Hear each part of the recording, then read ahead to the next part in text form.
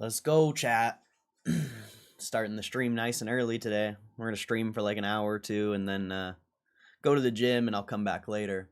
I'll leave the stream running, but I just want to start the stream by thanking the people who support the stream every day. You guys are the reason I come here. So thank you guys, for real. If you watch the stream every day, you're literally the reason why I do it. Whether it's one person, 10, 20, 100, I appreciate you.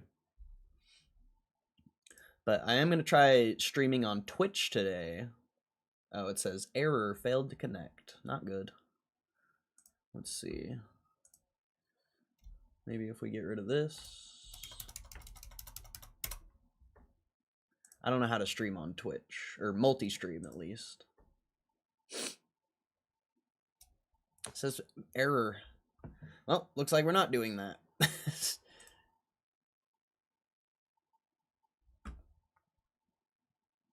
I don't know how to stream on Twitch. I don't know, for some reason the URL doesn't work. Try that. Oh, no. Why doesn't it work? What is the URL on Twitch for OBS? See, I got it from AI, which, is probably the issue.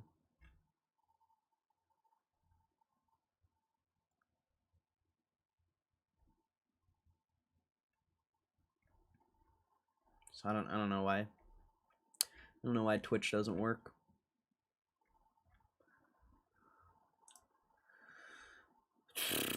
There should be, let's see.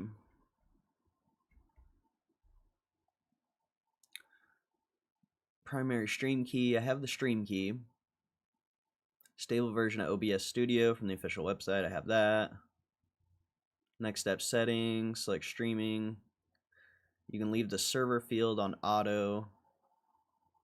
Select reading manually. Keep in mind the closer you are to location geographically. Stream key. Is there no... Maybe there's no URL on Twitch. Maybe I can just leave that blank. Maybe we'll try that. Yes, I don't know. Twitch isn't working. Twitch isn't working. Gamestop. Well, it was getting clapped. Now it kind of bounced a little bit, but don't listen to me. Just keep trading your options. You'll be fine. Maybe. Probably not, but it's all good. I'm going to stop talking shit on options traders. I'm going to let them lose their money in peace. I'm sick of trying to help people who don't want to help themselves. Yeah, see, I don't know.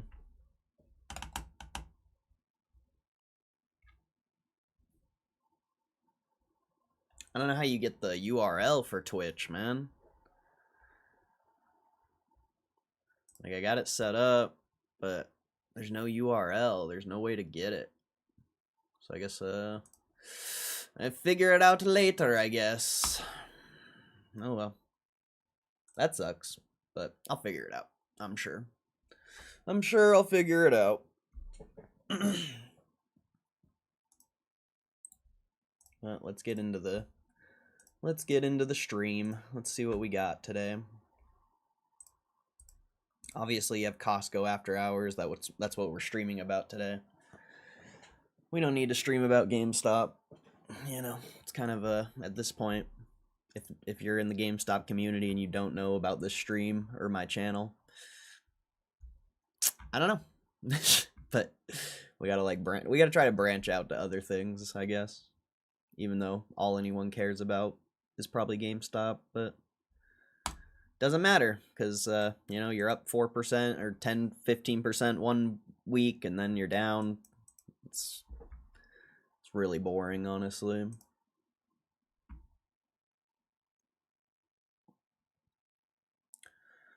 But whatever. Anyway, let's see. What's ACN? Never heard of it. You had BlackBerry earnings in the morning. I imagine people somewhat care about that. I think people still like BlackBerry, potentially. People still talk about stocks that squeezed 5 years ago. So maybe people care about BlackBerry. What is this? Information tech?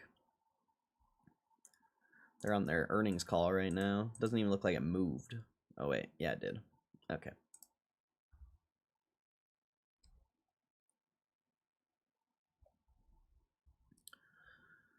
Maybe I should save this for later. We'll save this for later. We'll throw Costco up. We'll just go find some articles for a minute since there's literally nobody here. I'm about to go to the gym anyway. I don't know. I don't even know why I started the stream this early. I thought people would actually show up, but apparently not. Apparently not. So, it is what it is. Existing home sales. It's flat. GDP growth quarter over quarter. 3.8%. Not bad. What's up, Azuzul? What's up, Matt Romano? Oh, there you guys are. I was like, where is everyone? Moose again. What's up? What's up, Muma? Michael Casper. Everyone just came in all at once. What the hell? That was random. That was hella random. I was like tripping because I started the stream like 6 minutes ago, and I'm like, there's literally nobody here. And then out of nowhere, you guys all joined. I wonder if the notification was late or something. That was weird. That was weird. I tried to do a Twitch stream, but for some reason it won't let me. I don't know. I can't find the URL to do a Twitch stream. It's weird. Oh, is the whole market down today? Is that why GameStop's clapping? Okay. Yeah, the whole market's getting wrecked right now. That makes sense. And crypto. Crypto's getting absolutely slaughtered. Well, sort of. I mean, Ethereum's getting slaughtered. You're now under 4K again on Ethereum. Solana's about to be under 200. ADA's under 80 cents. A lot of interesting moves on crypto. You're getting a lot of lower lows and not really pushing. And it's very weird on crypto. Very weird. I mean, obviously, GameStop's not doing great either. But, wait. It looks like it bounced back a little bit, though. Let's see. We need to go back to Costco. He called on us like the Avengers. It's like, go, go, Power Rangers! Trying to get the Power Rangers in here, bro. We're trying to hit the Megazord. We need the Megazord. We gotta morph into the Mighty Morphin Power Rangers. The Mighty Morphin Megazord. What's up, Michael Casper? I don't know if I said what up to you. Something yesterday with my car. What'd you do? You straight pipe it.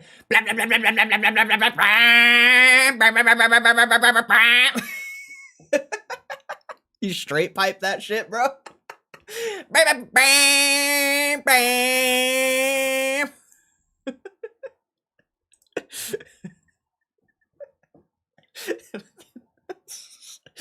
Oh shit.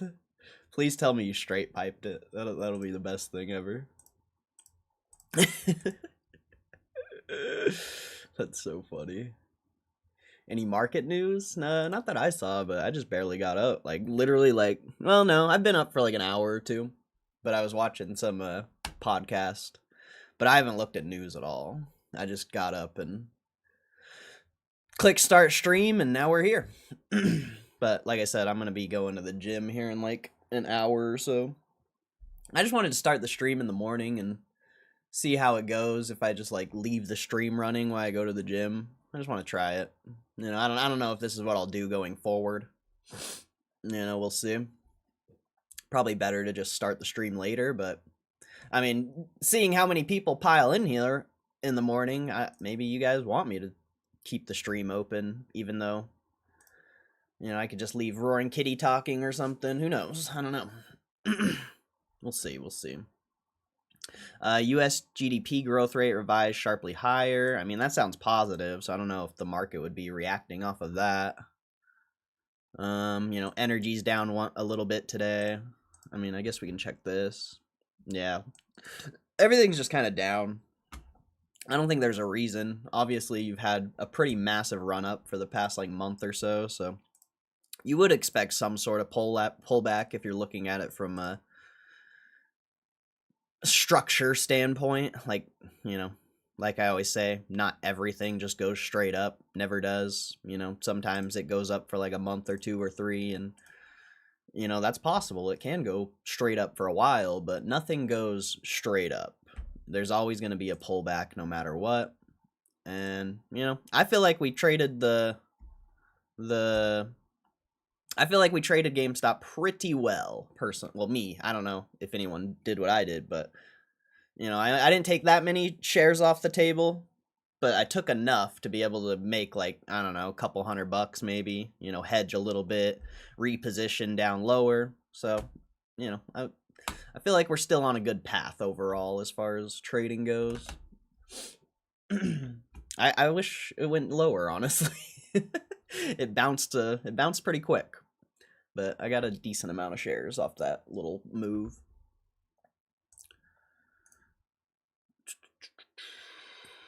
It just says tech under pressure. Yeah, all the economics look fine, so I think you're just getting a profit-taking day. You know, maybe some rotation, potentially, even though there's really nothing up today. I mean, you got consumer staples and real estate up today. Like, you could be seeing some rotation, but it could just be like a profit-taking day, you know? There doesn't always have to be news that has the market selling off, you know? It's all psychology, really, you know? The market's been going up a lot lately, and then for the past little while, especially in crypto, it's been flat, like you haven't been pushing any all-time highs or anything. So like people are going to get impatient and take profits and maybe rotate it into something else, whether it be like stocks or Pokemon, like who knows, you know? But it's not always news that inspires these moves. Some, you know, the market just markets. The market is effective, as we've said. The market's not efficient. Everyone says the market's efficient, but the market is effective. So, always remember that. Efficient market theory or efficient market hypothesis isn't really a real thing, honestly. From my perspective, I don't think it is. I think the market's effective, and I think it forces you to act even though you don't want to. You know, it forces you to make a decision that you otherwise wouldn't because it plays on emotion. Depending on your view, it always says yes. This is what I traded my Ravioli 4 with 2K for a Tesla Model 3, 2020 with 30K miles. Lotto Fun Boys. Oh, nice. Spend like 20 bands on that thing, probably. 30K miles is low, but getting a used Tesla is the play for sure. Nice. That's dope. Hopefully you got the autopilot. Hopefully autopilot came with it, or full self-driving, whatever they call it. I like morning open. Me too, but I like also going to the gym in the morning.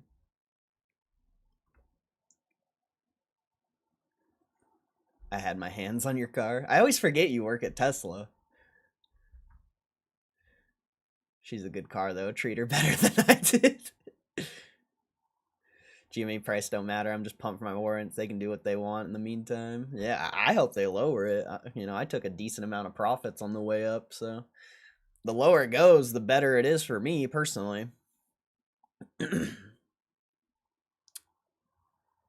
already bought a decent amount though. I have another order at like 24.69. I don't see it going down there, but I think I bought it like, I don't remember the exact prices I bought. I only bought like a few shares though. I didn't buy like a ton because I didn't really sell a ton. I only sold a little bit.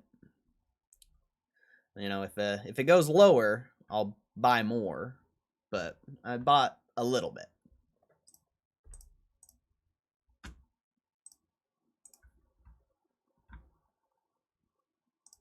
I guess we can continue to watch GameStop for now. Nobody's here for Costco. Nobody's going to be here for Costco until later.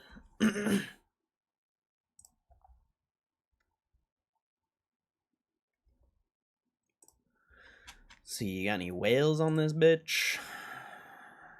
Nope. No whales. I still can't believe the short interest went up, even though it was only like 0.2%. Like, I can't believe the shorts aren't closing. That's crazy.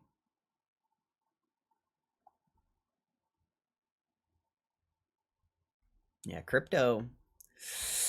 I don't know. Crypto's a funny thing right now. Why does it always make me do this?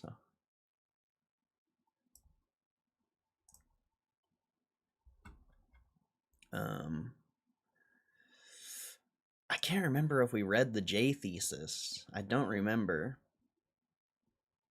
We read Julian last time. We'll just read the J thesis this today. We'll read it later. Even though I think we read this one, I'm not really sure, but we'll just read it just in case I never read it.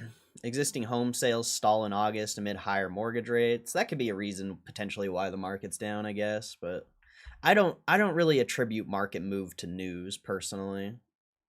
I don't attribute market news I don't attribute news to market price action. Like, to me, news is pretty irrelevant.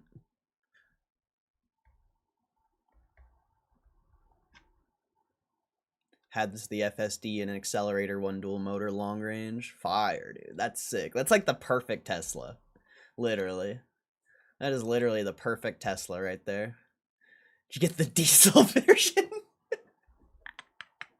The diesel version, he says. Whose man's is this, bro? The diesel version. I thought you were gonna tell me you straight piped your car.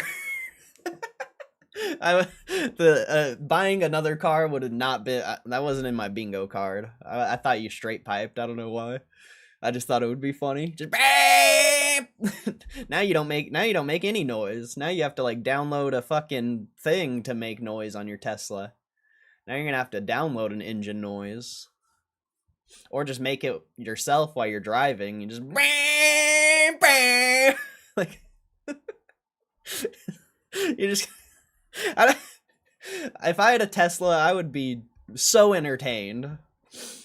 I would be so entertained if I had a Tesla. I would just be making noises all the time.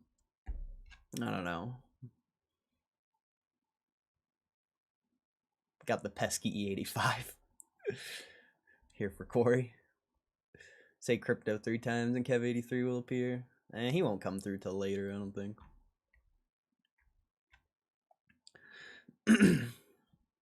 Let's see. I'm not going to read any news. I'm going to save that for later so we have stuff to talk about. I'm just going to skim through, see what we got today. I'll read news later.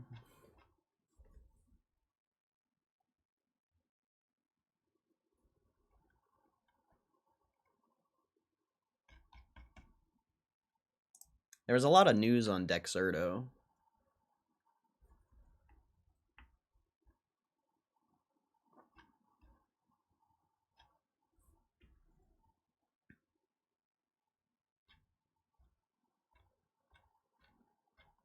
Where'd all the news go that was yesterday?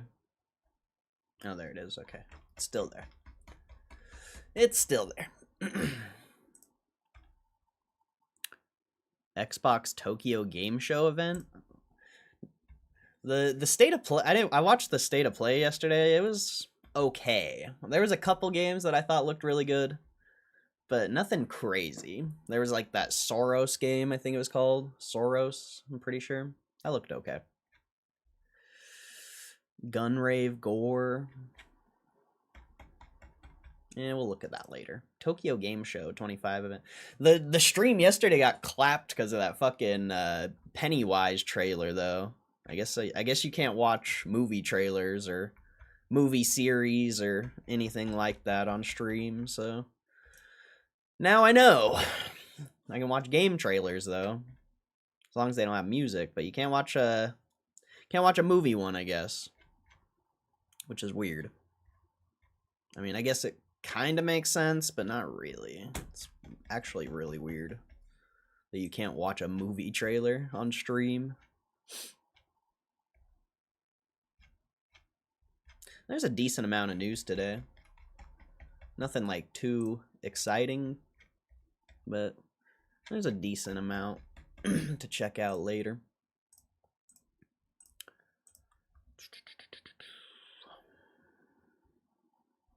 No updates or anything on the investor website.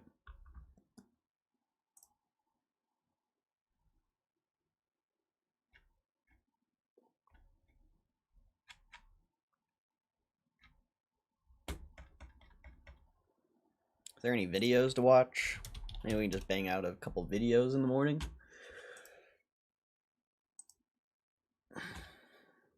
No, I already watched that.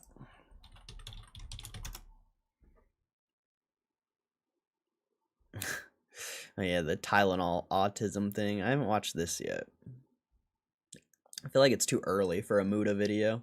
Damn, GameStop bounced back to 26 already? That's crazy. That was bro, that's massive. You dropped like 4% in the morning, 3%, and now you're just already almost flat again. Like, that's crazy. That's crazy. Very impressive. Very impressive. Man, they should have updated power packs, bro. They should have updated this shit. They should have added another pack. It's fucking whack. It's whack. I haven't even looked at GME for like 2 days. It's been doing good. I mean, today's the first down, like, real down day you've had. But it immediately got bought up because, you know, like I said, there's a bunch of people that missed out or they sold on the way up. So, you know, they buy back in.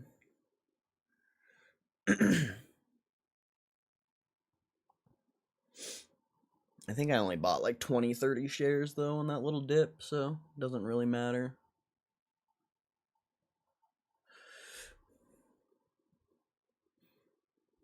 But either way, I probably should have bought more, but it's whatever.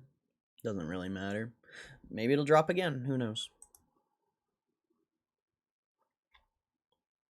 Maybe it'll drop again.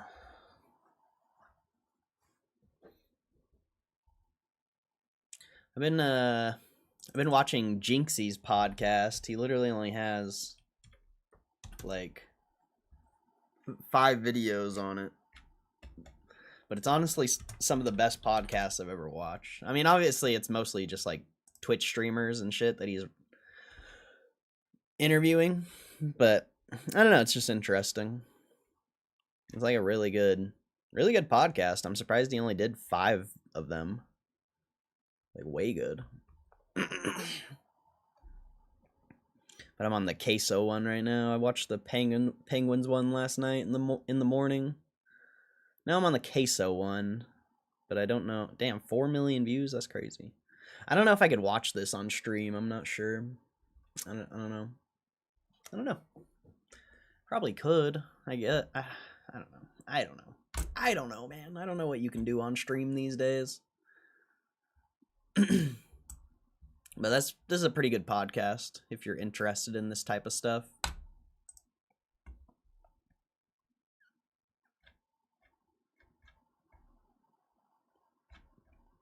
That Marvel Wolverine game looks very interesting. That game it actually looks pretty sick, pretty gory. It looks good. Looks good. I don't know if anyone watched the trailer of Marvel Wolverine, but that is a good game. Holy Nessa Darps, bro. Holy.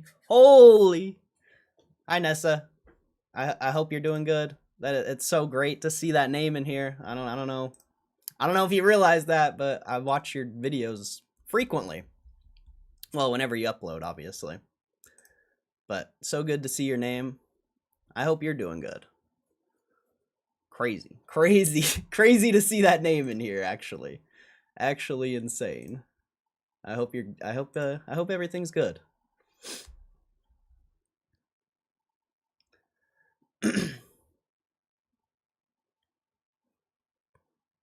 Thanks for still watching. Yeah, I actually was like in the mood to skateboard for once. You know, I don't skate very often, like maybe like once or twice a month. Depends, you know, sometimes more, but it's usually like once or twice a month. And I always watch your videos to hype me up because I don't know, we just had that like connection a long ass time ago when I was so obsessed with skateboarding. And I always watch your videos, and for some reason your videos get me more hyped than anything else. So your videos are the best hype when I feel like actually skateboarding and being sore for like 2 weeks straight.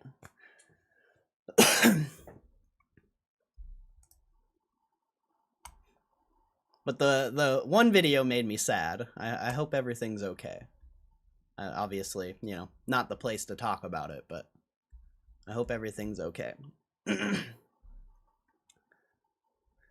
Tech deck does it help, bro? Nessa Darps is like the goat at skateboarding and tech decking. On God, Nessa Darps is literally the goat.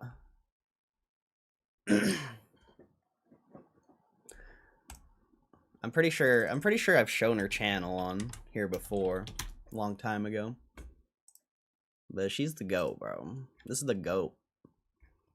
I saw you learn half cab 50 too. That's a fun trick. I do that trick every time I go skate. I love that trick. I always get into backsmith on accident, but sometimes I land it and then it's funny. I went like 8 years without skating, but I couldn't imagine going more than like 3 days without it now. Started to go crazy. I love that though. Glad I could hype you up.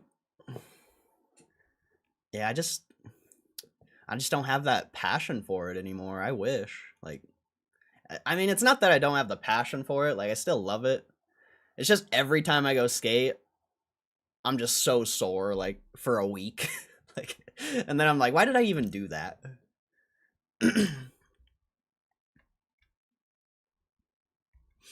But it is a good time.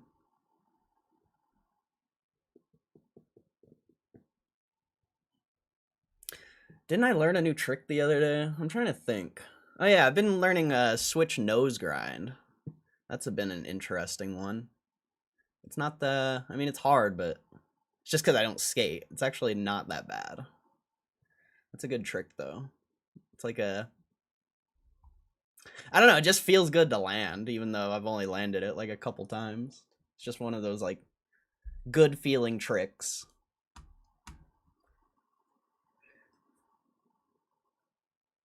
GME Corey's getting old. I go skate and I like need a walker for the next like week. Ow.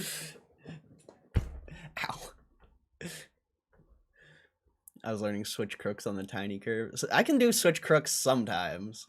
That trick's weird. I'm just like so bad at crooks. I don't know why. Any like nose slide trick. I guess unless it's front nose, I can do that one. I'm not good at... I guess I can do front crook too, but I suck at nose tricks. I don't know why. For some reason, I just don't get it. Cordell needs an ice bath. He thought about going skating. Dude, for real. For real, I even think about it. I literally went and skated with some kid the other day. And, like, the first, like, 2 tricks I did, my knee was, like, clapped. I'm like, no! No! It's so...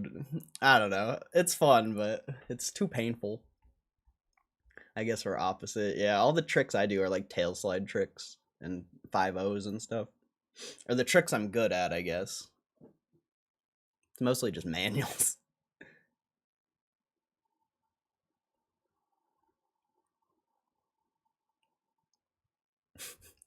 Yeah, this is my chat. My chat is some funny guys. Some funny guys. They're interesting.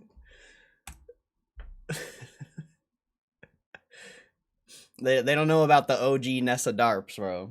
They don't know.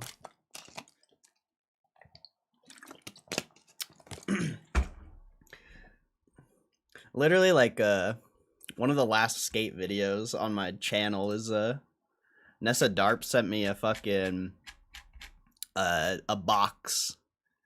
And that was, like, the last skateboarding video on my channel. Well, besides this one, but... I don't even know why that video is on my channel, but the gift box was dope. I still have the hardware, I think. It's on my old board. I think that's the only thing I have. Obviously, I have the stickers on my sticker thing. But yeah, Nessa Darps is like, out of any OG you've ever seen in the chat, Nessa Darps is like the OG of the OGs. I don't think there's anyone more OG than Nessa Darps.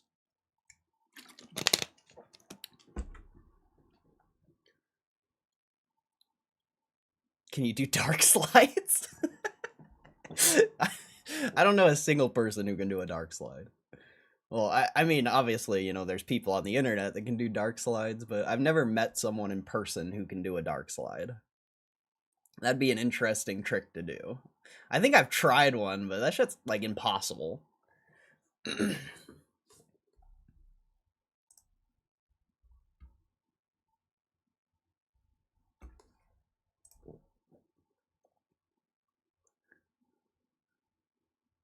don't really get sore much unless I push it too hard or slam hard. I think that's my issue. I think, because I only skate, like, once or twice a month, whenever I get that,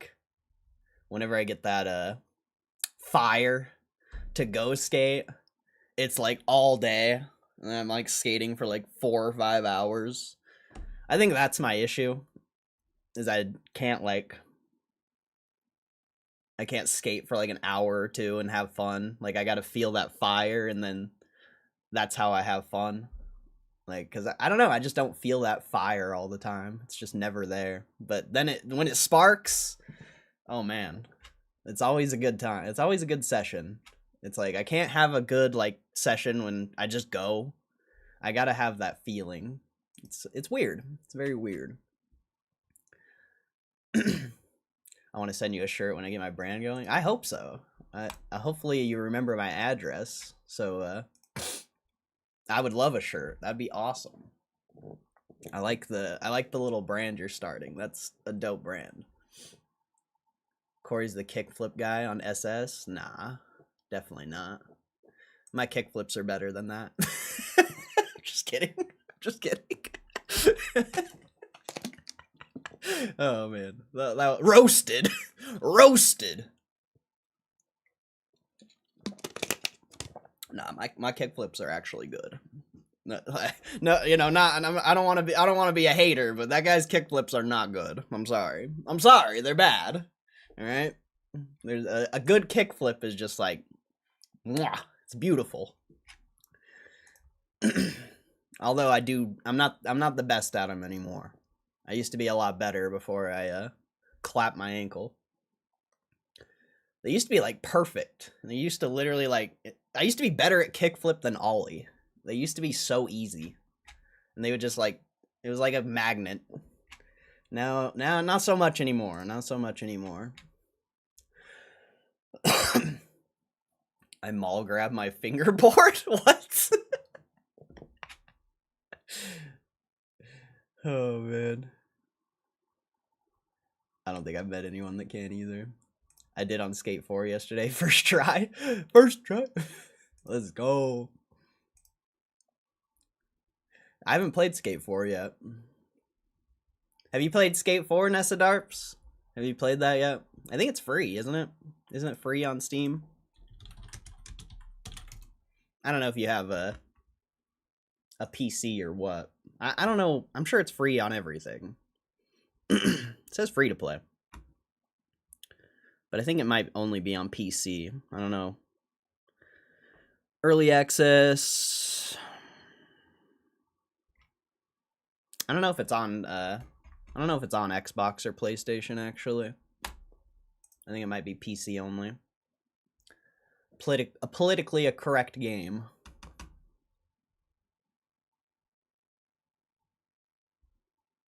Chat's trying to turn him from a skater to a golfer, better for his age. I haven't golfed in like 3 weeks. Golf was weird. It's like, I was obsessed with golf for like that month or two. And now, like, for some reason I have no desire to golf. I don't know. It's weird. Very weird. What makes a kickflip bad? I don't know. There's so many aspects to it because like you can do a good kickflip, but maybe it just isn't high and it doesn't like pop to your feet and you don't catch it properly. Like there's so many. I feel like it's a biased bias. I don't know. It's a very biased opinion whether a kickflip is good or not. Like I mean, for me, I know what exactly what it feels like to do a good kickflip. So like for me, it's all about feel, and I know what it looks like to feel that, I guess, if that makes sense. I don't know if that makes sense, but it's all about a feeling. And obviously when you're watching someone else do it, it's just like a I don't know how to explain like style in skateboarding because I don't have it. I don't know what style for, I don't have style. I can just do tricks. But style in skateboarding is like a very specific thing, I guess. So like what can I compare it to?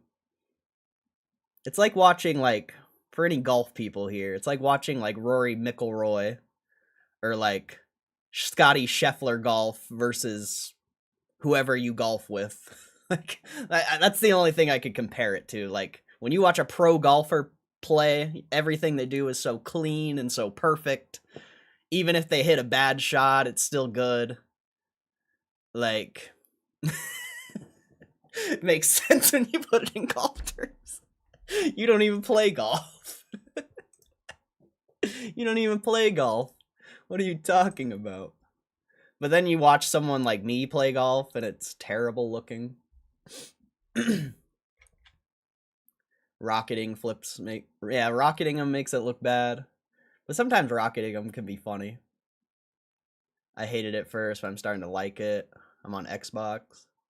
I don't have an Xbox, sadly. I would run it up. Can you add? I don't know if it's crossplay.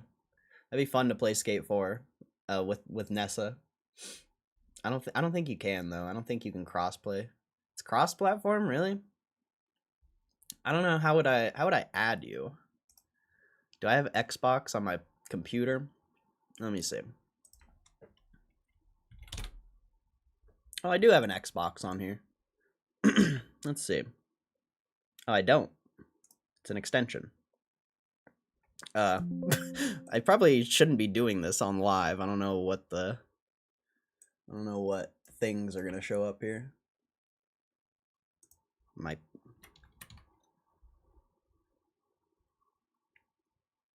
You can add each other in game. Oh, okay. I'll figure it out. I don't even know if I have Steam on my computer, I'll be honest. I think I deleted it after Final Fantasy.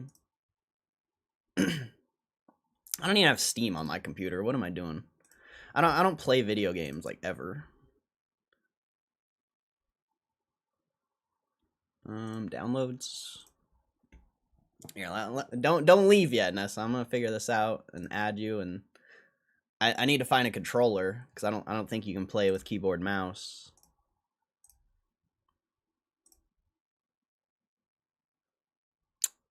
God, it's been a minute. It's been a minute since I've done this. I don't even know what I'm doing. There we are. There it is. I found it.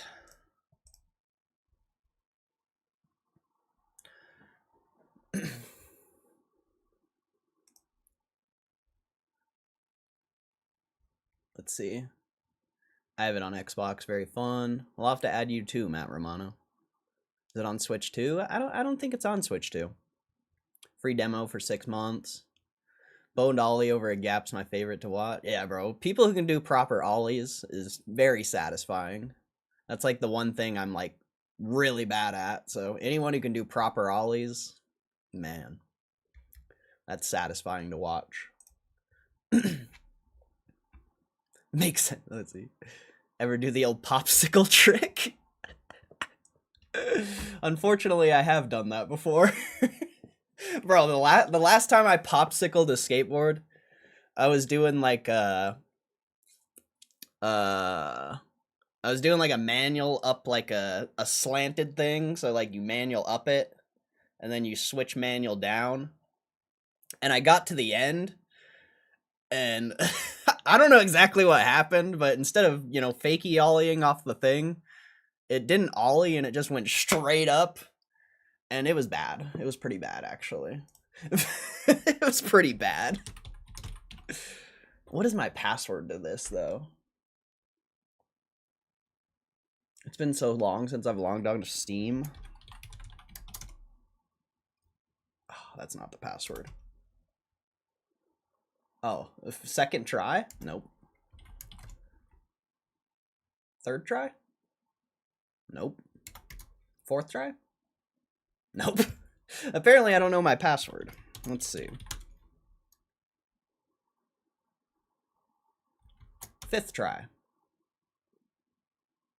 Alright, I don't know my password, so hold up. Uh-oh.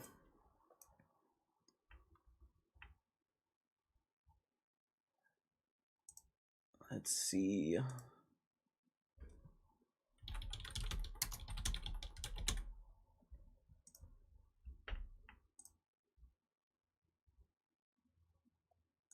Oh, nice.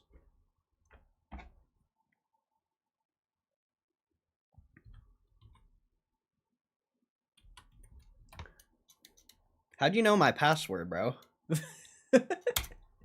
How'd you know my password? That's crazy. That's crazy.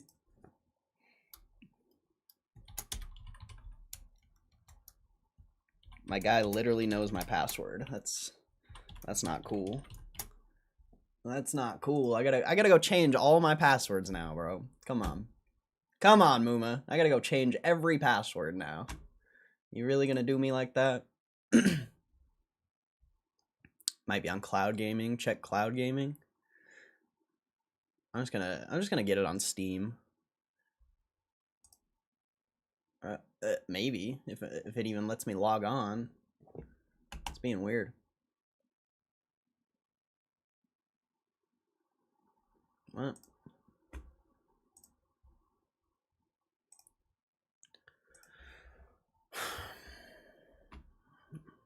What a pain. I guess this is my fault for deleting it off my thing.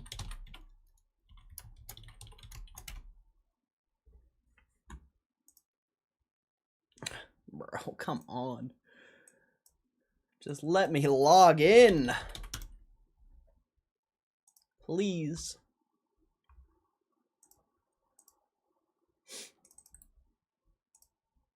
Too much. Too much. Too much. Hopefully it doesn't take too long to download. Damn, I haven't seen...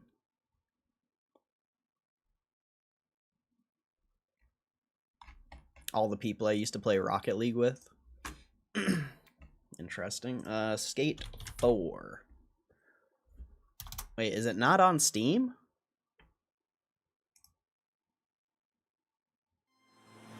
This or is this it? Is this it?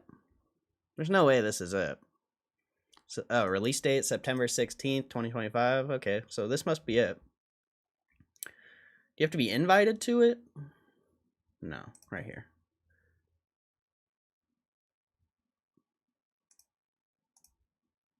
$700. Oh, I was like, okay, I was like, this is 700 gigs? No way. I was like, what? Ain't no way it's that big.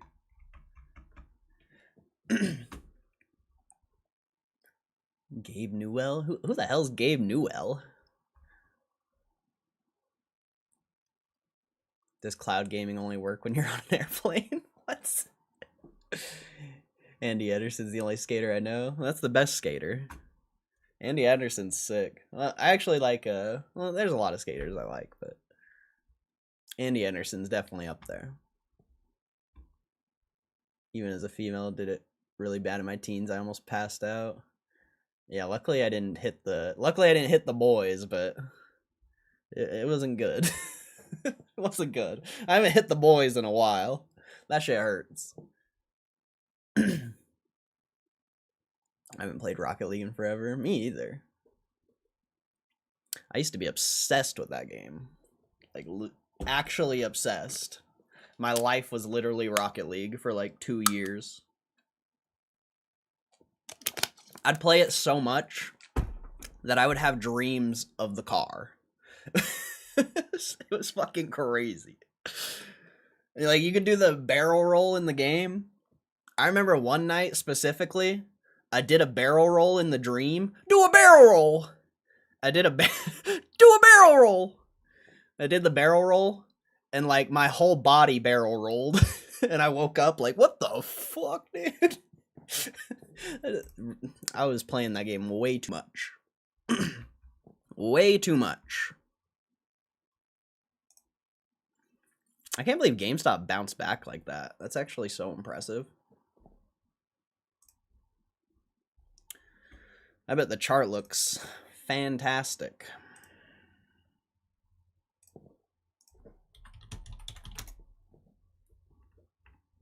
It's downloading. It's 60%. It's taking forever.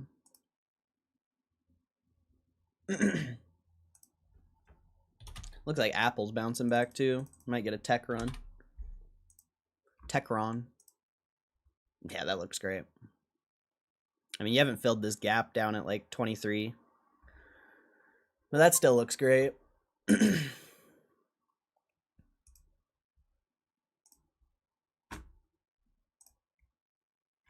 Alrighty, Dan. This game requires a controller. I don't have a controller, so hopefully I can just add you. Why wouldn't you be able to use keyboard mouse? That doesn't really make sense. I guess we'll see if I can just... It might not even let me start it up because I don't have a controller. Oh, it's launching. Okay.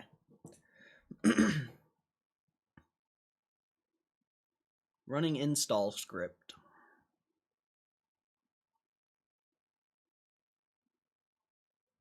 This game requires a controller. God, apparently I can't even log in, so that sucks. I was about to play Skate, but I don't have a controller, so I'm kind of screwed. I heard GameStop sells controllers. I might have to get it.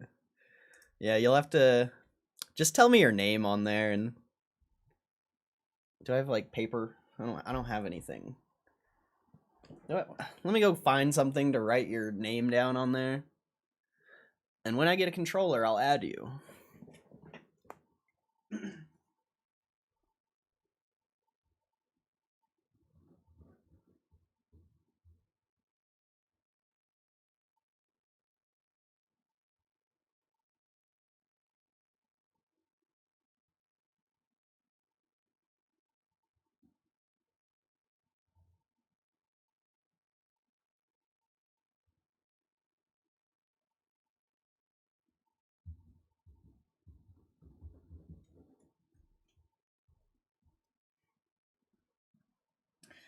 Maybe I'll get a controller when I fucking go to the gym later. All right. Yeah, just tell me your name on there and I'll write it down here. I don't think you have to worry about anyone in my stream adding you. I mean, I'm sure everyone in my stream's chill anyway, so it's not even a big deal if they do add you. And you can always just block them if they're weird.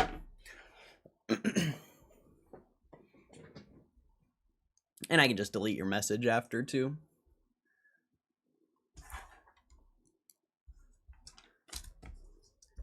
That is okay.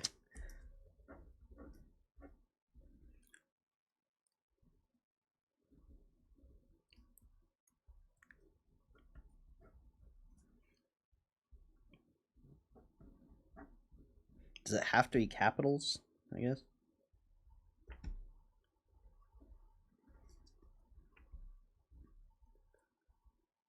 X42. Oh. Okay. Small 0, not a 0. Yeah, that's what I figured. That's what I figured. Okay, I think dope. Alright, whenever I get a controller, I'll add you. Same with you, Matt Romano. If you're still here, type your Skate 4 name in there. Not a 0, yeah. Yeah. I gotcha. Damn it, never mind. Yeah, I was about to play it. I was about to play with Nessa Darps, but I guess not. I guess not. I guess we're screwed for now. But maybe we'll be playing some Skate 4 soon. I just gotta I gotta go to Gamestop. Gotta hit up the Gamestop, bro. How much is a controller? It's been a while. I probably want an Xbox controller, I'd imagine.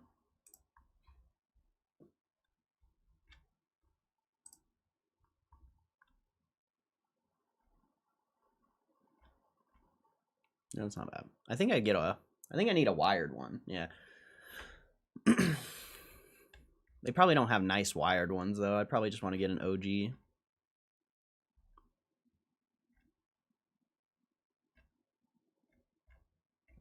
But the wireless ones don't work for PC. I mean, they do work for PC, but they're all laggy. You like have to plug in. It's weird. Doesn't look like they have any OG. It's all like Power A. I don't think they have OG wired Xbox controllers. I think they're all aftermarket. Razer.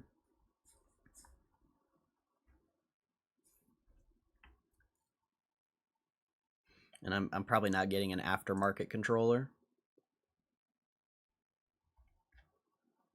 I guess I could get a PlayStation one as well. Or does it have to be Xbox? There's no way it has to be Xbox. I could probably get a PlayStation one as well. Let's see what it says. Registered any controllers, any Xbox or PlayStation controller. Okay, cool. What does PlayStation look like? What does PlayStation look like?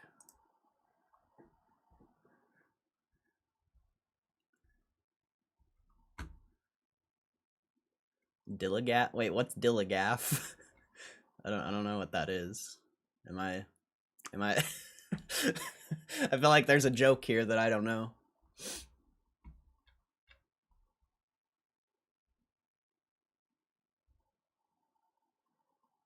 Get a scuff? Wait, what's a scuff? Soon, yeah, soon. For sure soon. Do I look like I give a fuck? Ah, okay. See, I live under a rock. I don't know. I live under what's called a rock.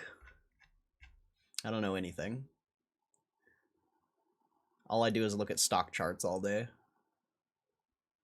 Skate is one of the 3 games I actually play. I miss Skate.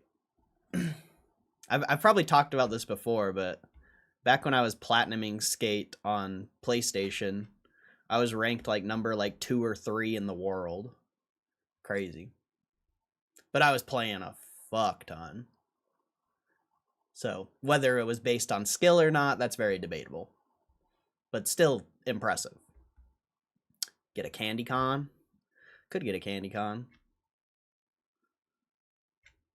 I feel like Xbox controller is going to be better. PlayStation controllers just look weird. Maybe I'll just get the steering wheel, bro. I'll just play with the steering wheel on Skate. I'll do a kickflip and I'll just turn. I don't know. Get the steering wheel, bro. Oh, that's a sick amiibo. Sora.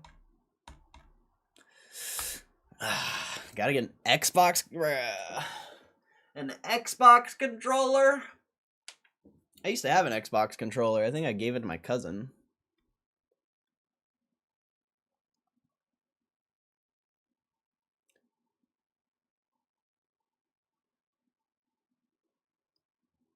Canuckston members everywhere. Yeah, she's from Canada. Oh, Canada. CandyCon might actually still only be good on Nintendo. I don't think I would get an I've had aftermarket controllers in the past, and they're never good. Usually the original, or not the original Xbox, but like just the Xbox controllers, they just feel good. Or like an Elite one, whatever. I wonder how that would work. Same, that'd be fun. Just doing the steering wheel. That'd be interesting. That would be interesting. But yeah, I'll get a controller and we'll play up. Maybe I'll be third in the world again. I wonder if the gameplay is similar to Skate 2. I haven't watched any videos on it or anything. I wonder if it's like, you do the big trick in the air, revert right when you hit the ramp, manual, hit the next ramp, do a big trick, revert, manual. Like, I wonder if it's still like that. Because if it's still like that, it should be fun.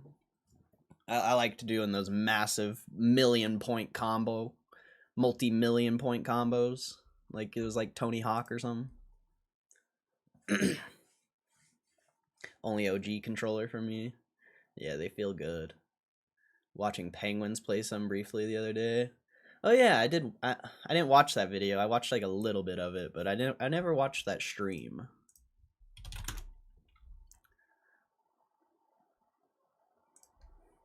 But also, I would never expect someone to be like as good as I was at that game. Except maybe like, I guess Milky would probably be the one to watch. I think that's like the best skate player right now.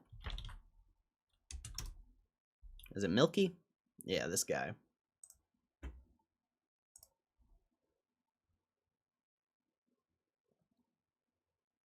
We broke the skate servers. Holy shit. What the heck? It looks more like Skater XL. It doesn't look like OG Skate 2. It looks like Skater XL. I don't know how I feel about that. I mean, I love Skater XL, but I liked the OG Skate more. Skater XL's kind of annoying, actually.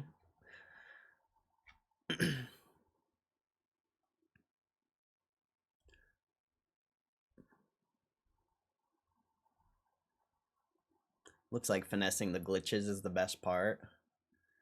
Yeah, there were some dope glitches in the old one too, though. Like the similar glitches where you can just launch yourself in the air.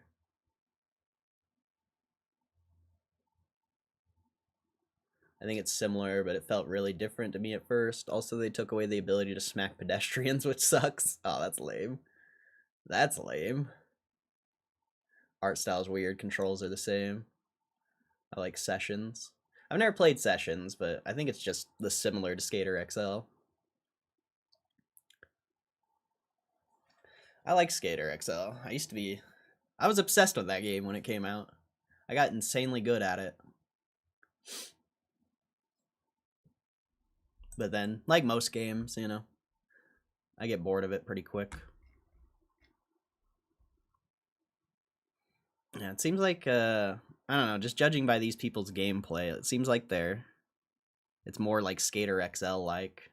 I don't know. I really hope it's like Skate 2 cuz I don't want to play Skater XL. If I wanted to play Skater XL, I'd play Skater XL. Wait, he's live on stream right now? Oh no.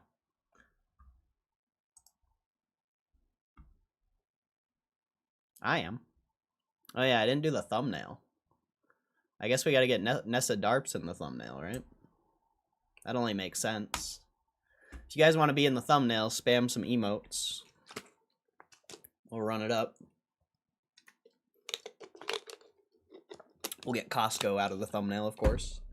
Nobody wants Costco there. Although we could have it at $900. That'd be kind of funny. It's just magically at $900 now.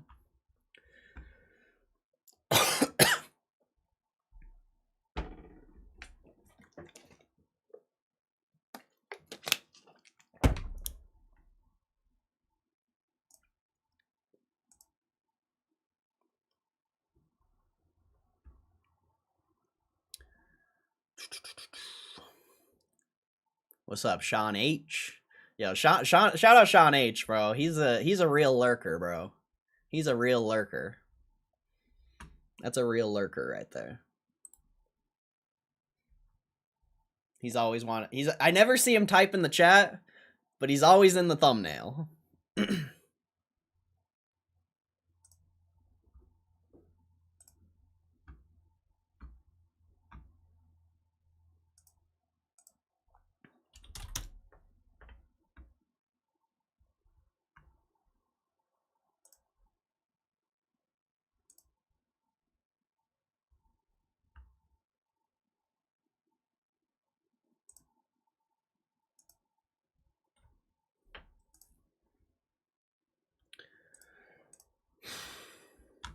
I need to go to the gym here in a little bit.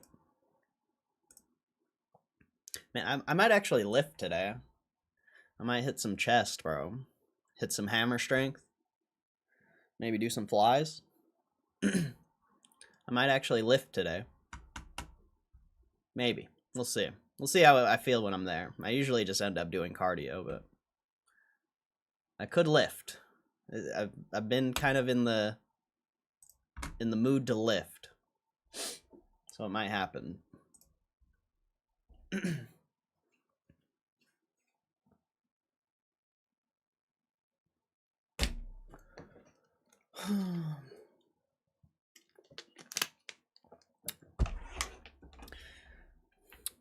you guys want me to leave Roaring Kitty playing while I leave? Or should I just leave this silent stream with Costco chart? I feel like I should leave like at least Roaring Kitty playing. I don't know if having a no sound. I don't know. I guess it doesn't really matter. I'm not here either way.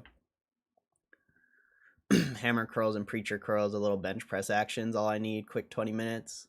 You'll feel amazing. Maybe toss a shoulder in there too. Throw on a Nessa Dart playlist. I could do that. I don't know if it'll autoplay though. The reason why I always do the Roaring Kitty videos is because they're like 3 hours long. That's why I always do those. I don't think Nessa Darps has her longest videos are like 30-40 minutes, and I'm definitely gonna be I'm definitely gonna be gone longer than that. I'm gonna be gone for like an hour or two. I agree with you, Muma, but I like having like focused muscle group days, if that makes sense. Like, I do have playlist. It should autoplay. I don't know if it will, just because I have a ad blocker on. Don't ban me, YouTube. Don't ban me. But I don't know if it'll autoplay. I haven't watched a playlist, and I literally have never watched a playlist. I don't think. So I don't know if it will or not.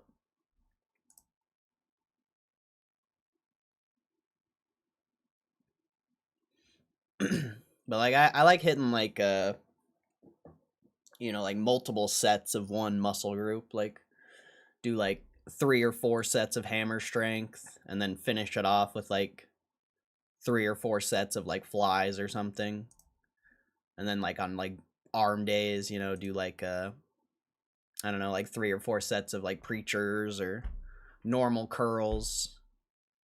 Or do preachers and then normal curls. Like, I like having like focused days, I guess, if that makes sense.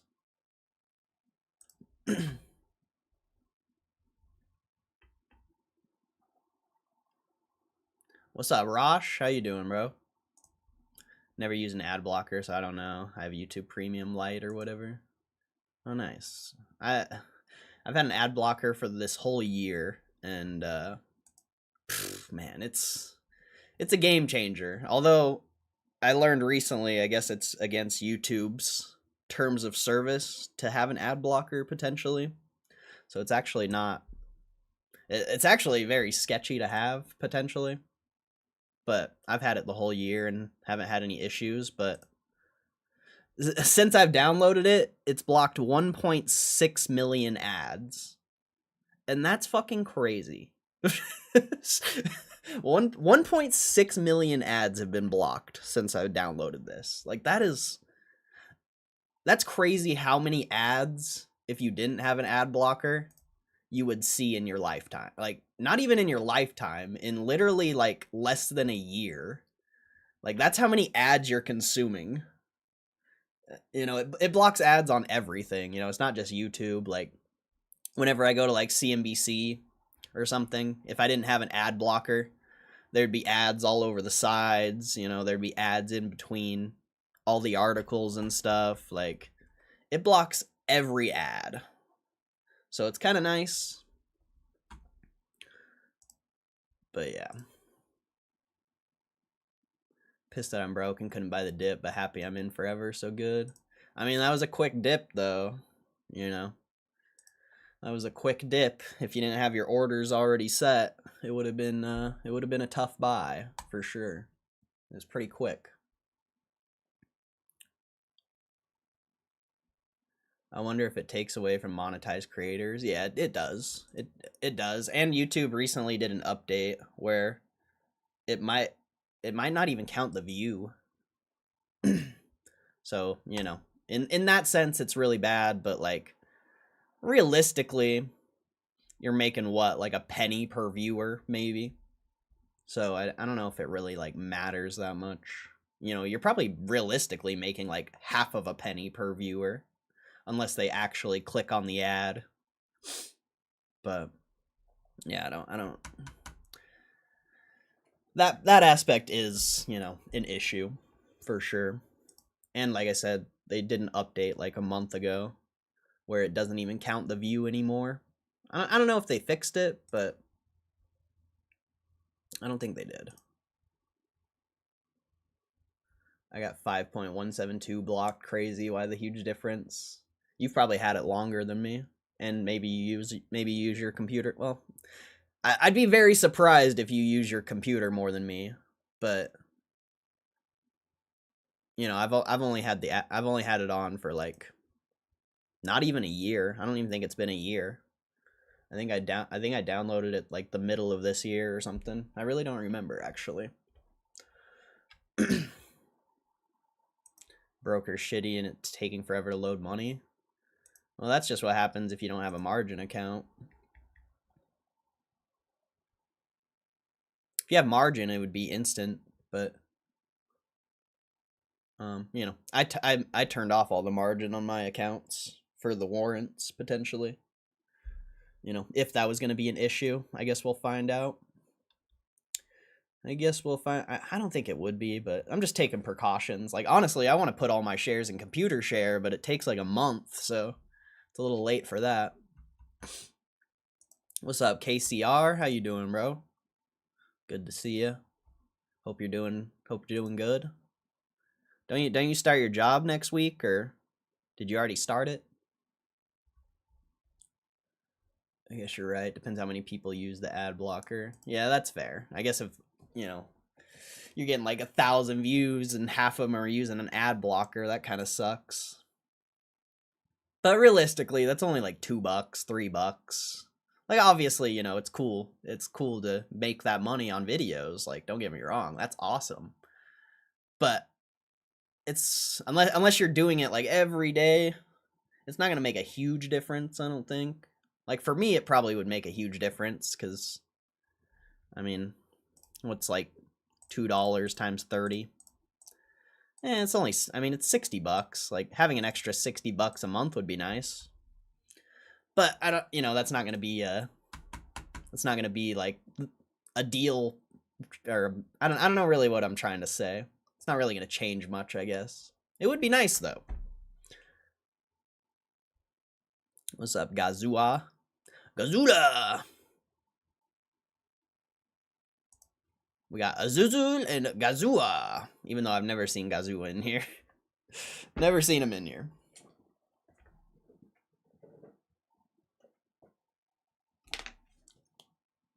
That was a crazy little dip on GameStop, though.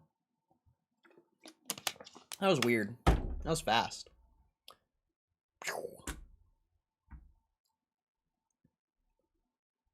Go back to Costco. It's a Costco stream today. We don't even talk about GameStop. What's GameStop? Has anyone ever heard of that before? Never heard of it. It's not. I don't know. There's this guy that streams about it every single day for like 6 hours a day, but I've never heard of it before.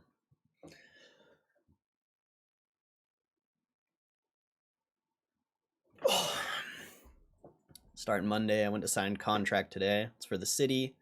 So mayor had to approve during the city council. Oh, that's interesting. That's kind of cool. Well, awesome, bro. I hope it goes well. Maybe Costco will make an appearance. I don't think so. I think I pissed her off last time she was in here cuz yeah, we won't talk about that. We won't talk about that. But maybe. You never know.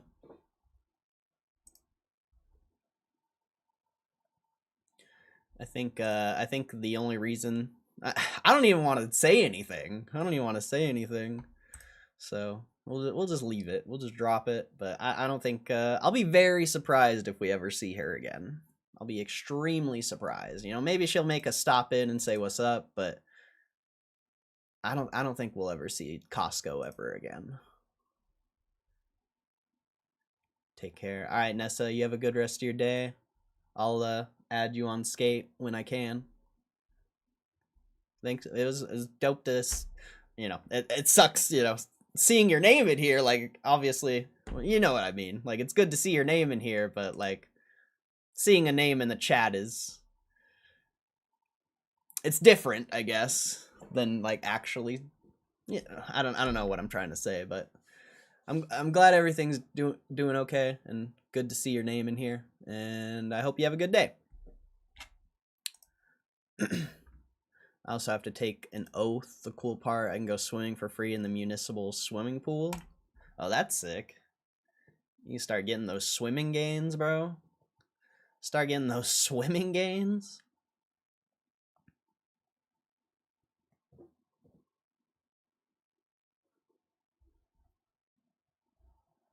That'll be nice. Swimming's chill.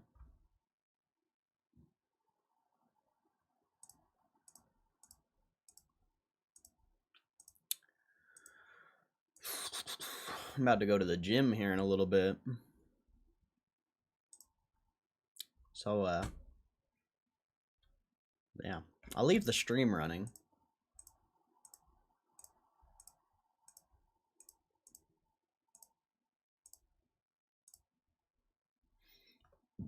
Oh, excuse me.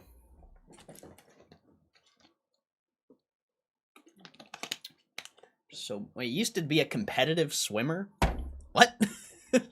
What? This is new. This is new. I didn't know you were a competitive swimmer. That's crazy. It's boring. What about like diving? You like diving? Like doing flips and stuff? Wait, you were a professional swimmer too? What? What? 100-inch backstroke free was my go-to. I don't know swimming lore or swimming terminology. I don't know swimming terminology. Used to work as a lifeguard. Oh, really? That's interesting. Learning so much. That's cool. My school was broke, so we practiced at the community center that didn't have a diving board. Ah, I see. German Life Saving Association. Oh, that's awesome, Rosh. That's dope. Did you ever save someone's life? I can only do normal swimming, can't do crawl. I don't know what crawl is. What is it? You kids and your swimming terminology. A kid, yes. Oh, bro, that's awesome. That's awesome. I love that. I love that, bro. That's awesome.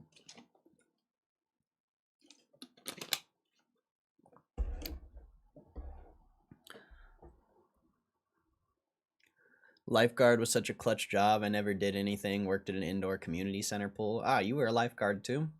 Interesting. Did you ever save anyone, Hugh? Pulled him out of 1 mil deep water. Swallowed a lot of water. Wait, how much is 1 mil? 3 foot? What? Was it like a child, like a baby? That's not. Oh, meters? Yeah, that's only 3 feet. That's not that deep, is it? I don't think that's that deep. Was it like a baby? It was in the kids' pool? Okay. I was thinking, like, I don't know. I was thinking it was like a 15-foot fucking.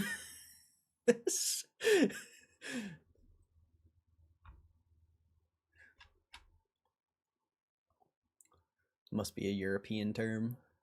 Mainly big old ladies floating around gossiping. It was more like whale watching. Jesus Christ. That's fucked up, Hugh. That's fucked up, dude. That's actually fucked up. That's funny, though.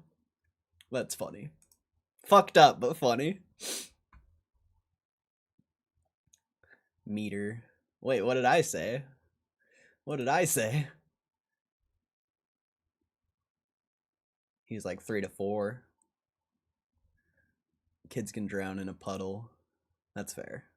I used to walk all around the pools, also the deep ones, but it's the kids' places where the most accidents happen. Okay, I could see that. I could see that. I mean, any responsible parent isn't letting their fucking child who can't swim go to the fucking deep end. So I definitely could see that.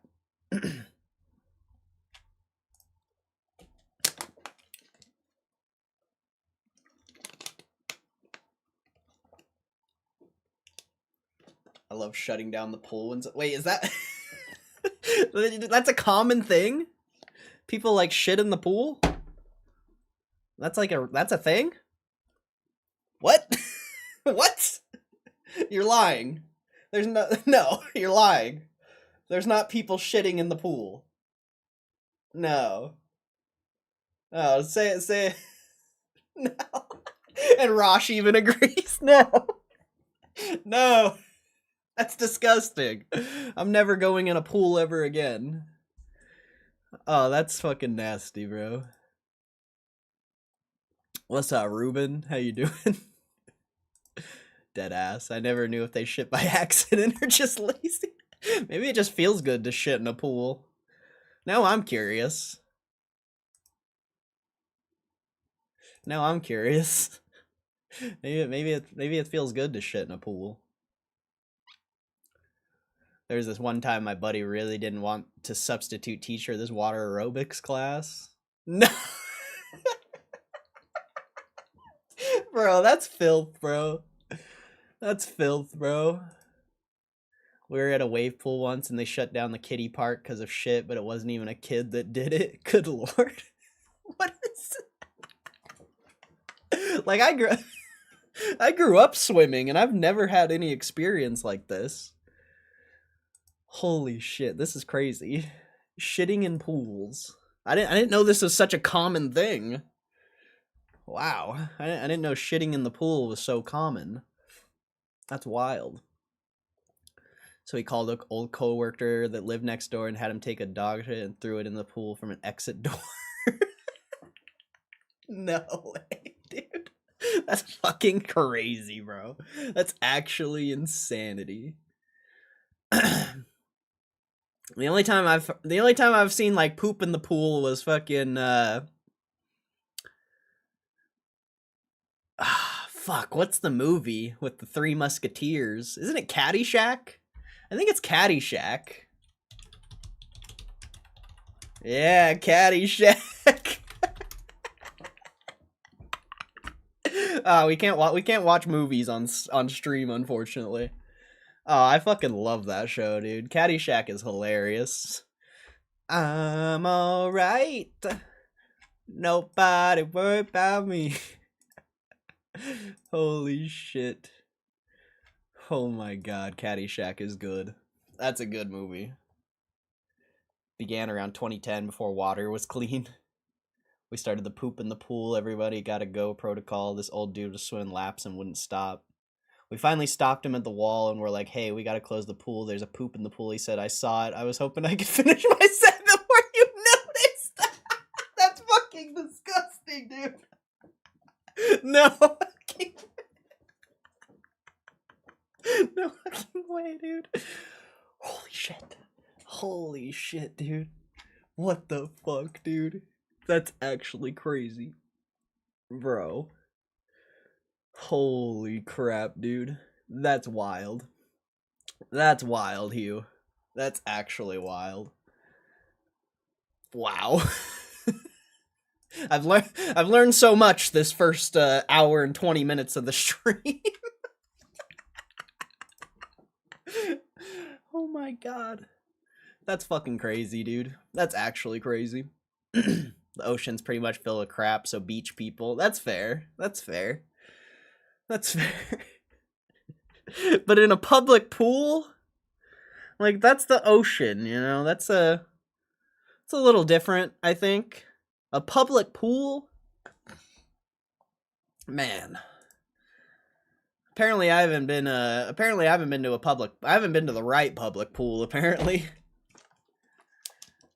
We don't have funny things like that happen in Utah, I don't think. Well, I'm sure we do, but I don't go to the pool, so that's insane, bro. That's like what? What? What?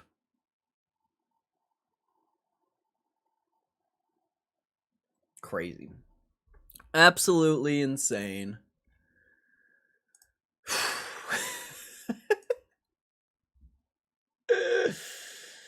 Oh, Lord. That's fucking wild, dude. Alright, chat. I think it's time. I think it's time I go to the gym. So, I'm gonna go to the gym. Sorry to the people who just got here. But I'll be back in like an hour or two.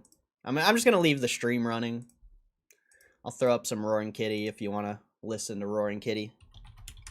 But if you guys don't want me to like do the stream this way, you know, let me know. Let me know. You know, I'll start the stream after I come back from the gym. But yeah. So if you don't like this, you know, if you don't want me to continue doing this going forward, I won't. But I don't see why it would matter too much, you know. It's kind of the same thing. It's just the stream's running while I'm not here. But yeah. So if you have an issue with it, you know, speak your piece. But either way, I'll be back here in a little bit. Make an AI Corey. That'd be awesome. Put GME price back up while you're gone. All right, I got you. I got you, bro. If I see stream, I hop on. Well, God bless you, bro. I appreciate you guys supporting the stream for real. Like I said it earlier when I started the stream and nobody was here, but the fact people come here every single day, you know, whether it's fucking 5, 10, 20, 100 people. I mean, I've never seen 100 people in here that have been here every day. But the fact anyone comes here at all is, I just feel blessed. So thank you guys for always supporting the stream. And yeah, I'll see you guys here in like. Only with a stock like GameStop could you have potentially both bears and bulls celebrating like today, huh? Let me try one more time. I don't think this can stay lit. This is the same cigar boat for that video, huh? Someone was trying to teach me how to do it in the stream a couple nights ago. What was it, man-child? He's like, Roaring Kitty, stop inhaling the damn cigar. Stop inhaling. I go all over the place. Shit, huh? But what a week, huh? This has been a crazy-ass week. And then what, look at this. This is all you gotta, this is it. This is the stream. We just keep this chart up. We'll just keep this chart up. We just watch. We just look. Right? This is crazy. And then, obviously, it's because of this, right here. And I hope we got some, I hope there's some bears on the stream tonight. I know that there's still some bear interest out there, and that's why I included in that, what was it, the tweet that I just, I did right before the stream, of, look at, there's still a whole bunch of bear takes out there. It's kind of interesting, right? Only with a stock like GameStop, it's kind of crazy, but I think a lot of the people, as we've seen with GameStop over the past, 18 months for a long-ass time, people seem to be having trouble getting the story right. And I think even with this press release, I still think that's the case. I think it's persisting into these latest news releases that we've been getting, and so I was seeing some of those takes, and I'm like, nah, that's not the that's not the right take from this press release. You know what I mean? I mean, in my opinion, and based on my analysis of the stock, I think this is a tremendous press release. Oh, and cheers to Uber, by the way, huh? Uber was dropping some knowledge on us earlier this week, talking about the potential for this news. We didn't know it was going to be next day, did we? Huh? Who the hell knew that? In a midday PR, you never have that. Anyway, yeah, where they halted the stock too. That's crazy. Yeah, that doesn't happen in many stocks that I deal in.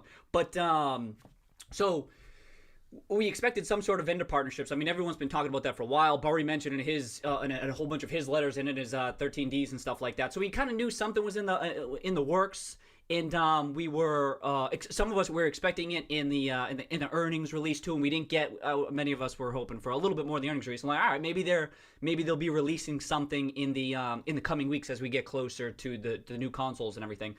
And then here we go. So this is kind of interesting. The timing's a little bit interesting. That it happened a couple weeks after earnings, and the take that I'm kind of seeing with this press release is a little bit similar to the earnings take, right? So to the earnings release, where we were analyzing earnings on the live stream that night, right? And it looked to us like it was pretty bullish. We're like, all right, yeah, this is a pretty good quarter. But the stock sold off 10% and blah blah blah blah. And then it was down for a couple days, and then a week later, boom boom boom boom boom, started rising, right? And so I'm reading this press release. And I mean, most of you hopefully know my thesis. If you haven't seen my Gamestop videos on the channel, check them out. But a press release like this, a partnership like this, a multi-year strategic partnership, yeah, it built up a bit, but what it does is it substantiates this GameStop's existence in this changing landscape. You know what I mean? Like everyone's talking about. The Xbox is gonna have a disc. It's gonna play the new Xbox is gonna what was it? The new Xbox and the new PlayStation is going to have a digital version, right? They're like, GameStop's in trouble. But when you have a company like Microsoft who has repeatedly said how millions of people still want discs, right? And then they come in and they talk, like there's some really good, I've been included in my tweets, there's some really good language in here where there's Phil Spencer, who was the one who said millions of people still want discs and everything like that. But when you got Spencer coming out here saying GameStop has been a strong go-to market partner for our gaming products, right? Like it's 2020. We're here. GameStop's supposed to be the next blockbuster, is supposed to be done. And you have shit like this. One of the primary console manufacturer, one of the top gaming related companies, right, coming out and giving you a nod of approval. It's a vote of confidence, you know what I mean? And so that's why this type of press release is meaningful. It's not so, I know people kind of like, even with this press release, maybe people wanted more, just like in earnings. I want some specifics. I want exactly how much GameStop's going to benefit. But that's almost besides the point right now. And again, we keep on saying the same shit every stream. GameStop is priced so cheaply right now that you just need a little bit of a change in the perception here. And things like these announcements, a multi-year partnership with one of the leading gaming companies out there is huge. And so this is what I mean. It helps change the perception. It's big for the GameStop thesis. This standalone news release isn't a definite, GameStop's going to be around for 10 years. They're going to crush it this whole time, blah, blah, blah. It's not like that. But the point is, it's validating the thesis that GameStop's at least going to be around for a number of years here. Probably is going to continue to generate quite a bit of free cash flow. Microsoft sees this. Ryan Cohen sees it. Barry sees it. Like, people are seeing it, right? And it's just taking time for everyone to catch up. And then I saw like this, the news comes out, right? And then you see like, where is it? This one? They say the Microsoft deal is overblown. It's not a rally. And it's just like, I think they're not dialed into the thesis. I think that's the issue, which you always see with many companies out there, but it's so prominent with GameStop because so many people are talking about it. It's kind of a riot. I think it's kind of a riot. Oh, so what the hell else was I gonna say? I said $12 stock price. This is gonna be a 12-hour stream tonight. Who knows? But then when they say they're like creating the ultimate gaming destination, stuff like that, like in this changing landscape, it's gonna be more of a digital landscape, right? We're all on the same page. Everyone knows this. GameStop longs know this. But the point is, like a partnership like this is suggesting that GameStop can potentially continue to not only exist, but maybe even kick ass with the right partnerships and in the right transformation of its brick and mortar stores and everything like that. Like there's an opportunity here. Remember that the market has historically assigned a 0% probability to, and it was a ridiculous probability assignment. And I think what we're seeing right now is a slow, really slow transition to people coming to the realization that, holy shit, all right, maybe they're not going. Maybe they're not going bankrupt or whatever, right? Which is silly, right? Of course they're not going bankrupt. But now I think people are going to start coming around to, damn, maybe there's a place here in this new gaming world where GameStop can still stick around and continue to generate quite a bit of free cash flow. I still think like stuff like this. I think GameStop's gonna. I think maybe even crush it over the next 12 to 18 months. So a lot of this stuff was a lot of stuff we already knew, like the Xbox All Access stuff, and I mean, put a revenue sharing agreement on that. You know what I mean? Like everyone's physical disc, physical disc, physical disc. GameStop, if it's not the physical disc, GameStop's done. And then, but even Microsoft's like, you know what, GameStop, you're a big help for us. We really like having you around. You're such a strong partner. I think we want you. We want to partner up with you, and we want to partner up with you so much. We want you to. I mean, you'll even participate in the revenues that we're able to generate in this digital environment, and that's how I see these headlines. I think people are going to be really slow to come around to this aspect of the transition. So many people are talking about short squeeze, and that's always. I mean, that's so prominent of a narrative, right? But like these are those incremental things. And there was a good tweet. I think I was the only one who. So many tweets, right? I couldn't even keep up with everything, right? I know we're gonna have a ton of shit to talk about. There was one tweet that I liked. Was right here. This one right here. I'm the only person who liked it. But this is kind of like everyone's like, oh, this is why the stock's going up. It's a huge mistake. And then what's small? Cheers, Smalls. Cheers to this. It's just like if the stock is undervalued, and then something happens that maybe even just slightly changes what the valuation of the stock is, then what you might have is it's just the market trying to reassess what exactly is going on in the market. But everyone says, oh, it's up 44% because it's a dumb short squeeze and it doesn't make any sense. But of course, that's just kind of like clickbaity type stuff, right? That's what's happening. And there's a lot of good takes out there, right? This is just one that I saw and no one had liked it. I'm like, oh, I gotta like this because that's exactly right. It's like, yeah, people overthinking this one day move. And then and then it came down today, right? Who cares? Who cares? It was up. We were talking about close like 3 weeks in a row at 9. Now it's above 12. It's like, ooh, the one day moves. It's just, remember, that's what I mean. That kind of reminded me of earnings too, where the initial take was, shit, this is good news. And then the market, because it wasn't quite enough information, it wasn't tangible enough, and then people were questioning whether it was even actually a revenue sharing agreement, or is GameStop just buying stuff from Microsoft? And it's like, what are you talking about? I think people are, they're kind of seeing what they want to see a little bit, and so the initial reaction was a sell-off today, but we got to see what happens in the coming weeks. You know what I mean? Like it could be, I don't know. We got to see, and maybe you get more press releases too in the coming weeks. I don't know what's going to happen. Now this was kind of we were talking on Wednesday, right? That we're above 12 right now. That is pretty crazy. Just 2 days later, so who knows what's going on? I will say the whole short squeeze angle. When you have these daily moves like this, that I've been joking on Twitter, right? Where everyone keeps going, oh, it's only up because of a short squeeze, only up because of the crazy bullish sentiment. Why, if bullish sentiment is so crazy, why does it keep selling off? It sells off so much. It's been going up. But I get the impression that these shorts have not been closing. That's my impression that I've been getting. I feel, which is crazy, right? We're going to get the updated short interest information as of September 30th. I think during the damn stream here, right? I think we're going to get it during the stream. And it'll be, of course, it always seems like we're a couple weeks late, right? Like something big happens and we're like, that's what short interest was back then. But even still, if we see short interest during this stream, if we see that it stayed flat or even that it was up, we know there was tremendous volume in September. And now we're seeing tremendous volume again. But shit, maybe they just keep on adding to their shorts. And now, I gotta say, now it's getting a bit absurd. Remember how we were trying to say beep beep boop boop boop boop boop boop beep boop boop? We're trying to rationalize to say what are the robots doing? And if it's rational humans on the other side, what are they trying to do? They're trying to control the narrative and shit like that.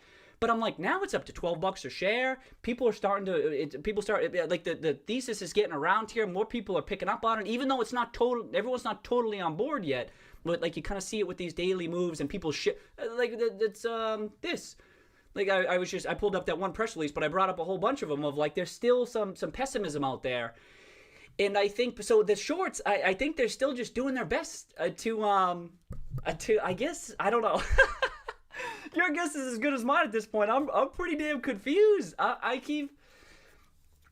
keep on saying how the short squeeze isn't my base case, but what's happening, and it's still not some crazy short squeeze isn't my base case. But I have to say, it kind of feels like the stage is being set for something incredible to happen, right? I have no idea, but it. Like the price keeps going up and the fundamental thesis keeps getting supported and stronger and it's improving over time and it's only strengthening and they keep adding more and shorting more and shorting more and it's getting more expensive. I think, what the hell? We joked that beep boop boop boop, but I don't know if it is humans. How are you going to be on the other side of this? You're trying to, except the only thing I can think of is trying to control the narrative, but the cat's out of the bag. You know what I mean? The cat's out of the bag. Maybe, I don't know. I mean, it popped down today, but again, we've seen this a number of times in the past. I don't know what's going to happen here.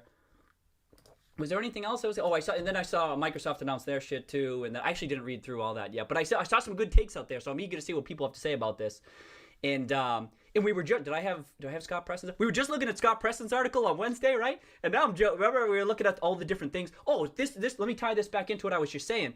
How we're talking about how this partnership with Microsoft is kind of substantiating GameStop's business model in this changing gaming environment, right? In Scott's article, he went through a whole bunch of different paths GameStop could go down, right? There's so many in here that you could that they could run with, and who knows which? I mean, there's countless ones, right? I mean, it's just a huge opportunity in gaming, and this is a big part of the GameStop thesis. There's a huge opportunity here. Just because we don't know exactly what GameStop can do with it, it's almost besides the point. Because from a probability distribution, like, you just need to say, all right, even if there's a 2% chance of this one or 1% chance of this, you just need to like take it all into consideration. And Scott listed a whole bunch of items here, right? But then we have this. We have like a legitimate vendor partnership or a revenue sharing agreement. I even think does Scott mention this? Revenue sharing? I forget if Scott.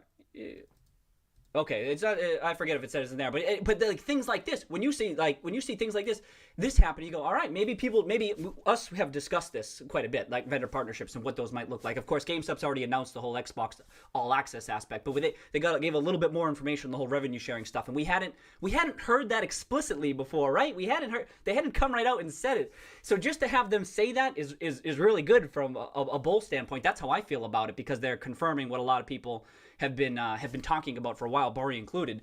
So that's big, even though the specifics, we don't know the specifics, but it's like clearly there's something here, and Microsoft sees it, and Ryan Cohen sees it too. You know what I mean? It's like been a crazy 6 weeks for this reason, because that tremendous upside that maybe still isn't likely or anything like that, and that's why the shorts at least have, or the bears have at least have a little bit of a thesis there, even though it's not guaranteed. Clearly, people are seeing what some of the bulls have been talking about, seeing the opportunity there.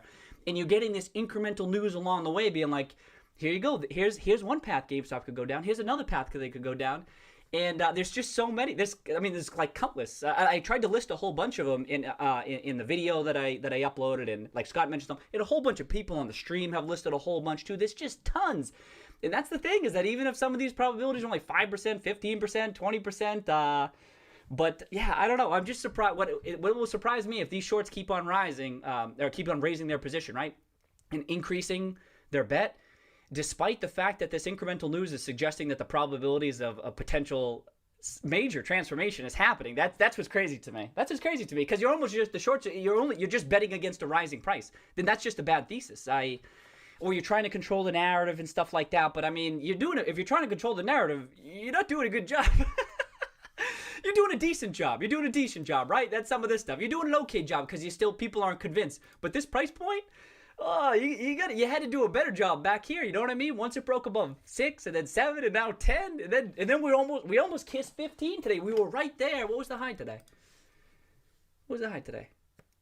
1480, you know what I mean? Yeah, down 12. Right? Oh, and it's down after hours. You know what I mean? But if you're one of the short-term traders, like this, like we talk about, this can be a tough stock to trade. For action like this, it's real tough. But if you're the longer-term value investors just chilling, this is terrific. For someone like me too, this could be like an ideal. Well, I don't know about ideal. That's a bit strong, but it's a good path for GameStop, because it's like, things go up and then they settle down a bit, and it's like they form a little bit of a new base, and then they go up.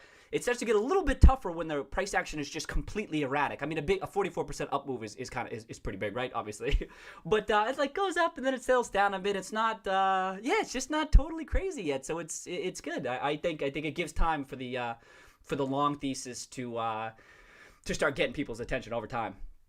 All right, but there's so much to cover. I gotta get right into it, right? We all saw this. Who would I gotta talk about this stuff? Y'all saw this. You'll probably get similar takes.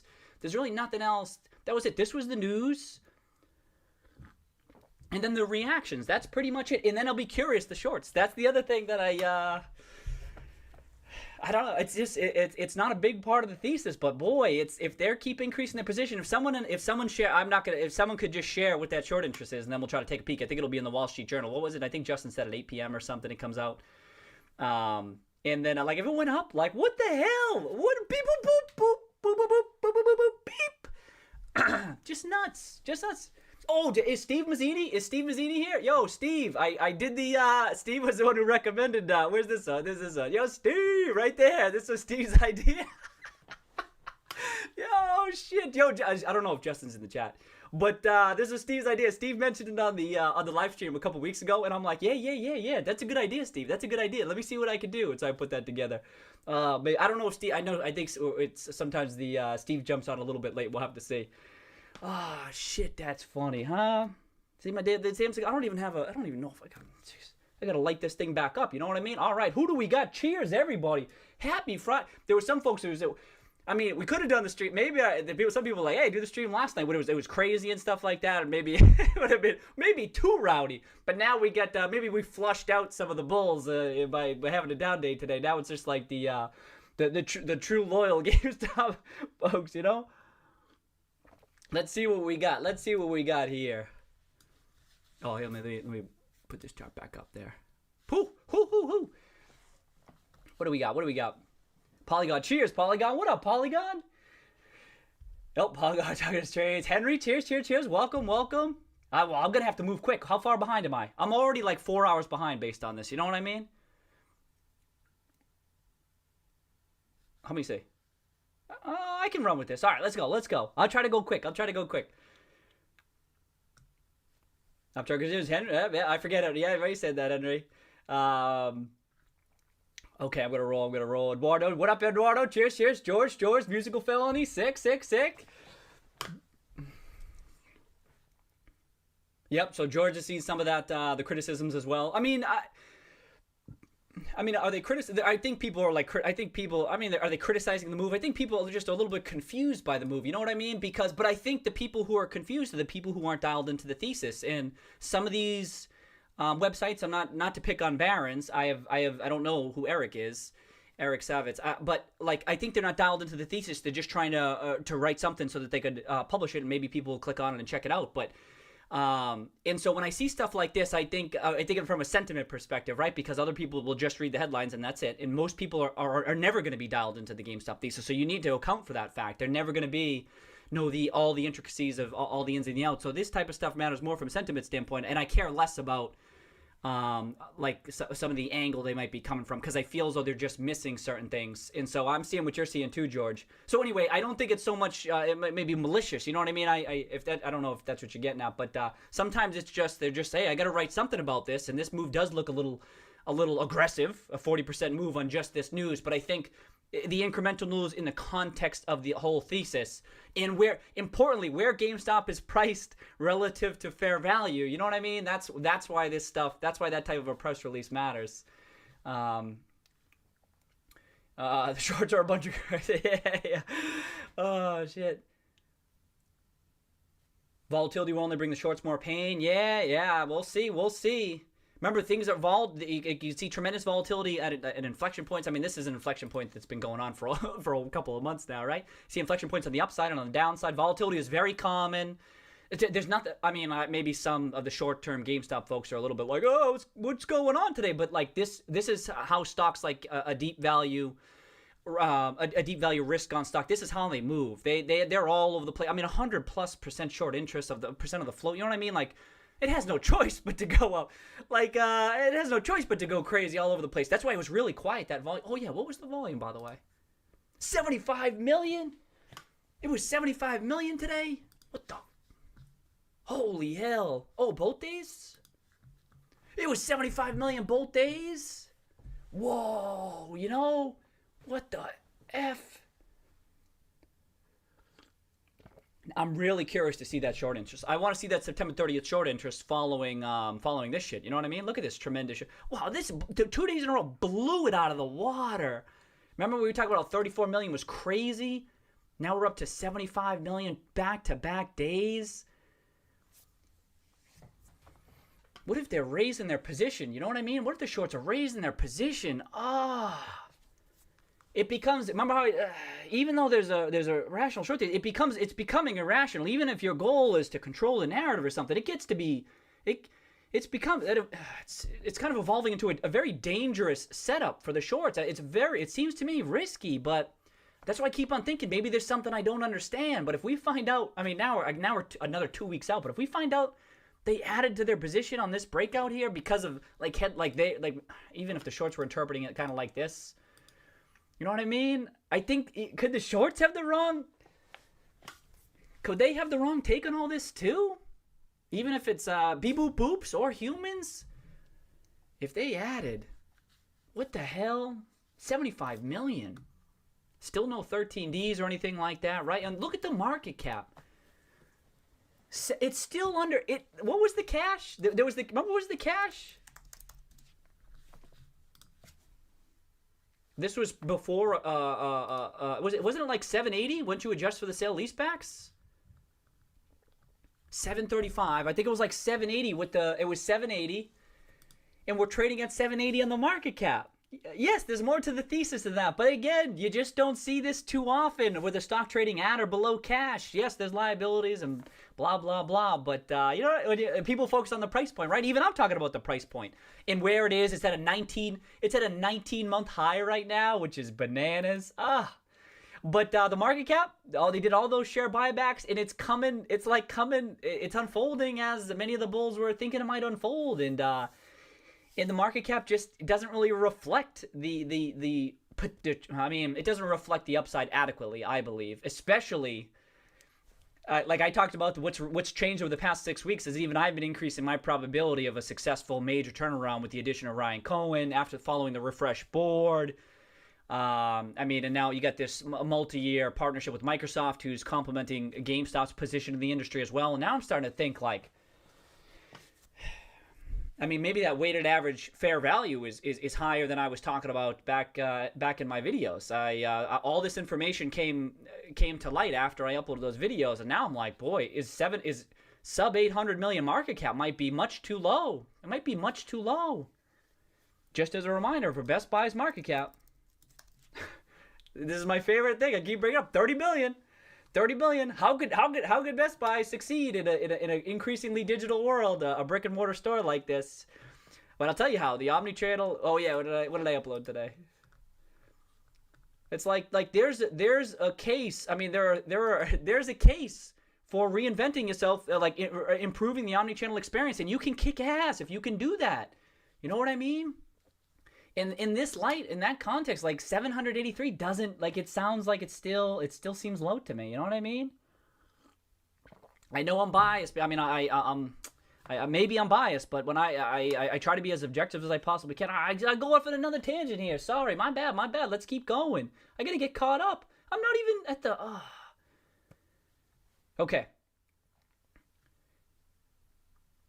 Oh, so Steve Sunk just said what I was saying too. Steve's saying, I'm really happy we're having this stream tonight and not yesterday. It would have been too euphoric. I know, right? That's what I was thinking. It would have been too crazy on the price movements today. Yeah, okay. Now we just need more news. Yep. Calm. Oh, yeah. So Steve just said the same thing. Jamie's finally trading at his cash position. You know what I mean? That's what I was just talking about. No additional value. Yeah, that's like... There's a lot of potential plays out. Let me keep going. A new surprise 13D. Yeah, that's because the 13D argument has become a little bit less likely as the market. Oh, this is the other thing. So the market cap, I mean, we were getting close to $1 billion. We were getting close to $1 billion today, right? And we've talked about how this is important because one thing that would really break the short thesis, right, almost altogether, is once everyone starts buying into GameStop's transformation, blah, blah, blah, that there is a future looking out 5-10 years and all that. But I think, too, that just the rising price, it starts to get painful for folks. And but one thing to consider, too, is that, like, institutions might not be interested in buying into a stock when they have remember, GameStop's, the credit rating of its debt weren't all that. Oh, I can pull it up right now. Do I get it up here? You saw the bonds? I forget who posted this, but the bonds trading above par. So this is good. So this type of thing, like, maybe there could be incremental positions taken by institutions who can now maybe start down. I mean, you still look at the rating. The rating is still kind of is still not all that high, but I'm just trying to get at like this incremental small things that are happening that it may get like larger institutions they're finally able to buy the stock, like when the bonds start trading a bit more richly, or they get upgraded, and then also the market cap. You know, it just like success begets success here, where the market cap starts rising, and then the larger institutions can start taking a position. We're still kind of on the smaller side here, but like when you start breaking, we talked about like when you broke 500 million, then you're in a little bit of a new plateau. But if when you get over $1 billion or even 1.5 billion, then like big institutions can start taking a stake, and you may, I mean, that's not a part of that's not a part of the fundamental thesis, right? But that's the type of stuff that matters in security analysis. You need to take this stuff into consideration. And so it's good that the price is rising and the market cap's rising, because it will not only get more people's attention because of its price action, its price performance, kicking ass. People like to see that, and they want to participate, right? And momentum folks, technical analysis, blah blah blah. But even institutions who maybe want to buy or interested in a stock like this for whatever reason, but now they actually can do it. And what's the Russell 2000 been doing too, by the way? Has that still been performing okay? Look at this. It's very marginal analysis, but if Russell 2000 and value stocks generally start crushing it, this is a tailwind for GameStop that the market is assigned to zero. No one gives a shit about this, right? But this stuff, I've seen it matter before, and it's something to take into consideration, that if IWM starts like breaking out in a big, huge way, especially relative to what else is out there, GameStop would be like a beneficiary in an environment like that. Maybe you disagree, but I'd like to hear your thoughts on that.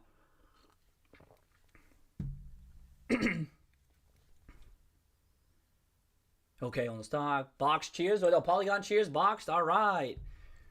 Box likes all the new bears. Yeah, so, I mean, it's kind of good. It's kind of like, I mean, all else equal, you want the price to keep going up. You know what I mean? But the bears, they're kind of like stabilizing everything. Like, everyone's like, be cool, honey bunny. Be cool, honey bunny. You know what I mean? It's like everyone's just like taking it in stride. You know what I mean? And so I know what you mean, Boxed. I know what you mean. Steven, cheers, Steven. Cheers, cheers, cheers. You need to get in to see us through this madness. Yeah. Well, and other folks too. I'm looking forward to what everyone else is saying. But yeah, madness is right though. It's kind of what a crazy 6 weeks it's been, huh? I mean, and we're still what is it? October 9th? What are we? We're almost a month out, and we're 2 months out from earnings. But who knows what news releases we'll get? And Cohen hasn't even talked about shit yet, right? Not openly. And then like if people start making the rounds and talking about this a bit more, and gaming is even more front of mind. You know what I mean? Like, we're still a month out. I mean, that's, yeah, just something to consider as part of that sentiment. You know what I mean? The psychology behind this stuff. It's meaningful. Cheers, Hugo. What up, Hugo? Welcome back. Yeah, Box is saying, wouldn't be surprised if short interest is 150% or more. You know what I mean? Like, I'm starting to think that too, and I think, what? It's one of the most confusing parts of this, it's because I'm not an expert on this stuff. I'm not an expert on analyzing short stuff. What the hell do I know? You know what I mean? Individual investor shit. What do we know? We don't know shit. I don't know shit. And so, but I just see this. But I think when you, I'm with you. I don't understand. It could be 150%. You're right. Let's see what it is today. Hell, it's probably out right now, and I just don't even know. But imagine that. Like if it's 150%. Here's the thing, though. We talk about, so what? It could be 150%. It could be 150% for 6 months, and nothing can happen, right? Just because it's been high before. But, like right now, this is what I mean. This isn't like especially, we don't even know if they've closed their position. So they could be adding. So this may be no short squeeze yet, right? This could be, this move, and I think most folks on the stream would agree with this. Like, I don't even know if I don't think this has struck me as all particularly squeezy. It's a little bit, maybe a little bit. But if the shorts has been increasing their position, and the shorts are still very, very high. Like, I don't know that, my point just being that if it takes time for the stock price to rise and it rises gradually, those shorts might be able to close their position in an orderly fashion. It might not go bonkers, but what if it doesn't? What if something like who on Wednesday on the stream, did we really think that the stock was going to pop 45% the next day? No, we didn't know. You know what I mean? There's always the potential with a stock like this that you get news and it just takes everyone by surprise. That was kind of the case here, but you know what I mean? Like there could be some news item or a combination of some news items that takes everybody by surprise, and the price just goes boom, boom, boom, boom, and then that's when I start to worry. Like, not worry, I start to wonder how if the shorts can get out of that. If you wake up and it's at 18, it's at 20, it's at 22, do you add to your position? Do you go to do you really add? What do you do? Or do you start closing? I don't get it. You know what I mean? Like when you juxtapose the level of conviction for a lot of bulls, you juxtapose it with this crazy. That's what's crazy to me. Like, and this is the thing. There's so many stocks out there with a very high level of short interest, right? And it kind of makes sense. It's a little bit justified. And I usually avoid those stocks, and maybe other folks do too. But I'm like, as you could tell by the channel, I was like, I've been very bullish on GameStop, and so this is perplexing. Oh wow.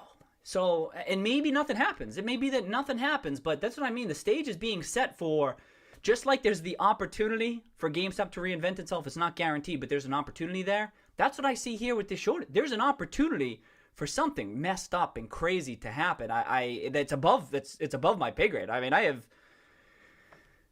it's bonkers. It's maybe I can't even. Oh, I got to keep going. So Uber, so Uber says this. Cheers, Uber. Welcome, Uber.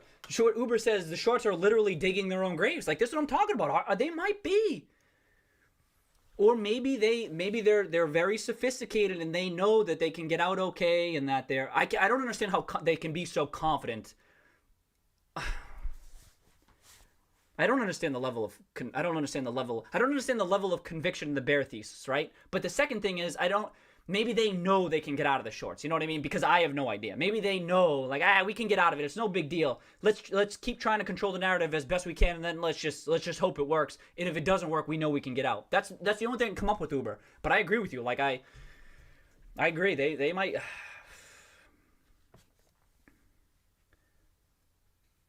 Sure, does it sound like? Cheers, Kevin. Welcome, Kevin. Oh shit. Yeah, Smash. Welcome back, Smash. I didn't catch your whole video, but I caught some of the beginning of it last night. I liked it. You do a good job. You talk about GameStop for a long time, one take. I'm impressed by that. But I like how you were going through the press release, just kind of like we might do here today. We'll see. So Steven says this, right? And I think a lot of us are on the same page here. Steven says, I've said it before, but when we were at lower prices, right? But the fact that people still hate this stock is evidence that we have further to rise yet. That's what I mean. Like, for someone like me, this could be a good outcome. Like, it makes it a bit more of a traditional play than something crazy. It's like not everyone has bought in. There hasn't been some crazy shorts, as far as I can tell. Maybe there is. Maybe we look back in the stream and I look like an idiot. That could be. I don't know. But I'm with you, Steven. I see those takes, and I see those, like, the somewhat pessimistic takes that I attribute partially to the people speaking them not being totally dialed into the thesis. And I think not everyone's bought in yet. Not everyone's bought in. Maybe they never will. I don't know. Philly Steaks, welcome. Happy Friday, Philly. Happy Friday. Justin, cheers. Great week for GameStop. Indeed. How many oxes are in the Fox multiverse? Oh shit, that's funny, Hugo. Oh, I didn't piece that together. Box. Nice job, Box. Nice job. Okay. Justin saying we're just getting started. I agree. Like, it's crazy that we're at 12, and I'm still kind of agreeing with Justin here, where it still kind of feels like it might be early. Again, it could be. It might be. I don't know. It just seems like usually when you think of a stock tripling, you think, all right, we're on the tail end of this. We're at the tail end of this, right?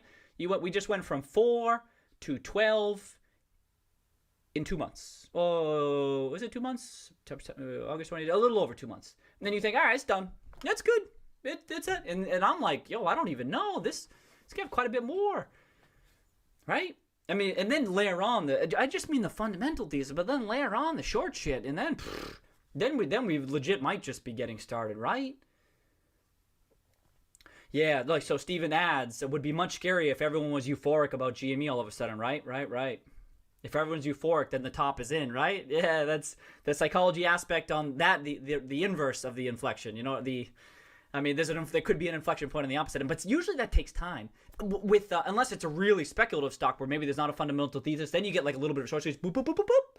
And then it's like, and then it comes right back down. But with GameStop, there's a legit thesis back in this, and so even if it like my point being, Steven, even if there was a little bit of euphoria right now, right? Like I maybe there'd be the top in the short term might be in, but the bullish fundamental thesis would still support the long thesis, I would think. But it's an important point to consider.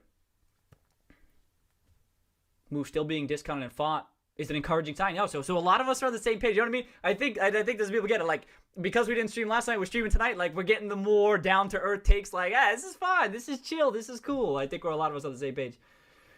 No Uber is all right. So raging with hate this company. That's a good sign. Yeah. It's I know what it's a good sign in that there's Stephen means the upside, right? And but indeed. I know, Steve. Oh, there's Justin, yeah. He says, Justin, thanks for taking the heat for a lot of us with some of the Seeking Alpha people discrediting that article. I appreciate the follow-up with IRs. Cheers to that, Justin. And Justin, I did see your comments on Seeking Alpha. Thank you for, obviously for checking in with IR, but then sharing your notes there. I did see that. I liked it on there. So thank you very much. But I agree with you, Steve. Like, Justin's on there, the most vocal, most bull out there. Be like, no, that's wrong. That's wrong. This you got this wrong. Like, cheers to Justin on that front. On the Seeking Alpha front, no joke.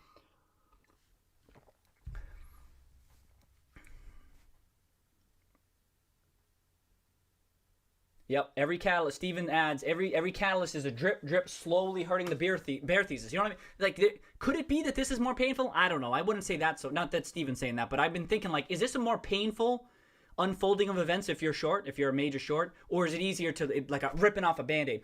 Whoop, and then the beep, boop, boop, boop, boop, boop, and they just, like, automatically get out. But now it's, like, grinding higher. You know what I mean? Like, sometimes you're long stuck and it grinds lower and you're like, that's why stop losses can help with that shit. But you could have stop losses if you're short too, right? On the flip side of that. But like if it just grinds higher and gets, that's why I said the wall of worry. I mean, I was kind of highlighting some of the pessimism still out there, but like it just keeps going higher. All this worry, all this bear stuff, all this pessimism, and Eduardo Philly, you laughing? Sick. Cheers, everybody. I'm glad you're having a laugh here. Sick. Anyways, I got the cigar. Yeah, sorry, I'm so late. Oh, that was like 40 minutes. Oh, my bad. I'm so slow here. Cheers. I thought it was time to. I didn't light it up. This thing's too. I gotta get a new one per Ben Child's recommendation here. Cheers, Jen. Welcome, Jen. Cheers, everybody. This is sick. We got the usual crew. Sick on an exciting, fun Friday night. I know, Jen says catching up on the comments are going to be rough today. I know, I got to keep going. I'll keep going. My bad. Oh, shit, I know. Already 30 minutes behind when he reads this. Oh, Polygon catching me. Oh, no. Steve, I'm going to do an 8-hour stream tonight just to get to all the comments. I know, I said that in the tweet. I'm like, shit, it could be 12 hours. Who knows? I might have an extra beer with me tonight. I might have an extra beer with me. I'm just saying. I don't know. Oh shit! Do I get the right? I don't even know if I got the right time. Huh?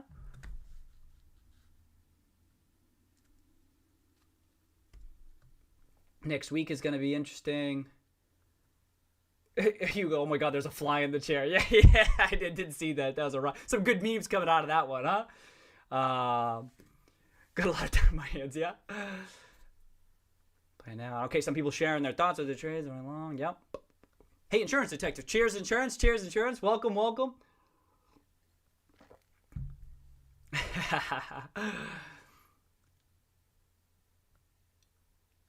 Boxed. Infinite possibilities until I run out of keys on Q&A. Shit, that's funny. Who knows what we'll come up with next? See you. Cheers. Welcome back. Cheers. GME till I die, yeah. GME till I die or January, yeah.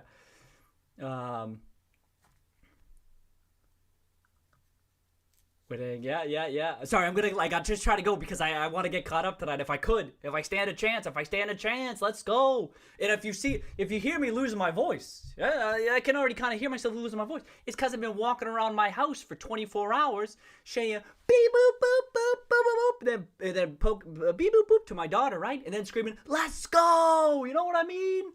See, so I'm losing my voice. Let's see how long I can last. You know what I mean? My bad. I gotta think about this stuff.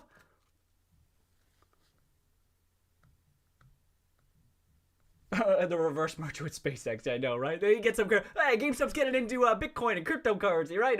Imagine. Shit. I look like Will Ferrell on the topics. Oh yeah, I kind of do, don't I? I do kind of. I just thinking to have some fun with this, huh? Just try to mix it up, huh? Especially for a week like this.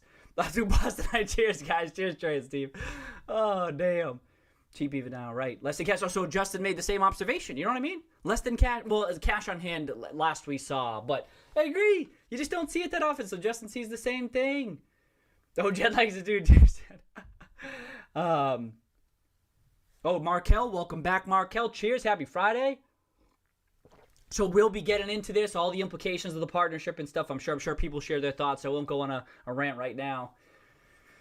Yep. Philly Steaks talking about market cap too. I'm sorry, I was probably slow too, but Philly Steaks picked up on it too. You know what I mean? Like now, so we've been on the stream, we've been talking about GameStop so long, we're starting to think like each other a little bit. Isn't that kind of funny? I mean, we might just have similar analytical styles, but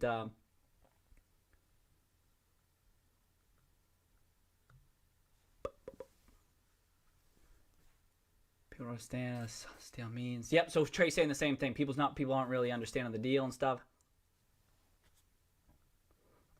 Yeah. Oh, so Justin says the same thing. Justin says that is a great treat by Smalls. You like that, Justin? Isn't it funny? It's like, yeah, well, I know what you talk about.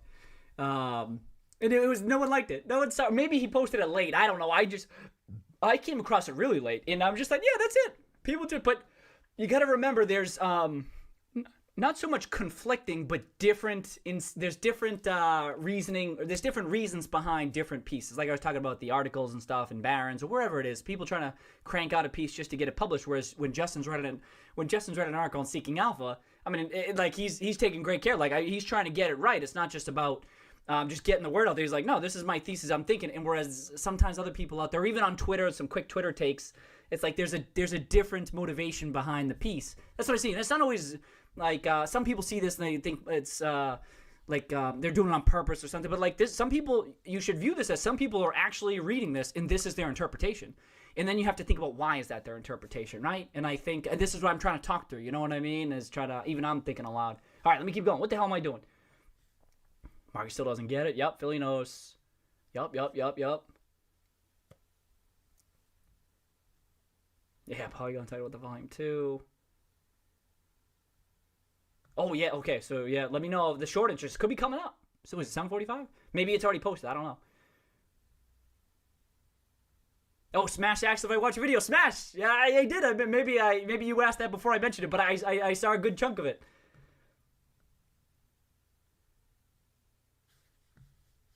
Oh, I gotta see the tweets you just sent me? What'd you send me? Oh, shit. What's this? Let me see. Oh, wait, no, I got it. Let me bring it up over here. Here we go. What's this? Jimmy. Jimmy's going bankrupt just like Blockbusters. Digital all the way, man. We get into meme mode. No one's interested in investing with Jimmy. Jimmy can't ride. Trey with the memes. Sick. Jimmy is still going to fail. You gotta believe me. Oh, this is a good one, Trey. Oh, man, you beat me to this one. Nice work. Oh, this is a good one. Oh, nice work, Trey. Fingers go like yes. Oh, damn. Nice work, Trey. Oh, shit. Oh, Trey looking out for the stream. As always, Trey. Thank you. Cheers, mate. Okay, let's keep going. Thanks. I mean, they just try to catch up.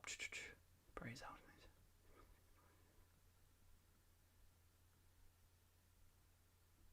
Gotta catch up. Dale, welcome, Dale. Cheers. Full house is right, huh? Sick. Let's go. I forget which side is the... I lit one side and one side of my mouth. I don't know which side is which side.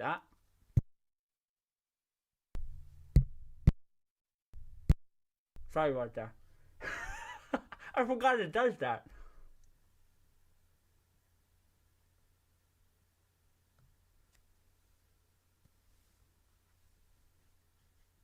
Okay, we're talking trades and stuff. People talking positions. Yep. I'm just trying to go to get caught up.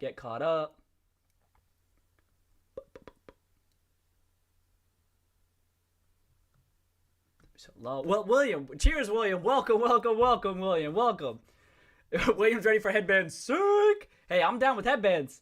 You know that.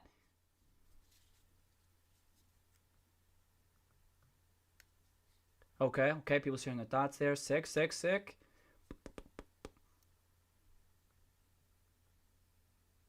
Yeah, Robert. So Robert's asking about the update for short. It should be imminent. Oh shit! It just bumped on me. No.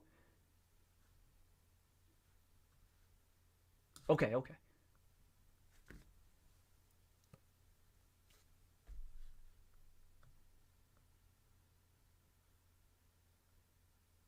Oh, that is, yeah. Hey, cheers, Justin. Cheers. Oh, and then someone said, "Yeah, Justin, did you? Oh, maybe you've seen it by now." But I played. Like, so Justin, you fit too perfectly with the character in the movie. Like, you were a perfect fit for this one.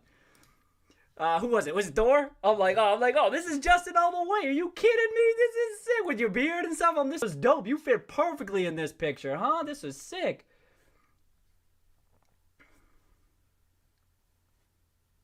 Yeah, Richard Kitty family here. Cheers to the original, the Kitty crew, the Kitty Nation. Sick. Everyone's tuning in today.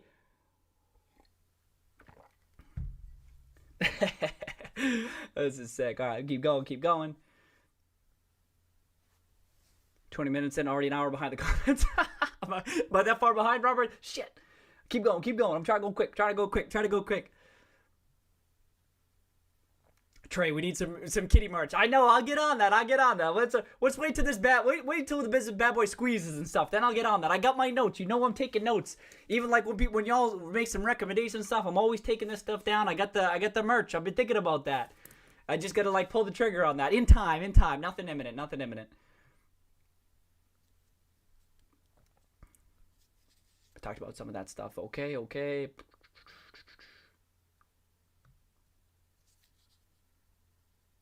Target options, okay.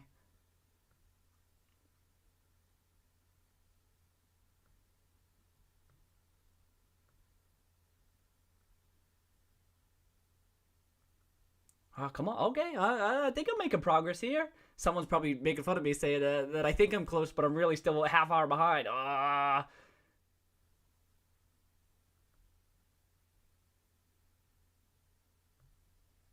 Oh, some good discussion here. All right, back and forth.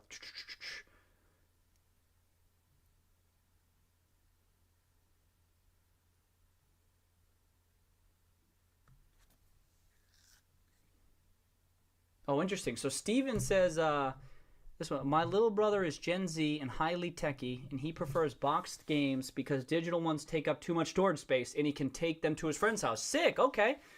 That's good. I mean, we've talked about that, but to hear that, sometimes the anecdotal information can be, it can be helpful, and especially maybe I've said this before, but in a case like this, because many of my family and friends are like more digital, or they prefer the digital, and so when I hear some other folks out there are still on the physical side, I'm like, all right, that's good to know, especially with Gen Z. Thanks for sharing, Steven.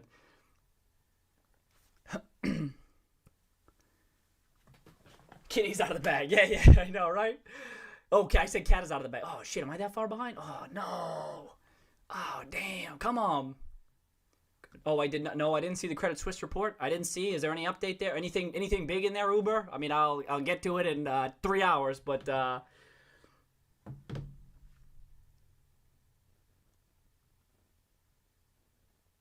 Focus, Conan the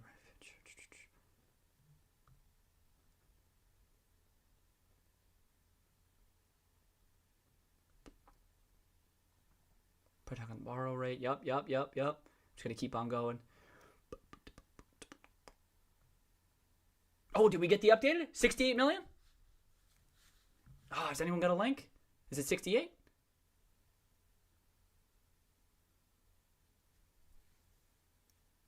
Oh, I'm glad you like. Oh, I don't know which graphic you're talking about, Philly. I'm glad you like it. Sick.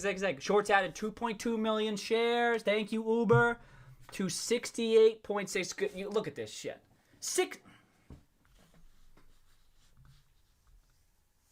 You're kidding me. So they added. What?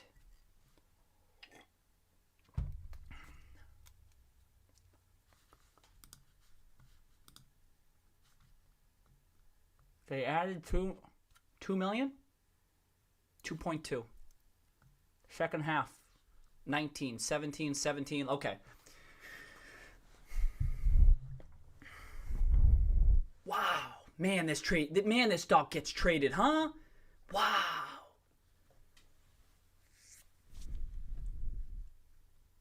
They added. So as of September 30th, they added, and look at that volume. Look at how low that volume was, huh? 68 on 65 million? Do I still get the 10Q open? Look at this shit. 68 million out, 68 million short. You know what I mean? What the hell? Beep beep boop. Boop boop boop boop. Boop boop boop boop boop boop. Beep beep boop boop.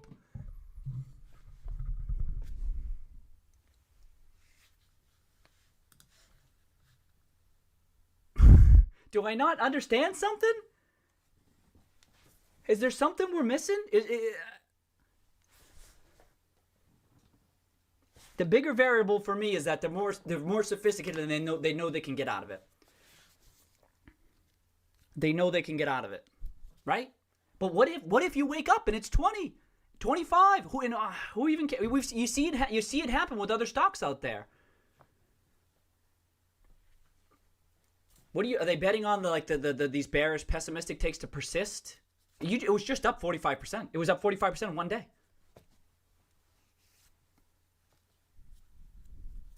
Wow. If they can, if I have no idea. I have no idea. But if they can't get out orderly, and for some reason they have to or want to, that's the thing. We don't know even if there will be what would be the impetus for having to get out quick. Maybe there isn't one. Maybe it won't happen. But if it does, good luck. Right? 68. Oh man, you think you understand it? This is what I mean. A little bit of a sideshow, right? There's this fundamental thesis that's unfolding. The incremental news is supporting it. Blah blah blah blah. And I always say this is the aspect of investing. This structural type stuff. I just have no idea. I don't know. And where do you learn? Where can you learn about this stuff? I have no idea. Try Googling to learn this. You can only learn so much, and then you hit a wall. And all I would say is that if we're an individual investing on the side of this would be a very dangerous bad trade. It would be a bad trade. That's how I feel. Which makes me think that there's something I'm missing. If it's an individual investor, that's one thing. But if you're a sophisticated, large institution, you can pull this stuff off in ways that I don't understand. But the probability of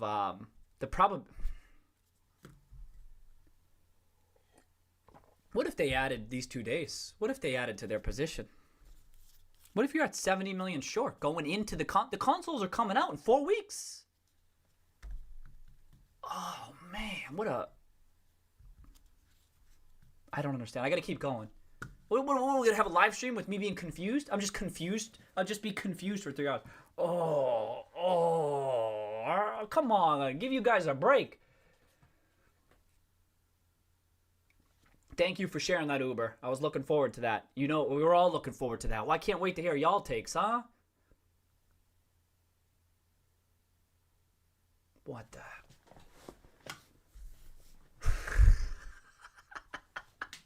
Beep, beep, boop, boop, boop, boop, boop, boop, boop.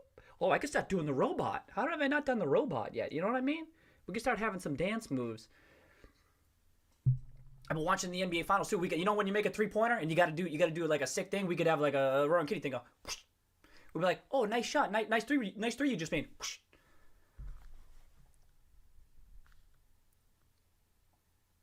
Drop talking short term. Wow. Okay, I'm eager to see some of your takes on here. Okay. Yeah. What about? I got the magic 8 ball. If we need it, oh shit. Sorry. I got it. If we need it, we might not need it. Let's see. We got some bright minds in this chat. Magic 8 ball says 11:30.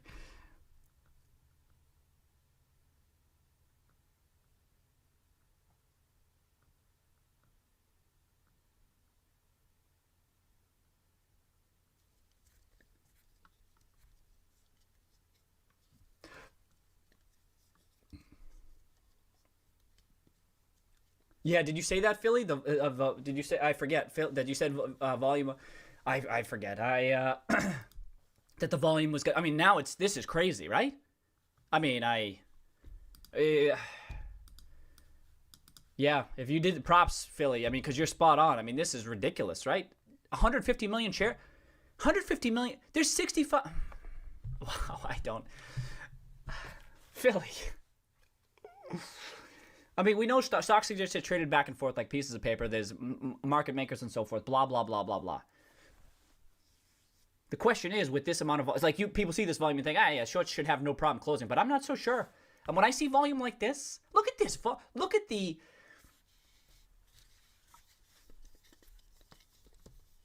the range. I mean, it went down to sub 3 to 75 in days. What was this? Monday, 2.8 million shares traded hands. Thursday, 75.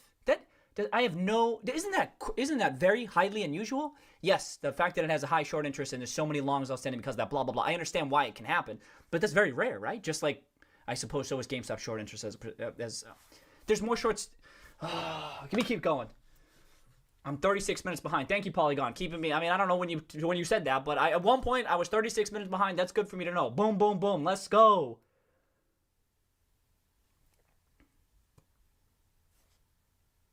Blessed Spear, welcome back. Blessed, welcome back. Cheers, mate.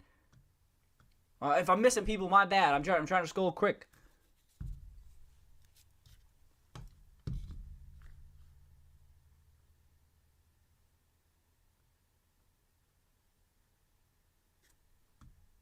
Wave Mint, welcome. Cheers, Wave. Cheers. Happy Friday.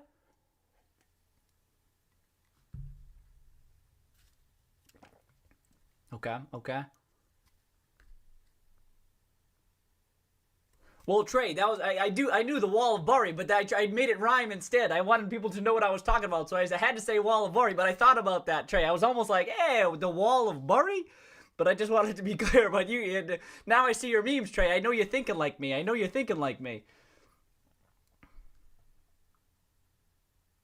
Steve's doing gin and tonics. I almost brought that. Hey, maybe I will. I don't know what I'm going to do. What time is it? It's 8 o'clock. It's already an hour in. I'm going to have to get some whiskey. Think I won't? You think I won't? Shit. Try me. Oh, wait a sec. Oh, yeah, well, whiskey. What's Sopranos? There's, the Russians in Sopranos, they were drinking some vodka. We could do vodka, whiskey. I got the cigar. Shit. I just started season 5. Because I got 2 seasons left. Almost done. Not that anyone gives a shit, huh? Well, come on, let's do some research. What the hell? 12 hours. Let's go.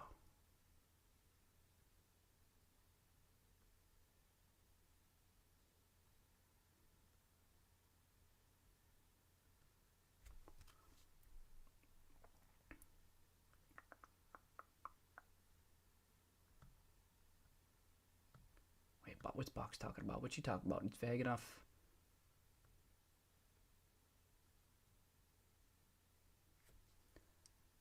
Shane Decker. Cheers, Shane. Welcome to the stream. Welcome. Happy Friday, mate.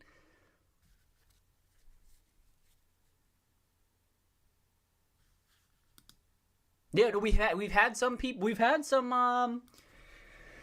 I agree with you. Yeah, well, I think because I mentioned that we always want some more bear cases. I don't know. A lot of even the bulls can kind of understand the bear thesis to a degree, but indeed, it would be great if. But if you're a bear, if a bear ever joins the stream, we're gonna keep it chill. We're gonna keep it cool, right? But I don't know that they would join. You see the thumbnails and the titles, you'd be like, there's no fun to be had there. But indeed, I agree with you, Shane. It's not so much right. Oh, I see what you're saying. But not so much the short position you're saying. Oh, I agree with you, Shane. That would be great. Someone who actually, I agree with you, to better understand the short position. That's what you'd have to do. You need someone with experience in that realm to get more information about it. I was asking how you go about learning about it. That's when you start getting to the margin like that. That's kind of the only way to pick up additional stuff there. Oh, it jumped. How close was I? Oh.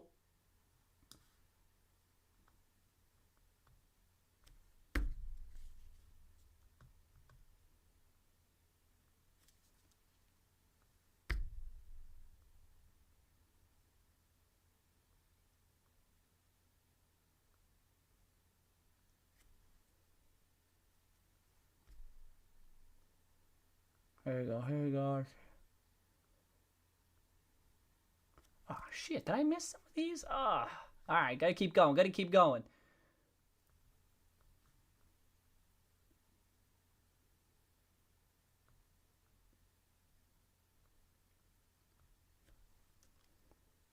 Oh, there you go. There you go.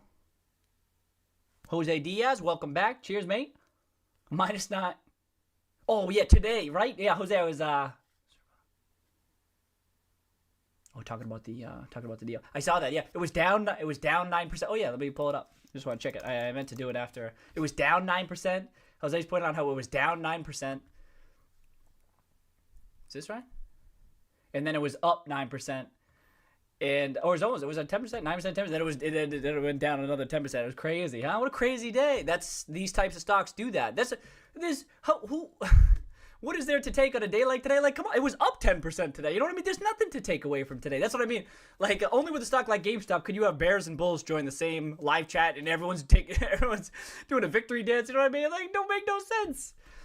It could have ended up 10%. Yeah, it didn't, I guess, but it was up there briefly. It's just kind of funny. That's all. You don't see that too often. -9, +9, -10. Thanks, Jose, for tossing those figures on there. Oh, you talk about the ambiguity of the press release. I think that's what I thought that's what Box was talking about, and now seeing the follow-ups, I agree. Where it was a little bit vague, so you had both sides of both sides of GameStop, like saying, oh yeah, it supports my case. There's nothing here. This is fluff. And the longs would be like, no, it's incremental. Blah blah blah. But it's interesting. So so the Box is seeing the same thing.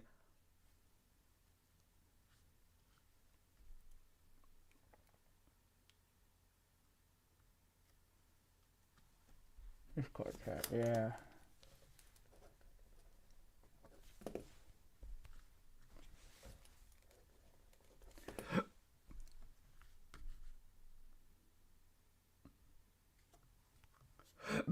Excuse me. You don't. So Philly doesn't see how Reggie doesn't strike a deal, right? With Nintendo or something. I've been wondering that too.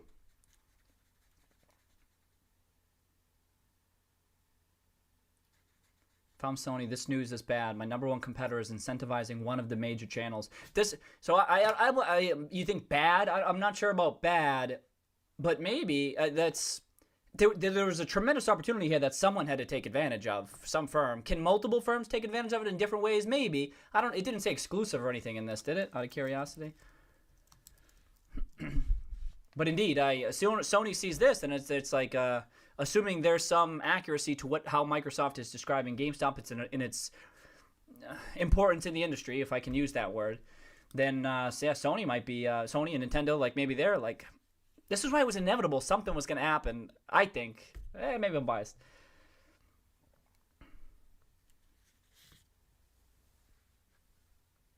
Oh yeah, how far behind are they? You're not getting it done. Keep going.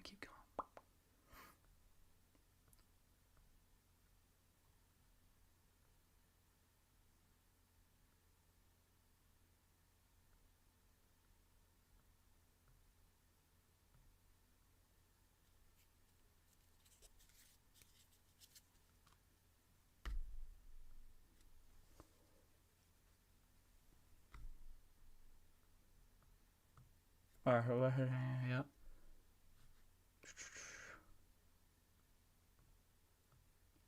See, part of the reason too that I like to read the chat though is because I read it now, so because I don't know if I'll go back, especially what if we got a 36-hour stream ahead of us, you know? No, I'm just kidding.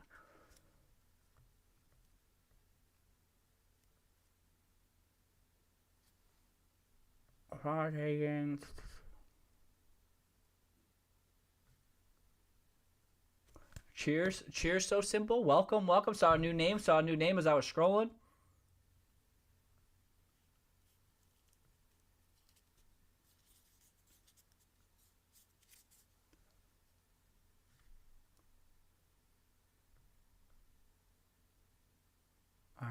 Okay.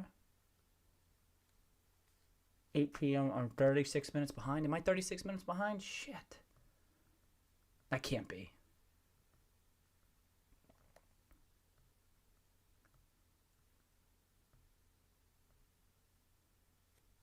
Oh, am I close? I think I'm close.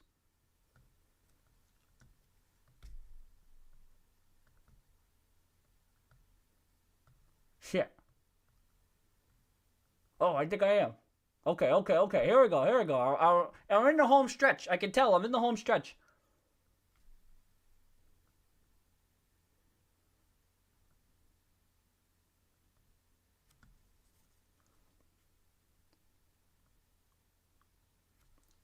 Here we go, here we go, here we go. Edgar from Spain. Cheers, Edgar. Welcome. I think that's a new... Do we have someone from Spain? I forget. Oh, I always like to hear where everyone's from because this is sick. I was talking to one person who was saying... I mean, we talked to... There's a number of people who... across the world, right? Maybe down the line, as the channel transforms, there's streams different times of the day. We get the international folks. We could do it's a live chat with them too because sometimes I think it's... Yeah, because you're ahead, right? So Edgar, it's mad late there. Hey, yo, Edgar's chilling. It's Saturday for Edgar. He's just chilling late at night. Sick. Take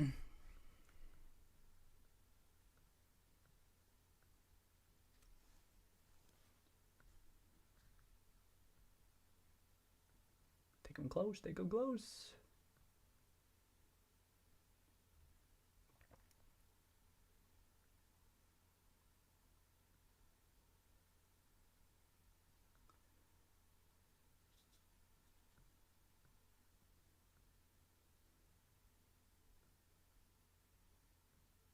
Okay, I'm caught up. Ooh, okay. Ooh.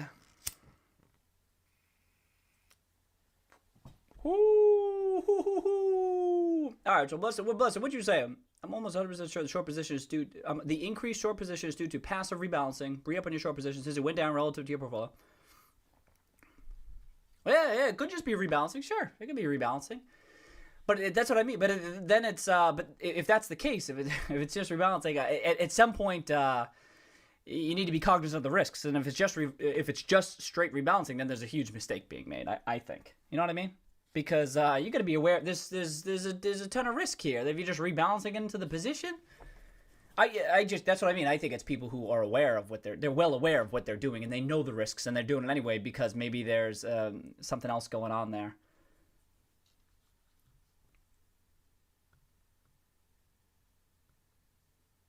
What else did you say?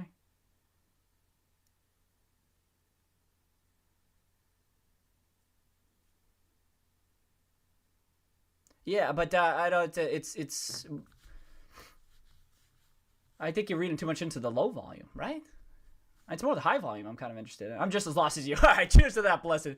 Cheers to that, Blessed. We're on the same page. We're in this together. As I said, it's the blind leading the blind here, right? When you get to shit like this, you at the margin. You don't know. The hell do we know? Shit. You see the wire? Shit.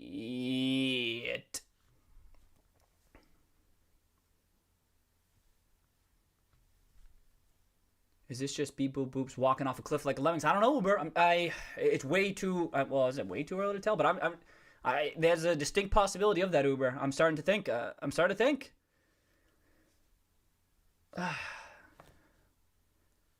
2 a.m. here, Edgar. All right, sick. The stream has not made it to 2 a.m. Roaring Kitty time, but who knows? We'll see. Cheers, Edgar. That's sick.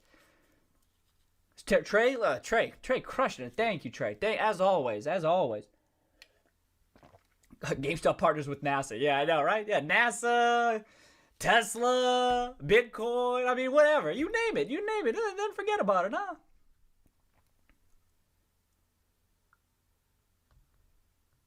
Oh, wait. Yeah. So yeah, I know. I Trey, we got to boost Roaring Kitty in the YouTube algorithm. Yeah, I see. I have no idea. Talk about me not knowing how shit works. There you go. Trey saying that the likes in the what else do you say? The likes in the subscribers. I mean, it makes sense to me that would do it, right? But I have no idea. What's that algorithm look like? I don't know. I barely know what's going on in investing. I don't know YouTube. And Steven's giving me some great advice too. But Trey's always looking out and doing the likes and stuff. Thanks, Trey. Yeah, did we hit 70? We're at 65. We had 69. I think we almost had.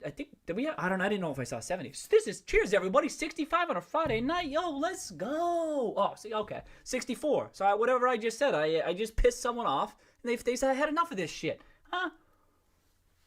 Virtual crickets, what up? What up, virtual? Ain't no crickets in here tonight, though.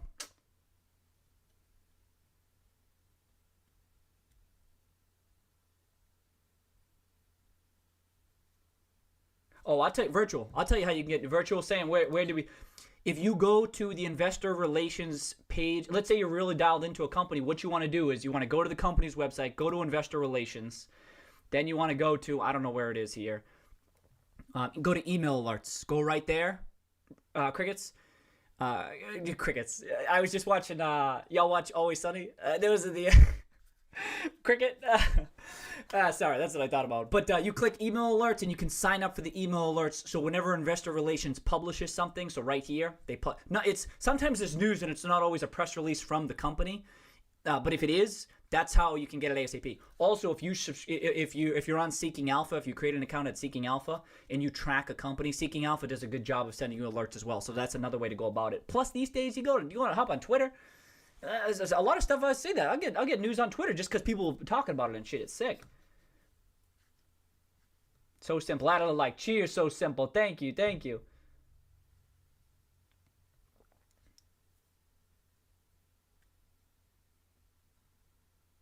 Hit the William. Thanks. And the bell. Is that different? Oh, that's the subscription. Is that the subscription? The bell? I forget. I see some people do on their videos and they include it like a. In fact, I think I saw Smash do that, where there's a floating button that you can hit the subscription. I think I can do that. I looked into it. There was definitely some tools in Final Cut that I looked like you could do it. I'm like, how does YouTube know that this is a button?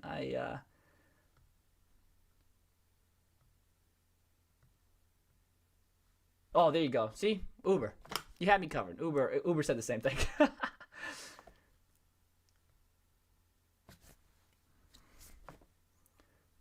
He's so gravity feel powerful. He has his own time zone. Boxed. Oh shit! Right, right. What time is it? Oh, Roaring Kitty time. Who knows? Roaring Kitty time. Forget about it. So I'm not up to date. Thanks to the. All right, sick.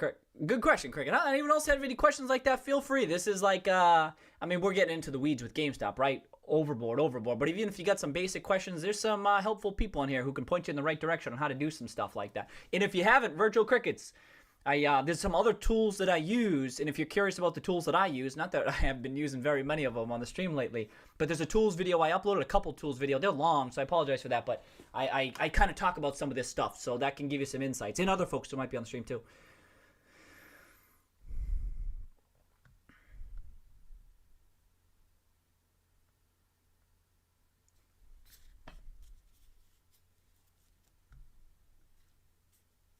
Nobody knows the algorithm. Oh, yeah. So, nobody knows the algorithm. I guess that makes sense, Polygon, right? I know. What are I talking about?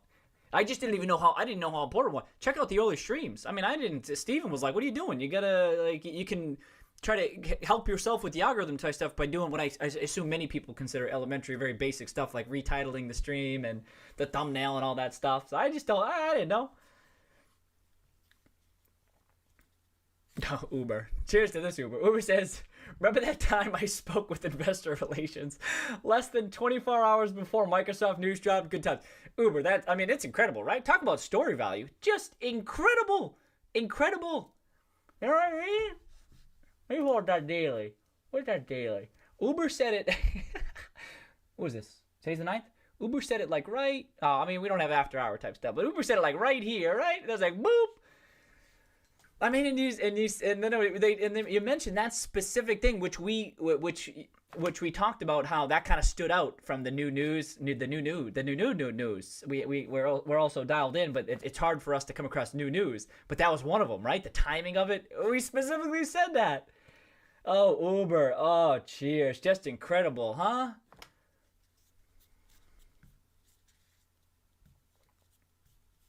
Searing called in. Cheers. Happy Friday. Happy Friday.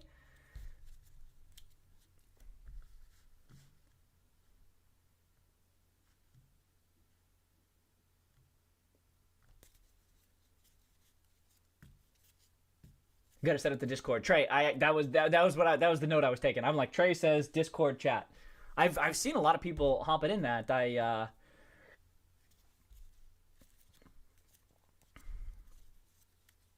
Yeah, so that's the thing. I've thought about the whole Nintendo angle because of Reggie, and I agree. So Simple was saying, with Reggie we have a great relationship with Nintendo. Now we have a great relationship with Microsoft. This is awesome, but nothing's. I mean, it's still early. Reggie just joined the boards 6 months ago, and but I don't know how much. You would think that it's gonna be there's something could come out of that, but I don't know. It could be, maybe that's just his past, and I mean Nintendo's a business, right? But even still, it could be. Well, that's something to keep your eye on.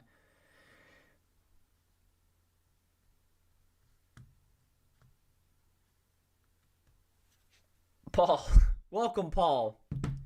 We have no idea if Gmail will go up Monday. Yeah, we don't do. Well, I don't do. I have no the short-term moves, Paul. I have no idea. I got no idea.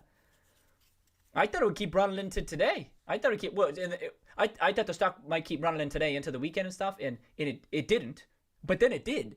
But then it didn't. You can't predict short-term moves for this stuff. It's just so. Maybe some folks can.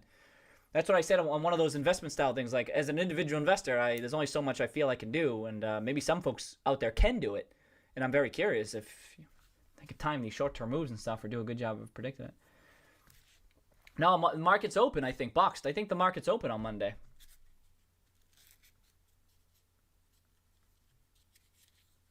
Oh, I like that. Yeah, is the market... Okay, it's Paul. Paul, we're going to answer your question. Paul wants to know, is GME stock going up on Monday? We'll ask that. That's a good one to ask the 8-ball, right? No amount of analysis we do is going to help with that shit. Holy shit.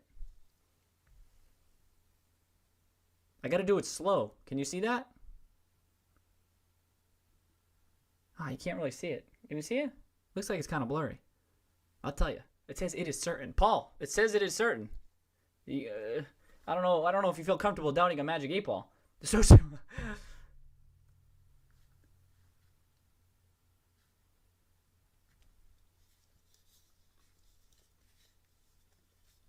hey, Blessed Spirit. Jonathan, you're seeing a lot of people get ready for more. Cheers, Blessed. Thank you. Much appreciated. Much appreciated. Thanks, mate.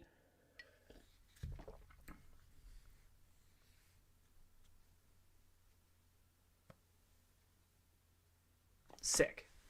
Caught up. Absolute certainty. Lucky. It said it is certain. The 8-ball, always confident, just like all of us, right? We're always so confident. But sick. Look at this. All right, 8:20. I was 40 minutes behind, just like GameStop stock. I was like 40 minutes behind. Then I was caught up. Then I was 20 minutes behind. It's like the same. This stream functions like GameStop stock. It's pretty crazy. And sometimes it's up and then it's down and it's fugazi, huh? All right, look at this, huh? Nice. Oh, did you guys like some of these, huh? Trying to have some fun with them. Like that one. Hey, let me know if you had a favorite though. I'm like kind of curious because then I can make more. I can make more of a. I mean, now I'm running out of ideas. I reached out to some of my friends and I'm like, yo, you got some ideas? I asked y'all too. You gave me some good ideas on the Roaring Kitty front. But I was trying to see which ones. Some of these people don't even know, right? I somehow haven't even seen. This is a movie. I haven't even seen this movie, and it's a Fincher movie. I think Fincher's a good director, and I can't believe I haven't seen it. But it was a Michael Douglas movie. But I thought, oh, Trey, you like the Gamestop? Oh, you like this one? Sick. I noticed not as many people like this one, Trey. And I'm like, maybe it's where some of these, I'm like, if I change it too much, people won't, you can't tell what it is. I'm like, people might not know what game night is, huh? Because it's like, Trey, I'm glad you like this one. That makes me feel a little better. I thought this one was a little bit too obscure. But it's somewhat new. Oh, I'm glad you liked it. What was the, oh, and then this one, right? I did another of the whole gang in there, right? Just a different version of it. But, all right. Cool. Oh, did I like some stuff? I got it up? I sometimes I try to like some stuff. So you remember, I like this. So this one, I don't know Todd Campbell, but he had, remember how we talked about on the stream how GameStop had a lot of variables going in its favor? And then he had said the same thing on August 28th. And that was the day Ryan Cohen filed, right? What time did he post this? 1:57. Look at that. So he said that before. We definitely were talking about this on the stream. He said that, so whatever his scoring system is, right? High scoring stock in our universe surprised me. Super risky, but GME's high score. Again, I have no idea what his score is or anything like that, but that's besides the point. What I was picking up on, we were saying the same shit. The chart, recent activist board members, and again, this is before Cohen, I believe. Industry tailwinds, and it was starting to look good, and it popped up on his screen, and then And then he followed up in October 8th, what, 6 weeks later, whatever the hell it is, 5 weeks. And I thought, there you go, see? So it was other people, but still, I still think that there's not that many technical analysts have got on board with it, which is kind of interesting to me. I thought more people would be talking about it. Like, doesn't this look incredible? It's not, again, it's not the best chart because it's it's been in a downtrend. But now we've officially broken out, right? Jordan, here we go. Beep beep boop boop boop. Boop. I mean, now it's a clean. There you go. Boom. There you go. Done. This is the monthly. That's clean. 2 weeks, 2 months. Shit. Oh, and then we did this. We did it. Say even if you want to include that, you draw whatever the hell you want. But even if you want to include that, boom, clean break. Huh? How about on the weekly? And it's still got some work to do on the. It's not overbought on the monthly chart yet, which is still pretty impressive to me. But the weekly.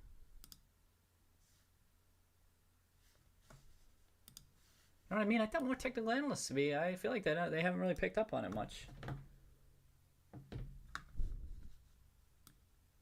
Like how you draw this? I mean, it's in. This was a big week. What do you get going? Yeah, I thought more. I don't know. Maybe it doesn't matter. Oh, that was the wrong end. Oh shit. Whatever. Okay, what did I miss?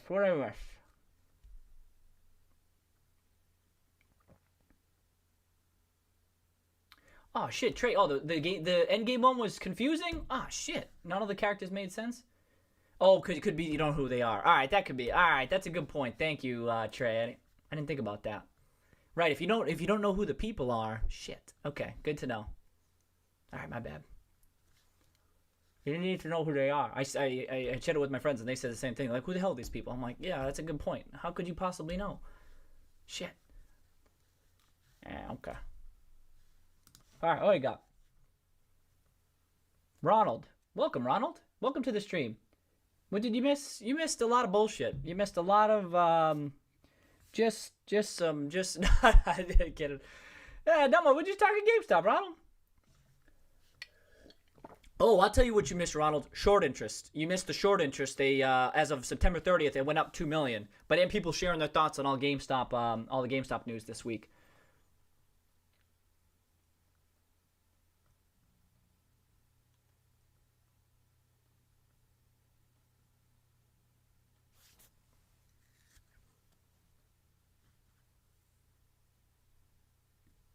Oh, Justin's back. Welcome back, Justin. Welcome back. Oh, Edgar, they released it. I think they released it at like, Uber had it. What time did Uber had it? Either 7 or 8 p.m., I think. Justin knows, too. I think it was 7 or 8 p.m. they released that short interest, but it's 68 million. Oh, does Justin know? Justin.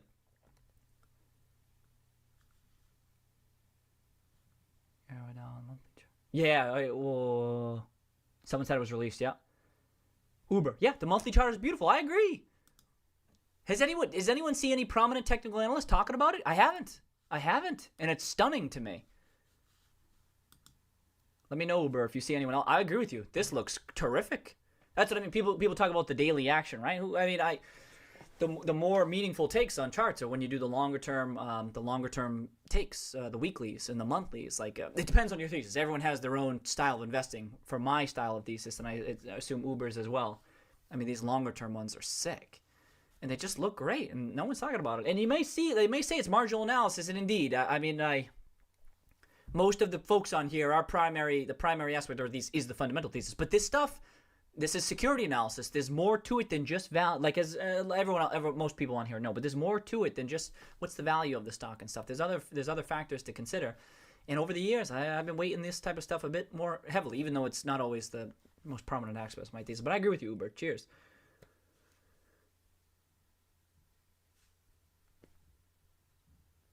Oh, I don't know what that is, Hugo.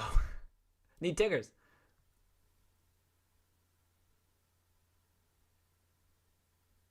Yeah, I agree with you, Sarah. Yeah, you thought Gmail was going to be a pump and dump. Well, that's the thing. Like, there's an actual thesis behind GameStop. which makes it. Some people think that, I think, saying where people are like, "Hey, pump it up." It's just a short. It's just one of those short squeezes of the year to 2020. Oh, I like people saying, "Oh, it's just another crazy meme stock of 2020." And I'm like, "Whoa, these people. I don't think they. I think it's just that quick take, but there's stuff happening that's substantiating this long thesis, like you're pointing out, Sarah. Again, the Microsoft partnership is one of them.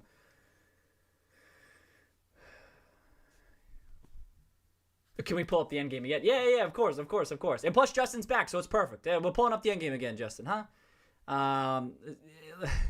So Trey was saying, yeah, there's no some are.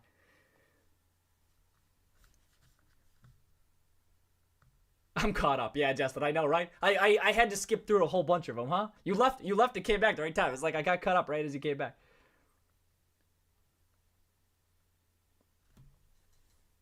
Oh, you included the closing price. Good call, Uber. So Uber's bringing Justin up to speed. 68 million shares as of the $10 stock price. If we assume, yep. Wow.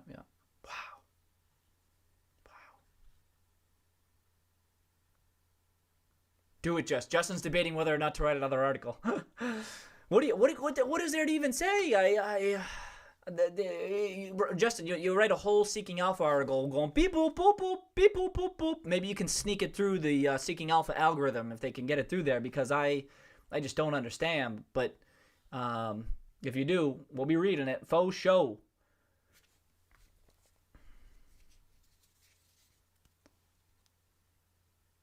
I looked at the max chart monthly just now and drooled on my keyboard. That's why I like to post the long-term charts, because price, as they say, as the books say, price has memory. Price has memory. And I know it's absurd. And if for anyone out there, if you use stock charts, GameStop used to pay a dividend. It has paid quite a bit in dividends. Now, some folks use the adjusted share price, but I think that more of the purists take out the dividend because they want to see what the actual price was historically, as opposed to the dividend adjusted share price. So if you add this underscore before the ticker, it gives you the pure price with the actual price.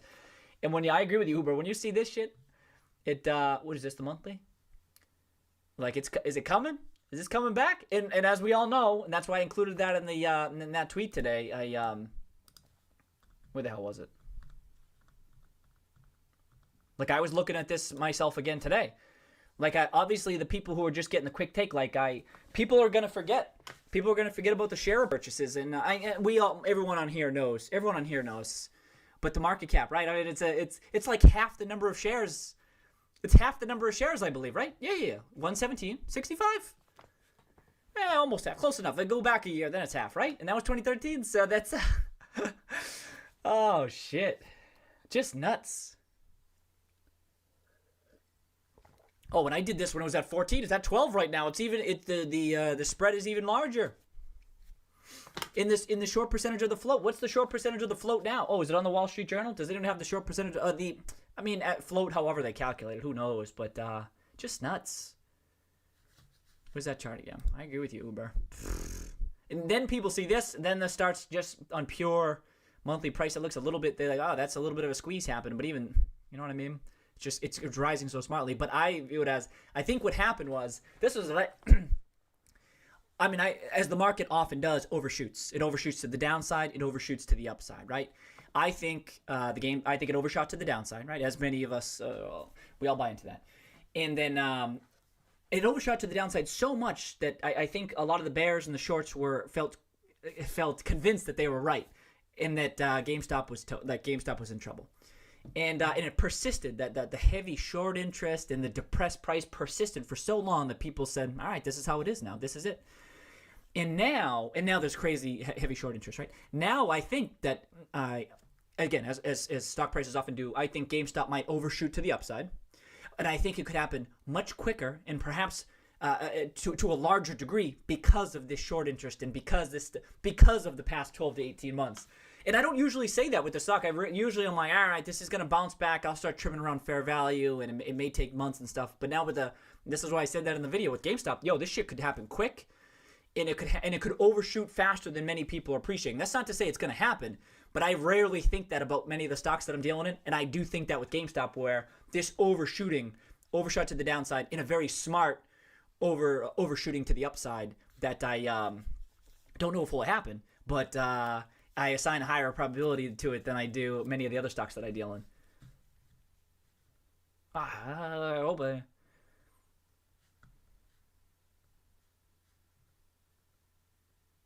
Oh, Hugo, you always got those. You got those 5 ticker companies, Hugo. All right, I'll write it down.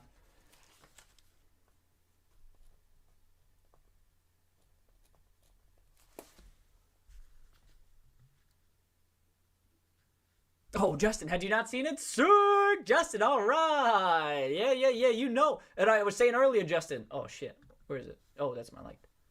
Where is it? Justin, you were a perfect fit for Thor.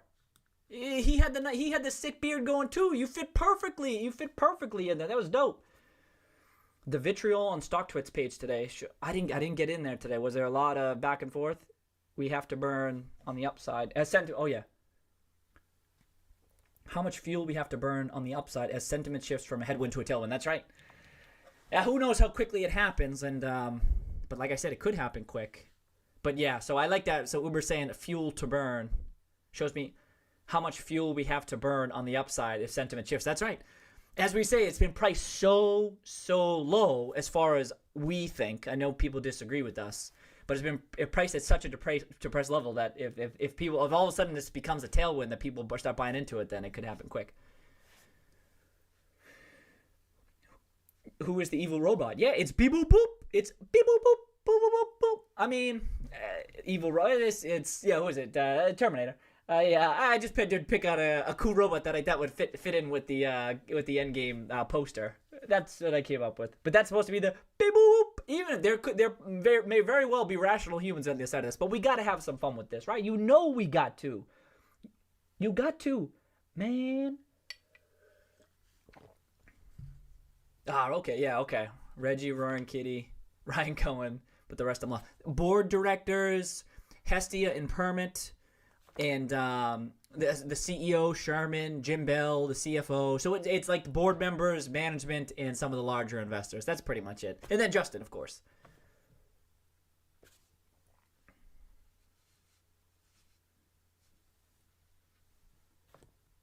Oh, investor relations confirms revenue sharing agreement. Yeah, that'd be a good one, Justin. I know people...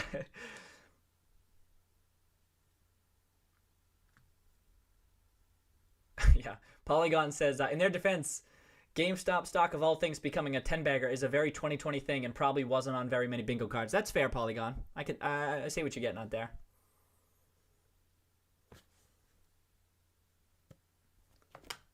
But analysts finally realized it was revenue sharing, right?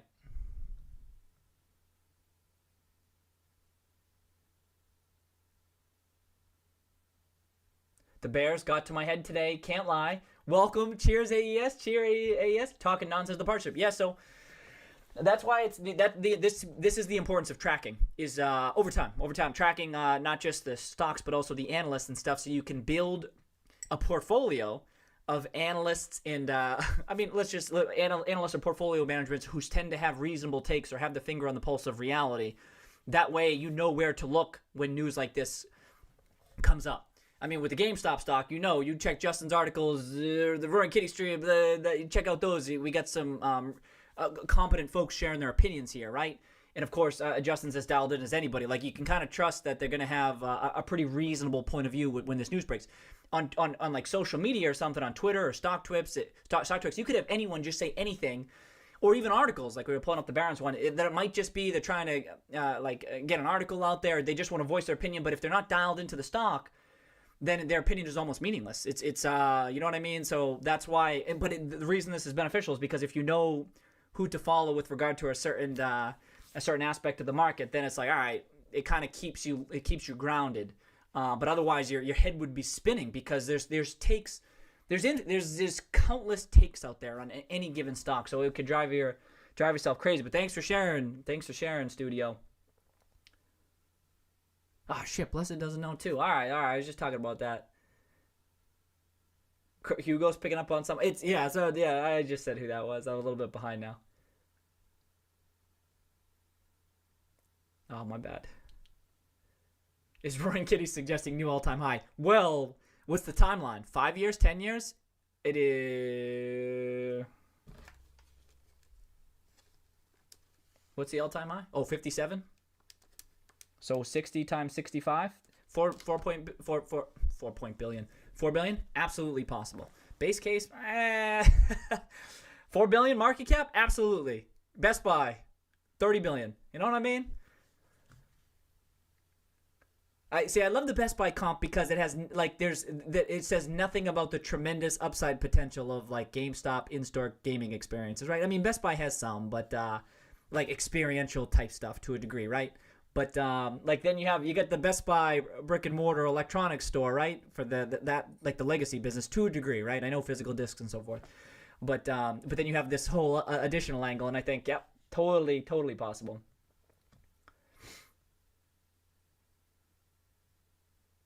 Yeah, I agree. Kingdom Capital did do a great job in his latest article. If y'all haven't seen it, I agree with you, Justin. It was a really good article. Talk about this one. Steve's was good too. I like Steve's approach from RH. I didn't know that comparison. And Perna's was good too. But I like this one. This one was good. It was kind of like he kind of picked up kind of picked up where Justin had left off. Perna did a good job too.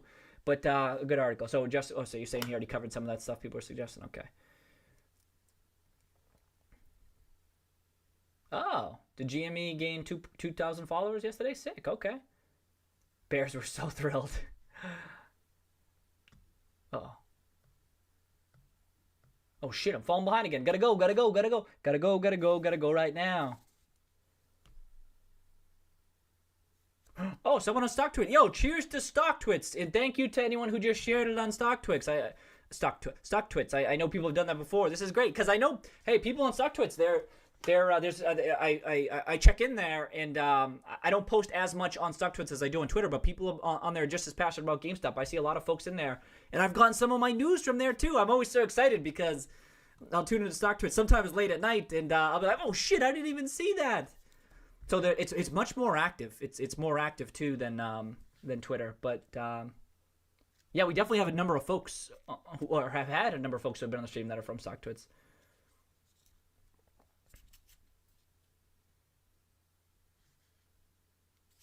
Oh no, Hugo, I didn't tag anybody. I should have tagged people. I didn't think about that. I could have tagged people. I forgot you could tag people on Twitter. Oh, wrong side.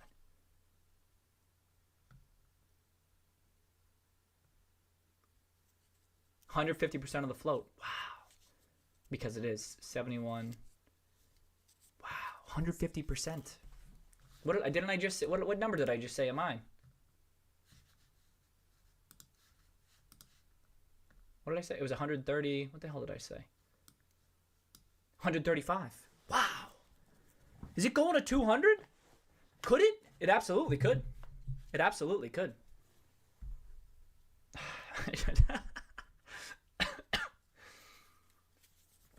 I need another hit.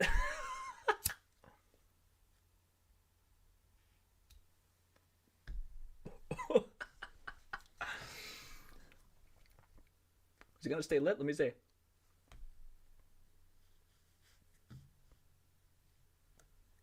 Oh shit, it is sick.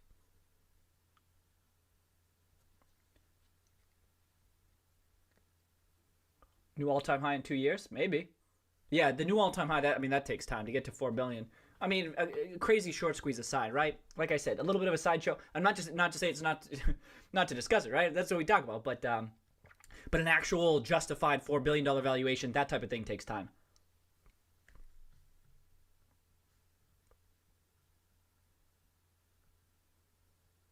I agree with you, Uber. The better comparison is price to sales comparison. And people have been talking about that, Uber. In fact, I remember that graphic someone shared from StockTwits where they did that.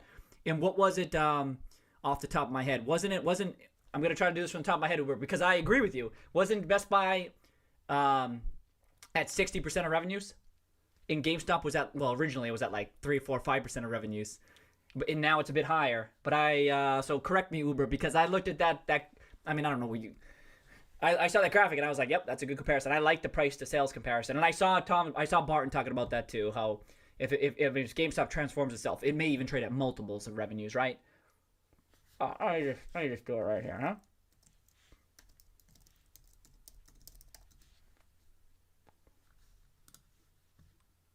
I don't know. Sometimes these numbers aren't accurate. What is it?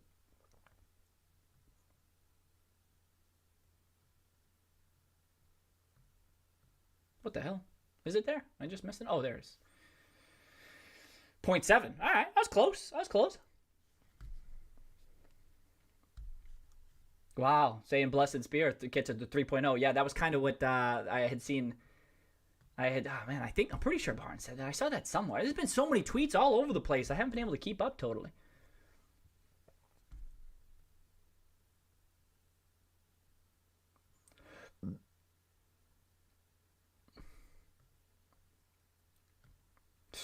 Oh, I missed it. I missed a little bit.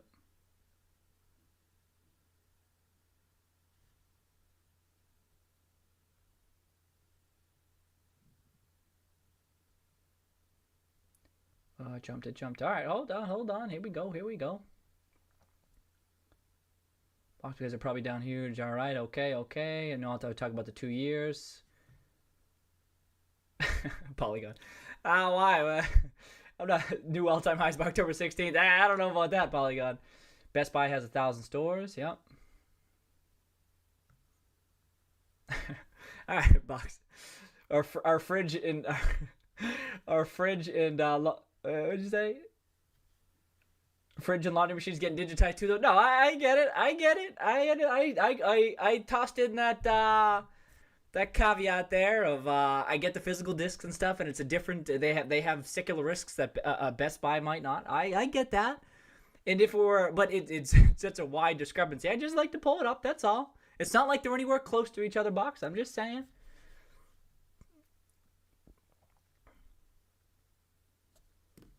Well, Uber says, I still don't view a world with 0 physical games even in 2030. Yeah, likewise, Uber, but you know what? I'd make a comparison here to like the oil and gas industry where it reaches a point where, well, it's not quite the same, right? Like you'll never drill for every barrel of oil because it will reach the point where it's just so expensive that you'll stop drilling for the oil, and then there'll always be some undrilled oil in the ground, right? For gaming, there may still be some demand, but it'll unlikely ever be 0, right? Just like there's still vinyl records being sold and everything. There'll be people who might prefer that. But I assume what Uber's getting more at is just that there could be quite a bit of demand for physical 10 years down the line, much more than people are thinking. Not just a marginal interest, not just like 5 or 10%, but maybe 20 or 30%. And boy, Uber, if you're right, then the legacy business, right, could crush it for 10 years, which the market is not pricing in at all. So if you're right, I don't know what the breakdown is. You and I, we'd just be speculating, but still.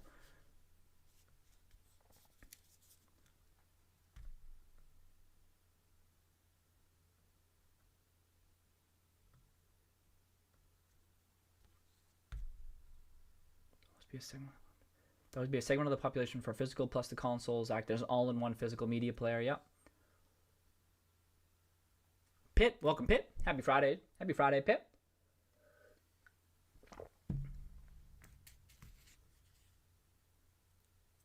Why'd you guys make Kurt the woman? Oh, I had no choice.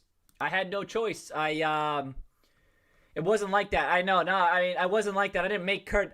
There's only so many folks, and there's only so many women involved with the GameStop story. You know what I mean? That's just how it's gonna go. Same thing with the Game of Thrones one. At some point, I'm suddenly like, I have to do it. I got to do it this way, and so it wasn't like that. But thanks, Justin.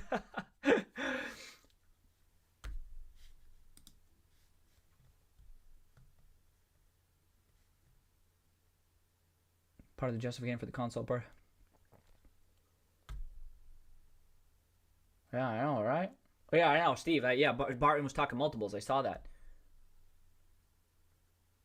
The roaring kitty face on that. That would you like there? Yeah, I pulled it from where did I get the thumbnails or something. It replaces that character there. So that was sometimes it's a good fit.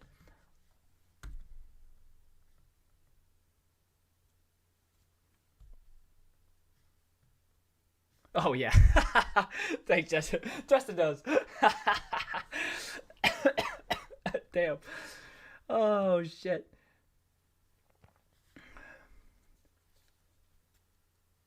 Got you curious too? Oh, what are you guys talking about? Ice vehicles? I don't know what that is.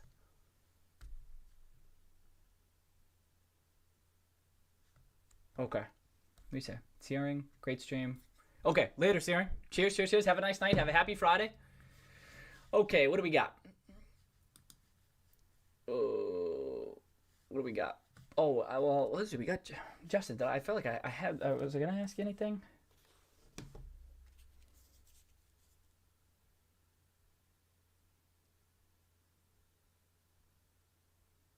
No, I don't really have anything. I don't have anything. I thought I was gonna. Sorry. All right, let me X out of some of this stuff. Oh yeah, so what we just say? 0.7. Let me just see.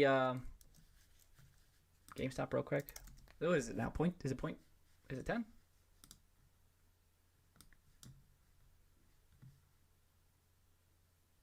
Oh, jeez, come on. What?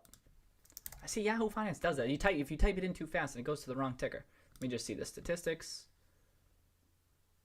0.17 versus 0.17 versus 0.7. Okay.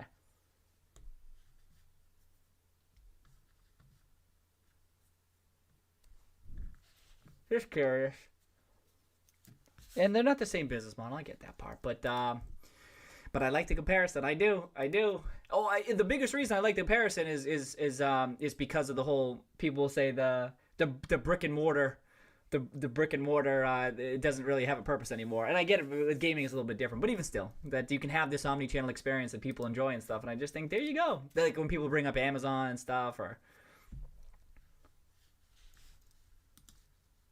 All right, yeah, see these bonds? Who was it? I think Justin. I may have seen you post about. I forget, but yeah, I think it was Justin. They're all trading above par now, huh? Are they gonna get upgraded soon? Then what? Wow, huh? Remember when they were at 70? I know y'all remember when they were at 70, huh? Oh, rising price, rising price. That's all it takes. And remember, not much has changed in the thesis since these were trading at 70. A little bit, maybe. We've had confirmation that.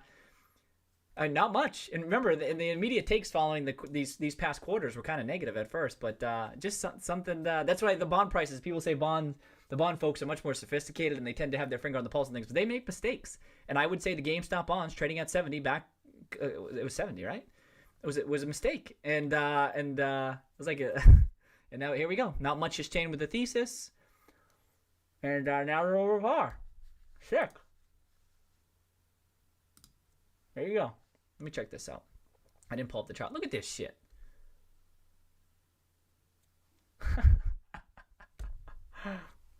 I can point right to it. Look at that. Oh, I can't. It got cut off. My bad. All right. Oh, yeah. So, yeah. Oh, what did the market do today? I mean, you certainly can't tell from GameStop, huh? Oh, NASDAQ was up. I do. Okay, so it was up too. I don't know. That's stuff. I'm keeping an eye on that Russell 2000. Just that one final thought. I'd say if it breaks out on the weekly, that's something I'll be keeping an eye on. But a big gap up this week, right? Maybe the market's starting to price in not so much who's going to win the election, but just getting clarity on who's going to win. You know what I mean? Sometimes you see that the market just doesn't like uncertainty and stuff. So, but if it breaks out above that 170 level, something to keep an eye on. Especially if you're in GameStop for the long term here. And value and small cap comes in favor. Like a stock like GameStop will benefit, and it's a tailwind that no one's priced in. All right, that's all I got to say about that. I'm just saying the same shit. Okay, any 13 defogs? I'm just checking.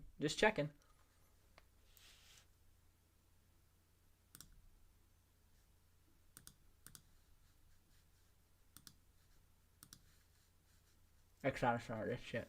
Okay. All right, what I miss?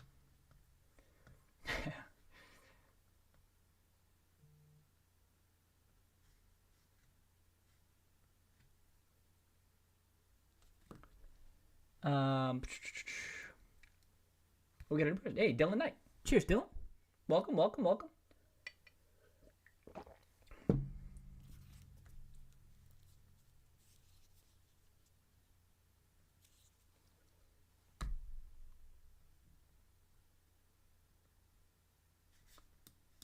We're talking. I gotta get a couple of articles. If anyone has any articles like this, any other GameStop articles that like these Barron's ones, I didn't know what to bring up. I wanted to bring up a couple to check out, and But they're all kind of like this. I mean, this one was good. It was just kind of summarizing it. But then this one, I'm sure Justin saw this one. This one's kind of a riot, huh? And then this one, like I said, we were really going to hit Scott's price target and within the year. That'd be pretty sick. By October, just nuts. We'll see. Who knows? Oh, yeah, that's what I was doing. I was going through the likes. What the hell else did I had? Oh, wait, the CVC. This is a good one.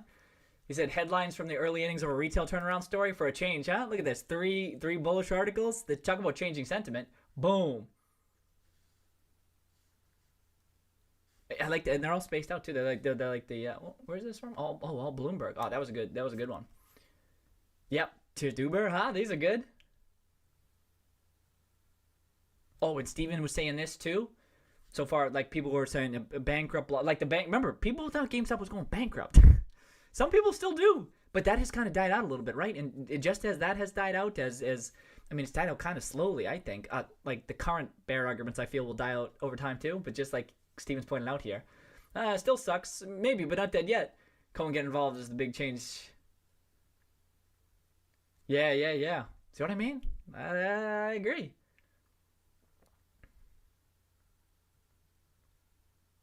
Okay. There were so many. I couldn't get through everything. There was like a ton of good takes and takes that I disagree with too. All right, what did I miss?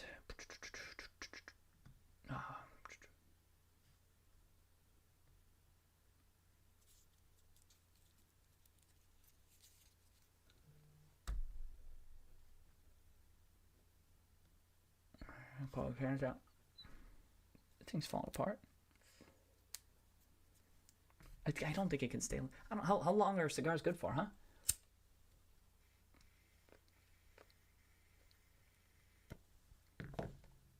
Only one puff left, huh?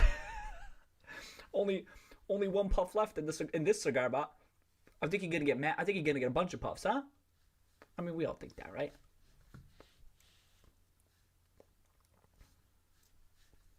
Boom. You know what I didn't read? There's nothing new in this one, is there? I'm not gonna read it now, but I thought it was good. Microsoft was talking about it too. It don't matter. All right. Okay. It's 9. We're not gonna have to do research now, are we? I hope not. Oh, Justin, what was a good point?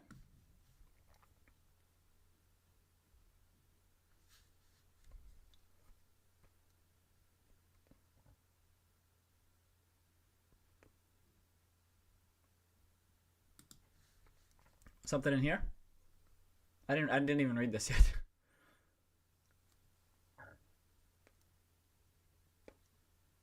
First of all, let me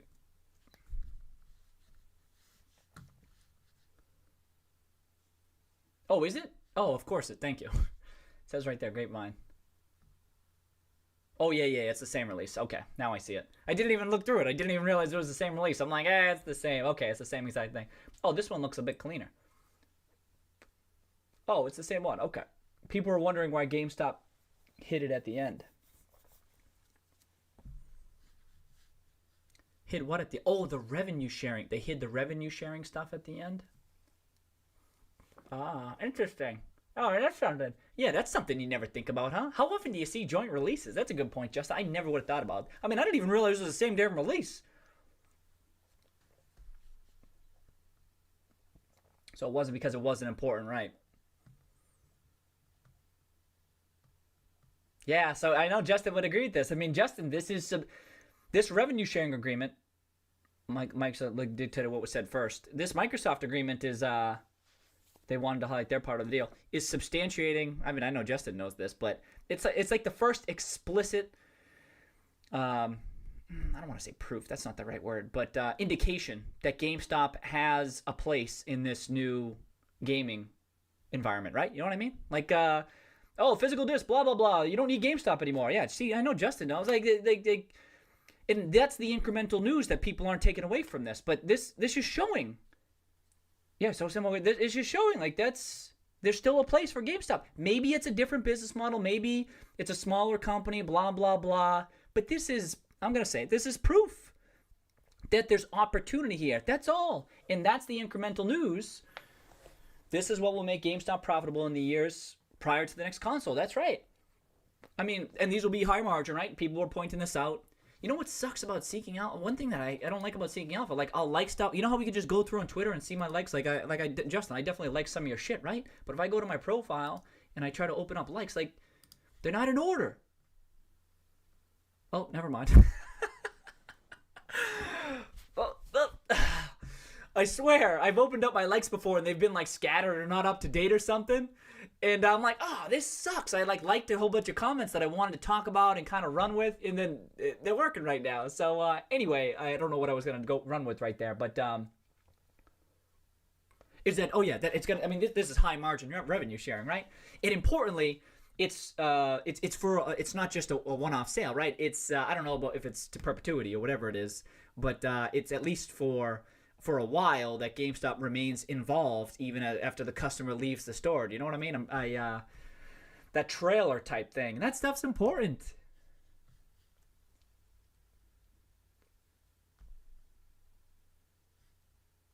And Justin, I expect more, right? I mean, as I'm sure you do, I expect more on this front. There's going to be more. This is just the first. This is like the first example of it. There's going to be other things that I can't even think about right now that GameStop, we have all those Power Up Rewards members, right? I mean, GameStop has, and I saw some people calling GameStop like, it's a tech company to a degree, right? Maybe people having some fun with it, but there's different ways to leverage their presence in the gaming world in ways that many of which I can't even think of. And that's why I always bring up Scott Preston's article, because he lists a whole bunch of that I don't even think of. I'm too dumb for that, but this one right here, Google it. It's out there. But there's even way more than this one. So I always like bringing that type of stuff up, and then I think, shit, there's that, like, my investing style. I don't need to know every little specific aspect. I just need to go. Could there be something there? Could there be something else? And then I look through this stuff and I'm like, oh shit, absolutely there could be something there. And that's all I needed for GameStop. And even right now, I'm like, well, what's it going to look like in 3 years? I'm like, I don't even know what it's going to look like in 3 years. But there's something there. There's something there.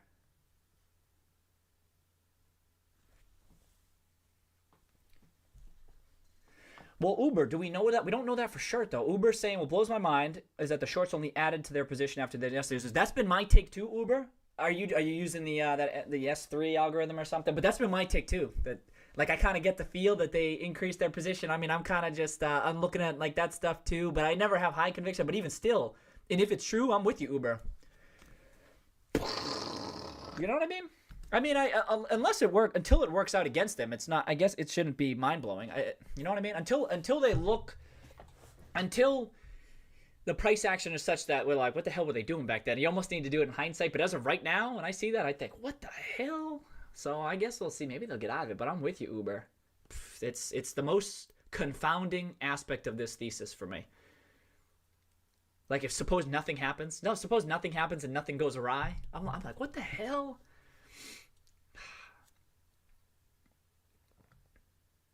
So where GameStop lost money last 2 years, next cycle maybe they won't be losing, right? And then they cut costs. They cut costs, right? And then that's going to help them with free cash flow right now. But even looking out 3 or 4 years, indeed, I mean, be ecstatic if they stabilize at 2 billion. Yeah. You say 2 billion? 2 billion would be sick, right? Boy, what would that be? What would that be? I mean, it's just no, not even quite. So 2 billion. What's that? 2 billion. Divided by 65, $30. Yeah, it'd be sick. Sick. Yo, 2 billion. Let's go.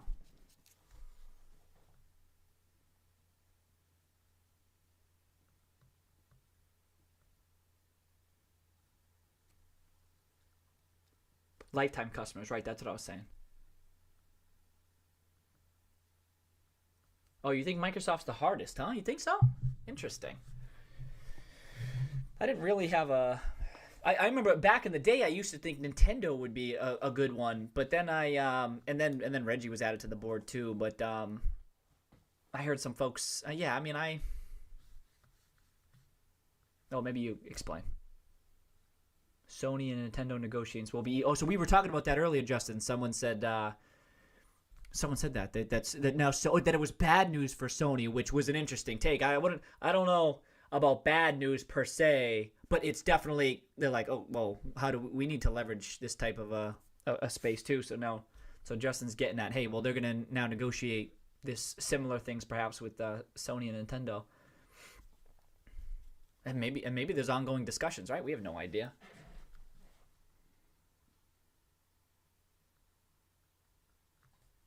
Yeah, Nintendo. I know now. Nintendo's low in my list now, and I used to think higher of them, but I'm kind of with you, Boxed. Nintendo I can see because of Reggie. I thought that too. Sony will be much harder to convince. I know. See, I was thinking Microsoft would be easier for some of these points. I told Justin I thought that short's probably covered, and the algo seemed to imply otherwise. High single digits. Hey, what's up? Hey, what's up, Simon? Welcome to the stream. We don't give advice. We don't give advice on that stuff, though. We don't know enough about your situation. You'd have to sit down with a financial professional to learn more about your personal situation. So,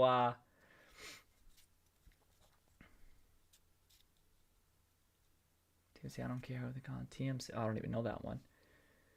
I just found out that DoorDash works with GameStop. Yeah, it's sick, huh? They're getting down to that same day delivery. It's dope. Trying to get all the nuts and bolts ready for the new consoles. I can't wait to fall asleep. I know, right? Say, Justin, likewise. Cheers to that, Justin. Whew. I think it's time for beer number 2. I think I'm going 2 beers tonight. I think I'm going 2.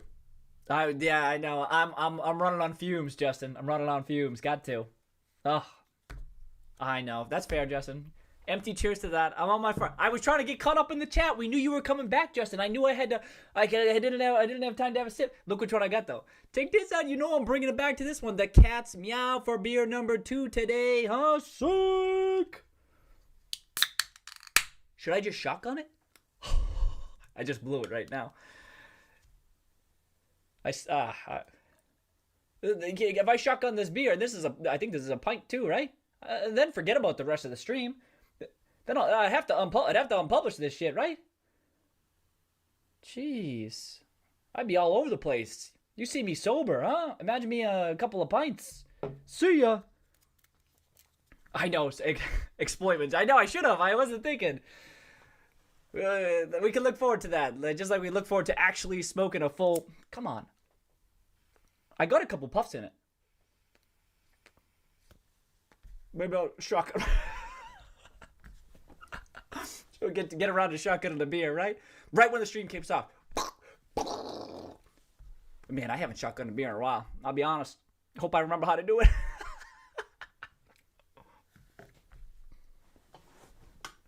I know, Justin. You should be celebrating tonight too, Justin. Right? Enjoy. We're gonna have our drinks tonight and catch up on some sleep this weekend. No doubt about it. Oh, I got it. I'm getting some. Oh, thank you, Mantrell, for teaching me in the chat how to smoke a cigar. I still don't know if I'm doing it right, but it kind of feels right. You know what I mean? It kind of feels right. You know when it hits right?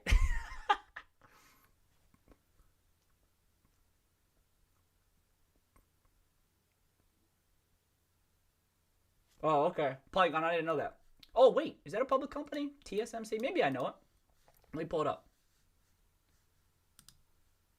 Oh, run over here. Oh, it's not. It must have a different ticker.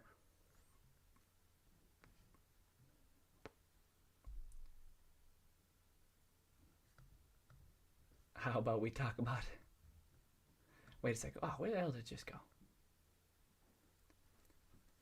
Uh-oh. Oh, does it? Yeah. Oh, okay. Let me just see.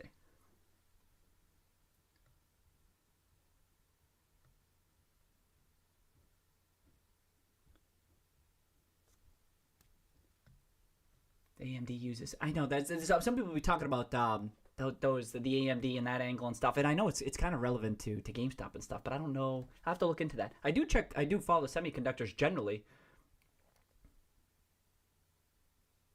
How about we talk about that guy's comment on an essay about my flotation devices? Oh, I don't know if I saw that one, Justin.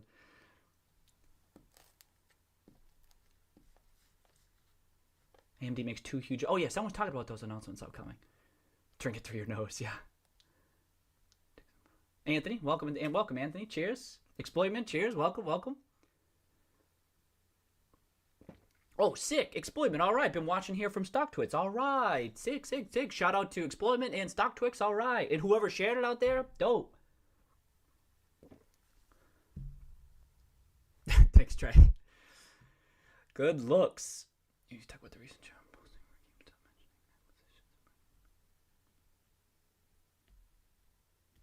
The recent job.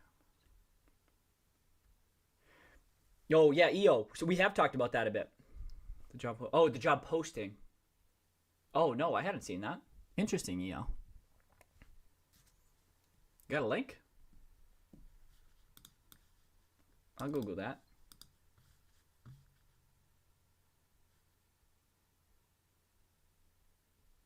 I'll look that up. Interesting. I hadn't seen that.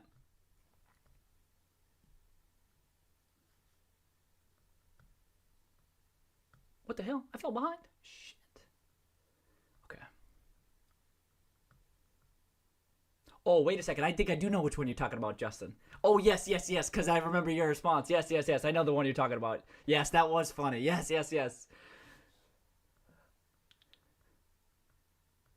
you said you're going to print it out and frame it. Yeah, you should.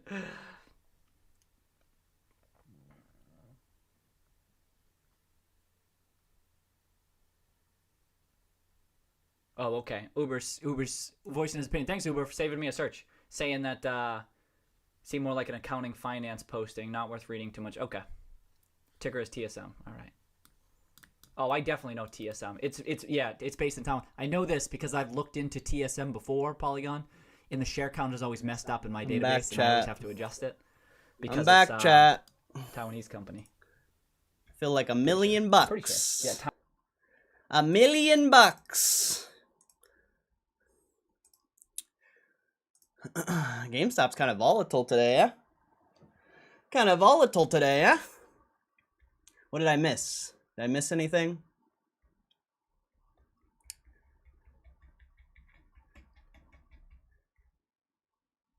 I gotta delete. Did I delete it? I don't know.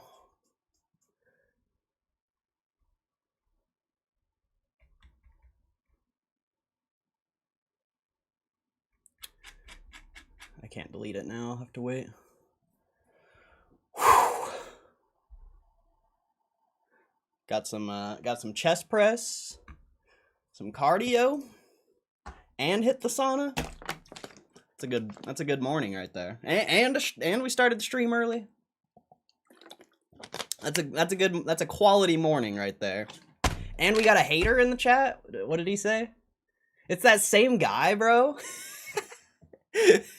I like how he says I have no life, but he comes in my chat every day to say something stupid. Who actually doesn't have no life? Like, I would think the guy who goes into a random YouTube chat every day to talk shit doesn't have a life.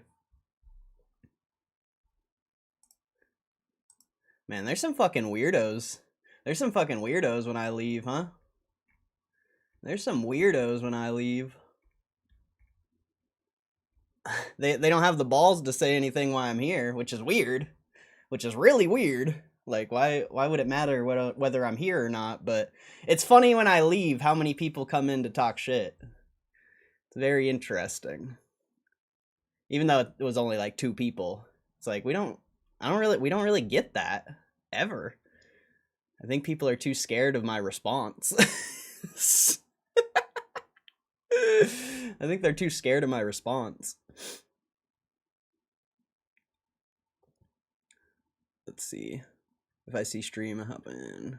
Jimmy gonna rip. Well, it didn't rip. What did it go to though? 26.30?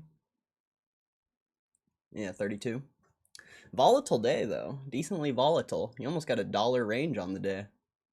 A lot more than you love to see it. You love to see volatility. I don't know. What's up? Survive and thrive if you're still here. Yes, sir.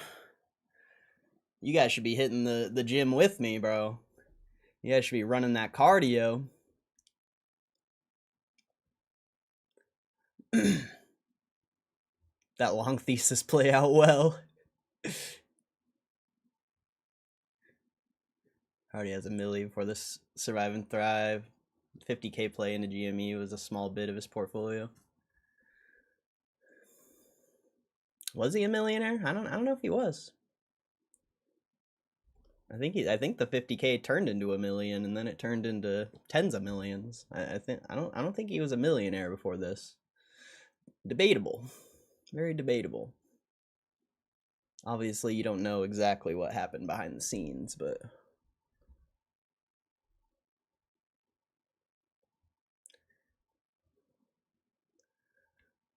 got margin turned off. Nice.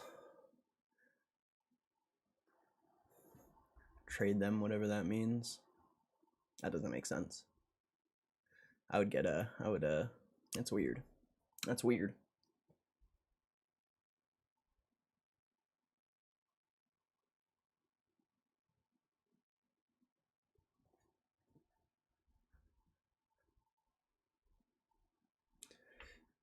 I mean, if 100's your target, I don't know. That's a low target. I think 100's a low target, personally. I think it's a forever hold, and it doesn't matter what price it goes to. I think 100's a low target. That's only a 4x from here. Like, it's not it. It's not it. That's not it. A 4x will be dope, but that's not it. That's not enough.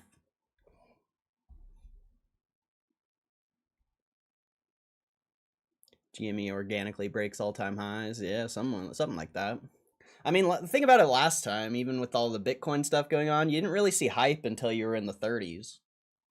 Nobody really started to care about it till you were pushing 30s. Where's Bullish Bob? Bullish Bob.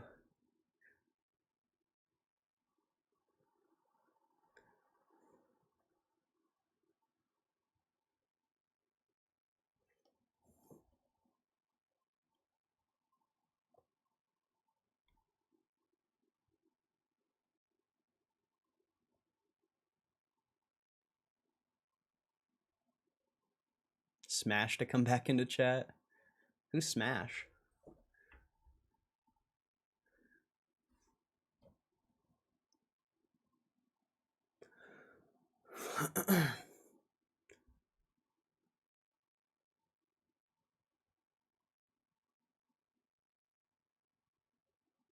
Almost off work. Nice.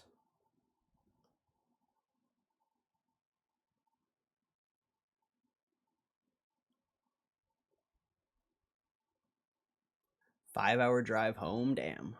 That's a long drive. Real estate grind, pressure wash, but that's season's coming to an end. Might try out the dog walking hustle. Yeah, that'd be nice. That'd be a good for the winter. The real estate should still be good in the winter, especially with interest rates going down. I think real estate will still be good. Maybe even, I mean, unless you want another side hustle, maybe put all your effort in the real estate while interest rates are lowering. Could even though it's like winter, it could be the best time to be like pursuing clients. Just because of the economics.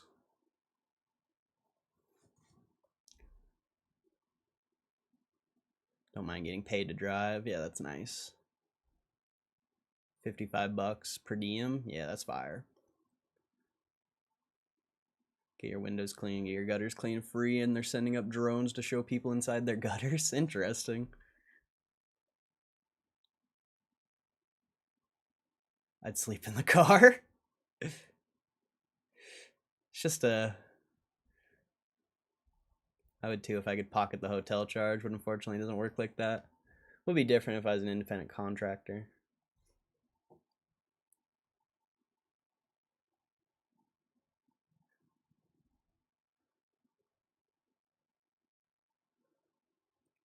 Book a hotel company card. They tell me to keep it under 150. So you got to get the nicest room. Get the nicest room if it's under 150.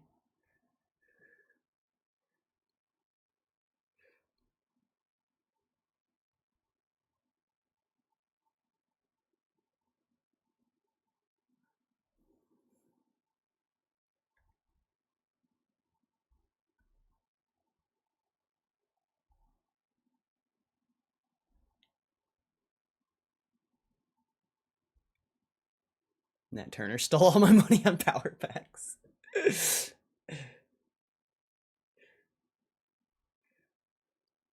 Landed my Charizard UPC. Nice.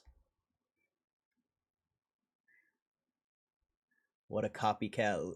What a weirdo. How am I a copycat? I literally do my own thing.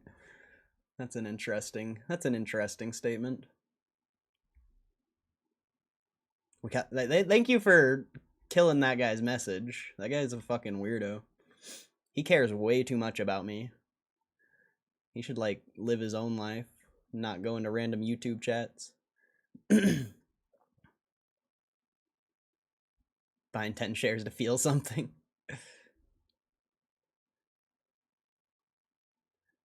My 8-ball was wrong. Rip. Someone's mad and emotional. They feel in that way a reason. Let them be angry, little babies. Yeah, it's whatever. I mean, I think it's funny when people talk shit on how many viewers there are. Just because it's not that much. Like, do you know how impressive it is to even keep like one person in the stream all day, let alone like 5 to 10 or 20? Like, that's crazy to like talk shit on how many viewers someone has when like having viewers at all is a feat of its own. Like, most people stream to 0 viewers. So I don't know, it's kind of weird.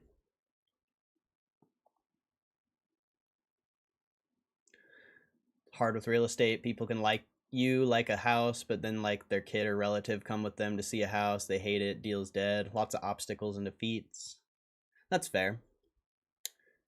Maybe focus on a higher wealth or higher income person, potentially. Maybe that could help. I don't know. I just think the economic environment's perfect for a real estate agent. You know, maybe not right this second, but at least in the next like year or so. I think just building that network is going to be the play. Maybe not even, you know, even if you don't sell anything, if you're constantly finding people who are looking or people who are thinking about selling their house, whatever, like, it's all about the network. Let me tell you, bro, some people control their parents' money, so my idea of linking old people to Rambler styles has been tough. Yeah, you gotta find people who make their own money. You gotta find people who make like 100 grand a year or something, so you can sell like nice houses, make it worth your time, I would say. But I don't know. Like, that's, you know, if I was a real estate person, that's what I would try to do. I'd try to focus on people who actually make money. Or, you know, find investors who are willing to buy and try to find deals and stuff. Like, there's so many routes with real estate. It's definitely tough, but at the end of the day, it's all about the network. If you have a network, you know, I think that's key.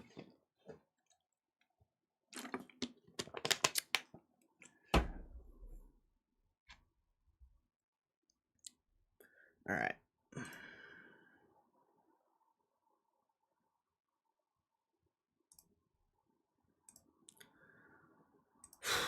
Kind of have a headache. Be right back.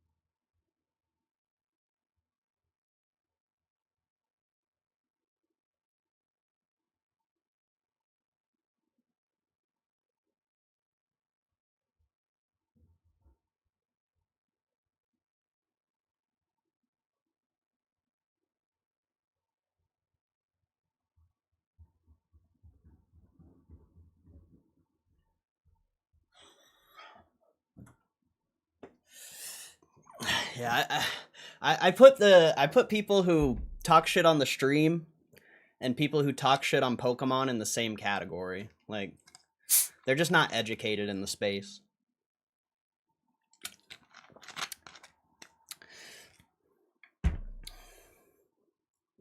You know, before you talk shit on something, you should probably be educated on it. But that's why people talk shit, because they're too lazy to get educated. It's easier just to take the opinion you got from TikTok or wherever you formed your opinion. Why come up with your own opinion when you can just get one from TikTok? You know? Why would you ever think for yourself? That's stupid. Why would you ever do that? Alright. It's game time. We're in the game. I kind of wish I made food before I got here, but it's all good. It's 11:30. We'll be chilling. Alright, we'll start off with this article. Even though it's old, and I'm pretty sure we read it already. Did I pick up a controller? Nah, I forgot. I was way too sweaty. I'll probably get one later or something. I don't know. I don't even really like playing video games. I just think it'd be cool to play with Nessa Darps.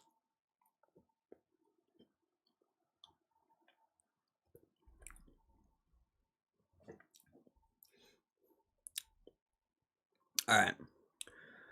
Alright, GameStop downside risk is limited with $6 billion cash and crypto. I think we've already read this, but whatever.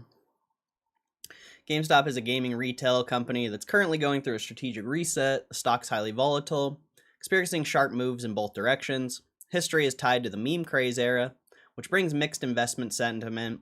I think a lot of investors trade the stock rather than holding it. I agree with that sentence. That is probably the most accurate sentence I've ever read on Seeking Alpha. I think a lot of investors trade the stock rather than holding it. Yep. I agree 100%. However, beneath the skepticism and volatility lies a strong balance sheet that provides downside protection. The company has more than $6 billion in cash and crypto. While valued at roughly $10 billion, it offers an incredible opportunity for long-term investors. Management is making phenomenal progress on effectively cost-cutting, closing unprofitable stores, and focusing more on the higher margin online business. The brand of GameStop is well known, especially within the gaming merchandise landscape. With the ongoing strategic rebranding, GameStop is working to expand its presence in the card trading landscape, the decision allowing it to diversify the business and accelerate the growth. Company's legacy business is seeing revenue declines. However, management's decision to officially partner with PSA in 2024 and become an authorized dealer offering grading services across the US may become a central part of GameStop's growth strategy. GME is trading at a forward PE of approximately 32x. It is not a cheap stock. See, this is why when people ask or talk about PE, like, yeah, sure, GameStop's PE might be 32x. Like, I don't know. You know, I haven't done the math, but obviously that's pretty inaccurate because the stock is not expensive. The stock is actually, it's fairly valued. Like, so I don't know. I don't think the PE thing matters. As a result, investors are starting to price in a shift in strategic focus from its declining gaming business to the higher margin card trading landscape. As a low-leverage company that has substantial cash reserves, GameStop has plenty of room to pursue business-changing decisions and explore areas for growth. I think GME is a buy with a price target of 30 over the next 12 to 18 months. GameStop has a strong retail investor base, which I believe may largely contribute to its future success. And with continued progress in rebranding, GME could be trading at a more premium valuation. The stock is not cheap, but its cash reserves play an essential role. In the current high-interest environment, they provide meaningful support to the bottom line. Do you think paying for advertising would be wise? Like, you think I could spend $5K and get a commission that would cover the cost? Kind of where I've been at mentally over the last week. Just got no idea. I don't know. I mean, you could. Like, if you could target, like people who live in California who, like, actually have money, it could potentially work. But you also live in a place that has, like, really cold winters. So I don't know if people from California would want to move there, but I guess you could like promote it as an investment. I'm not really sure, you know. I'm not really sure on that. I don't know much about that. I've never advertised before.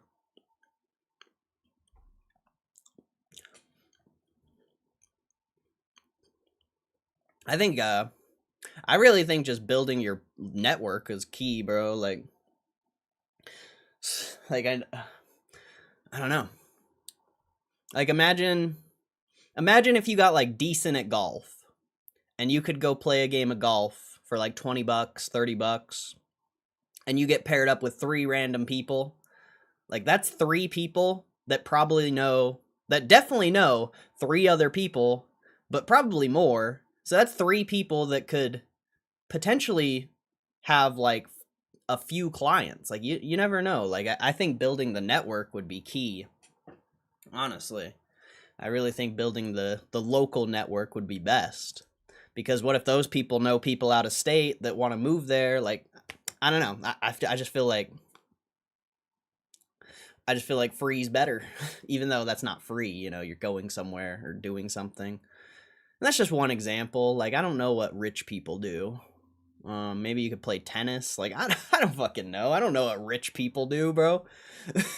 What, like, besides golf, what the fuck do rich people do?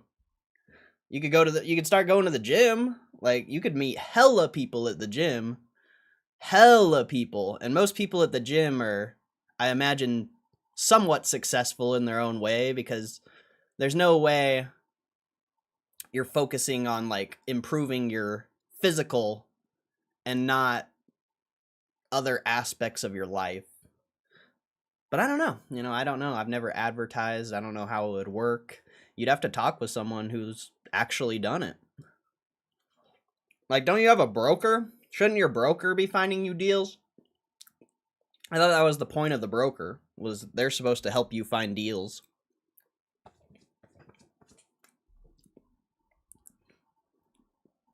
All right, Q1 2025 snapshot. Cost optimization helps, but the legacy business remains a challenge. Oh boy. Boy, was he wrong. Legacy business is crushing. The company posted mixed results for its Q1 2025. Once again, the company disclosed top-line contraction through cost optimization continued at a rapid pace. GME's SG&A expenses dropped to $228 million from $295 million, which indicates a significant 23% change year over year. Significantly helped narrow the GAAP operating loss, which improved from $50.6 million to just $10.8 million year over year. Even after including $35.5 million, which was assigned by impairment charges tied to the international restructuring. Excluding these charges, the company's adjusted operating income came in at $27.5 million, compared to the previous year's adjusted operating loss of $55 million.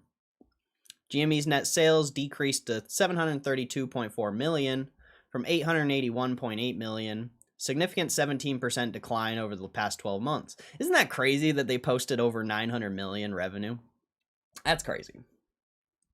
Even though much of this is related to the closure of unprofitable stores, it also marks that the legacy business is not the company's future, and it has to look for other ways of growth. Do not get me wrong, it can still provide valuable contributions to revenue, earnings, brand awareness, and customer satisfaction, but the company should prioritize the higher margin segment of card authentication and grading instead of trying to recover the legacy business. Boy, was this guy wrong. Like, what?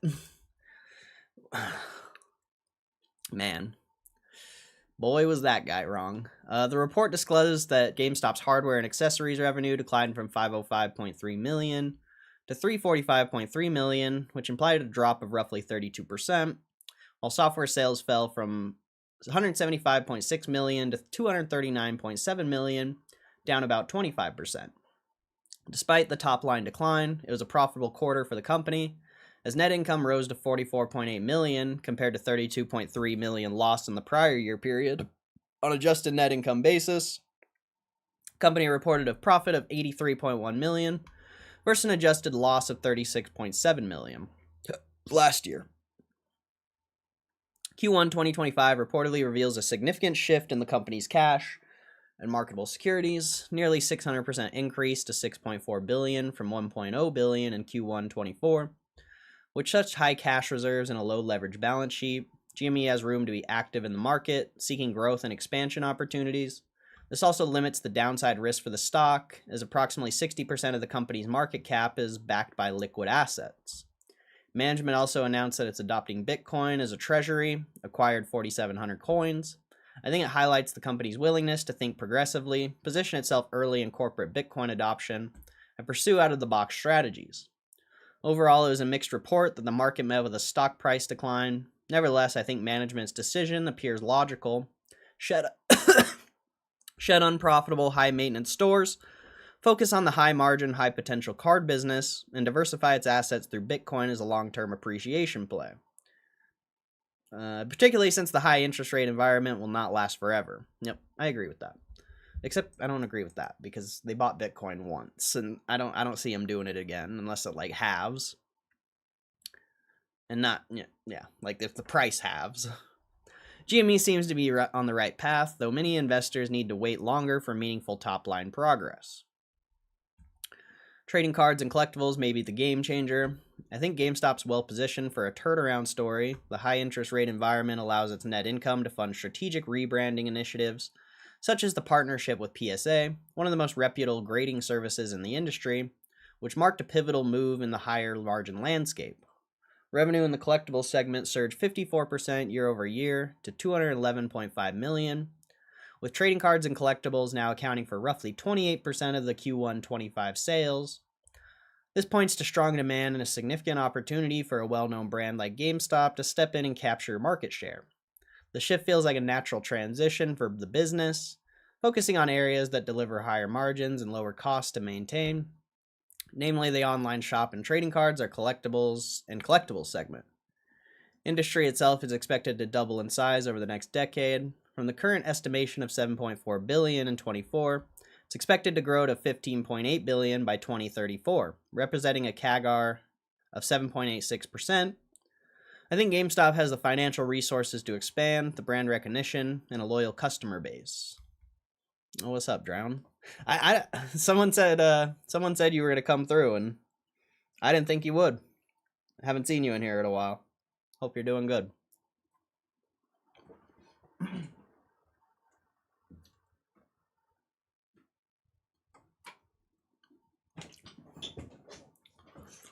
All right. Valuation, pricey on the surface, but future growth is overlooked. GameStop trading at a trailing 12-month PE of around 42x. On the surface, this looks expensive, but the company's undergoing a strategic reset, so traditional ratios shouldn't be trusted blindly. GME's PE is about 1.5x higher than the sector median. Notable premium, however, its PEG ratio is just 0.1, indicates an attractive opportunity for long-term investors. Since markets are forward-looking, the PEG suggests GameStop is in the midst of a turnaround phase, with expectations for significant bottom-line growth. If those expectations are met, the forward PE should decline, making the stock more appealing. Conversely, if growth fails to materialize, investors risk holding an overvalued stock. I guess I can agree with that, but the stock's definitely not overvalued. And an EV sales multiple of 1.53 and 1.6, GameStop is roughly in line with sector peers at 1.34 and 1.29 respectively. Company is a low leverage and has effectively used the meme stock era to pay down debt, eliminating bankruptcy risk. As of now, GME could comfortably pay off any business-related debt. Or they can raise money or they can do more and raise money for free. GameStop's EBITDA growth is nearly 30x higher than the sector median EPS, diluted growth on both year over year. Forward basis is 2140x. Holy shit. And 13x higher, respectively. ROE growth has been an impressive 243%, while the sector median declined nearly 10%. Similarly, working capital growth surged over 500% compared to the sector stagnation. These growth metrics reveal why GME's PEG is so low. The market expects a significant increase in profitability. I think that's GameStop's operating income progress has also been remarkable. Since January 2021, management has consistently improved results, shifting the company from unprofitable to profitable. This removes much of the bearish thesis, With limited downside supported by strong liquidity and positive operating results, GameStop has created a stable financial base. And this is a long thing. I think it's realistic to expect GME to reach $30 over the next 12 to 18 months. Company has moved from reporting 0.83 or negative 0.83 in diluted EPS back in 21 to 0.47 on a TTM basis today. Significant turnaround. While part of this improvement reflects higher net interest income, operating results show the broader business is turning the corner, which could benefit long-term investors. I'm stuck to this live like glue. I guess I just haven't seen you in here, I don't think. I think the last time I saw you in here was like a week or two ago. But I guess you're lurking. Lurking. This is not Costco. Yeah, Costco earnings don't come out until later, so we're just chilling for now.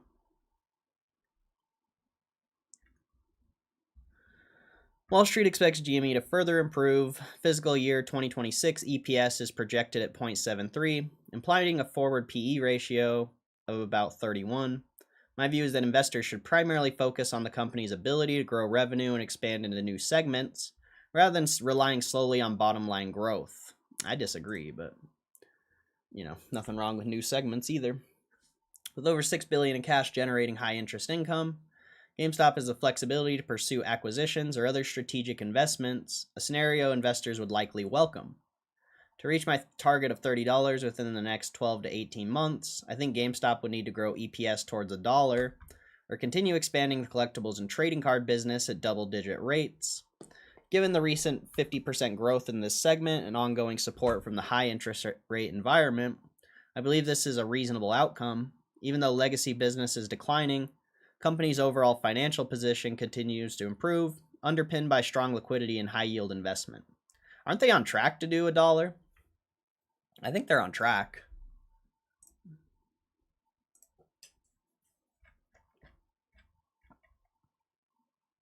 Let's see, they 0.13, 0.1. Oh wait, that's beat. So 0.17, 0.25. So they're already at 0.3 or 0.42, right? I don't know how to do math apparently. Yeah, they're already at 0.42 and the estimate for next quarter is 0.2. And I'm guaranteed they're going to do like 0.3 or something. They're going to probably absolutely crush. So yeah, they're on pace for that dollar EPS, I would say. And their last quarter is always their biggest quarter.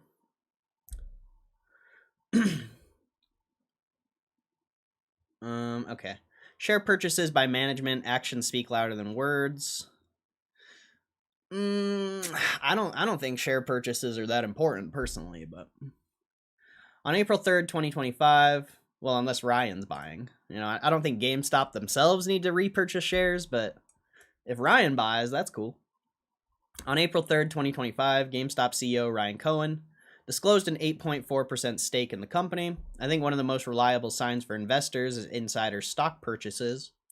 I can kind of agree with that. Since GameStop is heavily supported by retail investors, management buying shares naturally reinforces the belief that the stock is undervalued and supports a bullish stance. That said, GME has diluted shareholders multiple times over the past few years. This has been painful for investors, but also helped raise the stock's floor price. Yep. As the company now holds more than half of its market cap in liquid assets. Cohen's purchase helps offset the dilution narrative, suggesting funds will be used strategically to improve and expand the business or acquire Bitcoin at an attractive price. Yeah, I agree with that. I don't know if they'll acquire a business or help raise the floor price. Like I really think that as well. Didn't they did a small at the money at $21 and the stock barely moved. Like that's interesting. Main concerns, risks, areas to monitor. Despite our belief that GameStop's undervalued for long-term investors, there's still multiple risks that significantly impact the stock price. I think that execution risk in collectibles is a key concern. Since GME is pivoting away from its legacy business and focusing on trading cards and collectibles, the shift requires flawless execution. If demand weakens or partnerships end, the bullish story could be disrupted, and investors would no longer expect double-digit growth. I don't know if I agree with that, but maybe. Even though crypto makes up less than 10% of GME's liquid assets, Bitcoin volatility and changing sentiment in the crypto market could weigh heavily on the stock. The decision to build a crypto treasury is likely not a one-off, so sharp shifts in crypto landscape could cause investors to rethink whether it was a smart move. I agree with that, but even if they lose like 300 million off of their Bitcoin purchase, like if Bitcoin halved, I don't think that's a big deal. Really, I really don't. Like obviously it's inconvenient, but that's what they get for buying Bitcoin at 106.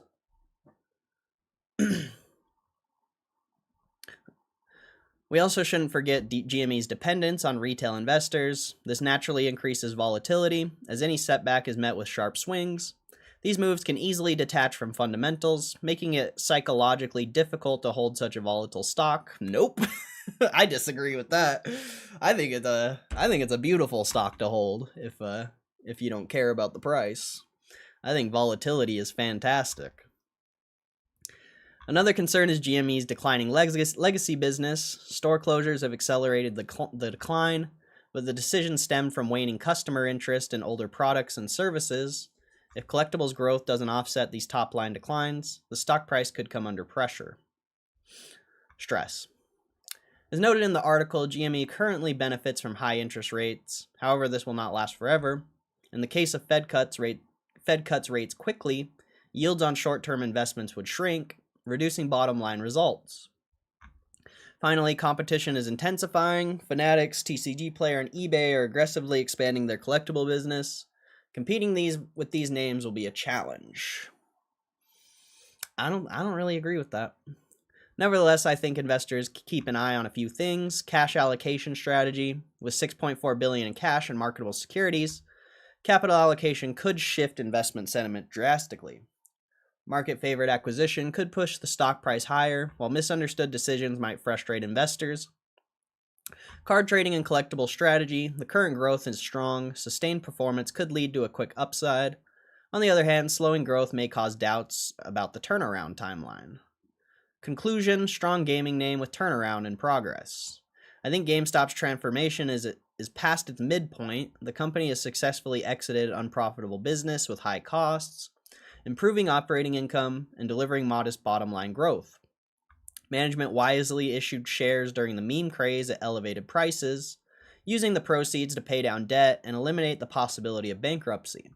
Over the past year, GameStop's increased its cash reserves nearly 6x, giving management more flexibility and providing a floor for the stock. GME's expansion into card trading and collectibles has been successful so far, with strong double-digit growth and high demand. Since the market is expected to double over the next decade, it suggests a significant potential long-term opportunity. I think GameStop is a buy with a price target of 30 over the next 12 to 18 months. Modest bottom-line growth from interest income alone could support this target, while continued success in card trading could accelerate a re-rating and justify a premium. There's only one Wall Street analyst covering the stock with a price target of 13.5, implying 41% downside potential. I disagree with this analyst. At that price, the company's cash and crypto holdings would equal the entire valuation, leaving its legacy business and the strategic shift to high-margin card trading being valued as zero. I think GME presents an attractive opportunity for long-term investors and should outperform broader market over the following 18 months. It hasn't. in short-term price action, it definitely has, but I don't think you've outperformed the SPY the past year. The SPY has been crushing. Absolutely crushing.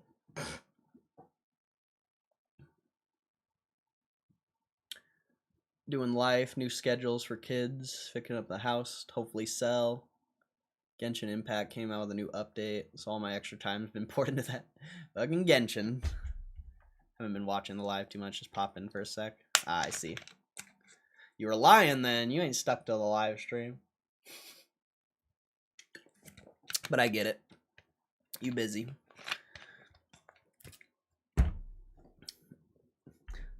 There hasn't been much going on here, so.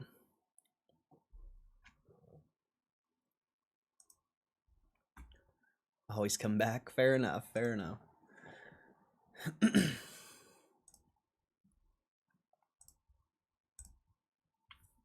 Oh, wait.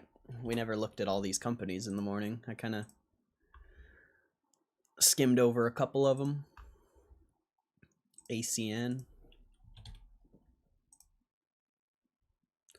Down 2% now. That was flat earlier. Oh, you're hitting on a lower low on that. That's sketchy. 144 billion? I mean, I don't know what this is. I've never... We'll check it out real quick. Why not? They haven't even posted the 10K, so can't do that anyway. JBL Jabil Inc. What is that? Electric components.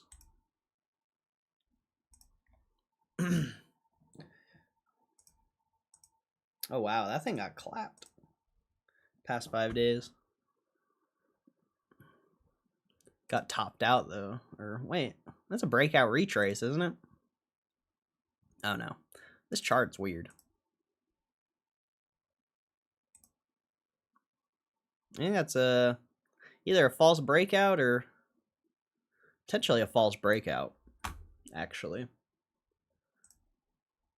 Looks more like a false breakout than How come nobody posts their 10K or their 10Q? They've had all morning to post the 10Q, and nobody does it. CarMax, SNX.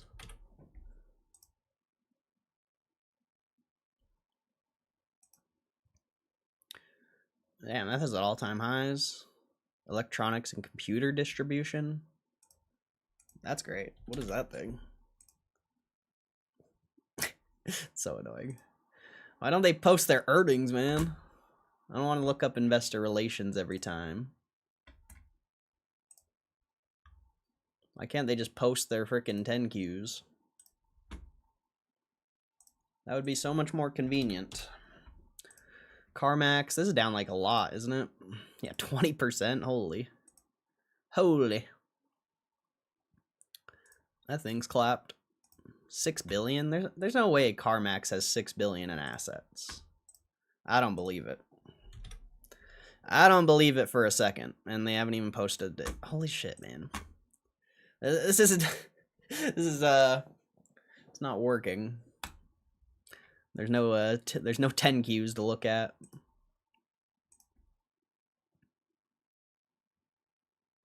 You're at support there, though, potentially. Back to, like, 2013, 2015 support. Obviously, you could look it up, but I just wish it was conveniently in the SEC report rather than having to go to their website. BlackBerry's up like a tiny bit, but hasn't really moved. I imagine this doesn't have their 10Q either. All these slackers, bro. Straight slacking companies, bro. They're just slacking, bro. Slacking. Oh, that's an ETF. A luxury good ETF. Never heard of it. It's up 100% on the year, though, so that's crazy.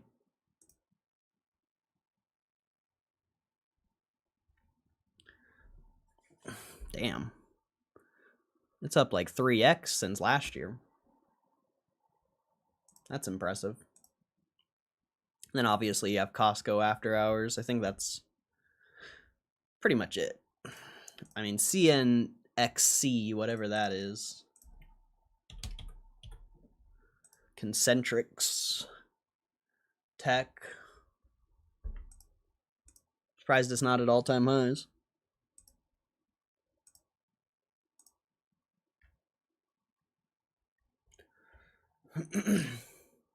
Six more share.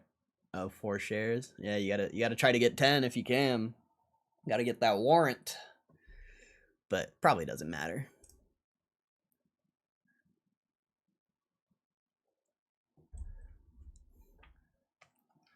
Down a whole paycheck every 2 weeks. Those shares gotta wait. You gotta get them by October 3rd, but it's not really that big of a deal, I don't think. If you're not going hard on the investing, I don't know. I don't know how much it actually matters. Very debatable. But it's tough, you know. Believe me, I know it's tough.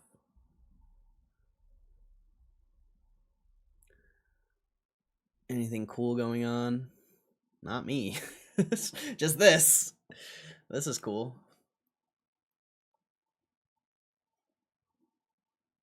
I think 80 shares would be like 200, or not 80. I think 6 shares would be like close to 200. Yeah, 150.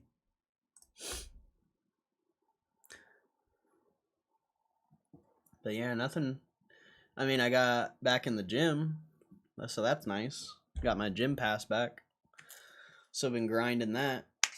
But other than that, it's pretty much the same shit every day for me.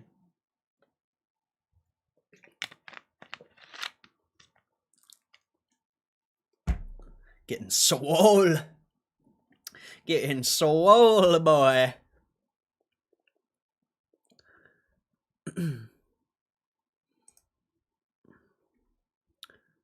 Oh, we looked at GDP growth rate earlier. That came in nice. Durable good orders are up a little bit. G price index is up. Core PC prices down a little bit. I can see why the Fed cut. Definitely see why they cut, but I'll be curious to see how the next like couple months look after that cut.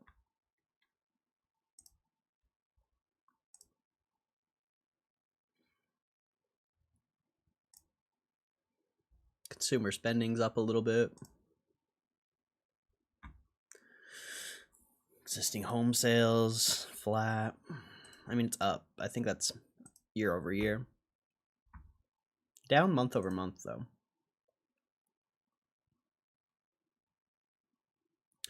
Well, 15-year rate. Oh, 15-year rates went up a tiny bit. Tiny little bit.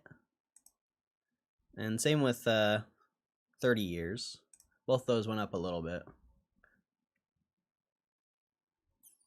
And you get Mexico interest rate decision. I don't think that's come out yet, but you'll get that. And the Fed balance sheet. And yeah, that's fun. What's up? Energy, bro, energy's up again? Holy shit, that's crazy. Energy's been crushing.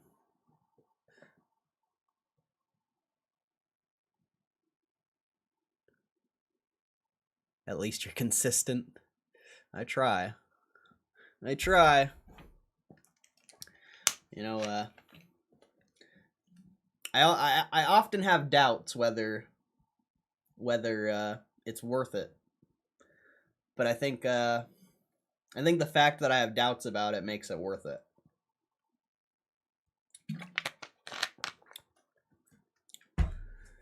Don't really have a boss, and I just run to and from a door. It ain't bad. I feel like a dork. A dork making fucking bags, bro. Don't you make like $22 an hour or some shit? Then if you're working overtime, you're making like $33 an hour. Like, you be crushing if you hit overtime on that. Be making like close to $4,000 a month. Even though like 22 an hour. Yeah, it's something like that. That's how much they pay around here. And it's good like exercise too.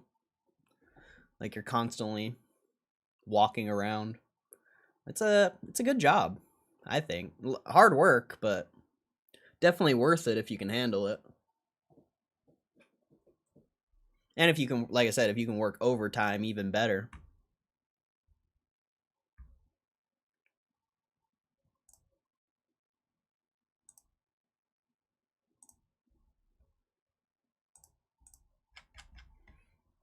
Got any whales on GameStop? Nope.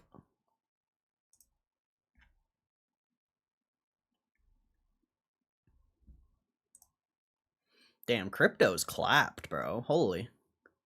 Crypto is wrecked right now. That's crazy, bro. Bro, crypto is clapped right now. Holy shit. That's crazy.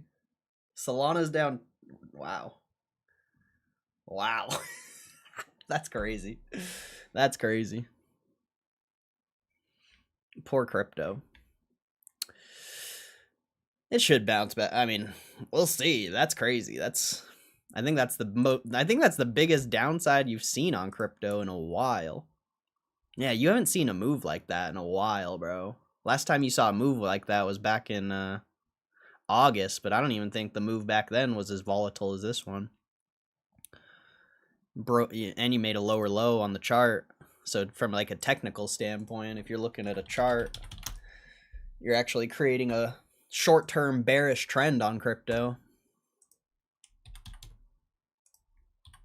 You know, obviously the long-term trend's still bullish. You're not quite there yet. You're not quite there on the lower low, but if it hits like 107, that's a lower low on the chart. And that's, you know, just over a month period. I mean, that's a decently bearish short-term trend right there.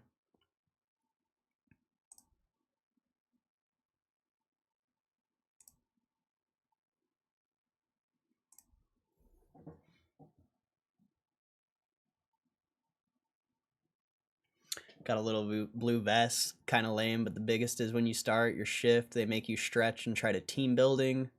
25 an hour? Damn, son. They weren't paying that when I was working there. It was like 20 bucks. 25? Damn, bro. You do some bro, it's like 37 bucks an hour. That's like $37 an hour for overtime. That's so impressive. Yeah, bro, you could easily make $4 grand a month doing Amazon. That's wild. Obviously, you would be working a fuck ton, but damn, that crushes. That crushes, bro. Ask for a smaller vest. I don't have any more in my vests. I think I sold them all. They're like 20 bucks a piece on eBay, but I don't think you can sell them because one of my listings got like even though I already sold the item, they like did something to one of the listings. Rip MSTR. Yeah, I bet MSTR. I bet all of those things are clapped. But yeah, I'd definitely be looking out for 107 on crypto or on Bitcoin. Wow, MSTR just broke that support. That's damn. MSTR broke the support, bro, that it's been holding for the past month.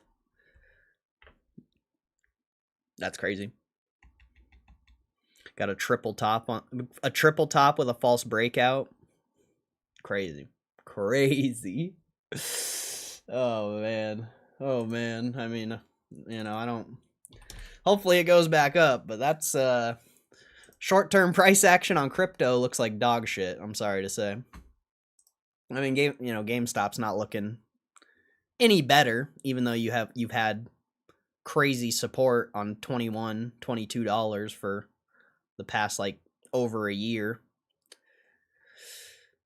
Yeah, crypto doesn't look the best. That's wild. We can't read another article, huh? Rip. Rip. Kept my Amazon uniform, makes it easier to get access into hard to access buildings.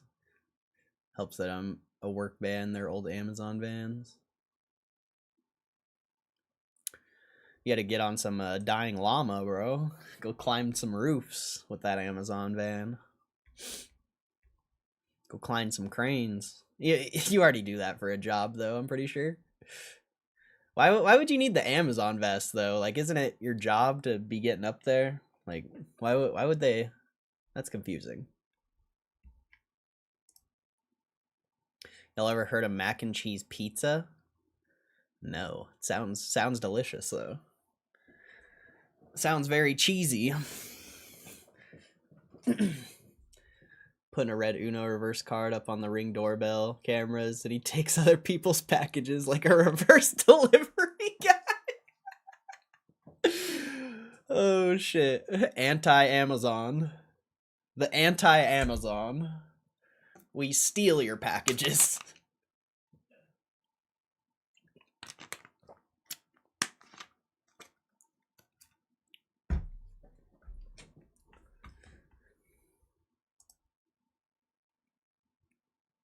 Sometimes it is the dying llama life.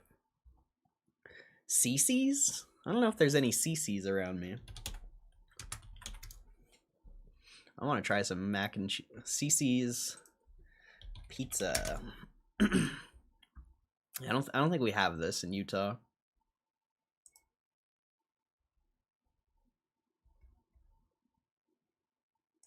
I don't know. Salt Lake's Zip.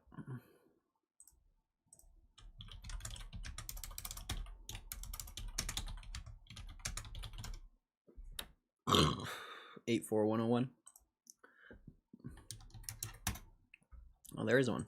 Maybe. No, we don't have one in Utah. There's 132 of those in Texas. Holy. And we don't have that. I don't think Mormons eat pizza. I'm just kidding.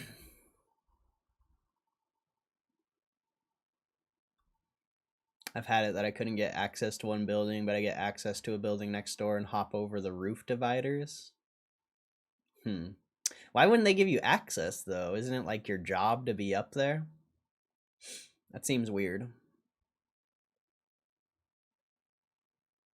A friend of mine might be checking out the stream. Nice.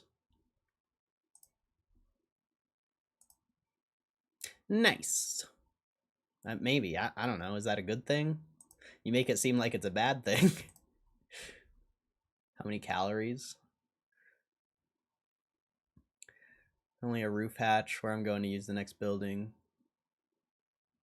Or if the... Oh, I see. What's up, MGB? Jumping between skyscrapers. Yeah, bro. Hugh G's a parkour master. You didn't know? Sometimes there's also just no one at the building. Most of my access notes are outdated, so you got to do what you got to do to get in unannounced. That's weird. You have an interesting job. That sounds crazy.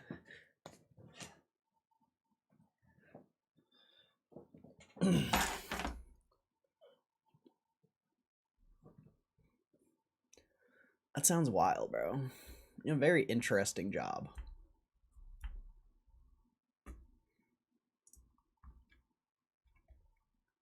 Hey, your buddy Ken Griffin said something. Your guys' best bud. Your guys' best buddy Ken Griffin.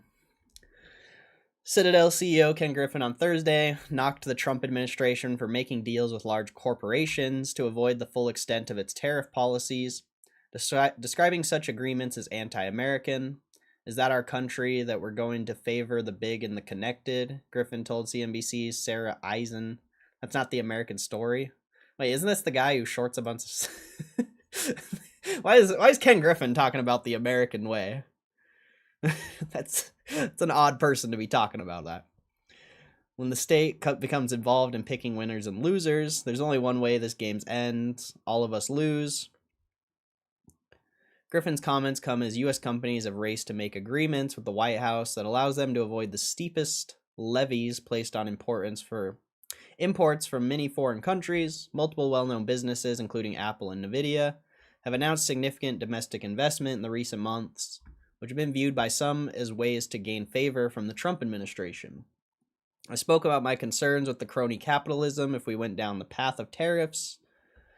The line outside the White House of every business arguing why they should be exempt from paying tariffs on what they import into their products is nauseating. The Wall Street bigwigs said tariffs can be considered similar to national sales tax because the levies would make up a higher proportion of household income for lower earners. Issues of equity and fairness involved Trump tariff policy. Griffin warned that companies should act carefully when it comes to trying to win favor of a current White House team. He said those companies could find themselves disliked or having to make new deals when a new person takes the nation's highest office. It's the government's engagement in picking winners and losers, and we should tread carefully on that water.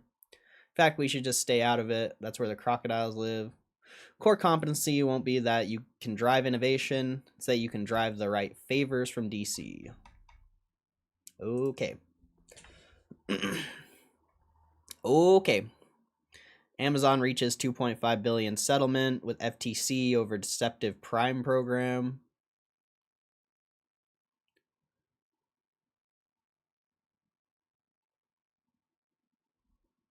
That looks insane. That's a lot of what is going on in that photo, bro? That photo looks insane. Oracle, Silver Lake, and MGX will be main investors in TikTok US. Oracle, Silver Lake, and Abu Dhabi's MGX will be the main investors in TikTok's US business. Those three entities will control roughly 40% of TikTok USA. ByteDance, TikTok's Chinese parent, will own 19.9%, with the remaining 35% in the hand of ByteDance investors and new holders. President Trump will sign an executive order on Thursday backing the proposed deal that will keep the social media app running in the U.S. ByteDance has faced an ultimatum under a federal law requiring it to either divest the platform's American business or be shut down in the U.S. That law passed the bipartisan support from members of Congress who expressed national security concerns about the app and its potent content algorithm. Last week, Trump signed an executive order delaying the investiture deadline until December 16th. Trump's been trying to keep the app afloat, repeatedly mentioning how important it was to his why can't I read? I can't read! All right. Important to his presidential victory in November, billionaire Republican mega donor Jeff Yass is a major ByteDance investor through Susquehanna. I don't know what that is. And he also owns a stake in the owner of Truth Social, Trump's social media company. What is that dog shit doing? I haven't looked at that in a long time. Is that still the greatest short ever? Not the greatest, but it's definitely down. Isn't DJT trying to buy Bitcoin too, or they already did it? Let's see. Backers of ByteDance, including General Atlantic, Susquehanna, and Sequoia, are expected to contribute equity in the new TikTok USA. The deal does not involve the federal government taking an equity stake or a so-called golden share in TikTok's U.S. operations. CNBC reported Monday the new joint venture will have a board of directors comprised of a majority of American members and Oracle will oversee the app's security operations. Trump said on Sunday the conservative media baron Rupert Murdoch and his son Lachlan Murdoch could be involved in the TikTok deal, as well as Oracle executive chairman Larry Ellison and Dell Technologies CEO Michael Dell. Why did they add that part in? I don't think those people are a part of it. But whatever.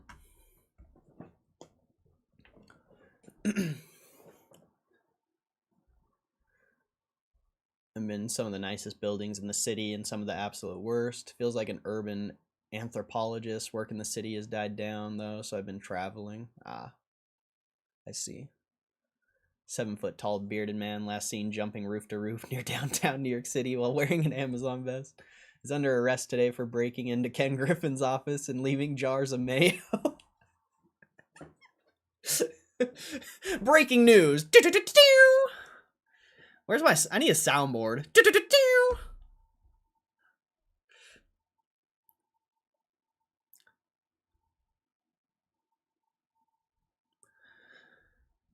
New car sales gets a surprising boost.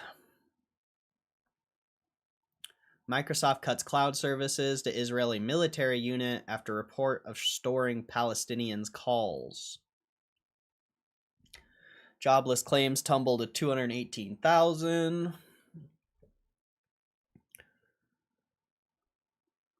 Former Fed Treasury chiefs urge Supreme Court to block Trump firing Lisa Cook. Robert Kraft agrees to sell New England Patriots minority stake and deal that values the team at $9 billion. Tom Brady controversy. What's the Tom Brady controversy?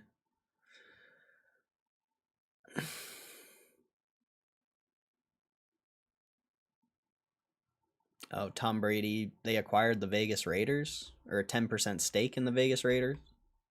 I didn't know that. Tom Brady.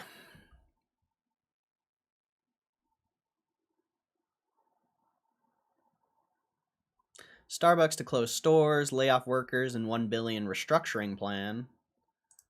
Damn, I bet the stocks clapped. Maybe. No, it's only down 1%. It's a low. That's interesting.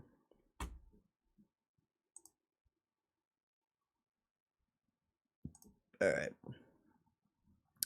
Ken Griffin says more tariff impact on inflation is still ahead. The Fed should be independent.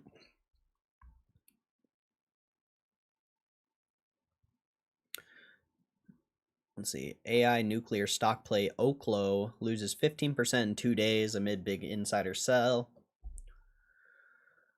Let's see. CarMax stock plummets 20% following challenging quarter. U.S. startup airline Breeze Airways plans first international flight? What? Never heard of this. Startup airline Breeze Airways is planning to fly internationally for the first time early next year, aiming to win over sun-seeking travelers as the carrier enters its 5th year of flying. I've never heard of Breeze Airways. The airline's host of seasonal service kicks off January 10th with a Saturday-only route between Norfolk, Virginia and Cancun, Mexico, followed by round trips between Charleston, South Carolina and Cancun on January 17th, also only on Saturdays. Other routes include Saturday service to Cancun, starting from New Orleans on February 7th and from Providence, Rhode Island a week later. In March, Breeze is also planning to start Thursday and Saturday service between Raleigh-Durham International Airport in North Carolina and Montego Bay, Jamaica, and Wednesday and Saturday service to Punta Cana in the Dominican Republic. Flights from Tampa, Florida to Montego Bay start February 11th. Breeze was launched by JetBlue. Oh, it's JetBlue, okay. Breeze was launched by JetBlue's founder, David Neeleman, and debuted during the pandemic in May 2021. The airline now serves 81 cities and 291 nonstop routes. And a spokeswoman for the carrier said Breeze is the only airline serving 83% of them. Carrier has been working for years with the Federal Aviation Administration to win certifications to fly internationally. Lucas Johnson, Breeze's chief commercial officer, said in an interview, "It's the first sizable U.S. passenger airline to win the certification since Virgin America, which was acquired by Alaska Airlines in 2016.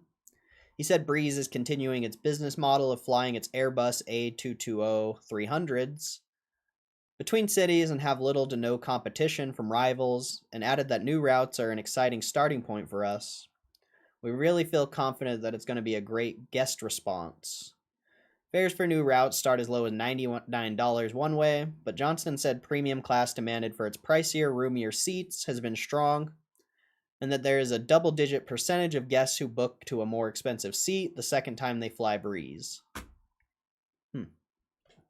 That's crazy. That's crazy. That's why school's important. Hater.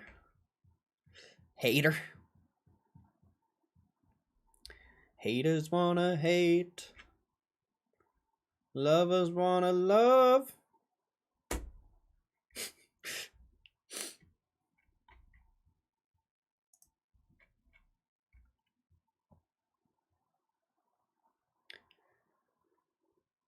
Tim the Tatman was rushed to ER over heart issues. That's sad. What? Top social media app lets you sell phone calls to AI companies? What? A new app called Neon Mobile, which records phone calls and pays users for the audio, has climbed to the number 2 spot in Apple's US App Store social networking category.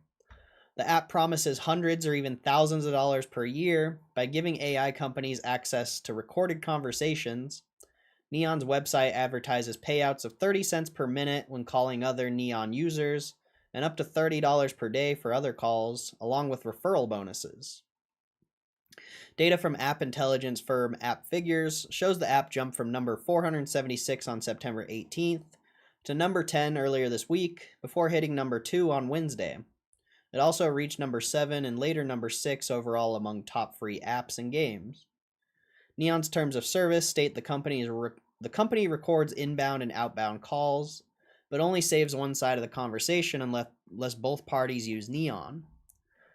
The data is then sold to AI firms for the purpose of developing, training, testing, and improving artificial intelligence systems.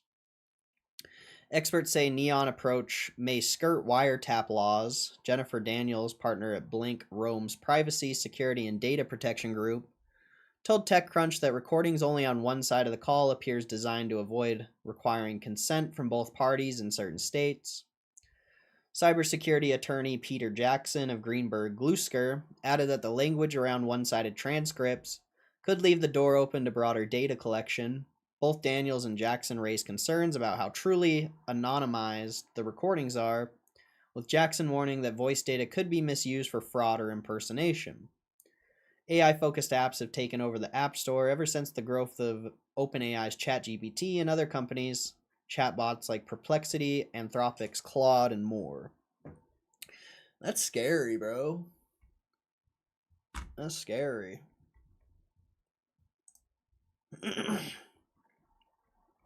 I ain't ever talking on the phone to anyone ever again.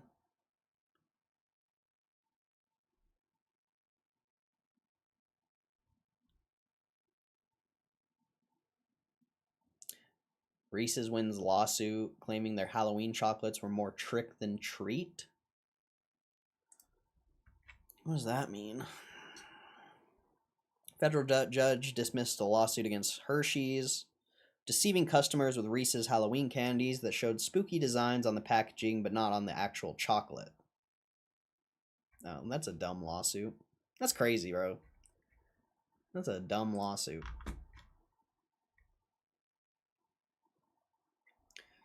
Any ideas going on today? Stocks don't go straight up. That's all I can say. I don't know. Your guess is as good as mine. But stocks don't go straight up. Crypto doesn't go straight up. It's just volatility. That's all I can say. It's just volatility. Twitch, Steam, Roblox, and more could be banned in Australia for kids over social media clampdown. Let's see. Meta's Instagram, Facebook, and WhatsApp are at the top of the list, along with Snapchat. Wait, did I miss something? Oh. Twitch, Roblox, Steam, Lego Play, X, and Reddit have been contacted by Australia's e-safety commissioner to assess whether the upcoming ban on kids under 16 using social media will apply to them. The commissioner asked companies in September to complete self-assessments against the law, which will be used to determine if they must comply. eSafety will not formally declare which platforms qualify, but those it considers age-restricted will be expected to follow the rules. The commissioner confirmed platforms believed to be age-restricted will be expected to comply with the law, with information on assessments to be shared before December 10th start date. Meta's Instagram, Facebook, and WhatsApp are at the top of the list of platforms targeted, along with Snapchat, TikTok, YouTube, X, Discord, Reddit, Pinterest, and Kik. An eSafety spokesperson said many of the social apps meet many of the conditions the legislation uses to define an age-restricted social media platform. Amazon-owned streaming platform Twitch was also contacted by regulators and could face a ban for users under 16. According to eSafety websites, the law only prevents users from having accounts on the affected websites. Twitch, YouTube, and Kik all allow you to watch streams and videos without being logged in, while TikTok and X make it a bit harder to navigate the platform without an account. Match Group's dating app Tinder and Hinge and Microsoft-owned GitHub were also on the list, despite not being traditional social media platforms. The inclusion of Roblox, Steam, and Lego Play was unexpected, since services used primarily for playing online games are exempt from the law. E-Safety Commissioner Julie Inman Grant has previously raised concerns about Roblox's communication features being used for grooming. We know that when it comes to the platform that are popular with children, they're also become popular with adult preds. Roblox is committed to implementing new safeguards by the end of 25, including private by default accounts for under 16, stricter chat control, and tools preventing adult users from contacting children without parental consent. Okay.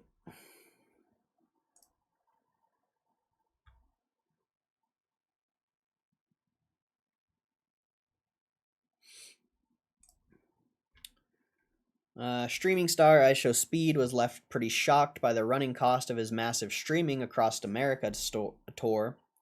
At the end of August, IShowSpeed embarked on one of the biggest streaming tours to date, spending 35 days traveling across 25 states in America. The YouTube and Twitch streamer has been all over, visiting large parts of the East Coast, the Midwest, and he's since ventured towards the West Coast. While it had brought in big viewership numbers, the trip hasn't been without issues. Speed had run-ins with the police, fans driving. Didn't we already read this? I think they're just taking the same. I don't know. How much total did I spend on this tour? Speed asked one of his crew members. Total, all around like 7 figures. His longtime cameraman Slips then replied, 7 figures. I've been spending this tour. Goddamn, I've been spending this tour. Shit. Speed added, fuck, I don't even be realizing because I just stream. Slips then informed him that he spent $1,500 in a Nike store without even realizing, all because Speed had covered the cost for multiple people. I spent a lot this tour, streamer chimed in before being told he's likely made a small loss on it. One of the biggest expenses is, of course, the travel. Speed's been traveling around in a custom tour bus. Been traveling around in a custom tour bus, which was estimated to cost around $300,000. He and his team have also rented cars in each city they visited. Security is also a big cost, but it's necessary given how many fans follow him around. Speed still has plans to do big streams in Africa and Antarctica at some point. Who knows how much they'll cost. Damn. Damn. A milli?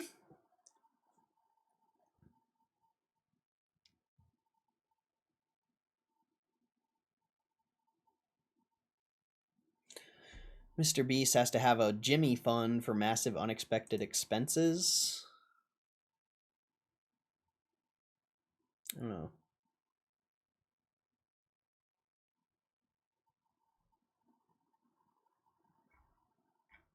I don't want to read that one. What time is it? It's almost 12:30.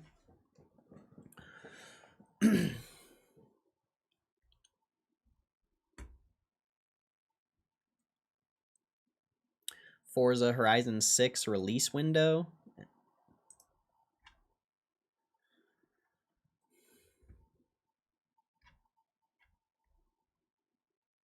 Early 2026. Jimmy Kimmel clip goes viral after Ethan Hawke interrupts new monologue. Dangerous fake Labubus worth millions seized by Border Patrol.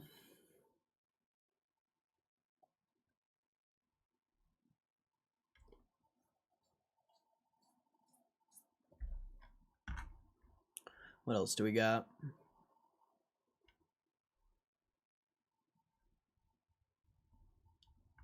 Kai Cenat breaks his own Twitch sub world record during Mafiathon 3.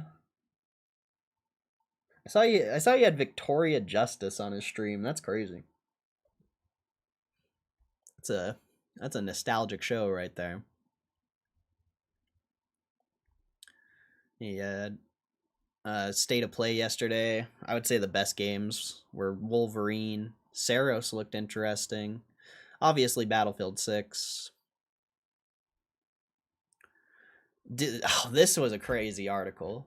I haven't read this yet, but a 14-year-old boy was struck by a truck while waiting for top streamer IShowSpeed to make an appearance at Columbia High School in Napa, Idaho. IShowSpeed's one of the most popular streamers from Asia to Europe. Let's see. The trip has been chaotic. Crowds had gotten so big that they even drew the attention of local law enforcement, who nearly charged Speed with inciting a riot in Texas. Well, it's not unusual for online celebrities to draw massive groups of fans during IRL streams. The shared excitement over the possibility of meeting influencers face to face can result in dangerous situations. On Monday, September 22nd, Speed was set to make an appearance at Columbia High School in Nampa, Idaho. Fans crowded around outside the school building in anticipation of being in one of Speed's streams. Reports from local news outlets state that many people were gathered in the streets as the streamer left Happy Valley Road when a pickup truck not related to Speed or his entourage in any way hit a 14-year-old at the scene. Incident took place around 6 p.m. Driver sped off without stopping to check on the victim, who was rushed to the hospital and released after being treated by medical personnel. No other information about his condition has been released. Law enforcement officials stated that the driver, identified as 20-year-old Donald Allen Hagen, called in to report the incident at 7:30 and turned himself in. Hagen was arrested with leaving the scene of an injury accident, felony that carries a punishment of $5,000 and up to 5 years in prison. Speed has not yet publicly commented on the incident, but he has been forced to confront his fans during his travels through the U.S. Crazy.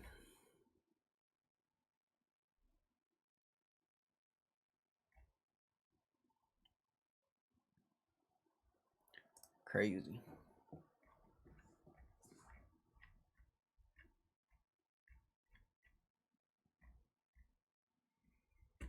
Let's see.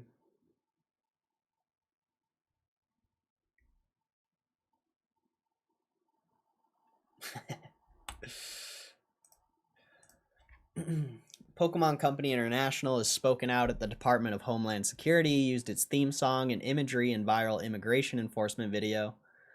Clip shared by DHS on X shows ICE agents making arrests while the Pokemon anime theme plays.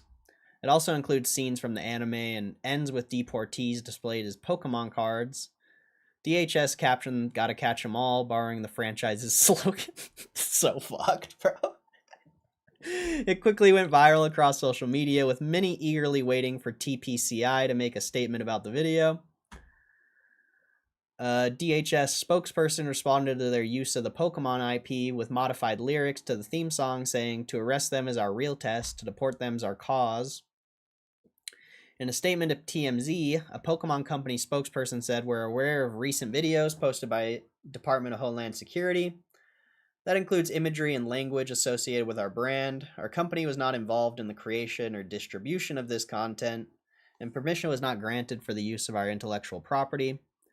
Pokemon did not confirm if any additional steps or legal action would be taken, stating that it was not involved and had not granted permission for the video. Pokemon Company is known for closely protecting intellectual property, often taking swift action when its brand is used without approval. Previously cracked down on unlicensed fan games, merchandise, and events." I've watched it. I just can't play the sound on stream. It's pretty ridiculous. We watched it yesterday, I think. It's either yesterday or the day before, but I already watched it. I just can't play the sound on stream, so there's no point in really watching it. If I could actually play the sound, it would be different, but unfortunately, you can't.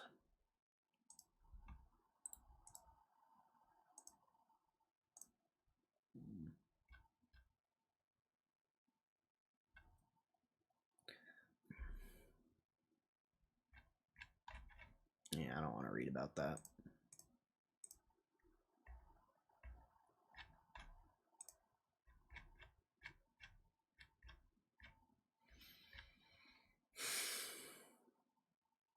Scientists give emotional celebration as Huntington's disease successfully treated for the first time. YouTuber Max Fosh set to be the most wanted man in Europe. Is this the guy that... See, Max Fosh has broken 10 unusual European laws in 48 hours, documenting the entire challenge across 10 countries as he set off to be the most wanted man in Europe. Journey began in the UK, where he handled a salmon under suspicious circumstances, which is prohibited under the Salmon Act. And Kev was talking about that one day. From there, he crossed into Belgium, where he kept pigeons without official permission, before heading to the Netherlands to spy on strangers, text messages with zoom lens. His fourth stop was Germany, staging pillow fights in public despite a law banning pillows as a weapon. In Luxembourg, he removed his car's windscreen wipers, which is illegal even if the car has no windscreen. That's so interesting. We literally talked about this one day on stream. Max hiked the Alps in the nude. Second day started in France, where Peter worked a bakery shift while intoxicated on vodka and Jägermeister, breaking the rule that alcohol at work is only permitted if it's wine. In Liechtenstein, he intentionally burped and farted in public to violate a ban on the behavior. Austria came next, where he scrubbed a bus stop with bread, which is forbidden under local law. In Italy, he wore noisy shoes and later strapped squeaky chickens to his feet until police finally noticed. The final law was broken in Switzerland, where he hiked the Alps without clothes, an act considered illegal in the country. After completing all 10 stunts, Peter signed off by calling himself an international bad boy following his 2-day spree. That's wild. There's some wild laws. There's some wild laws, bro.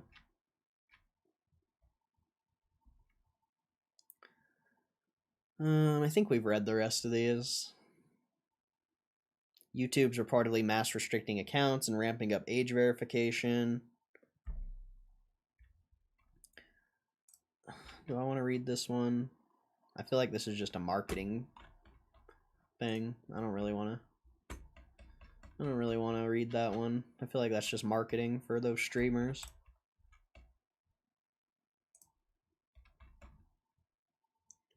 Strapping chickens to your feet is against the law in some countries. In Austria, apparently. I think that's what that said, Austria.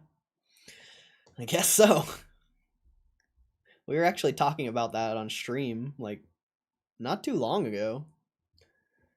I don't necessarily think we talked about the chicken one, but we talked about, like, the salmon one and the pigeon one. I think we talked about the intoxication one as well.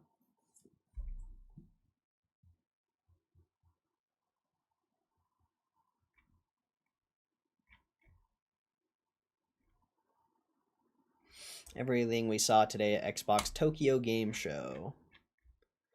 Gungrave, Gore, Blood Heat, 007 First Light, Double Dragon Revive, Fatal Frame 2, Anemio, Sudden Strike 5, Fallout 76, Monster Hunter Story Series, Bruce Lee and Hitman, World of Assassinations.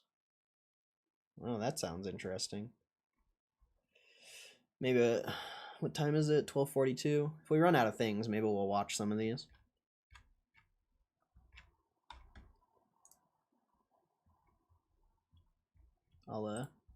Where'd it go? There it is. We'll keep it open just in case.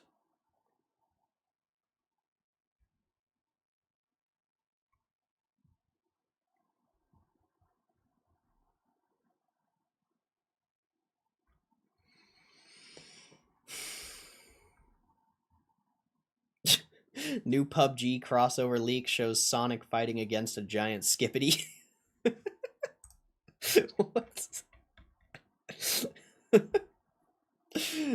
No way. Ah, music. The Skibbity toilet!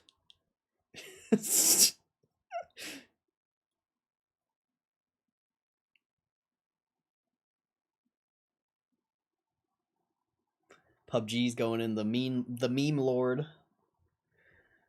We gotta get those viewers, bro. Get that brain rot in the game. Gotta get that brain rot in the game, bro. That's so wild, bro. I can't believe PUBG is still around, honestly. After 2 years, Overwatch 2 finally resolves its canceled campaign.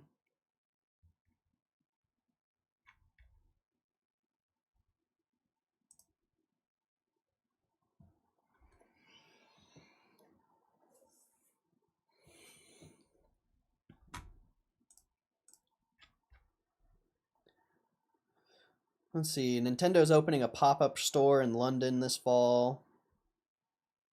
Microsoft blocks Israel's use of its data center for mass surveillance of Palestinians. Microsoft pressured to extend free Windows 10 security updates in Europe. Elon Musk Grok is cleared for federal government use. That's kind of crazy. XAI accuses OpenAI of stealing its trade secrets in new lawsuit. Spotify is doing more to address AI slop.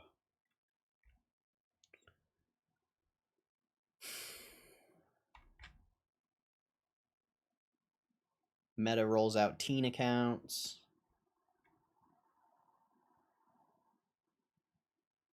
Qualcomm says its new Snapdragon chips are the fastest and most efficient in Windows PC. Qualcomm. Welcome. Let's see what else. What else do we got here?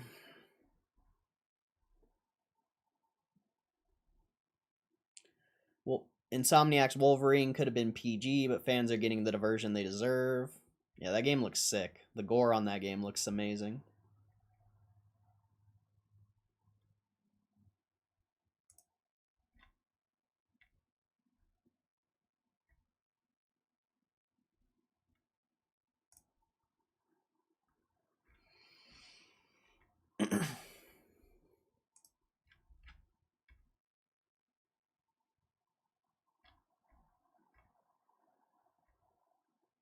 I don't think we got any more. Starbreeze says sorry versus price increase on Payday 2 DLC bundle. Those new Pulse speakers for the PlayStation look kind of cool. Because it's not just for PlayStation.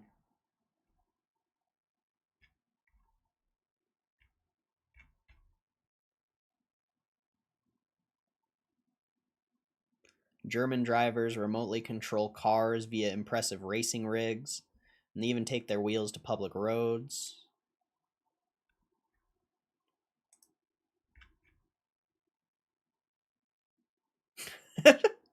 Mod Maker brings Skibbity Toilet to Borderlands 4. What's up with all the Skibbity Toilet fucking... Why is there so many Skibbity Toilet articles? What's up with that? What is up with that? What's up with airline food? What's the deal? What's the deal with airline food? Oh, Power Hour? What a slow stream. The past couple streams have been so slow as far as like the views. Very interesting. What's wrong with Skibbity Toilet? You got a problem with Skibbity Toilet, bro?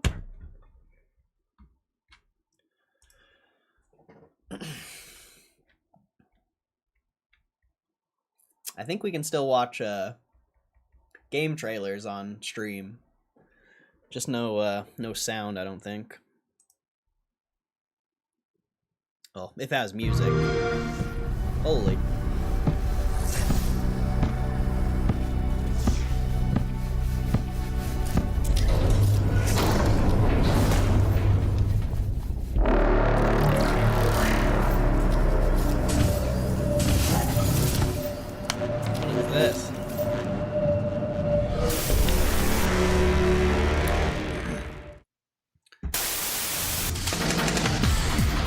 Music.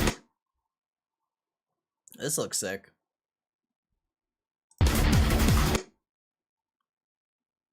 Why does he have that giant gun on his back? What is that thing? He's got to use it. Oh, it's a shield. What the hell? This game looks insane.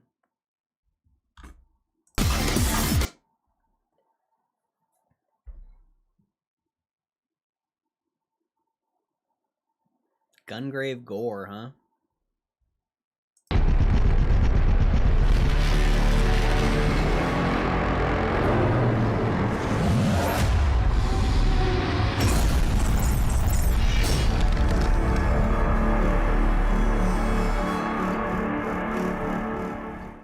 には生きるんだ。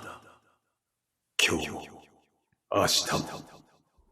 That looked これ wild. から What else we got? 007 First Light Gemma Chan reveal. What's that? I'm not ready. Music.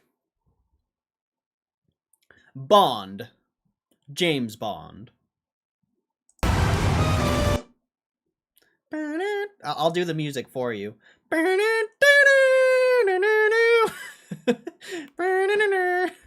Is it working? Is it making it better?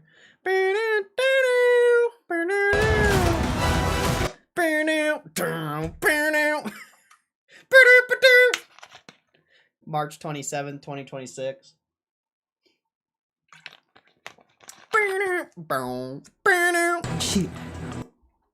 I don't know what the rest of this is. Gemma Chan? Who's that? Any questions? Please have questions. Oh, I don't have no questions, Gamma Chan. I know you're getting wrecked by 007. I know you're getting slammed by 007. You don't gotta tell me. I don't have any questions about it.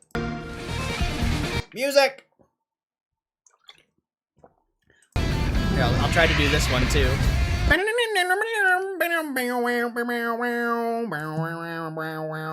I can't do this one. The music's too intense for this one. This looks like just like a fighting game or something.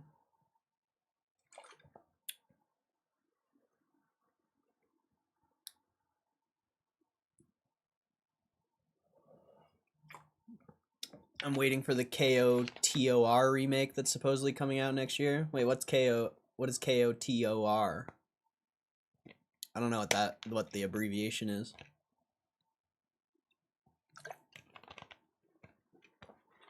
Give us that intense beat.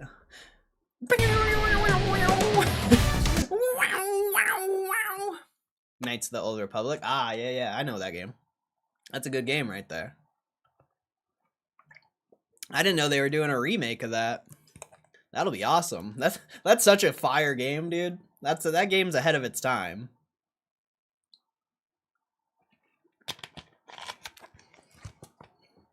That game is definitely ahead of its time. Same with like Fable. Fable was a hella good game back then too. Fatal Frame 2 Crimson Butterfly remake. No music. There's music. Sort of. 柴田誠です。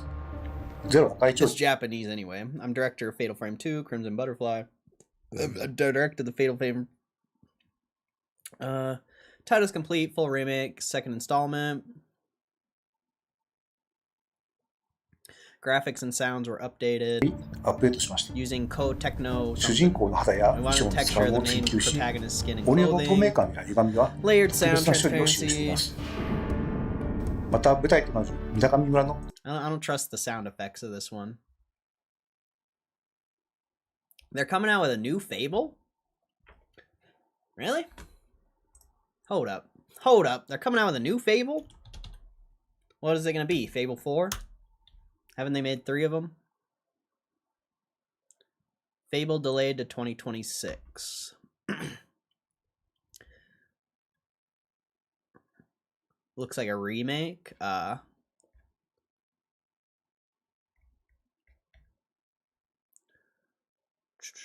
Fable's upcoming reboot of the X-Bikes franchise, made famous by the now defunct Lion's Head. I just want to start with really excited about progress, really excited about where the playground are. We previously announced the date for Fable is 25. We're actually going to give Fable more time, and it's going to ship 2026. It might be, I don't know if it's a remaster. Might be an actual game. Not sure. Yeah, I think it's a new game. I don't think it's a remake. Oh, maybe it is.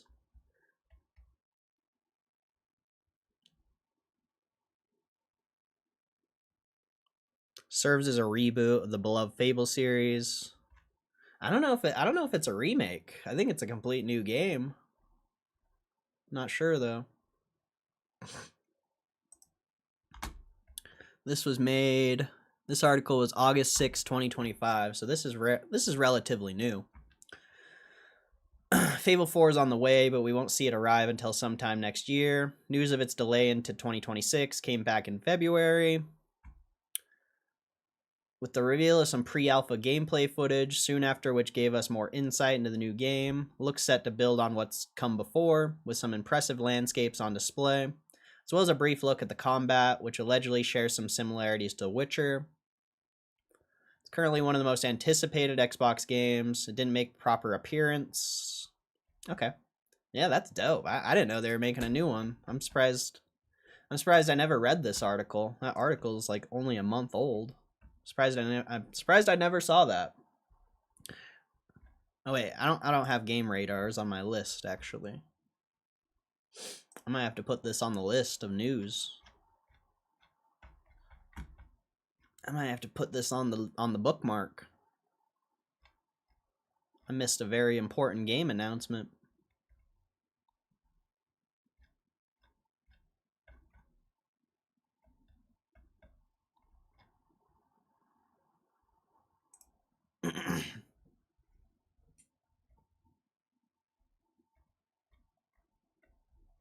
Or do I have game radar on the... No, I don't. I don't have it on the bookmarks.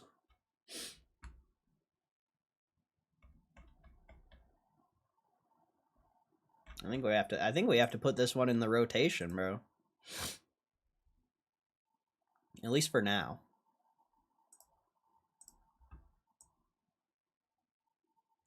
For now.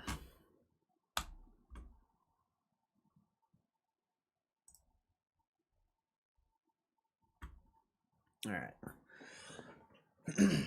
Like The Witcher, you say it could be worth it.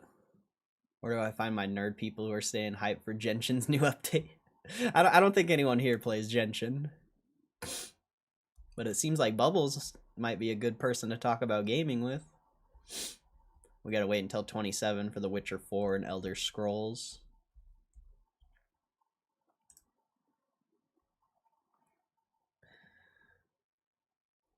Genshin's where it's at. I've never played. Never played Genshin. Is it Genshin or Genshin? I think it's Genshin. Genshin Impact.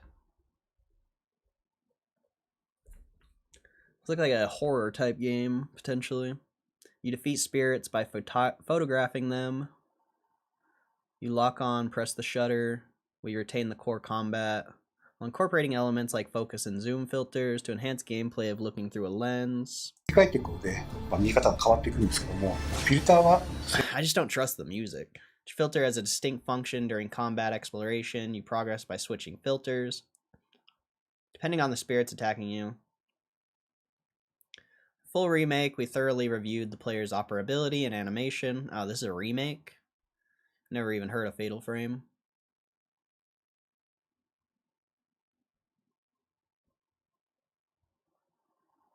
I believe it offers an immersive experience akin to exploring an actual abandoned village. Also, this remake uses Team Ninja's experience and expertise in crafting actions RPGs, enhancing controls, combat difficulty, and design, with Hideo Nakajima, who has worked extensively on Team Ninja's action titles, involved as other directors. We've made our most polished title so far. We added a new element, holding hands with your sister, Mayu. By doing this, the story, but also action and the bond between the sisters is fully developed. We were exploring this possibility 20 years ago, but we gave up on it for a number of reasons. This full remake gave us the perfect opportunity to revisit the option. Number of explorable locations. Collectible elements is also increased, offering fans a new enjoyment. Crimson Butterfly Remake is the second installment and was produced using modern techniques. But even though second part of the series, each story is complete and stands alone. So players can enjoy each title on its own. I hope old fans and series newcomers will all enjoy playing this game. Release is scheduled for early 26. This is the most beautiful and scariest version of the game yet, and we can't wait to show it to you.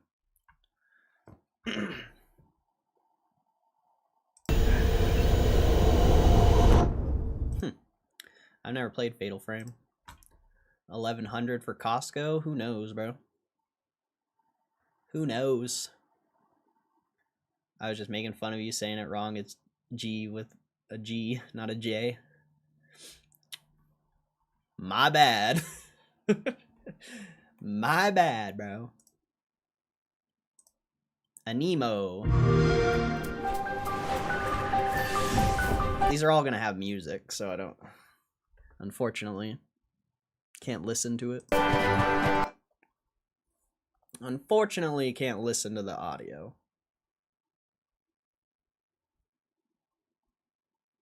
What is this? A Nemo?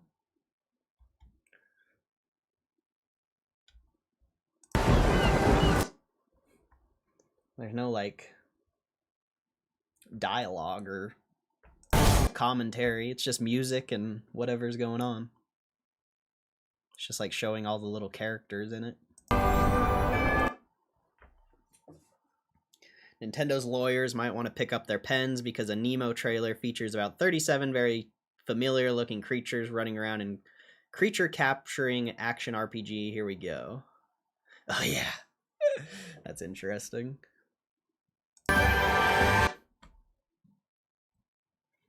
Looks the art in it looks interesting. Sudden Strike 5. Oh, there's no trailer for this. Seems Microsoft forgot to upload the trailer for this one alongside all their other YouTube accounts.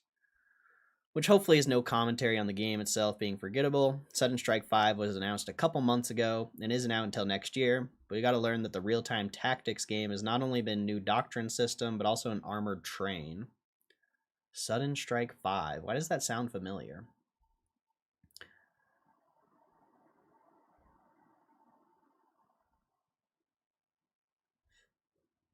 Fallout 76. Monster Hunter Story Series.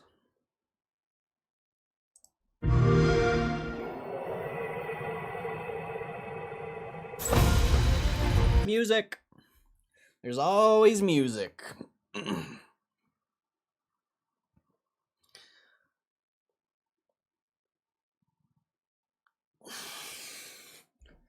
You don't have to play Genshin if you play Fallout. I'm gonna be playing Skate 4, I think, if I get a controller. But that's gonna be the first video game I've played in a while.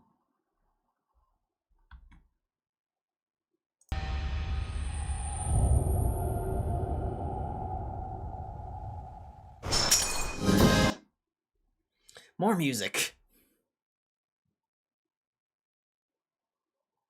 Monster Hunter Stories, huh? That looks like it could be good. Except for 76, I pretend that didn't happen. Wait, it's already out? Oh, new feature that's been added to the game.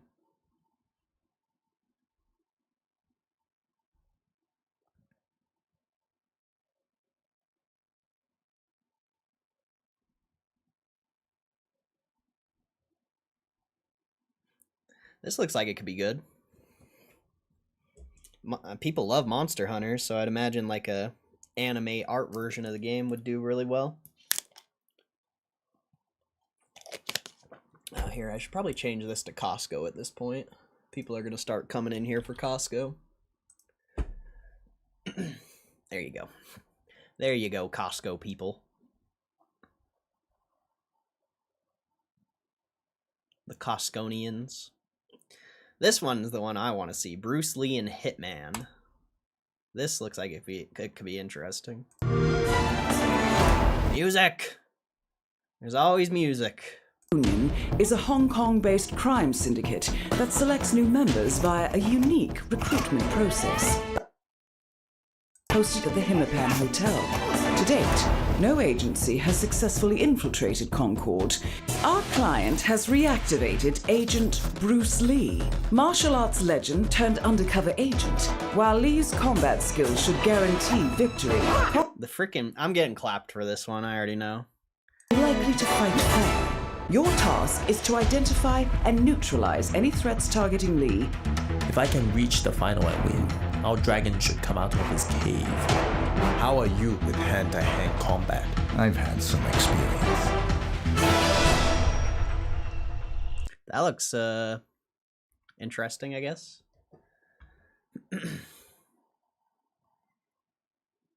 He said the updates finally made it worth it. I guess they just added another new feature. If I get a controller, I've heard those words before. It's what it is. Just... Still not the same. I think Fallout needs to remain as a single player game. Fallout 5 won't be released till 2031, 33. Really? That's the estimate for it? That's crazy. Are they actually like already in the process of making the game, or I've never even heard about Fallout 5. Hotel Barcelona.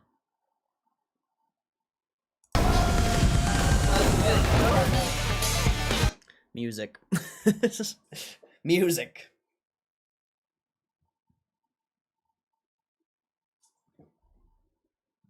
Yosh. Gosh. There's always music, isn't there? あ、いた。あ、嘘。やばい。あ、痛い痛い痛い。あー、死んだ。うつー。マジか。みんな来てくれた。やっほ。Now. Stop it. こっちこっち。 This is an interesting Yosh. game trailer. 任してそこそこ。マルチプレイ最高。よし。よし。 Music. What a weird game trailer. いけー。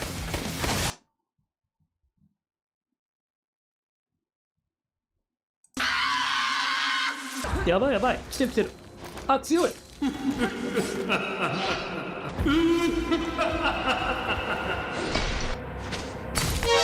お、誰か来た。どういうゲーム？任せろ。 It's like I'm watching a YouTube video as a movie trailer. いった。あ、痛い痛い痛い。やばいやばい。死ぬ死ぬ死ぬ死ぬ死ぬ死ぬ。あー、死んだー。I don't even understand what he's saying, and it's funny. ちょっと。This is a good This is a good game trailer, bro. I've never seen a game trailer like this. That was actually really good. That was sick. I liked that.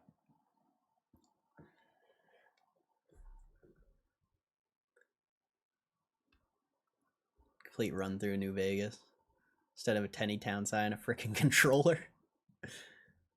I would appreciate it. But you don't have to. See, Dragon Quest 1 and 2, 2D remake. New Vegas and mods, super fun. HD2D 版ドラゴンクエスト 1&2 プロデューサーの早坂です。今日はもうすぐ発売予定のこちらのタイトルから原作にはなかった全く新しい様子の海底エリアについてご紹介します。どうぞお楽しみください。Always with the music, bro. I mean, I get it. I get it. It's a trailer.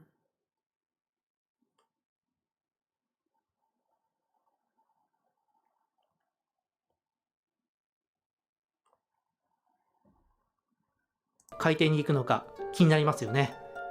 Maybe wonder. I don't know. I didn't see what that said. Ship is encased in a bubble, floats down underwater. Ocean floor, the party first heads for Mercia, a town inhabited by mermaids. However, the mermaids are nowhere to be found. It seems the mermaids have been attacked by monsters and are waiting for the mermaid sanctuary to be saved. As you can see, the ocean floor is an expansive area with lots of places to explore and charming characters to meet along the way. Although not everything you meet will be friendly. It's like a turn-based game.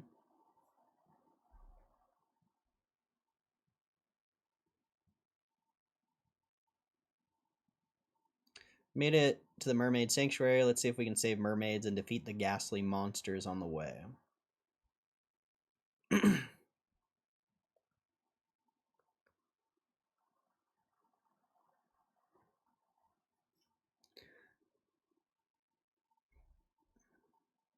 Enemy not seen before appears. We'll fight them or party of 4 and proceed.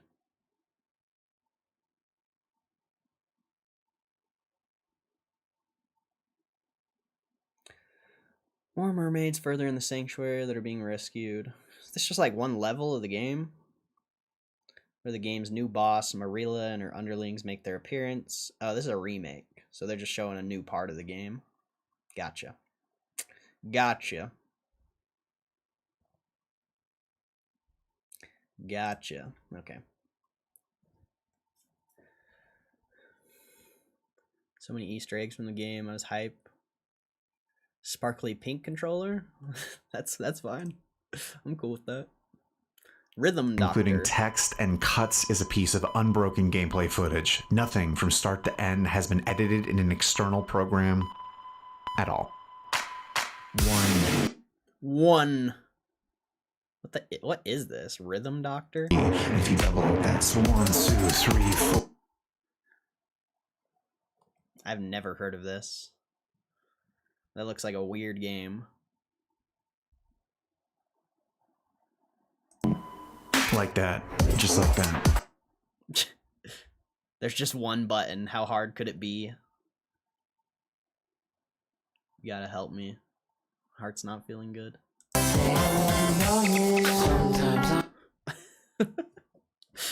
What is this? What an odd game, bro. What an odd game.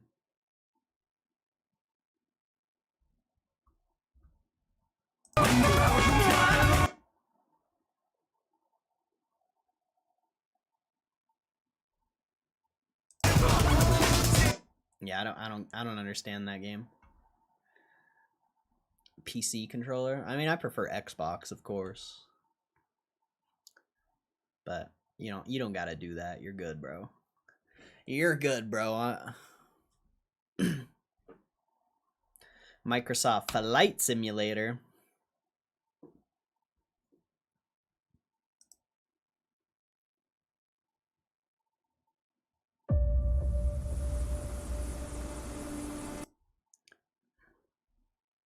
Always with the music.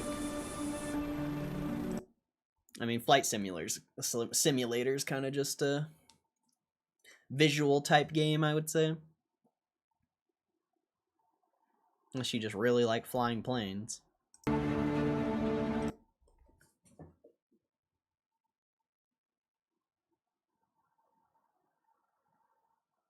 Oh, you can do paragliding in Flight Simulator too? I didn't know that.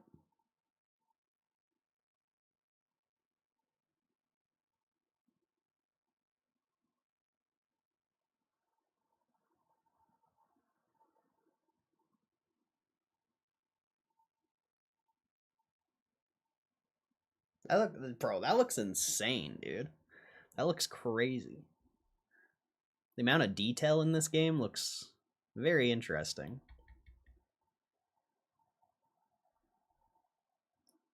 I've only watched Flight Simulator played a couple times. I didn't know it was like this.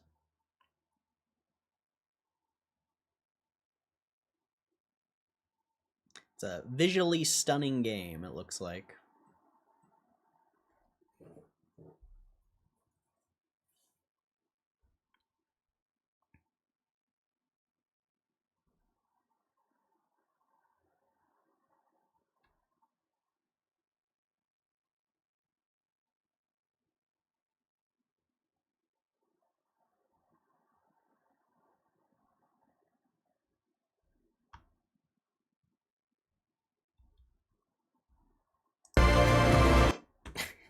Music. My mortal enemy, the music. I'll be so surprised if this stream doesn't get clapped. The sky is calling.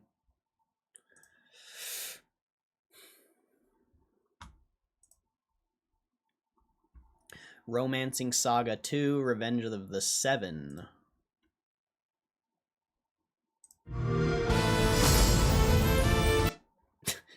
Frickin' music, man.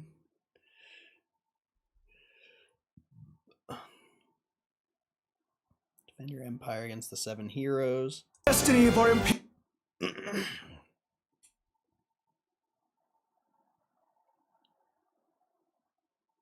Another turn-based game. Lots of turn-based games.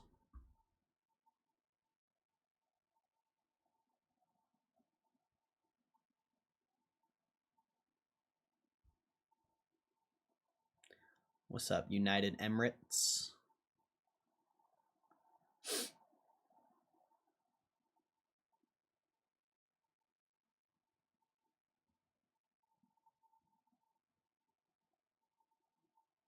Thought you were only playing PC. Yeah, all I have is PC.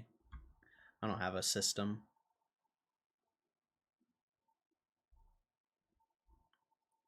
Star Sand Island. Yay! Brother! Every trailer has music.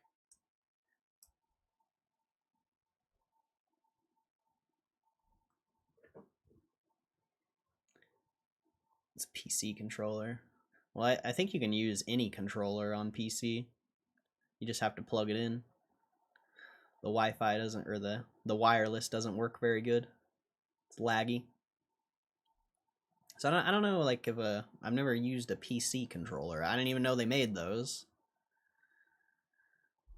I didn't even know they did PC controllers. Been there, tried that, but you can. I've used a PlayStation controller. I've used a PlayStation and an Xbox controller on my PC. You just have to plug it in. That's the annoying part about it. But you can do it.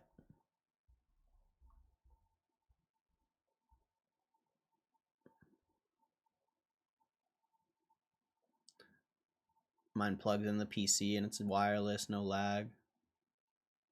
Really? What's the controller called? Project Evil Bane.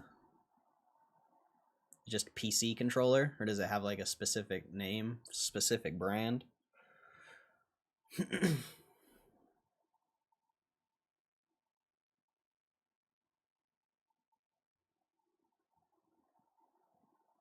got about 45 minutes till the market closes. Then the Costco earnings will be coming in hot.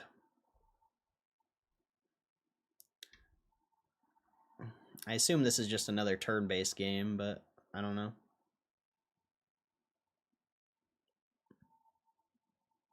The trailer is deceiving, it looks like. I don't know, it's not a turn-based game.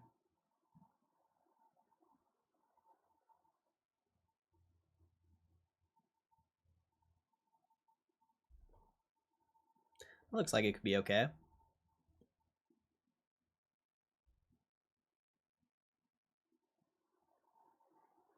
Actually, it looks pretty sick.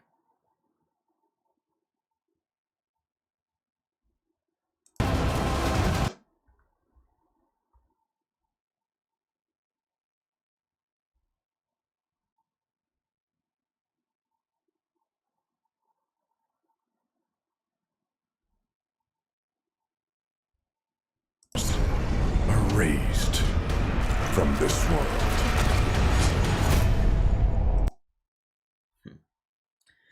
Ninja Gaiden 4, of course. This game, we've already watched this trailer before, I'm pretty sure. But this game looks amazing, of course. Can't go wrong with a Ninja Gaiden game, that's for sure. Hi, this is Joe from Team Ninja, and today I'm excited to bring you a first look at some of the challenges and difficulty options that await you in Ninja Gaiden 4 when it releases October 21st. It's like a commentary one, I don't know. Developed by... I just don't trust the music, bro. I just don't trust the music. With a wide array of new offensive and defensive techniques. I think we're just gonna skip this one, because we've watched it before.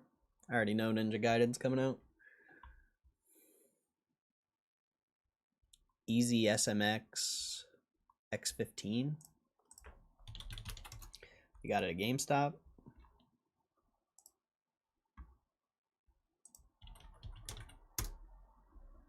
No. X15.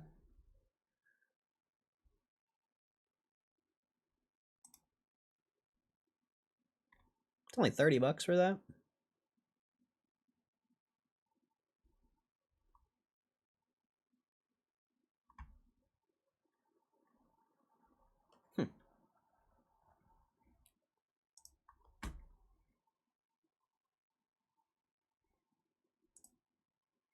They got it at Best Buy, so I could just go get it. I just don't like... I'm just so, like... I love the Xbox controllers so much. Like, do you like this controller? How do you feel about this controller compared to like a normal Xbox controller? Yeah, but it doesn't mean it like feels the same. I've had like aftermarket Xbox controllers and they never feel good. Like you can't beat like a normal, just basic Xbox controller.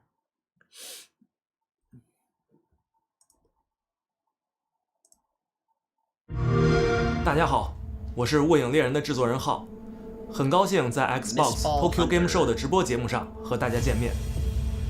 在这次雾影猎人 Beta 3测试中，数以万计的猎金人参与到了本次封测。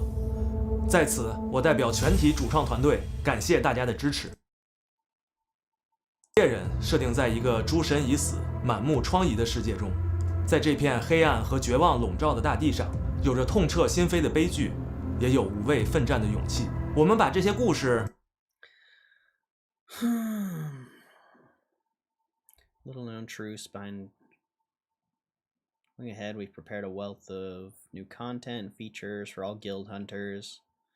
One new such content would be the Solemn Needles, secondary playable mat and misfit hunters or misfall hunters. Anchor for the first time. Pale trees lurk enemies. Drawn to Anchor's lingering power. Corpse of Giant still radiates the once legendary power of the gods as the journey unfolds. Players begin to uncover the ultimately confront the power of the false god. Yet to fade, but we couldn't be more eager to meet you all again in the next hunt. Okay. How long is this? They showcased a lot of games. I always spend extra to get a real Xbox controller. Yeah, that's how I feel. I've heard of PlayStation controllers, but I like this one. Feels good. Buttons don't stick. Had it for a year. The clicks feel good. I like it. PlayStation's definitely better than Xbox. Well, I disagree. I disagree. Xbox controllers are nice. And I grew up playing PlayStation. Even when I was like growing up playing PlayStation, I always preferred Xbox controllers. PlayStation controllers are too small. You're back in the forest. Been long. Winter Burrow. Hear my words.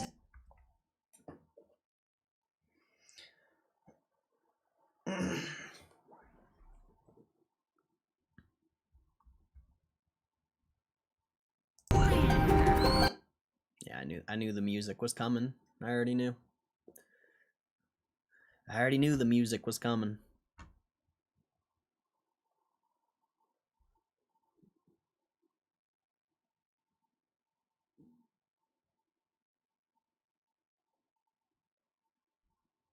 A path on.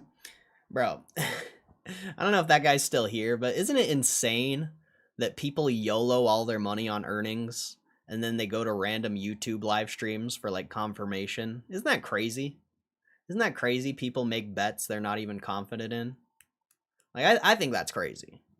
Like, if you're going to put 100 grand on a bet, you should be confident in it, not be going in YouTube live streams for confirmation bias. All right, see you, Caitlin. Have a good one. Good chatting.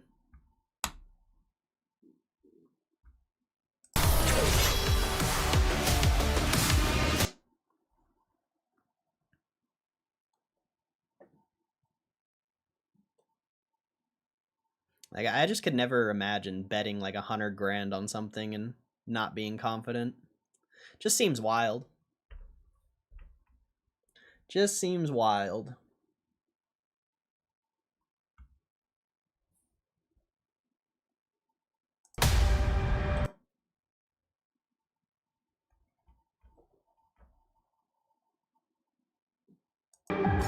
Colonel, don't just stand. It's time for you to take the stage.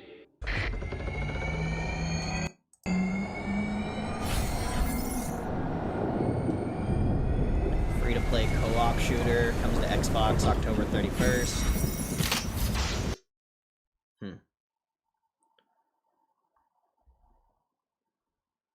Maybe they want to assure that others see it the same way. Yeah, but you're betting $100,000 of your own money.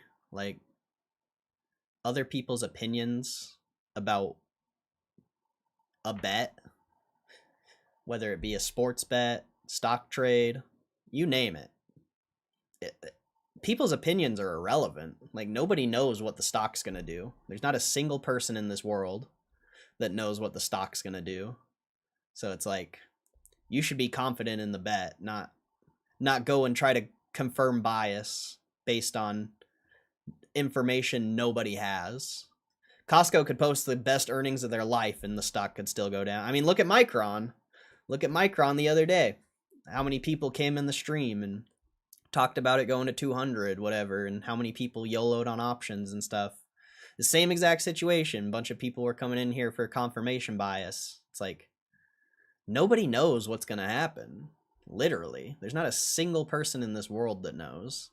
The market is not, it's not really predictable. I mean, it is in some cases, but earnings is not predictable.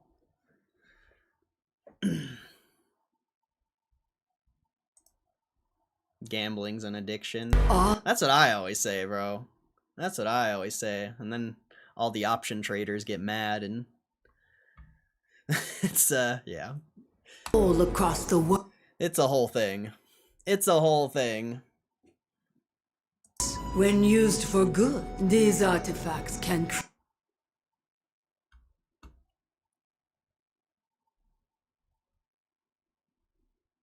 Not saying it's smart.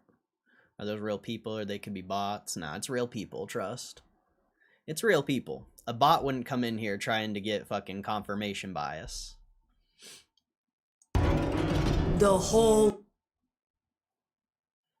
Like here, let me, where is it? Where is it? Where is he? Here, I got you, bro. I got you, bro. Here, you ready for this? I got your earnings prediction right here. You ready? You ready for this earnings prediction, bro? I don't think you're ready. Are you sure you're ready? Are you sure you're ready for this earnings prediction? Check that out. You see this? You see this? This is a coin. This is your earnings prediction right here. So heads, it goes up. Tails, it goes down. You ready? Well, there you go. There you go, buddy. There you go, buddy. There's your earnings prediction. Does that make you feel better? Does that help? Because that's basically what you're doing. You're betting 100 grand on a coin flip. So, hopefully that helps. Hopefully that helps.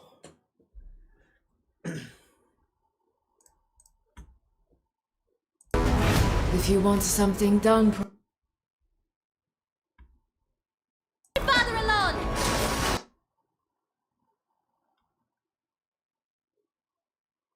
If you took that seriously, I don't know what to tell you, bro. If you actually took that seriously, I can't help you, bro.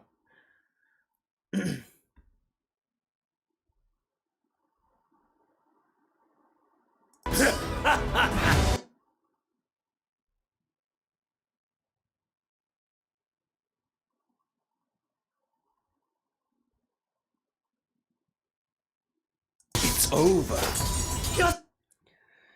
Alright, are we to the end of this? Call of Duty Black Ops 7. Ooh, Forza. I want to watch the Forza one. And then well, this is the last one anyway, but you already know Forza is going to be good. You already know Forza is going to be fire.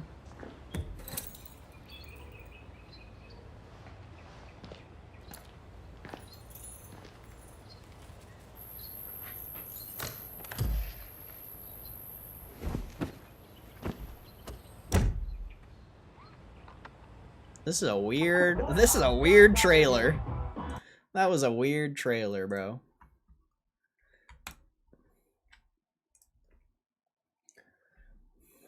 Let's see. Did I miss anything in the chat? Last 4 years, they had released their earnings around September. Have always been a beat. However, it seems to always dip right after. Daily TA shows bullish, but weekly looks bearish. Yeah, I mean, like I said, they can post the best earnings ever. It doesn't mean the stock's gonna go up. Like, earnings is literally a flip of the coin. Like, doesn't matter what they post. It literally doesn't matter what they post. The stock's gonna do whatever the stock's gonna do. What's up, Azuzul? Maybe bot is just new, wants to learn from the source. That's crazy. If I had that much money to gamble, I would just not gamble. Exactly. Rosh gets it. Oh, man. I like trading options, but I gotta recognize what it is and only play a tiny amount. Gotta manage that shit tight. Yeah, as long as you know it's gambling, that's good. Most people think options is their way to, like, financial freedom. So, as long as you see it for what it is, I would say that's a positive thing.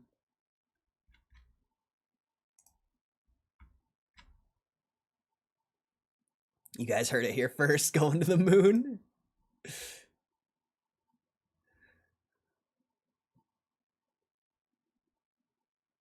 I know TA. If you know TA, why are you in my stream trying to get confirmation bias? I don't care about your technical analysis. It doesn't matter. You think lines on a chart means anything?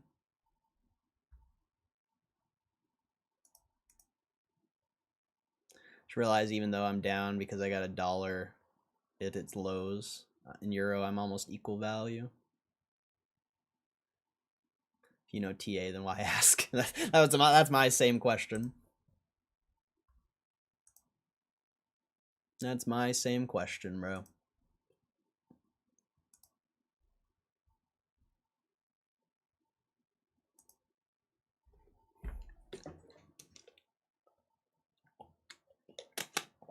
I'll be right back. I gotta go to the bathroom. Got you. I got you, bro. I know what you're looking for. I know what you're looking for. I know it. Trust me. Trust me, I know what you're looking for. I know what everyone here is looking for. I know what you guys want. I know you guys want it, bro. I know you guys want it, bro. I know you guys want it.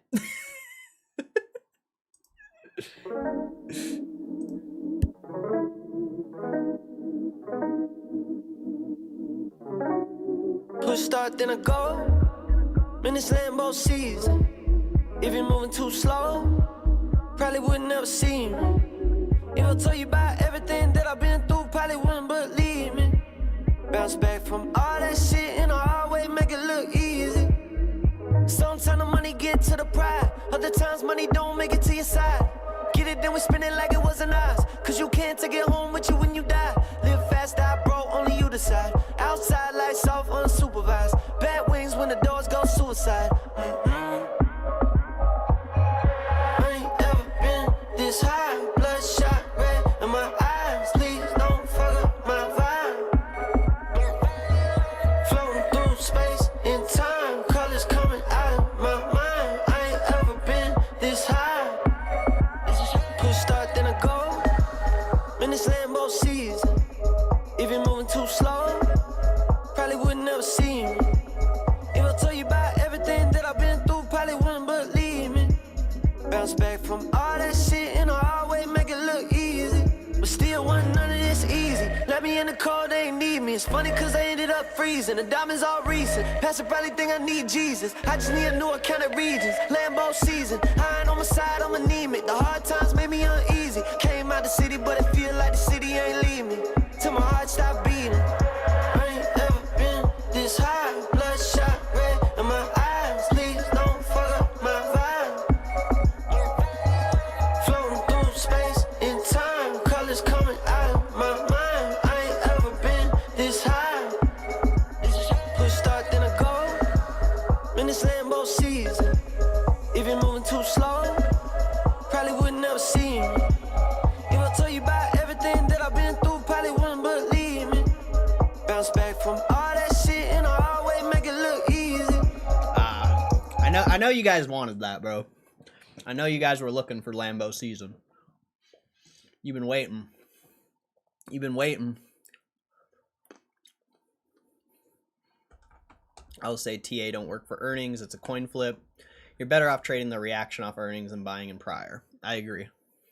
100%. But nobody thinks of it like that.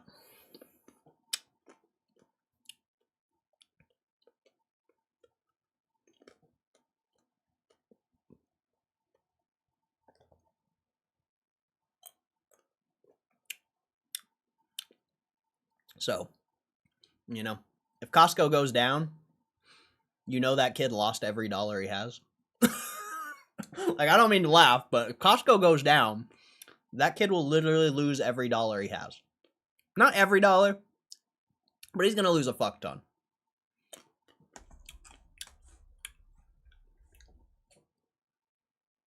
We'll see, though. You know, I don't really care what happens to Costco personally. But it's always funny when people come in here.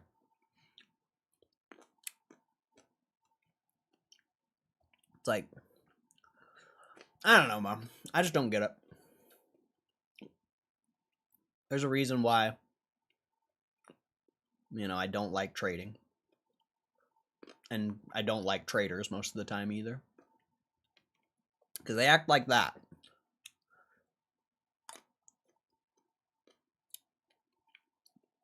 They're just gambling addicts, pretty much.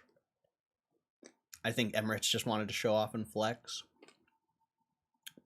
It's not going to be a very good flex if Costco goes down.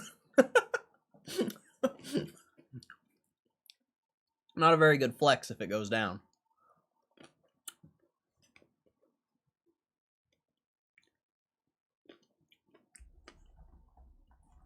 They left.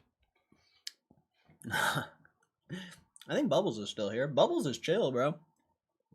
I don't know where Bubbles came from, but that guy's chill.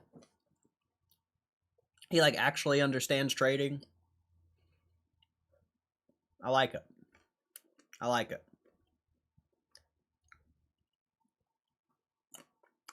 Comes in here talking about gaming while we're watching gaming stuff. That's a chill guy. That's a chill guy right there.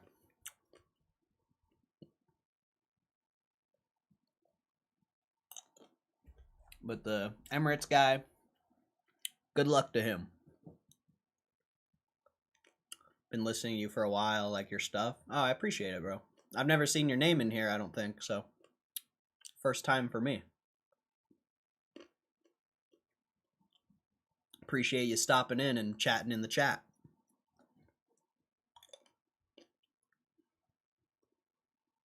I have noticed there's a lot of people who watch the stream after it ends. There's at least like 50 to 100 people that watch the stream after it ends. Kind of crazy.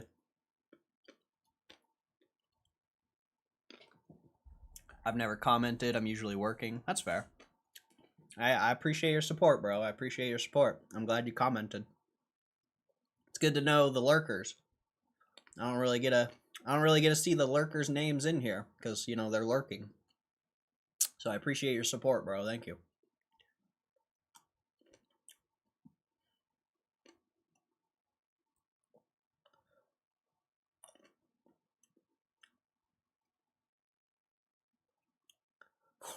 Push start and I go. And it's Lambo season.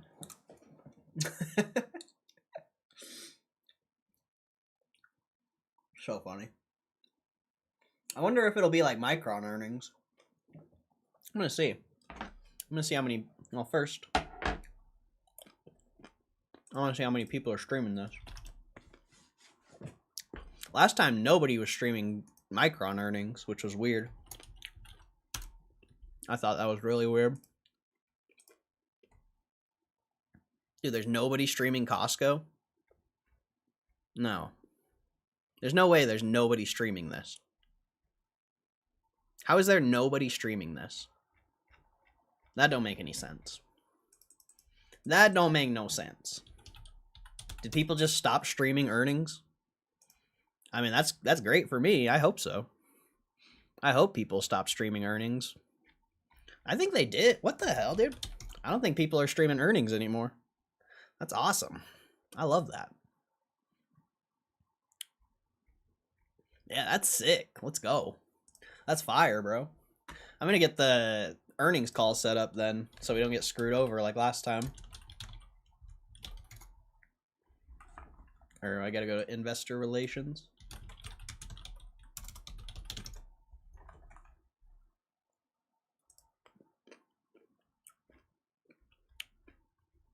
Where is it?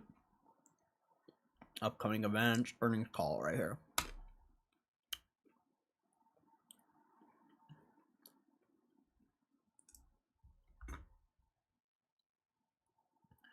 Josh Hansen. That's funny. That's Josh is the first person I used to watch. I don't agree with him on much besides the long term. The long term is something I can actually get behind, but I don't like options trading.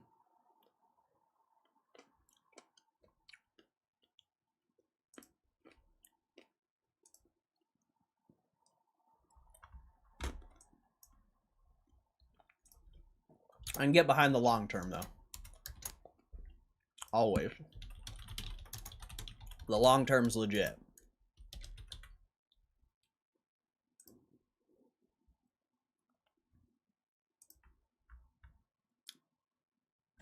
Wait, it didn't let me? You'll receive a reminder on the day of the event. You can access the webcast up to 15 minutes before the start time. Oh, I gotta wait. Okay.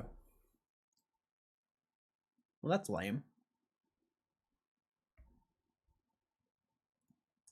Am I logged into my email so I can...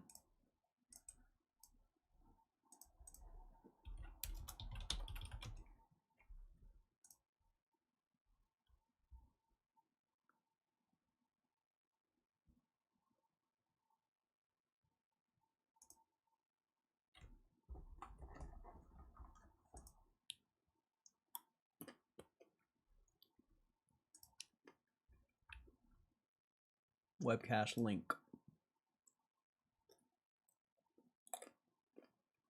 What the heck?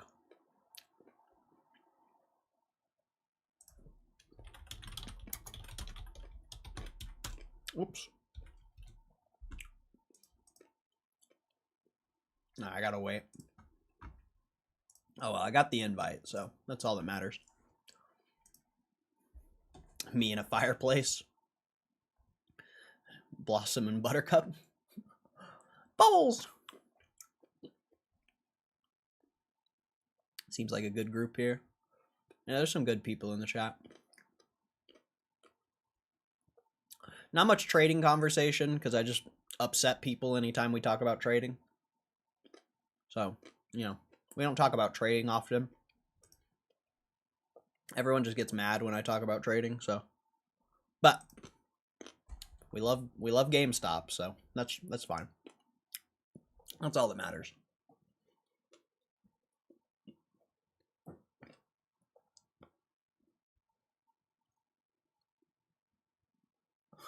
Oh, I finally got the joke. Took a minute. I finally got the joke, don't worry.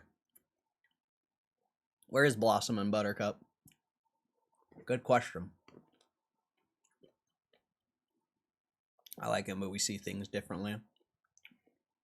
Yeah. I just don't like how Josh promotes trading. Even though, you know, he promotes the long term. You know, I can appreciate that, but I don't like the way he presents options. I think a majority of people who follow Josh lose money if they're traders. I don't know though. It's just my perspective. I've followed him for a long time. I mean, I don't watch his stuff anymore, but I've just seen a lot of bad plays. I don't think it's a good. Like I said, the long term, I can get behind that, but I think the way he presents options is a net negative.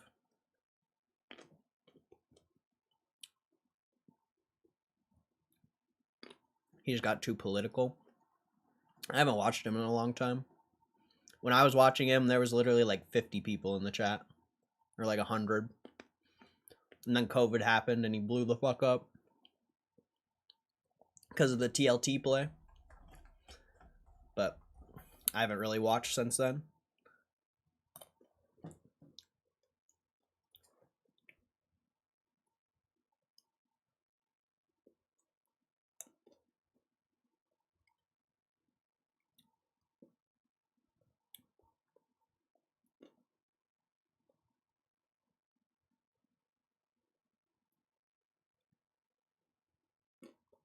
Push start, then I go. And it's Lambo season. If you're moving too slow, probably couldn't ever see me. I do like his music too, actually. Uncle Answers has some bars. I'll give him that. Uncle Answers has some bars. The music's not like insane, you know, it's not like super good. But he's got bars, that's for sure. Definitely has bars. What kind of trading style do I use? I day trade, but I haven't traded in a while. I sold like 50 shares of GameStop at $27.20 or some shit. Bought a little bit more, down at like, you know, the price it's at now. So, lately it's been kind of swing trades, but I just buy GameStop, bro. I don't really trade anymore. I don't really feel the need to.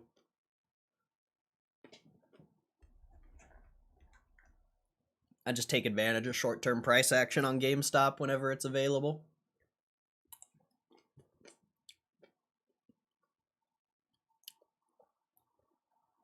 But if it wasn't GameStop, I'd be probably day trading or value investing, probably.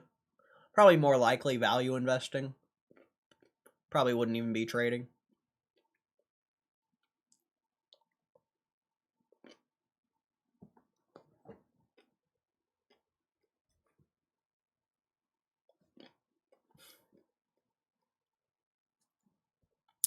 Josh answers, call me Lil Buffett, been a decade since I made a mill. Y'all still haven't done it?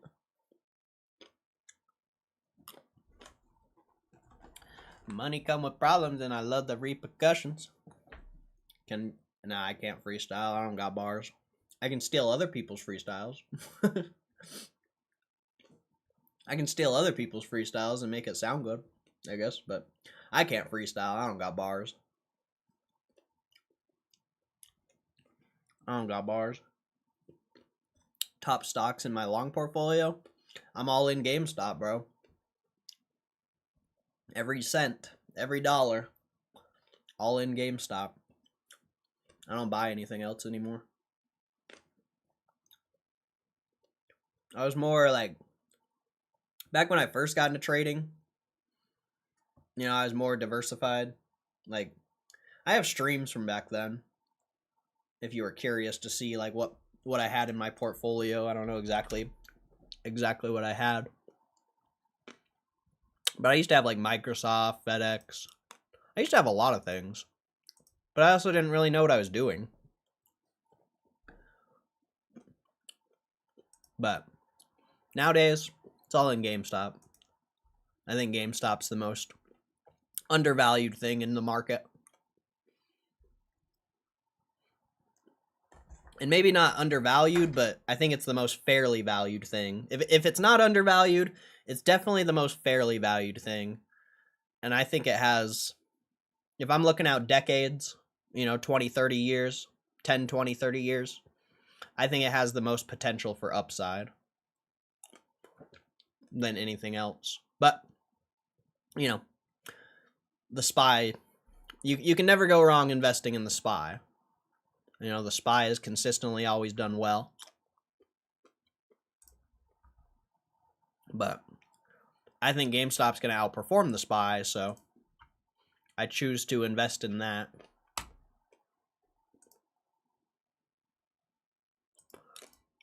I wonder what stocks I used to have in my portfolio. Let's see.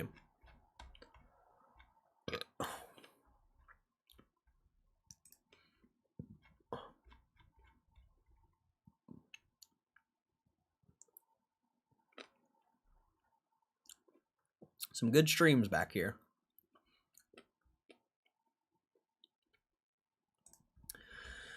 Back when nobody watched.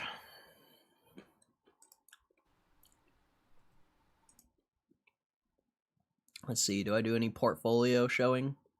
Oh, right here it looks like. Let's see. I had 9 shares of Apple, 2 shares of AbiVi,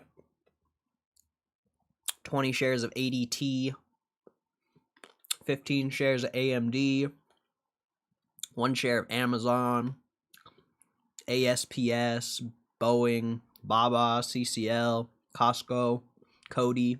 I had a lot of stuff back here. True, WMC, Viacom, Verizon, Walgreens. All the plays are random though. Oh yeah, Zillow. Zillow was my worst stock, like my first, like, yeah. Zillow was my worst pick ever, I think. As far as like when I was first began. Looks like Wish was garbage too. But everything else looked like it was somewhat up. Gyrate. What was I talking about? Say. Yeah, it looks like I was crushing on... Damn, I was up $700 on Cody? Is that a 7? I scrolled too fast. I don't know. I used to have a lot of stocks back here, but this was 4 years ago, so... After... I actually predicted the 22 crash. I have a stream about it. So I sold all my stocks in 2022. And I've pretty much been a day trader since then. Up until about a year ago, I started investing in GameStop.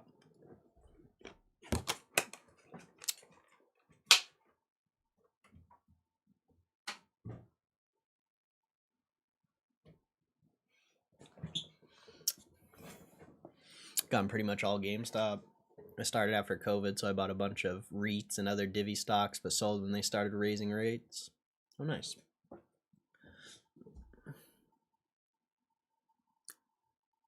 That's dope. I started before COVID. I think my first like month in the market was when COVID happened, or like first month. I don't remember exactly, but I was there. I think I bought the dip on FedEx. I think that was my best stock pick back during COVID. I bought like the absolute bottom of it, but didn't really get much else.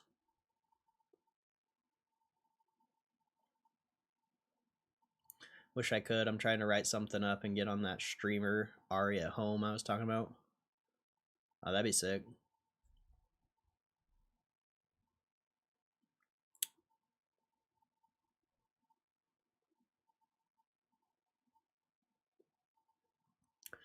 Look who it is. Look who it is. Man, you always come in here when the stock's already selling off. You never predict the top. It's kind of weird. You would think if you were a good trader, you would predict the top. You know? Not predict it when it's already down 4%.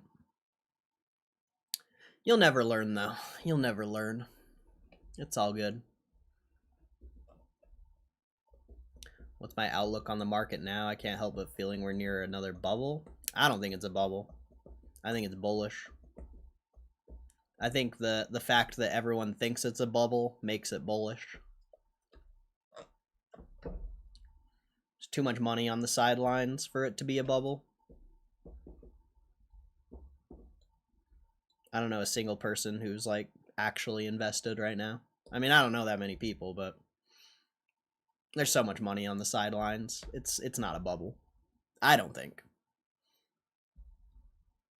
There's too much money on the sidelines. Anytime the market dips, people are going to buy it up, I would say. For the next, I don't know how long, but I don't know. I don't think it's a bubble. I really don't. I think it's extremely bullish, and people are wishing it's a bubble because they missed out. I think that's the reality.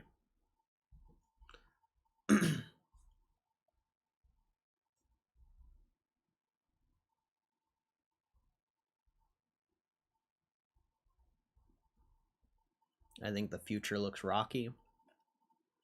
I don't know. I don't know. What is your why do you think that? You literally just barely broke all-time highs on the indexes like a month ago. If that, like literally last week you broke all-time highs on the Russell. Like I don't think that's a bubble, you know. If it was a bubble, the shit would be like doubled or close to doubled. It'd be up like 20, 30, 40%, but the indexes just barely broke all-time highs. Like I don't see how you could see that as a bubble. I don't see it. Unless it rejects, you know, unless it stops pushing all-time highs. I could, you know, that's a whole different thing though. That's not a bubble. That's market mechanics playing out. Bubble thinks bubble.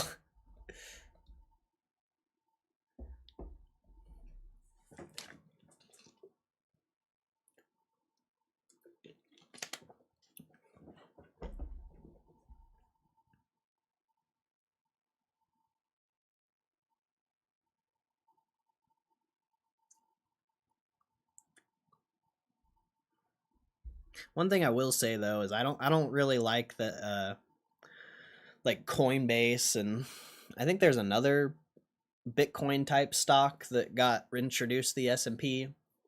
Not a huge fan of that. Even though, you know, it's probably small weight within the S&P, it probably doesn't matter. I'm not a huge fan if they keep adding like crypto related stocks into the S&P, because then the S&P isn't, then, you know, S&P and crypto, which in some ways they kind of are already, they're going to be like directly correlated. And I'm not a huge fan of that, even though I'm not, you know, currently invested in the S&P. Like if I was, I just wouldn't be a fan. I really wouldn't like that.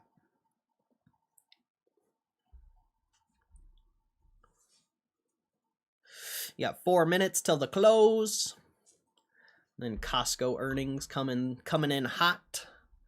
Coming in hot on some Costco earnings.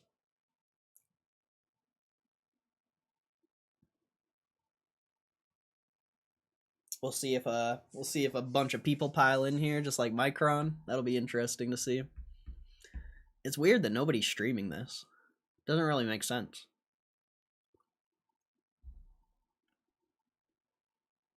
It's like all the Furus lost all their money or something. Back like a year or two ago, or, you know, maybe the past like 4 years, people always fucking stream earnings. But now nobody's doing it. It's weird. Very weird. Maybe, yeah, I don't know. It's weird. I mean, it's good for me, but it is weird. Oh yeah, and all the OGs here, if you guys see like, if a bunch of people come to the chat, try to interact with them, see what happens.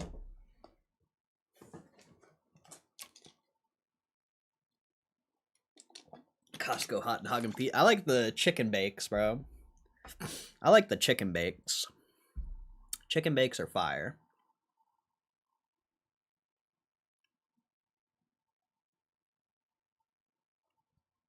What's up, Kayet? I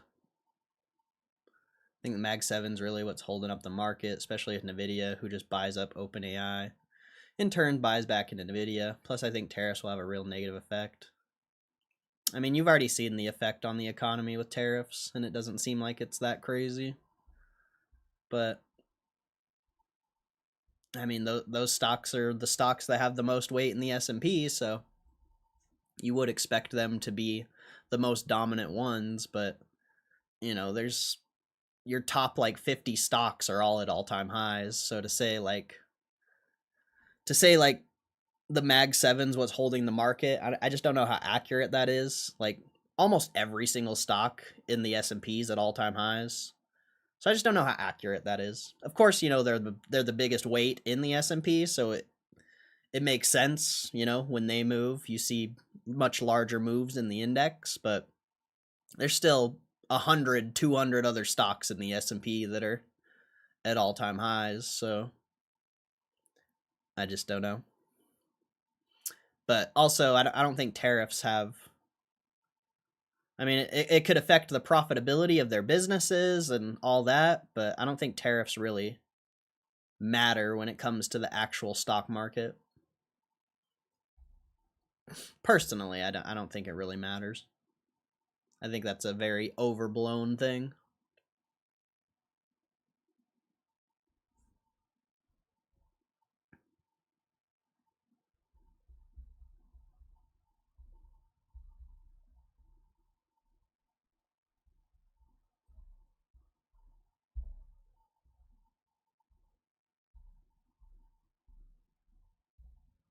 Yeah, ding ding ding ding ding ding ding ding ding ding ding ding.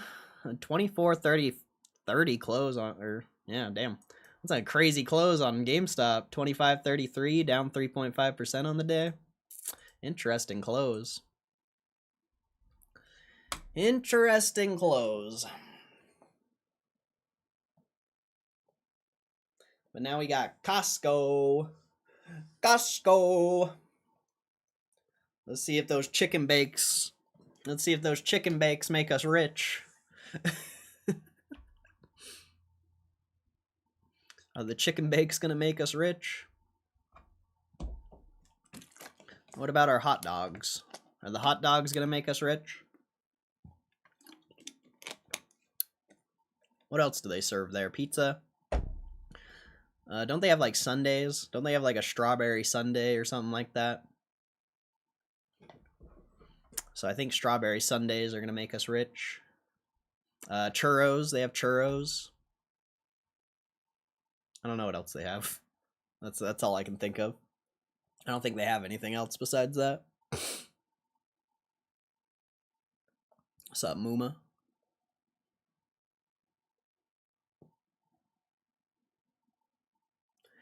Chicken bake. Damn, I want a chicken bake now. That sounds good.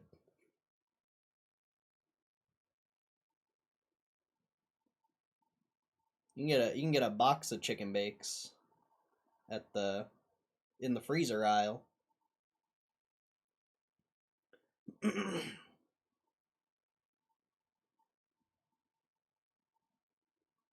Why does it take so, bro? The market just closed. Chill. It's literally been 1 minute, bro. God damn. God damn, bro. Have some patience. That's crazy.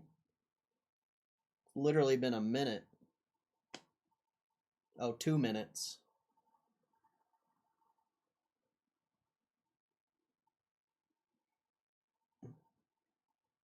I need to make some back. Well, go get a job then. You know, you can go like work for money. You don't have to sit and gamble. You can actually work and make money. You don't have to gamble.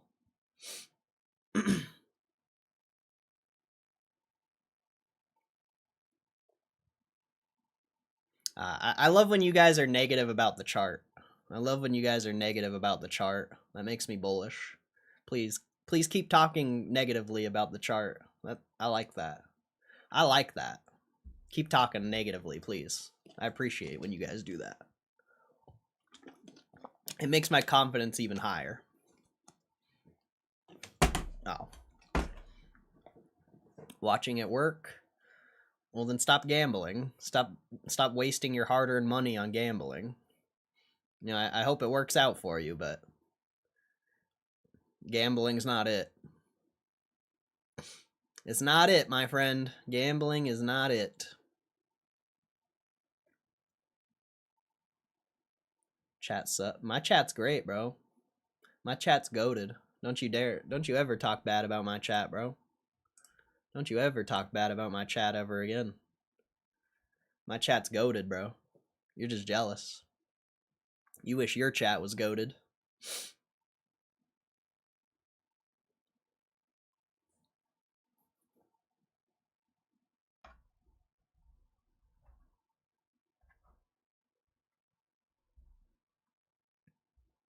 What do we got, Costco? What do you got for us? I'm trying to get a chicken bake.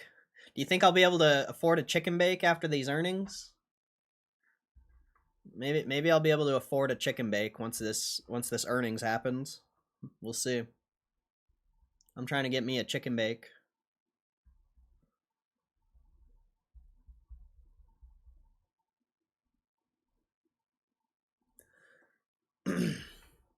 I'm trying to time this for a clip farm, but it's like impossible to time. I don't know when it's coming out. Come on, Costco. I just want a chicken bake, bro. Just one chicken bake. That's all I need. I need this to work out, bro. I just need a chicken bake. Why isn't this one updating? There we go. I just need one chicken bake, man. Waken chicken bake. That's funny. Waken chicken bake. Has it come out yet? I wonder if I can log into the earnings call. Get that ready at least. If you guys see the earnings come out, let me know. Let me know the numbers.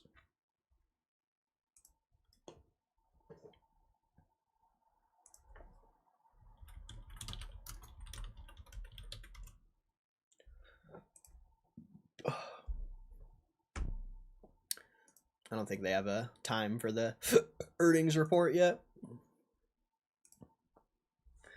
Make sure you guys hit that like button. There's like 30 people in here. Only 20 likes. That's crazy.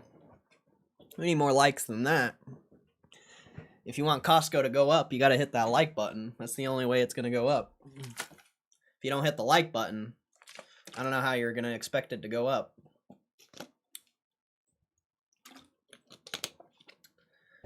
Costco glizzy sales are through the roof. I just want a chicken bake, man. Just give me a chicken bake. Come on, Costco. Come in clutch. Come in clutch for the chicken bake. I don't think I'm going to hit this clip farm, though. I don't know when it's going to react.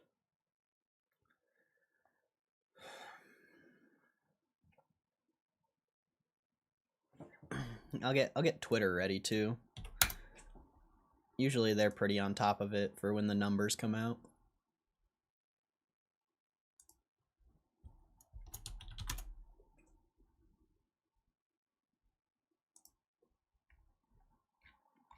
Yeah, I don't think the numbers are out quite yet.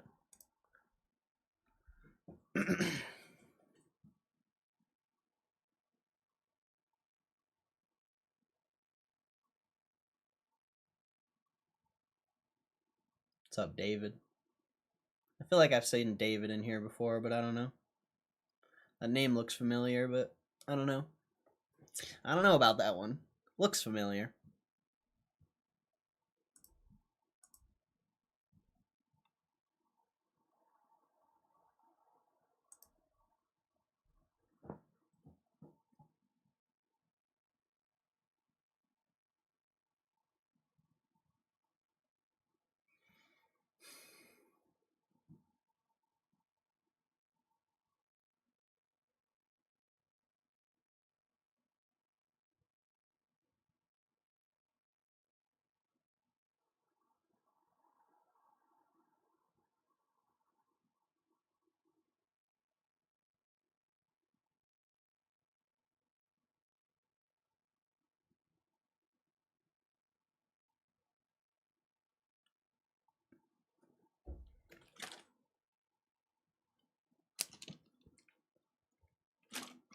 I don't even think the numbers are out yet.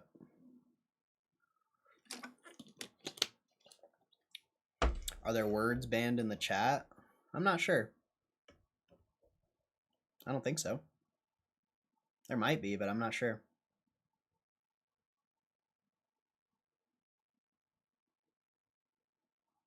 Lambo season.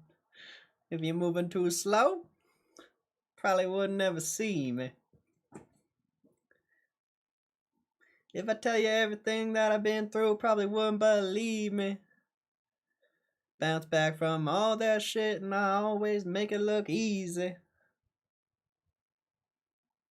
I'm trying to ask something since 10 minutes and only that question disappears. Yeah, I'm not sure. I'm not sure, bro. I can't see like deleted comments either. Is it out? I don't think it's out yet.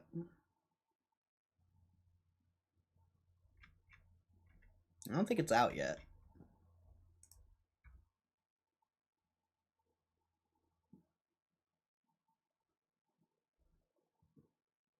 Oh, 1:15 the time. Gotcha. My bad. I misunderstood. So yeah, here in like 5 minutes it should come out.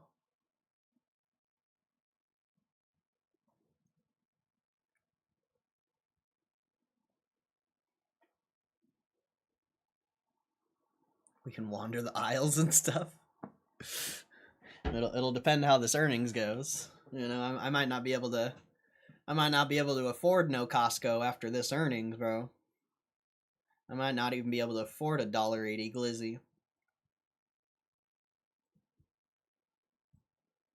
We'll see. I like how I'm acting like I'm trading it when I'm literally not. I should just act like I have a massive position in this stock.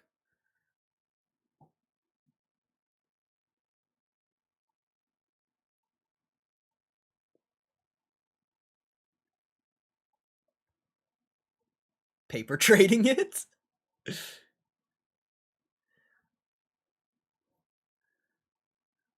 I thought you did for a sec. Almost had me. I mean, if I can get the people that are here every day, I think I can get the others. YOLO for the chicken bake. If y'all know the video on YouTube about .com bubble, I don't know. I'm not a big fan of tinfoil. Write out your question, but send it one word at a time. That would be hilarious. That would be funny. Come on, Costco, give me a chicken bake. Give me a chicken bake, boys. We're all in. We need this chicken bake.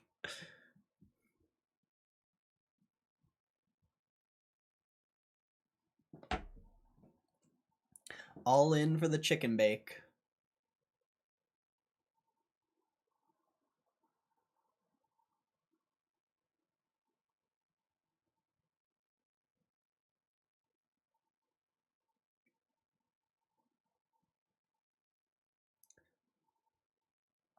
Nah, Rosh is in Germany. I know you're asking him, but I just want him to know that I know where he's from, because I often forget. But I remember now. You know, sometimes I don't forget everything. I often forget everything, but sometimes I remember things. And Rosh is from Germany.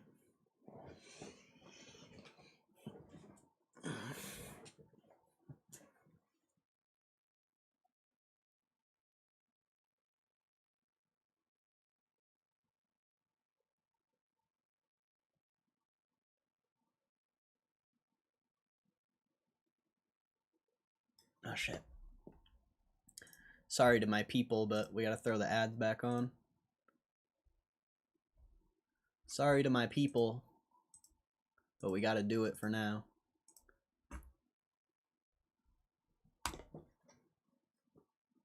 But you've had a whole 6-hour stream without ads. I think it's fine. I think it's fine. Here, I'm gonna give you one now. There you go. Enjoy. Hopefully it gives you something good. Hopefully you get something good to purchase.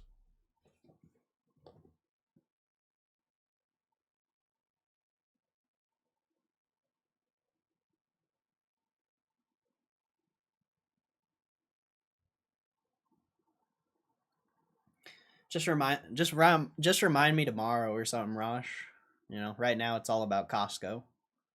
So just remind me tomorrow.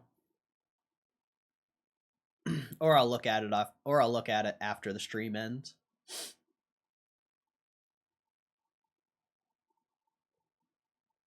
It's all about Costco right now, bro. We're trying to get this chicken bake. My friend. We need it. We need this chicken bake.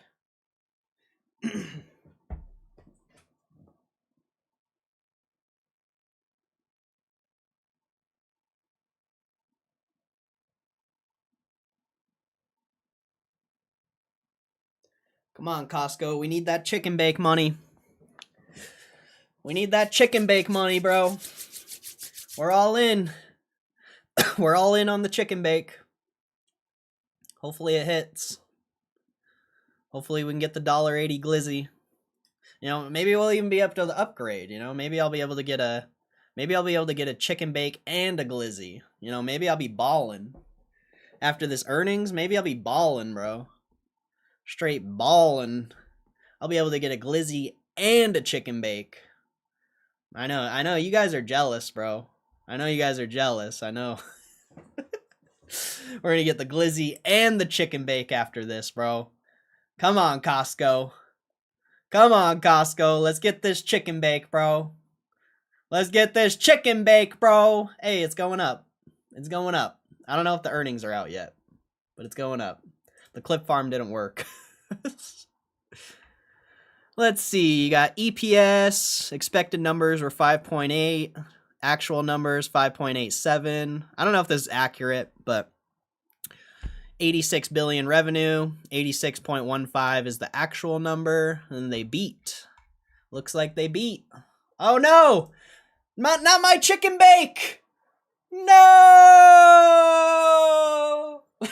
I missed the clip farm. Damn it. Son of a bitch. I missed it. I missed it. I wanted a chicken bake, bro.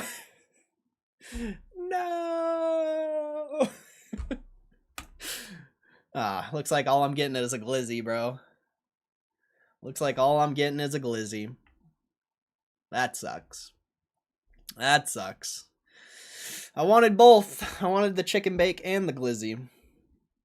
The market's having a hard time digest. I don't know if the earnings are actually out yet, I'll be honest. I don't know if those are legit numbers on Twitter here. It says net income 2.61 billion versus 2.58 billion. Yeah, so that was accurate. You're just not getting a reaction off the market. I think the market already had it priced in. No! Not my chicken bake! Damn it, I just want the clip farm. Why won't it just go down? I just want the clip farm. It's too stable, man. It's too stable. No, not my chicken bake! It's not gonna work. I can't do it. It's too stable of a stock, bro. It's already priced in, I think. No, I just wanted a chicken bake, man. Now I can't even afford a chicken bake. What is this? I'm giving up. I'm not clip farming this. It's not gonna work. It's not gonna work. They posted good earnings. I mean, they posted what the market was expecting. So, I would say that's good earnings.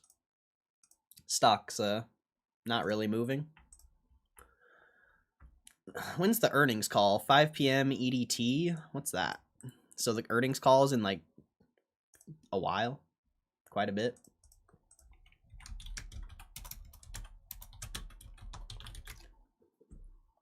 Yeah, so earnings calls in like 40 minutes, I guess.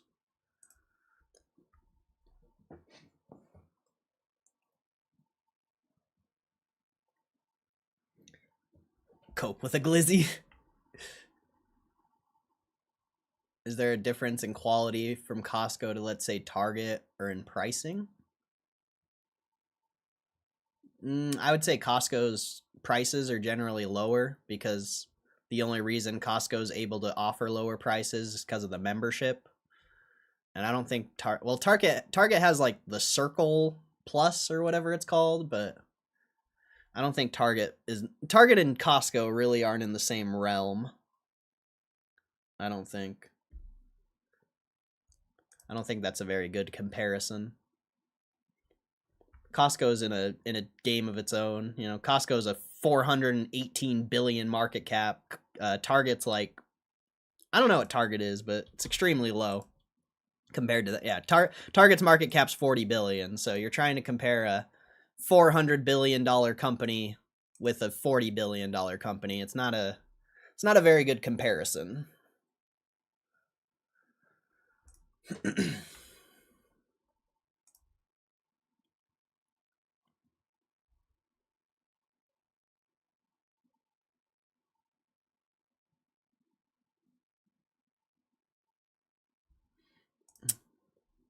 Yeah, the market doesn't even know how to react to this earnings. It's kind of interesting.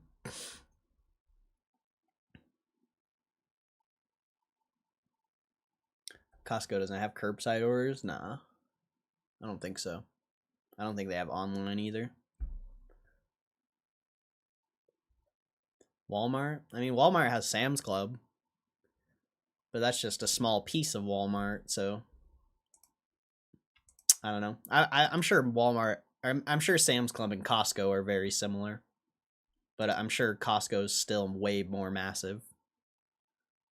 As far as the company as a whole. I think Walmart's only like 100 billion.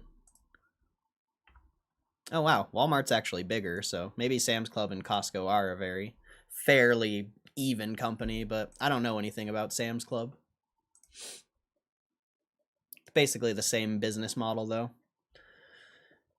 Have a membership, you know, sell bulk, give discounts because you offer the membership. It's kind of the same thing. Whether the prices are more competitive at Sam's Club or Costco, I don't know. I really don't.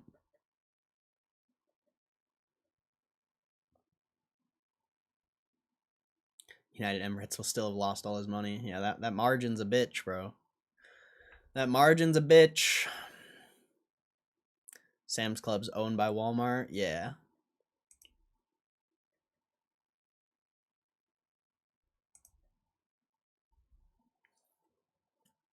But Sam's Club's probably like, you know, half. Maybe more. I don't know. See, I don't research Walmart, so I don't really know. Not really tapped in like that. Well, it looks like Costco's not as hype as Micron, though. They're not over 100 people in here. But also, the stock didn't go up. If the stock went up, you probably would have saw more people come in.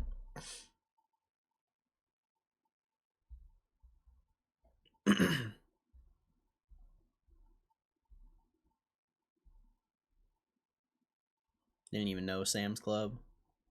Yeah, it's just it's literally the Walmart version of Costco. Schwab turn off my margin today, not that I ever used it. Yeah, I never use mine. So it's just convenient because the second you deposit money, you can actually use it. Whereas if you have a cash account, it takes like 3 days or something like that.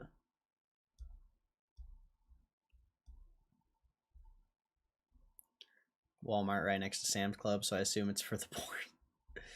Nah, it's the same thing as Costco. I don't know if they have a food court, though. I'm not sure.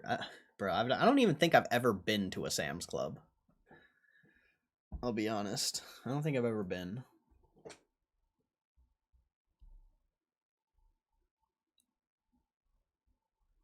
Yeah, you just type in, like, money sign Costco earnings or something, and the stream should pop up.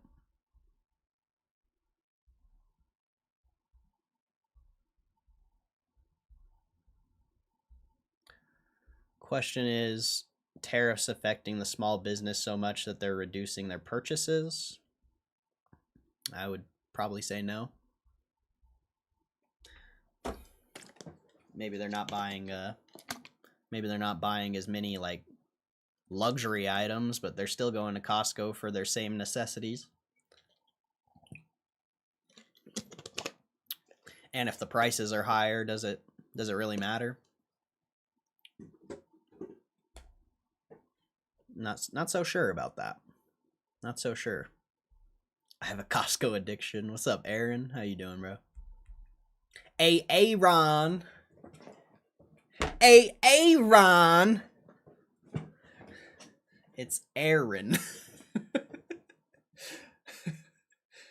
That's enough out of you, Balake.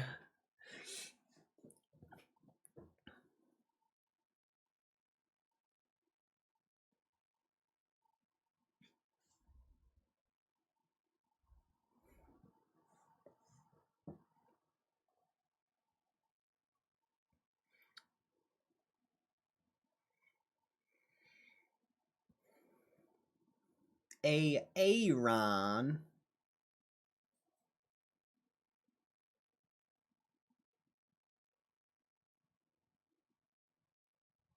I spent 300 on my last visit. I'm sick. I need help. Oh no, my chicken bake. Not my chicken bake, no!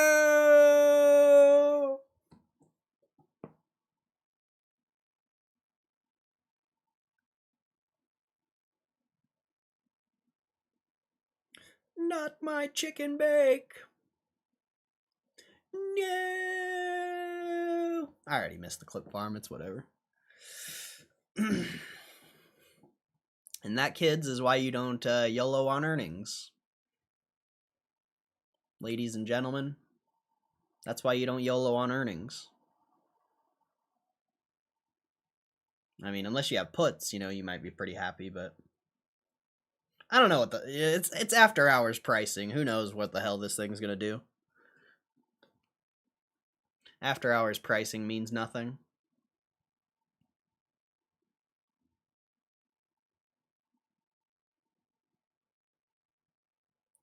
Tariffs have affected our business. How so? Costco needs to sell power packs. I mean, they sell gold. That's kind of interesting.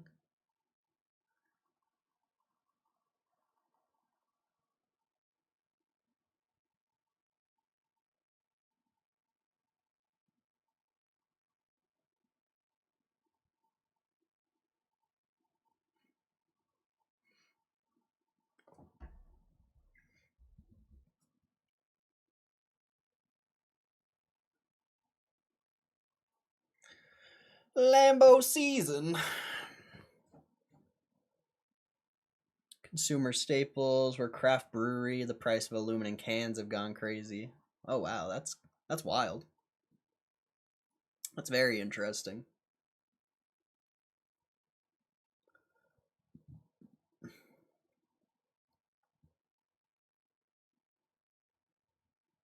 Well, RIP to the chicken bake. I thought we were going to be eating good tonight, boys. I thought we were going to be eating good tonight, boys. I was going to get a glizzy and a chicken bake. Now I can't even afford a glizzy. Unfortunate. Unfortunate. I was going to eat like a king, bro. I was going to be eating like a king tonight. But now I can't even afford a glizzy.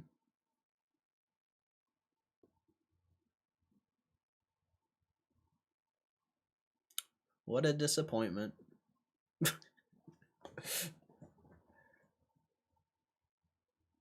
That shit's crazy, bro. Cardboard Thursday. Yeah, maybe I'll be able to afford the cardboard that comes with the pizza, you know? Maybe I'll be able to get the pizza box, and I can be eating good still.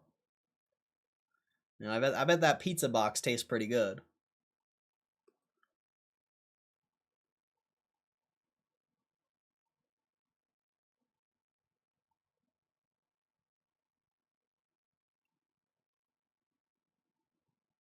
We bought out a whole year's supply right before tariffs hit.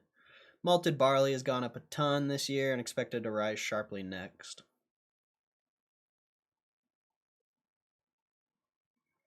I mean, I know, you know, obviously tariffs increase prices, but do you think, like, there's 100 other businesses like yours that did the exact same thing? And that could also be a reason why the prices are so high?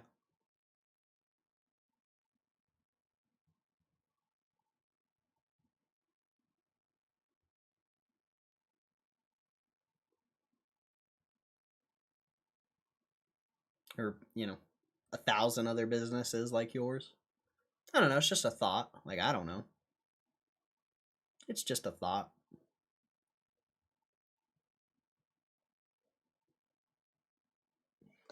Pizza box equals luxury? We eating good tonight. We got a Costco pizza box. Couldn't afford the pizza, but I got the box.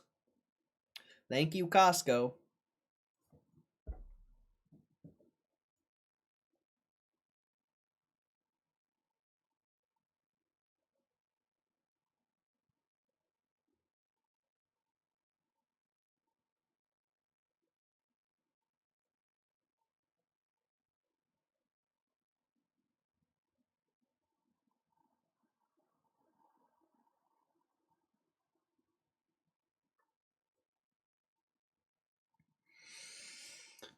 I don't even know. Should we stick around for the earnings call?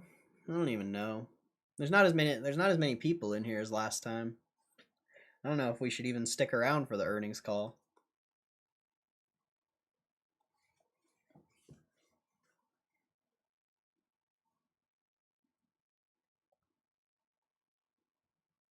I don't know. I don't know.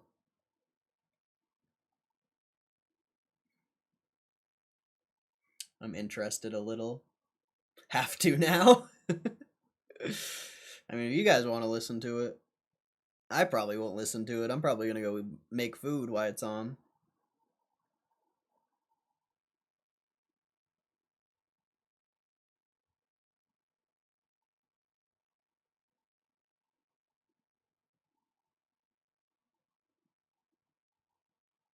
Beer in paper containers? We bought before the price went up. Price of that wasn't really the point I was making. I was making the point that if there's 1,000 other businesses like that did exactly what you did, sure, you know, you bought before the prices went up, but you guys also wrecked the supply. So, you know, if you guys took away all the supply, it would only make sense that the price would go up. That's all I was trying to say.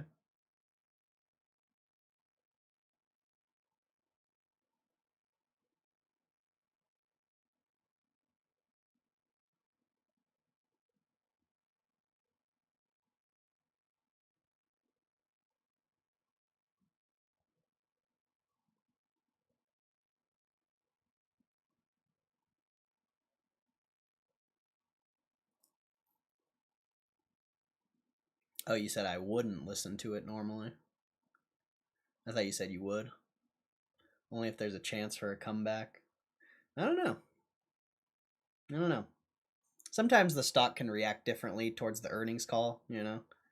Sometimes you get the investors get a little more confidence from hearing the people from the business actually talk, and you can get some price action from the earnings call, but sometimes it doesn't. Just depends.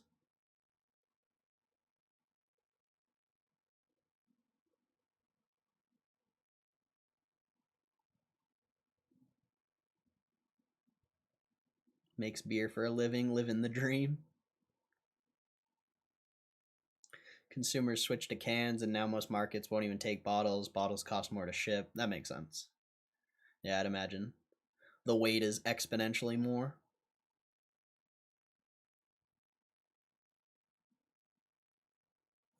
And I don't think you'd be putting I don't think you'd be putting beer in plastic bottles. That would be, I feel like that would be that'd be bad. That'd be a no-no. That'd be a no-no. You don't want no microplastics in your beer. It's interesting, but if I wouldn't be here, I wouldn't bother. I would just listen to music with the GME chart on.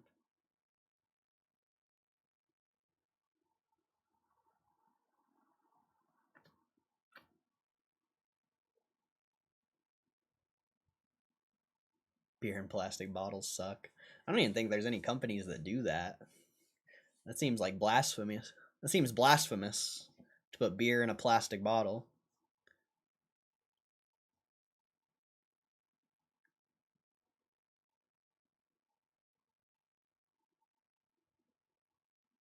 I found a 6-pack in the bushes.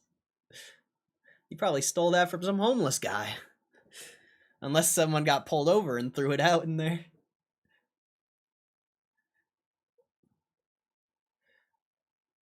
You have small, thin layers of plastic or something. Dream job. I'm lucky. Yeah, that's dope. Someone will find a way to solve the problem, make money off the situation. It's America. That's what happens.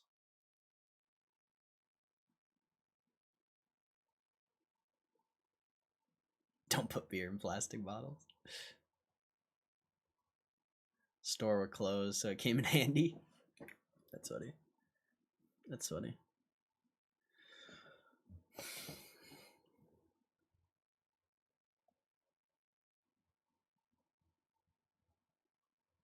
I honestly thought Costco would be more hype than Micron.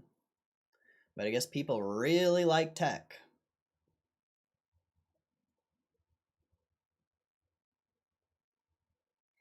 But, you know, who's to say that if Costco went up, it wouldn't be different? Generally, people only care about this stuff when the price is going up.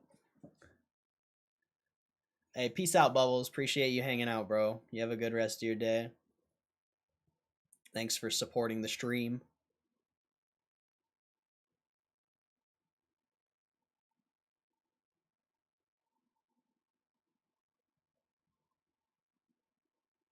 Have you heard of AI?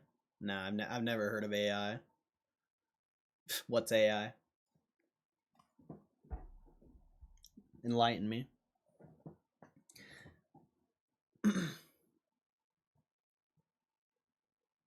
Enlighten me. What's AI?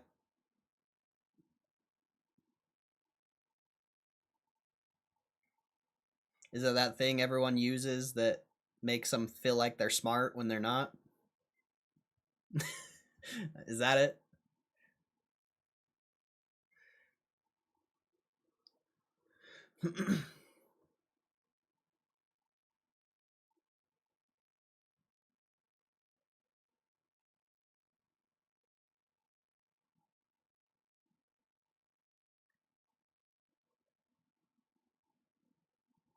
It's fake intelligence?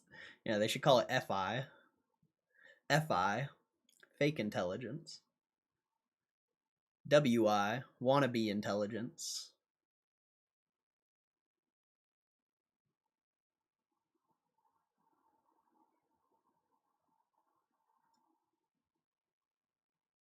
Should be called TFY. Think for you.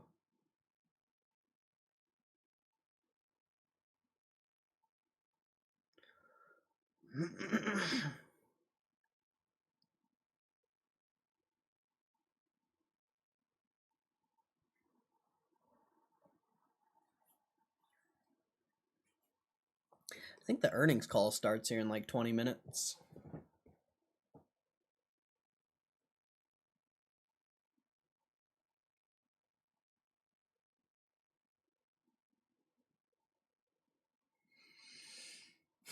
Well, I think it's official. I think it's safe to say technical analysis failed again.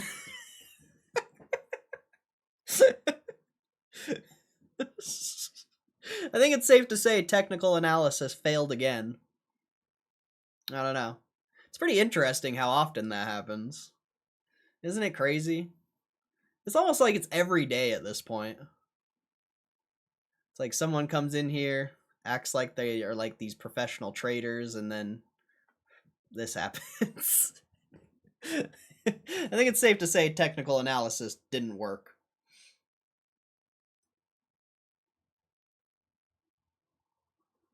What did the coin say again? Oh, the coin, bro. The coin was wrong. It's all the coin's fault. That's all the coin's fault, bro. The frickin' coin. The frickin' coin, bro.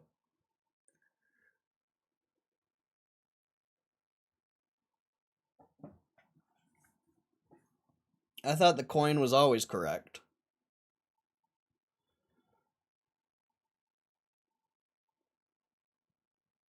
Amazon Fresh was supposed to be a smart grocery store, but it turns out it was just thousands of Indians watching shoppers through cameras and manually adding things to your cart. Interesting. I never heard of that. We read an article like yesterday, though, that they're closing all the Amazon Fresh stores potentially. Classic Bezo. Oh shit. I mean, if that's real, that's crazy. I could see it. I definitely could see it.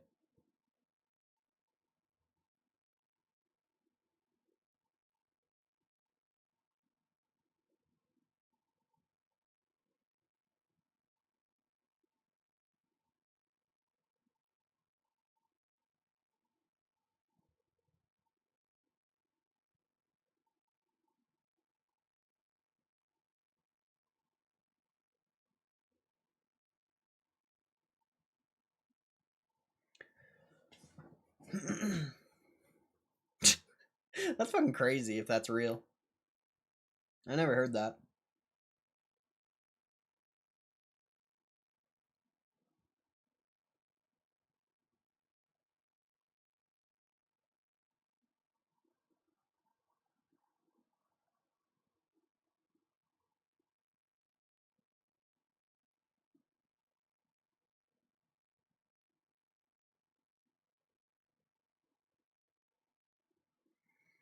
I just need a new account at Regis. Lambo season. Yeah, it's almost been a 7-hour stream. Even though I wasn't here for like 2 of it. Still a solid 5-hour stream. Not bad, not bad. Not bad.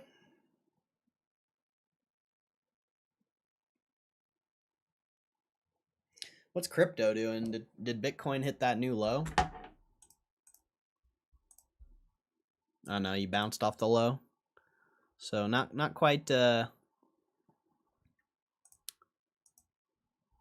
not quite bearish yet. You haven't hit that low yet.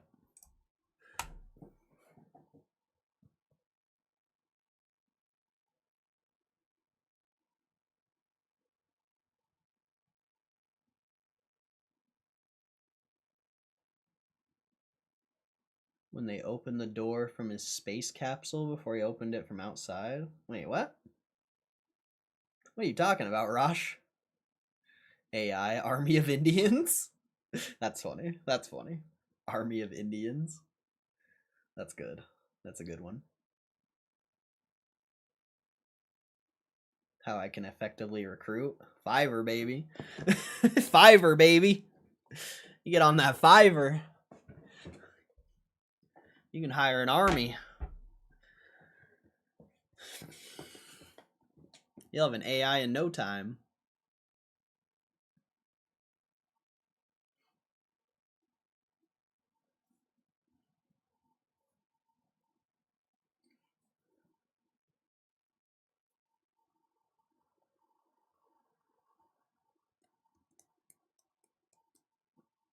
Lambo season. Blue Origin capsule door.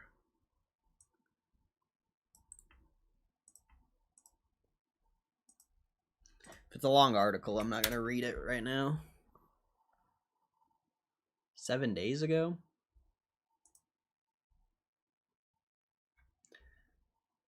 Claims Jeff Bezos opening the Blue Origin capsule hatch was staged.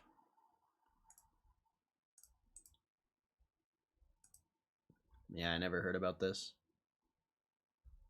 Claimed to spot a fake hand. Yeah, I don't know. I don't know. There's a lot of articles on that. Lots of articles on that. Is it racism to do a test to make sure they're indeed Indian? Funny clip. I'll have to watch the clip.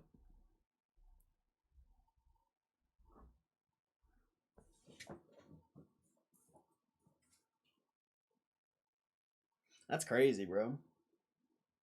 What if that's actually the case? And all these people who are falling in love with AI, they're actually falling in love with some like Indian guy.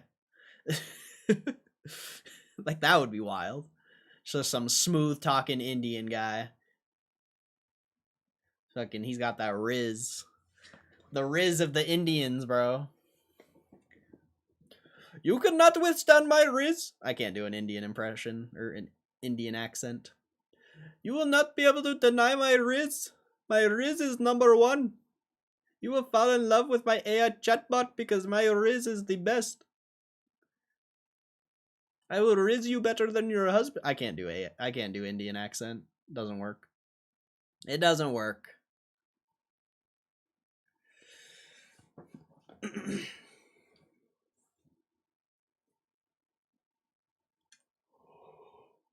Is it a short clip? We'll watch it real quick. Oh wait, we gotta go YouTube.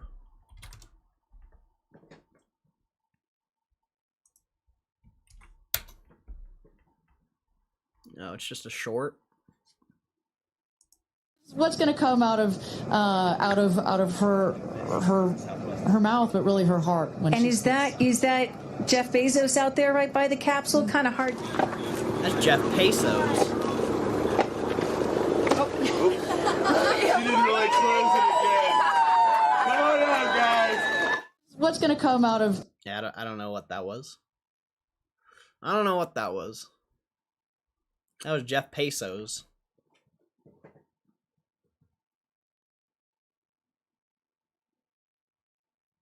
F and G.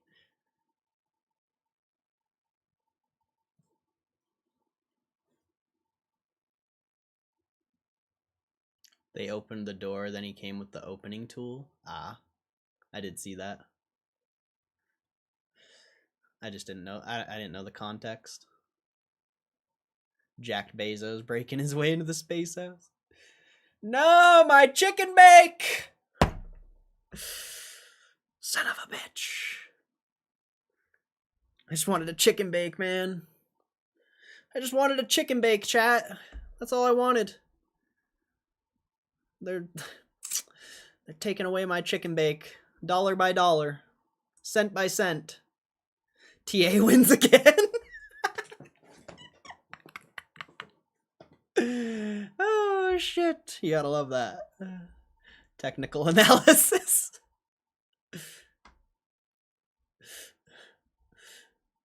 That was funny. TA wins again, he says. That's good. That's good. I liked that. I liked that a lot.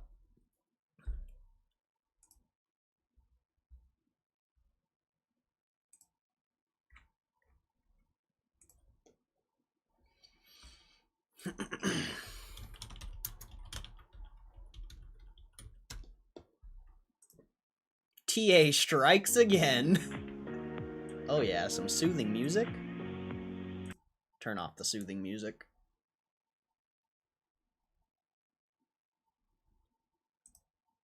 Oh shit. Whoops. Whoops. Hopefully there's nothing in there. Whoops. And that's why we don't have DVR on the stream, because of stuff like that. Even though there was probably nothing to be shown there. You never know. Even though I probably won't delete this stream. You know, you could just go back and see it anyway. Is the Dorito Doom flavored? Nah, bro. It's fucking, why can't I think of it now? The Demigorgon flavored. It's Demigorgon flavored, bro. What are you talking about? Get you some Demigorgon flavored dip.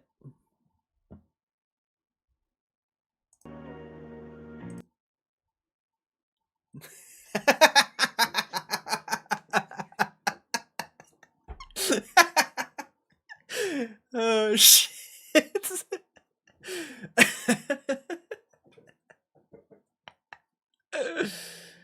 Oh shit.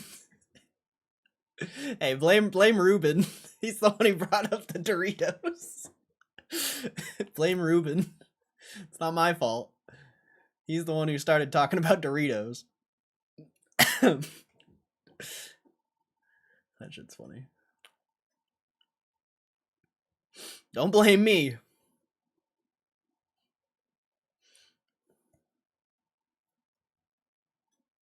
That's all I can think about when I hear Doritos too.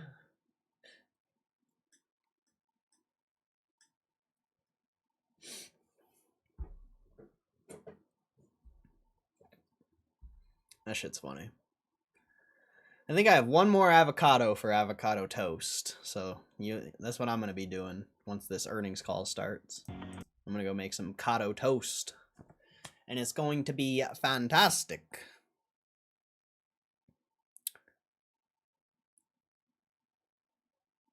Fantastic. I don't know what happened, but okay. It's the Demigorgon dip, bro. Maybe you weren't here when we read that article.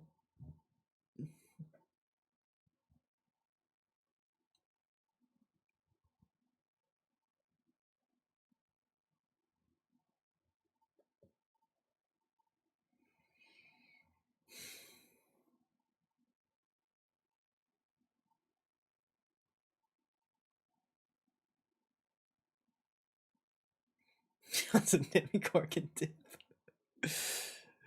And some pizza flavored Doritos with some Demigorgon dip. What is the pizza company called? Isn't it like Wake and Bake Pizza or some shit? God, what's the pizza company called in Stranger Things? I forget. Oh shit, my phone's gonna die.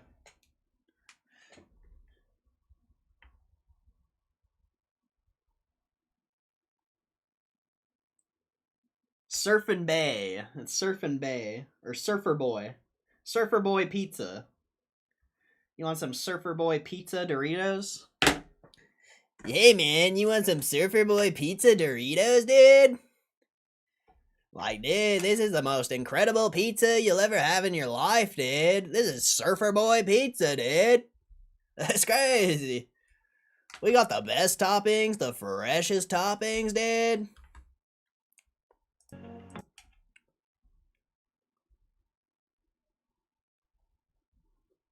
I got a can of Flex Seal in my garage, but the nutritional facts are the same as Demigorgon dip.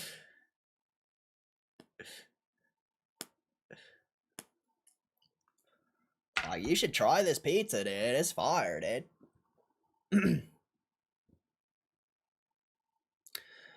Come on, Costco. We got 9 minutes. We got 9 minutes, Costco.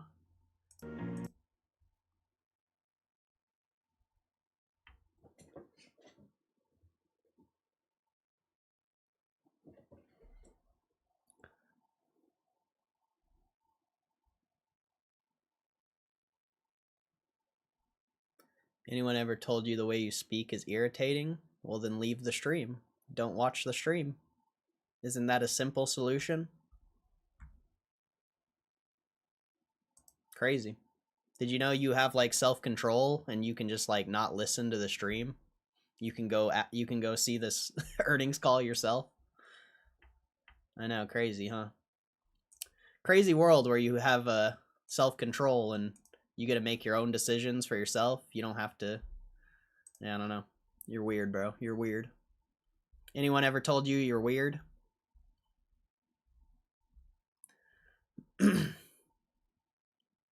Truffles are the best dippers for Demigorgon dip.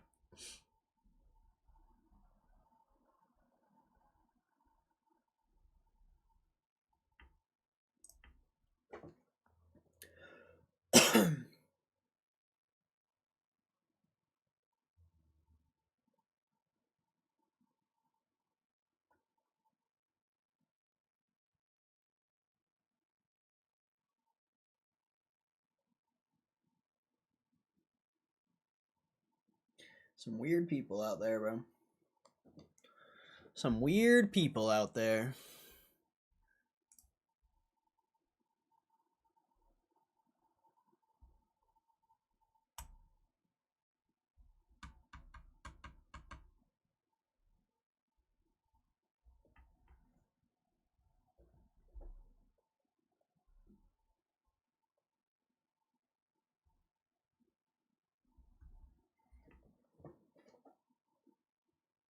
I wonder if they'll have like a presentation. Or is it just going to be like the Micron one where it's a blank screen and someone talking? I like when they have like a presentation. I feel like it just looks good. Like I don't know why most companies don't have like a slideshow presentation. Like it just looks good. More companies should do it.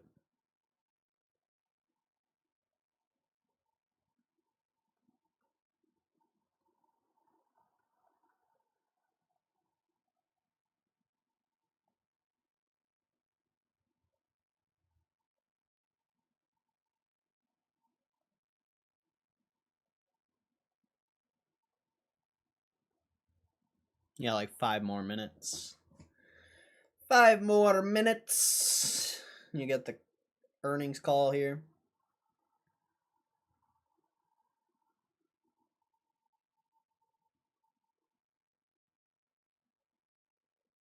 A lot of haters lately. I love it. You know how great it is to have haters, bro? You know how good it is? Having haters is like the best thing in the world. I'm telling you. It's fucking sick. You know what's funny? You know what's funny is I changed my username. I don't know if you guys noticed that. The reason why I did it was because I thought it would piss someone off. And it literally pissed someone off. Like, how funny is that? Oh, man. People are too predictable.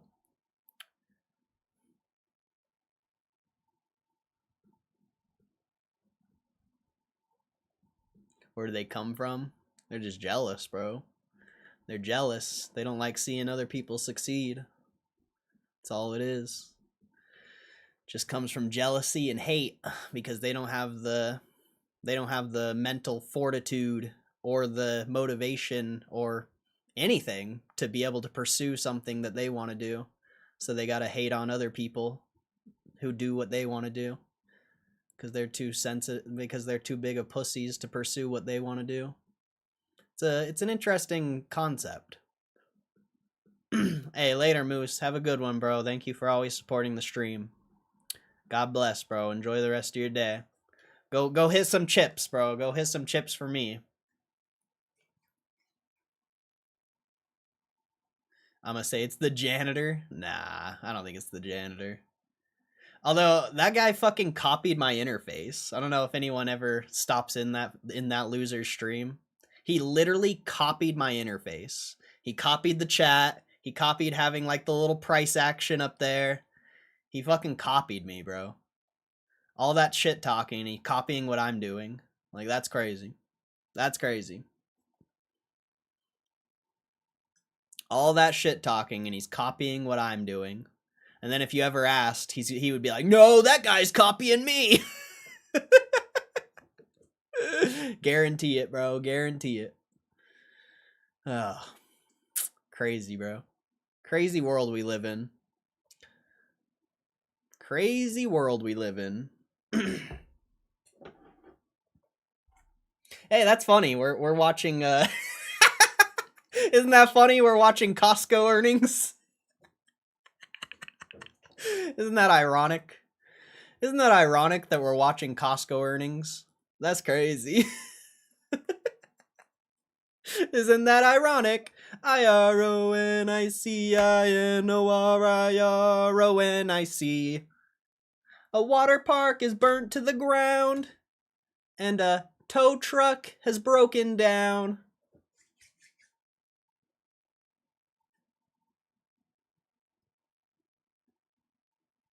Pretty good times. Yeah, bro. He copied my interface. I thought that was funny. I thought that was funny, bro. Like, talks all that shit, gives me no credit, copies my interface, copies my stream. You know, he started open power packs because I was opening them. Guy's a fucking loser, dude. Straight up. Guy is a fucking loser.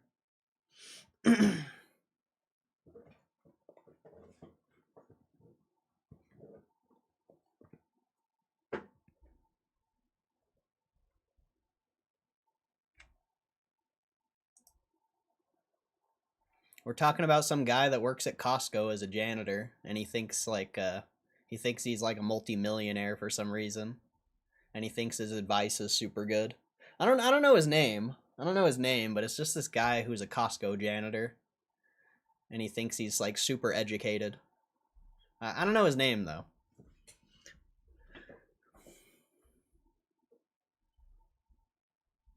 Something about connecting the dots or something like that. I think he connects the dots on the floor of Costco when he's mopping them. You know, he goes from this aisle to the other aisle. Like, I think that's what he means when he's talking about connecting the dots. It's going to different aisles to mop.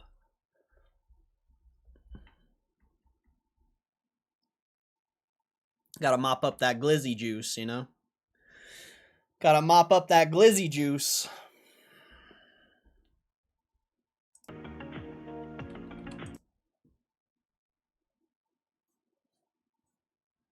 Glizzy juice all over the floor. You know, those samples, bro, those samples are a mess. You gotta mop up the floor properly.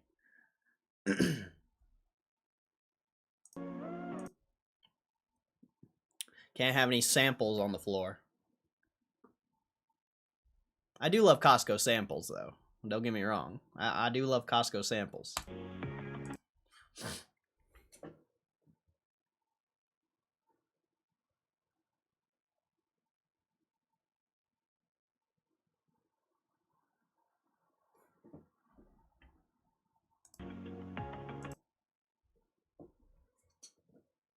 The earnings call should be starting here in a minute.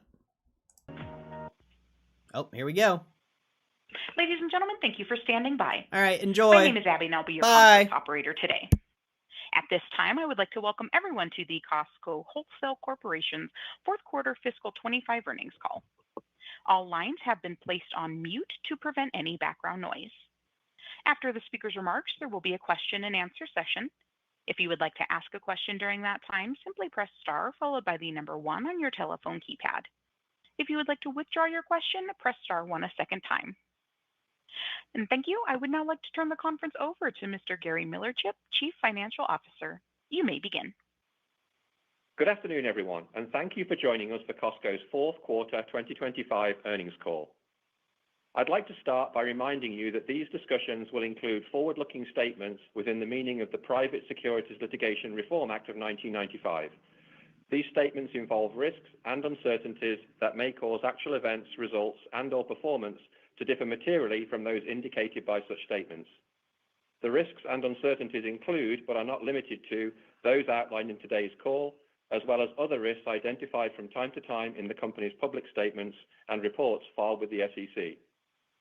Forward-looking statements speak only as of the date they are made, and the company does not undertake to update these statements except as required by law. Comparable sales and comparable sales excluding impacts from changes in gasoline prices and foreign exchange are intended as supplemental information and are not a substitute for net sales presented in accordance with GAAP. Before we dive into our financial results, I'm delighted to say that Ron Vakris is once again joining me for today's call. I'll now hand over to Ron for some opening comments. Thank you, Gary. Good afternoon, everyone, and thank you for joining us today. As we wrap up fiscal year 2025, I'll make a few brief comments on some of the highlights. In the fourth quarter, we opened 10 new warehouses, including a relocation in Canada, our 20th warehouse in Korea, our second warehouse in Sweden, and 5 net new locations in the U.S. For the fiscal year, we opened 27 new warehouses, including 3 relocations for a total of 24 net new buildings. This brings our total warehouse count to 914 worldwide. We plan to open another 35 warehouses in fiscal year 26, of which 5 are relocations. We continue to see significant opportunities for expansion both domestically and internationally across the markets where we currently operate. Gary will go into details about the quarter results, but a few highlights for the fiscal year.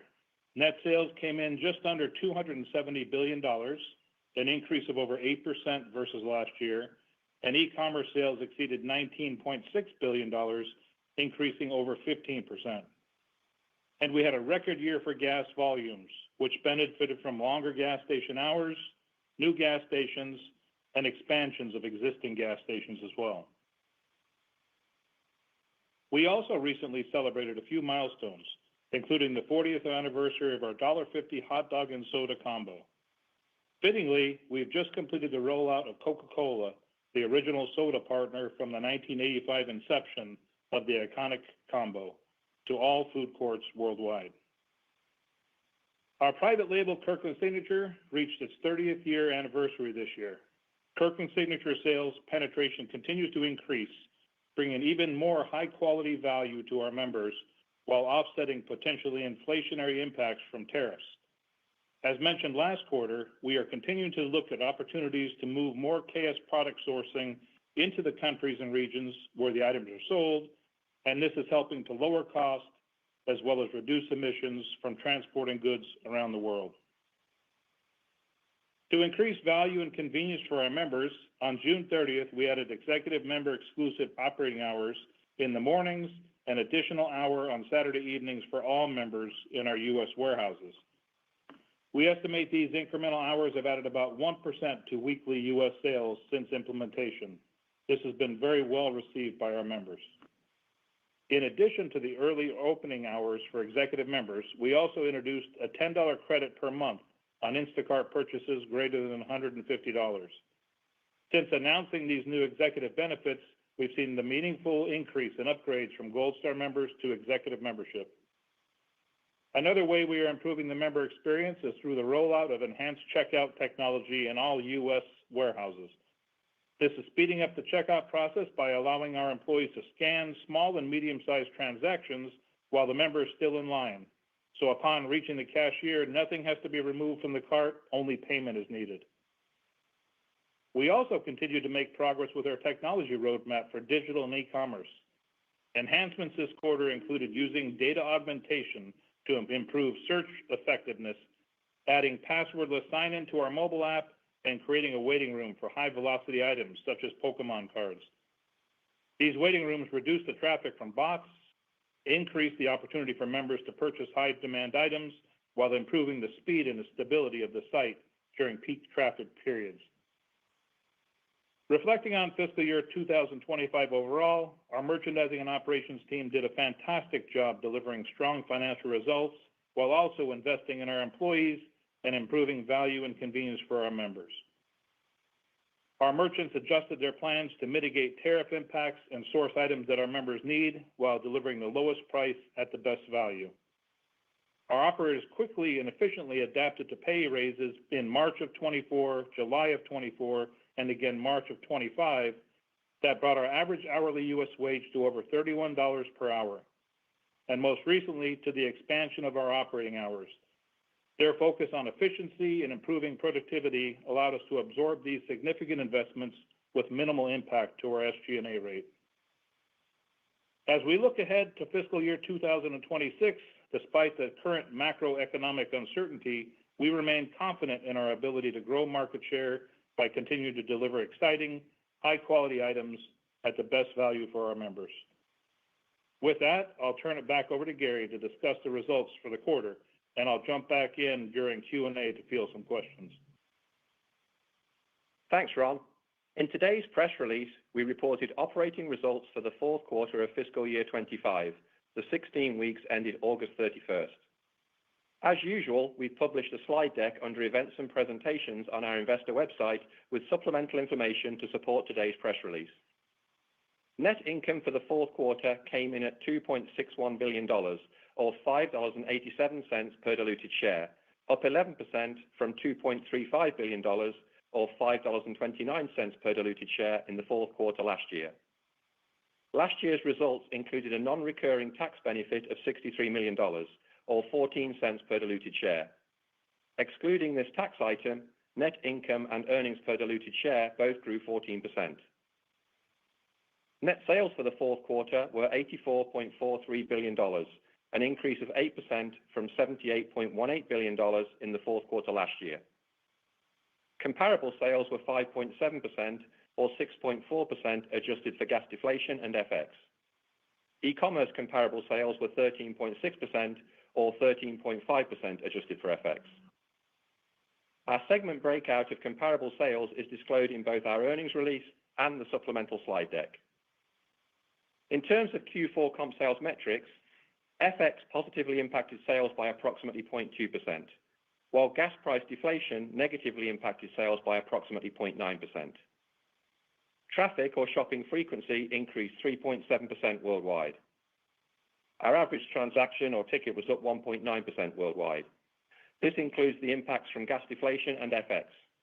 Adjusted for those items, ticket would have been up 2.6% worldwide. Moving down the income statement to membership fee income. We reported membership fee income of $1.72 billion, an increase of $212 million or 14% year over year. Adjusting for FX, the increase was 13.6%. Last September's US and Canada membership fee increase accounted for a little less than half of the membership fee income growth in the quarter. Excluding the membership fee increase and FX, membership income grew 7% year over year. This was driven by continued growth in our membership base and increased upgrades from Gold Star to executive membership. At Q4 end, we had 38.7 million paid executive memberships, up 9.3% versus last year. Executive members represented 47.7% of paid members and 74.2% of worldwide sales. As Ron mentioned earlier, we have recently seen a lift in upgrades in the US after we announced our executive member exclusive hours and other benefits. New member sign-ups continue to be strong, and we ended the fiscal year with 81 million total paid members, up 6.3% versus last year, and 145.2 million cardholders, up 6.1% year over year. In terms of renewal rates at Q4 end, our US and Canada renewal rate was 92.3%, and the worldwide rate came in at 89.8%. The decline in renewal rates was largely attributable to a higher number of online sign-ups entering the renewal rate, and this quarter included a large Groupon campaign in December 2023 entering the calculation. Overall, we view the growth in online sign-ups as a net positive, as they are helping to grow our overall membership base and membership revenue, and are also introducing younger members to Costco. Almost half of our new member sign-ups are now under the age of 40. As we previously shared, new online members renew at a slightly lower rate on average, and they have grown as a percentage of our sign-ups over recent years. We would therefore expect to continue to see a small decline in our renewal rate as this change in membership mix gets fully reflected in our renewal rate calculation. That being said, through a focus on auto-renewal and targeted digital communications, our goal is to improve the renewal rate for this cohort of new members in the future.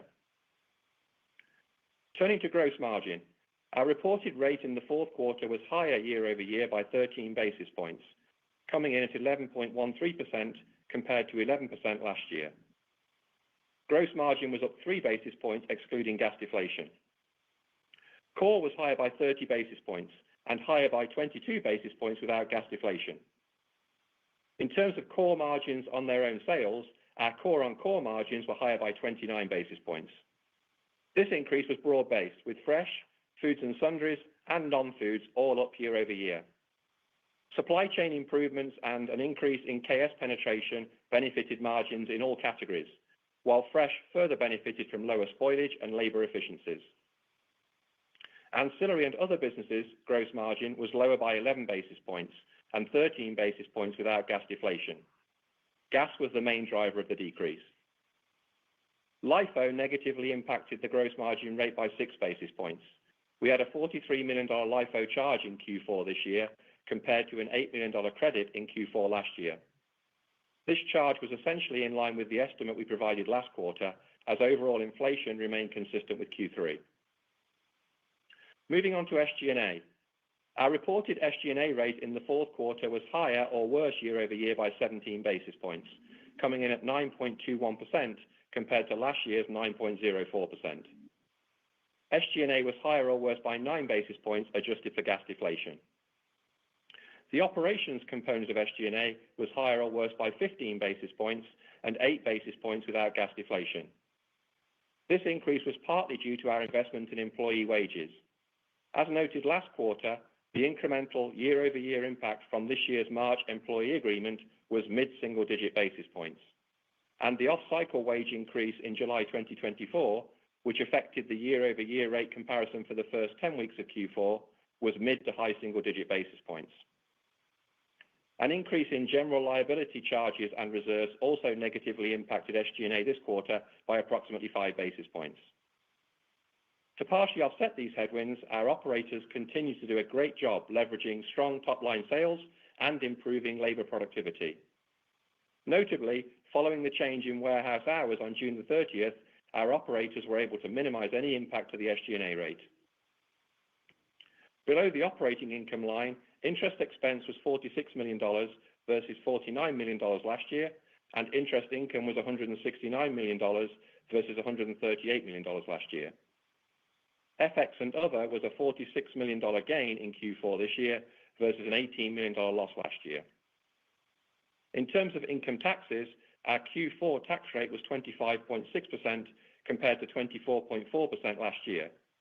As a reminder, last year's tax rate included a non-recurring benefit of $63 million related to a transfer pricing settlement and true-ups of tax reserves. Turning now to some key items of note in the quarter. Capital expenditure in Q4 was approximately $1.97 billion, and for the full year was a little under $5.5 billion. We made some additional investments in Q4 to support accelerated warehouse growth, including the 35 planned openings in fiscal year 2026 that Ron mentioned earlier. Additionally, we increased our pace of spend on remodels to ensure that we continue to offer our members a best-in-class experience across all of our warehouses. Land purchases for future depot expansions and investments in our manufacturing facilities for expanded hot dog production and a new coffee roasting facility also contributed to the increased spend. A few fun sales facts as we wrap up our fiscal year. While our members love the treasure hunt items that they find in our warehouses and online, our everyday value items are also extremely important to them, especially in times of economic uncertainty. There are no better examples of this than our hot dog combo, rotisserie chicken, and KS bath tissue. And in fiscal year 2025, we sold over 245 million hot dog combos, over 157 million rotisserie chickens, and enough bath tissue to reach the moon and back over 200 times. Now taking a look at core merchandising sales in the quarter. Fresh sales were up high single digits, led by double-digit growth in meat.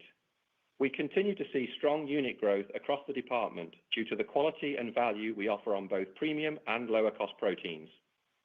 Wagyu and grass-fed beef performed well in the quarter, and lower-cost proteins like poultry, pork, and ground beef also saw very strong unit growth. Non-foods had comp sales in the high single digits. Our buyers continue to do an excellent job finding new and exciting items at great values, which are resonating well with members, even as they remain very choiceful in their spending on discretionary items. In the quarter, gold and jewelry, gift cards, majors, toys, and men's apparel were all up double digits. While gold was less of a year-over-year tailwind than earlier in the year, as we have now started to lap sales from a year ago, it continues to perform well. Strength in gift cards was driven by Disney, Uber, and DoorDash, and majors were up high teens, with consumer electronics leading the way. We also added a number of new high-quality national brand partnerships across a broad range of non-food categories, including Fabletics, True Classic, Aura, and Lazy Boy. Food and sundries had mid to high single-digit comps, with cola and candy showing the strongest results. New Kirkland Signature offerings allow us to continue to deliver greater value to members and are high-quality alternatives to some tariff-impacted goods. KS items typically offer members 15 to 20% value compared to the national brand alternative, with equal or better quality. In Q4, we launched over 30 new KS items, including grass-fed beef sticks, organic extra firm tofu, and various apparel items, in addition to our latest food court offering, the Combo Calzone. Within ancillary businesses, pharmacy, optical, and hearing aids all had strong quarters. And while gas volumes were positive low single digits in the quarter, gas comps were negative mid to high single digits due to a lower average price per gallon. Turning to inflation. Overall, inflation remained in the low to mid single digit range. Fresh and food and sundries were relatively similar to last quarter, with higher inflation in key commodities like beef, coffee, sugar, and corn, partially offset by lower inflation in produce, eggs, butter, and cocoa. In non-foods, we saw inflation return for the second consecutive quarter, primarily driven by imported items. This inflation drove the $43 million LIFO charge for the quarter, which is calculated by comparing the net landed cost of inventory at the beginning of the fiscal year with the net landed cost of inventory on hand at the end of the fiscal year. We continue to work closely with our suppliers to find ways to mitigate the impact of tariffs, including moving the country of production where it makes sense and consolidating our buying efforts globally to lower the cost of goods across all our markets. Additionally, we are changing item assortment where appropriate. This includes leaning into KS items and increasing domestically sourced goods. Examples include an increased emphasis on items in health and beauty, live goods, tires, and mattresses. We believe our expertise in buying and the flexibility afforded by our limited SKU count give us greater agility to navigate the current environment and minimize the impact of tariffs. Our ultimate goal is to increase our member values compared to the market. From a supply chain perspective, we haven't seen any major changes since last quarter. Overall, supply remains relatively stable, with no notable issues. Looking ahead to the holiday season, our merchants feel good about our inventory position, and while the product mix will look a little different from years past, we will have a strong assortment of high-quality items that bring meaningful value, seasonal themes, and exciting newness to our members. Turning now to digital. E-commerce site traffic was up 27%, and sales were led by gold and jewelry, housewares, apparel, tires, sporting goods, majors, small electrics, lawn and garden, and domestics, all of which grew double digits year over year. We continue to grow share in big and bulky items sold online, powered by our investments in Costco logistics. The combination of great values and the delivery experience that includes installation and haul away of old items is resonating extremely well with members and resulted in a 13% increase in items delivered in the quarter. Q4 fiscal year 25 marked the 15th consecutive quarter of improved member experience scores on Costco logistics deliveries. A key focus of our digital strategy is to deliver a seamless experience and more personalized and relevant communications to our members. This is a multi-year journey, and as we complete the foundation elements of our plan, we are able to launch new experiences for members. For example, during the fourth quarter, we launched more relevant messaging on the Costco.com homepage, highlighting different offers depending on an individual's membership type and co-brand credit card status. Executive members are shown information about executive benefits, while Gold Star members are encouraged to upgrade their membership, and non-members are shown information about becoming members. Co-brand cardholders will be shown offers associated with ongoing spend campaigns, while non-cardholders will be shown acquisition offers. These digital capabilities are also a key enabler for retail media, as they allow us to target specific ads that deliver greater value for both members and suppliers, while always honoring the privacy choices of our members. As an example, we recently executed a series of targeted MVM amplification campaigns with Kimberly-Clark on third-party websites. This resulted in a strong return on ad spend of 14-1, drove a 22% increase in traffic to the product details pages, and a 45% increase in digital sales of the promoted items. As we continue to execute our digital and technology roadmap, we are excited about the opportunities this creates to further enhance the member experience and drive top-line sales. Finally, in terms of upcoming releases, we will announce our September sales results for the 5 weeks ending Sunday, October the 5th, on Wednesday, October the 8th, after market close. Based on feedback received from investors, starting with our September sales release, we'll be changing our e-commerce comparable sales metric to now report digitally enabled comparable sales. This measure will incorporate all sales that originated online, including our same-day delivery service fulfilled by Instacart, Uber Eats, and DoorDash, Costco Travel, Business Center Delivery, and a few other smaller direct-to-member businesses. We believe this change aligns our reporting more closely with how our retail peers disclose this metric. For fiscal year 2025, our digitally enabled sales totaled more than $27 billion. That concludes our prepared remarks, and we'll now open the line for questions. Thank you. And if you have dialed in and would like to ask a question, please press star 1 on your telephone keypad to raise your hand and join the queue. If you would like to withdraw your question, simply press star 1 a second time. If you're called upon to ask your question and are listening via speakerphone on your device, please pick up your handset and ensure that your phone is not on mute when asking your question. To be able to take as many questions as possible, we ask that you please limit yourself to 1 question. Again, it is star 1 if you would like to join the queue. And our first question comes from the line of Christopher Horvers with JP Morgan. Your line is open. Thanks. Good evening. So my question has to do with the extended member hours. To what extent do you think that your members actually aware of these extended hours? Was the June 30th a soft launch and you because of Pokemon scalpers into the fall? And how do you think about that 1% comp lift in terms of it becoming much larger? Thanks very much. Well, I think this is Ron. I think the communication, we have done a good job informing our members, both with signing at the warehouse along with emails to our executive members.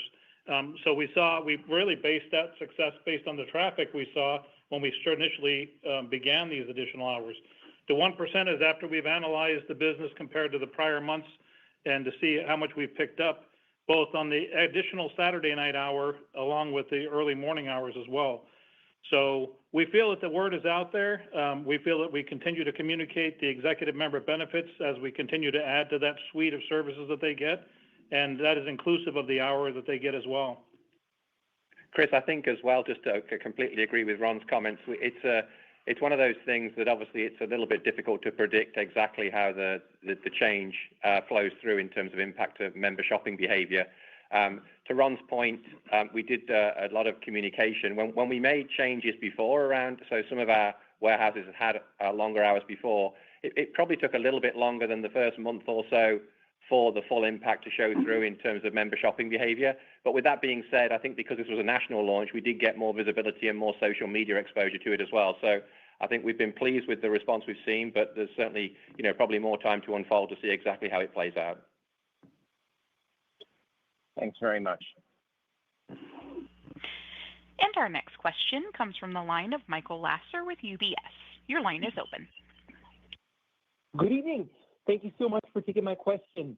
You mentioned that you would expect your renewal rate to continue to fall as some of the digital signups attrit out of the base. How far do you expect to see the membership rate decline?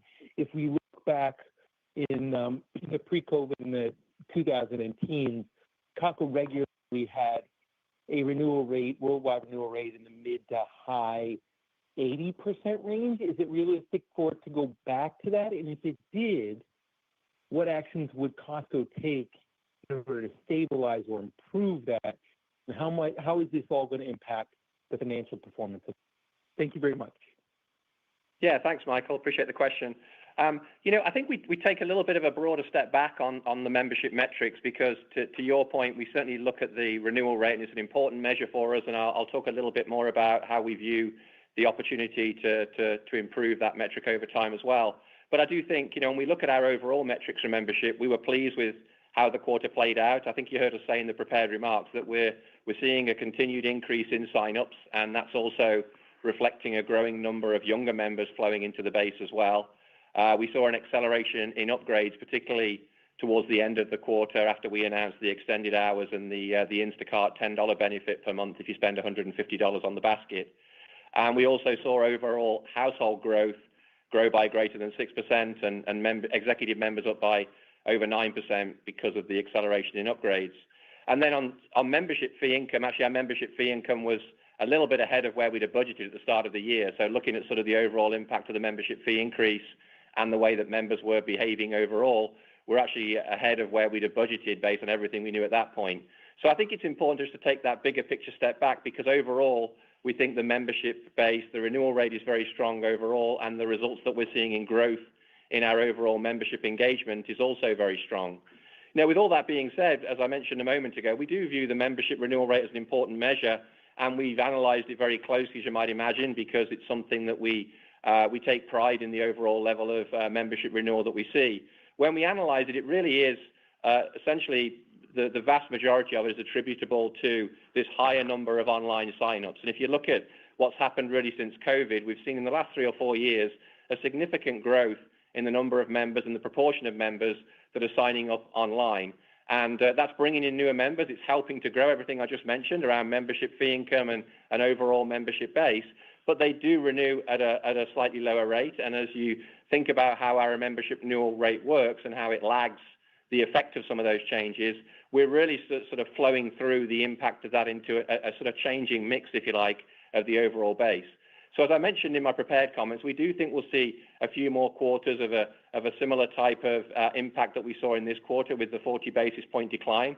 But that being said, as we learn more about how to engage with those newer digital members, we're really investing in the opportunities to improve the auto renewal with that member group, increase the amount of digital communication and more relevant communication for those members who joining Costco starting online rather than starting in the warehouse. So we have to think about how we can help really get them to experience more of the great value that we offer in a broader relationship. So we think there's opportunities to improve that measure, but overall we like where we are with the membership metrics in total because of the overall growth it's driving in our membership income.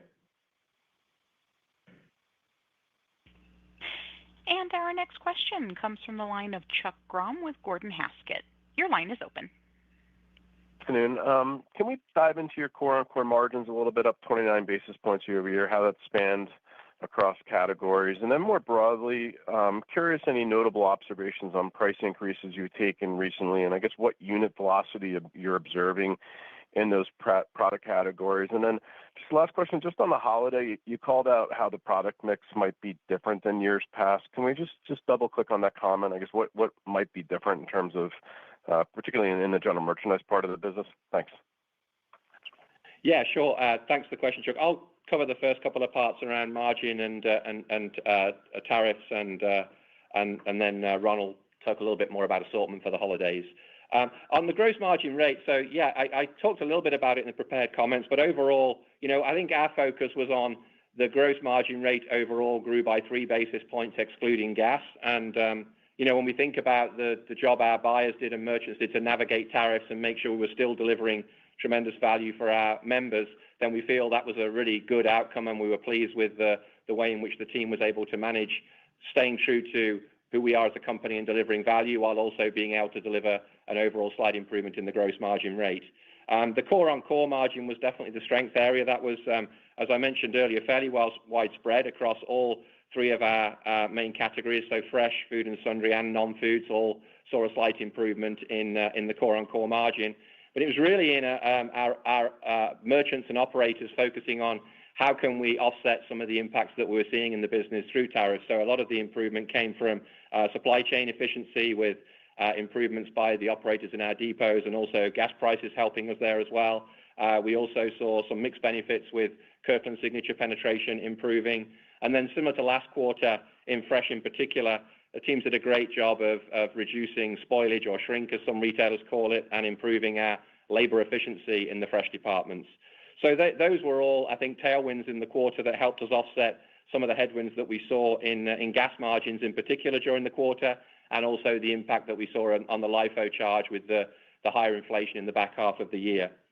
I think, in terms of thinking about it for the future, I would say really we tend not to focus on individual quarters because, our goal obviously is to manage the business for the long term, I should say, and manage the business holistically. And so I think it's probably more relevant to look at the performance over a number of years and how we've been able to, continue to grow the business and seen a slight improvement in gross margin. And really we look at the quarter, and as I mentioned earlier, of how we're able to balance the impact of tariffs and supporting our members while also maintaining a steady gross margin rate as well. I'll maybe let Ron talk a little bit about the assortment and what we're seeing there with some of the changes. Thank you, Gary. And I exactly, it's not going to be a marked change in what you'll see in a Costco. Our buyers, when we were booking for this holiday season, really had to evaluate all the discretionary items, the toys and the trim and the decorations and those kind of things, and made decisions based on the necessities and what they felt they needed to be in Christmas trees. But we really thinned down that whole category, and we thinned down a lot of the additional seasonal areas as well. What that provided us was the opportunity to bring in categories that we don't traditionally carry during that time of year. And so we're seeing some of that already when we're bringing in, backyard sheds in the fall, which are doing very, very well for us.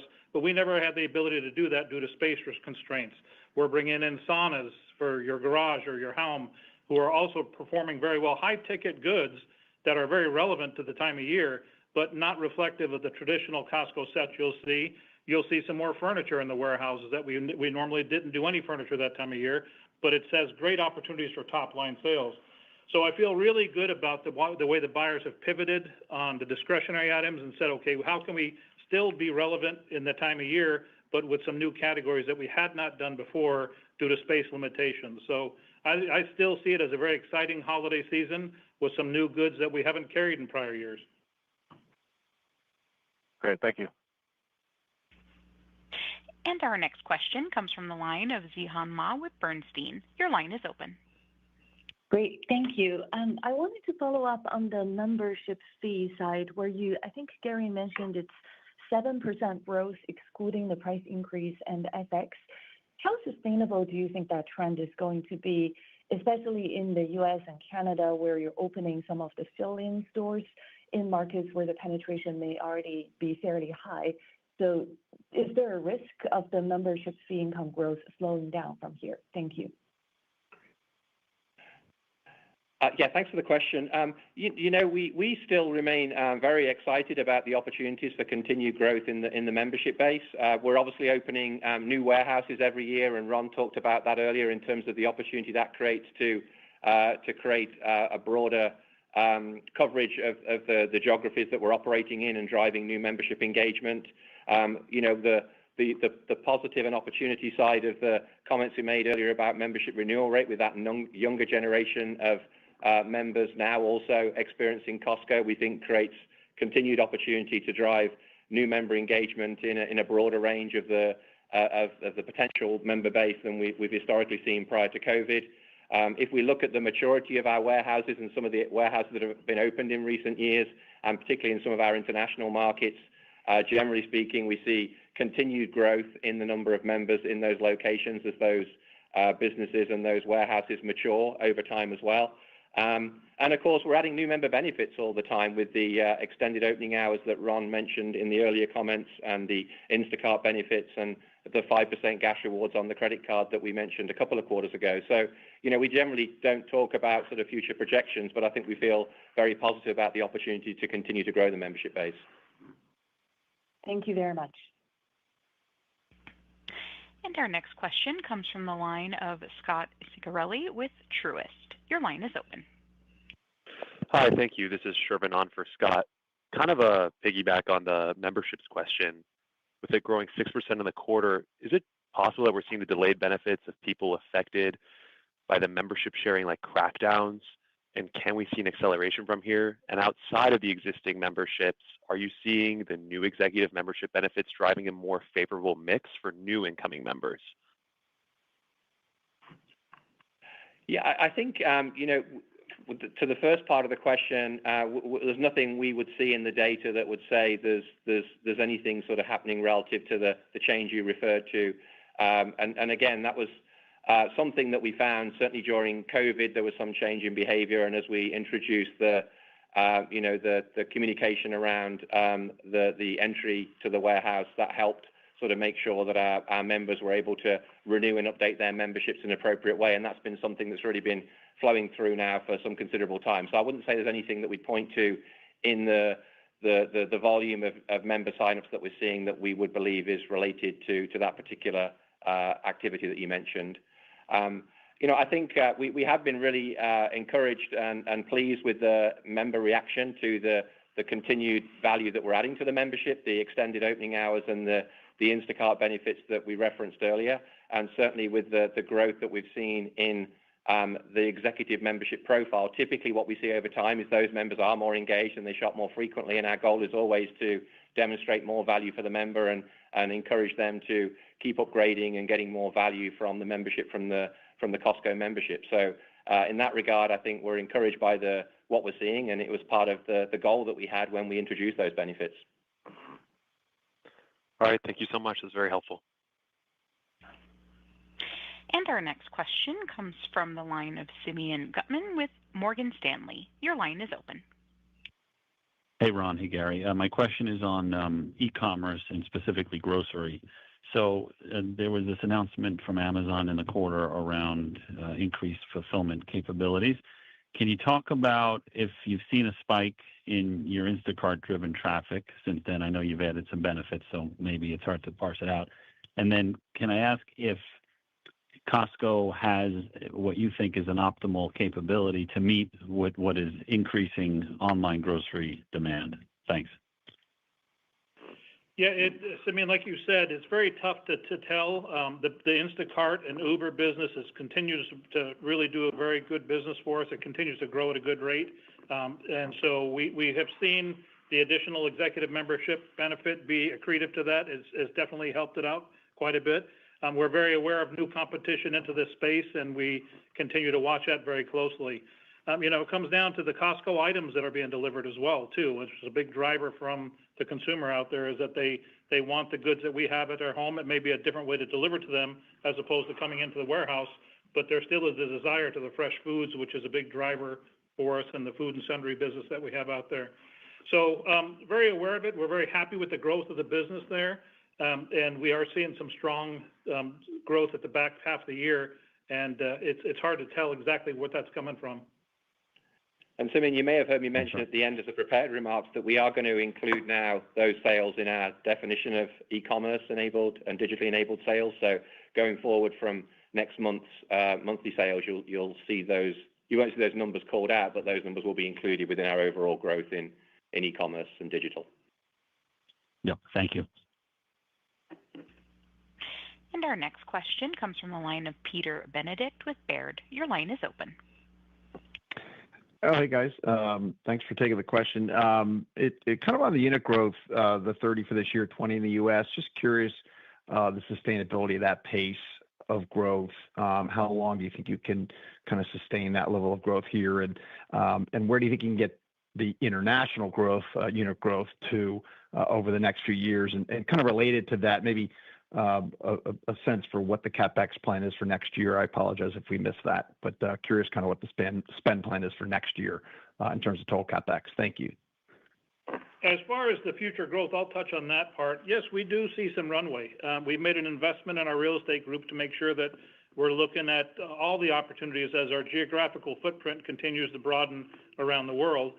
We want to make sure that we are indeed looking at these opportunities, and for a few reasons, we feel very good. The right opportunities have come both in existing markets to increase capacity and where we feel we can better serve those markets. And we continue to still find in North America and internationally opportunities in new markets where we're doing very well. So we do see some runway as far as this 30 warehouses opening a year. We don't strive for a number. I mean, we're not going to make any bad decisions on opening warehouses to get to any set number. So it could ebb and flow. And in some of the international countries, it takes a little bit longer. So you'll see some swings back and forth year to year when things come to fruition. Some projects could take us 3 years internationally, where we have things that can turn much quicker in North America. So overall, I think we do feel some good runway is out in front of us as far as growth goes. We have people ready to expand the company, and our operators have done a very good job dealing with the cannibalization we've dealt with in the existing markets we're in. And then maybe to answer the question on capital expenditure, I'll just maybe take a step back on that as well and provide a bit more context on what we saw in fiscal year 25 and how we think about 26 as well for you. So I think generally when you look back at capital expenditure for us over the last few years, we've seen it grow. When you look at the compounded growth rate over the years, it's generally grown in line with sales. And we did see in 2025, when you look at the total capital expenditure for the year, we grew capital expenditure at a faster pace than sales for the first time, actually, for a while for us. And that was really for the areas that we mentioned earlier in the prepared remarks around the number of warehouses that we're looking to open in 2026, the remodel work that we're doing, the preparing the depots for the expansion in warehouse sales and also e-commerce, and also some manufacturing opportunities to improve the value in Kirkland Signature. And I would say as we think about future growth in 2026, those areas we think are opportunities for us looking forward as well. We've already talked about the warehouse growth, but we do think with remodels, the opportunity to keep expanding our capacity in our warehouses, especially as the average warehouse now in the US and some of our more mature markets is around 20 years old. There's an opportunity for us to refresh and to support continued best-in-class service in those warehouses. We think there's continued opportunities in manufacturing to support further growth in Kirkland Signature.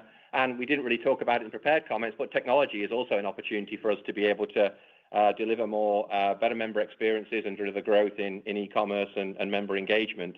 So overall, we think those will continue to be good opportunities for growth. We feel confident the returns on the investments that we'll make will be very strong as well. So we'd expect 2026 to have capital expenditure that would grow over 2025 and probably a little bit higher than sales again for the same reasons in 26 as 25. We typically actually give the CapEx number, I think, in our Q1 release. So we'll give you a specific number in Q1 as we do every year. But as I would expect it to be a growth again for the reasons I just mentioned. And our next question comes from the line of Greg Melich with Evercore. Your line is open.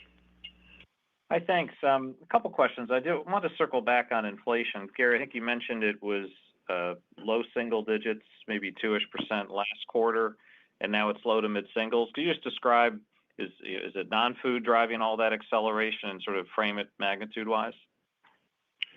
Sure. Yeah. Thanks for the question. Yeah, I think last quarter, actually, we said overall low to mid-single digits, and we really kind of said the same this quarter. The change was really in Q3. Q4 has generally been pretty consistent with Q3. And as we look at it and break it down by category, fresh and food and sundries are relatively consistent quarter over quarter in that sort of low to mid-single digit range. There are lots of sort of puts and takes in there. When you look at individual departments, we certainly see meat and deli largely because of meat and candy would be more inflationary, whereas departments like produce and liquor would be either lower inflation or decelerating inflation or even deflation in certain items. And then on the commodities front, we see acceleration in inflation currently in commodities like beef and coffee, sugar and corn. But then also that's partially offset by we're seeing some deceleration in produce, in particular in berries and avocados, and then eggs and butter and cocoa are also slower inflation too. So there's lots of puts and takes in those food and sundries and fresh departments. The change in Q3 really was in non-foods. But again, I would say it's really low single-digit inflation overall within non-foods. But the real change there was it had been deflationary for 12 months or so. So that's kind of what drove, I should say, the change in Q3 and the reason that we updated our LIFO estimates, because we saw we'd seen continued inflation in food and fresh, but that was being offset by non-foods, and now with some inflation in non-foods, that's kind of changed the overall picture. But it's still in that low to mid-single digit overall, I would say. Got it.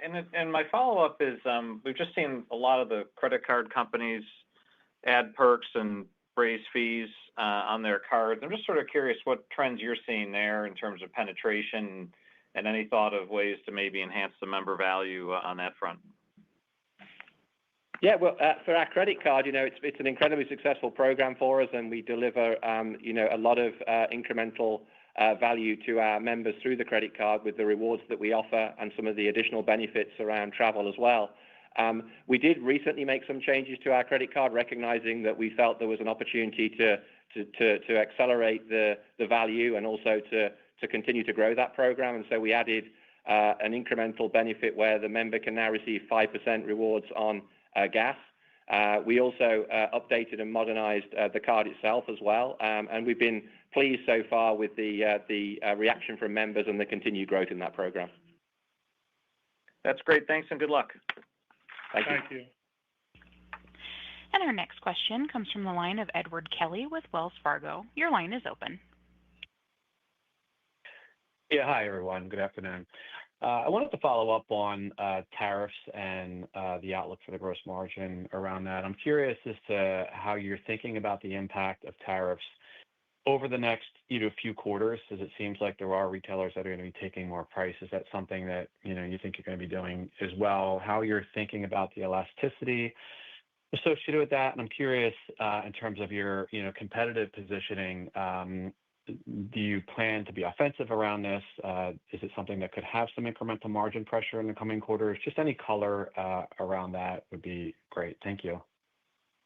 Yeah, thanks for the question, Ed. I think overall, first thing to say, of course, is that the environment with tariffs does still remain fluid. There could still be changes that we have to address as the picture unfolds. But with the tariffs that we've seen and we're sort of managing, if you like, as things stand today, our teams, I think, have done a fantastic job in navigating what's been a very fluid and changing environment. And I think the benefit of us of having buyers who have really been in the business for many years and understand the business well, that are managing with the limited SKU count that we have a low number of items per buyer, so they really understand the individual items that we're buying and the way those products are costed and constructed.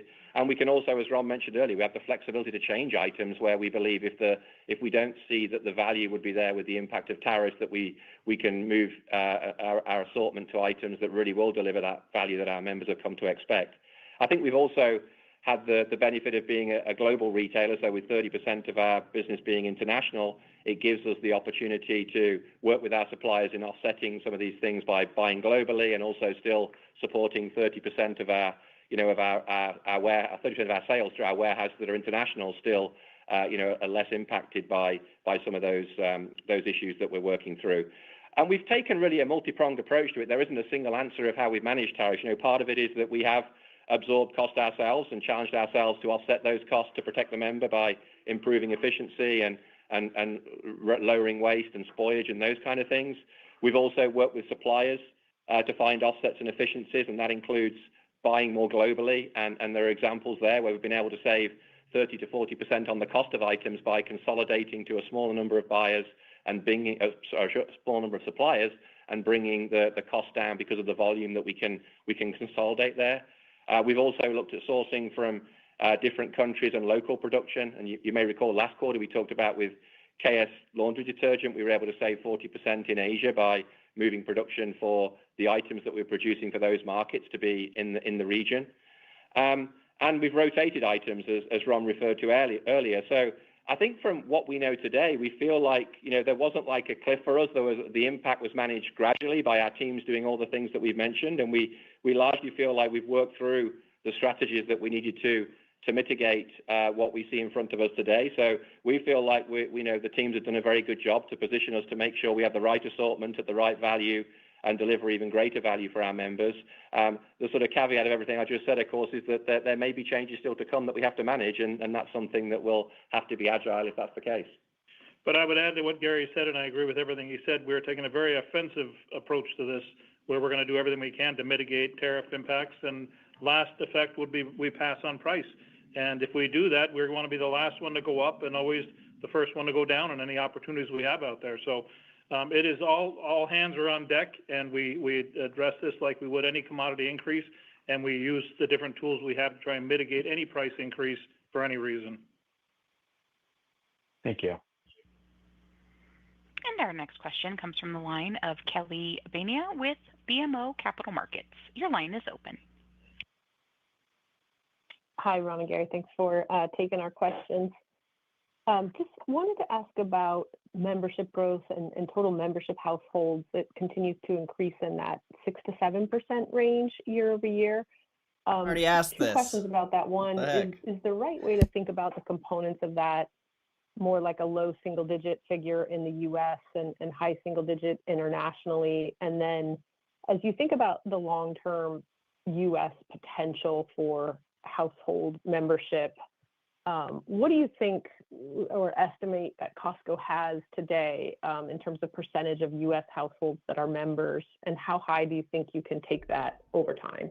There must be something wrong with me. I'm actually enjoying this. Thanks, Kelly. I think it maybe comes back to a couple of the comments that I made earlier. We look at the growth that we've seen, and certainly it's a good reflection, I think, of the focus of all of our team here to say, how do we start every day thinking of how can we deliver more value for our members, and how do we show that the membership decision is the best decision that our members have made because of the value that they get from the membership with Costco. And really our focus tends to be, I think, a little bit less on the way you phrase the question and more on how do we make sure that's always at the center of everything we do and continues to create new opportunities to grow our membership base. And I think because of the focus there and some of the things that we talked about on the call about how the team is navigating tariffs to make sure we stay true to that, delivering the best value for the member, as we're adding more membership benefits like the extended hours, as we continue to open new warehouses and start to reach new member geographies, but also as the maturity of those warehouses, we don't advertise as a company, and so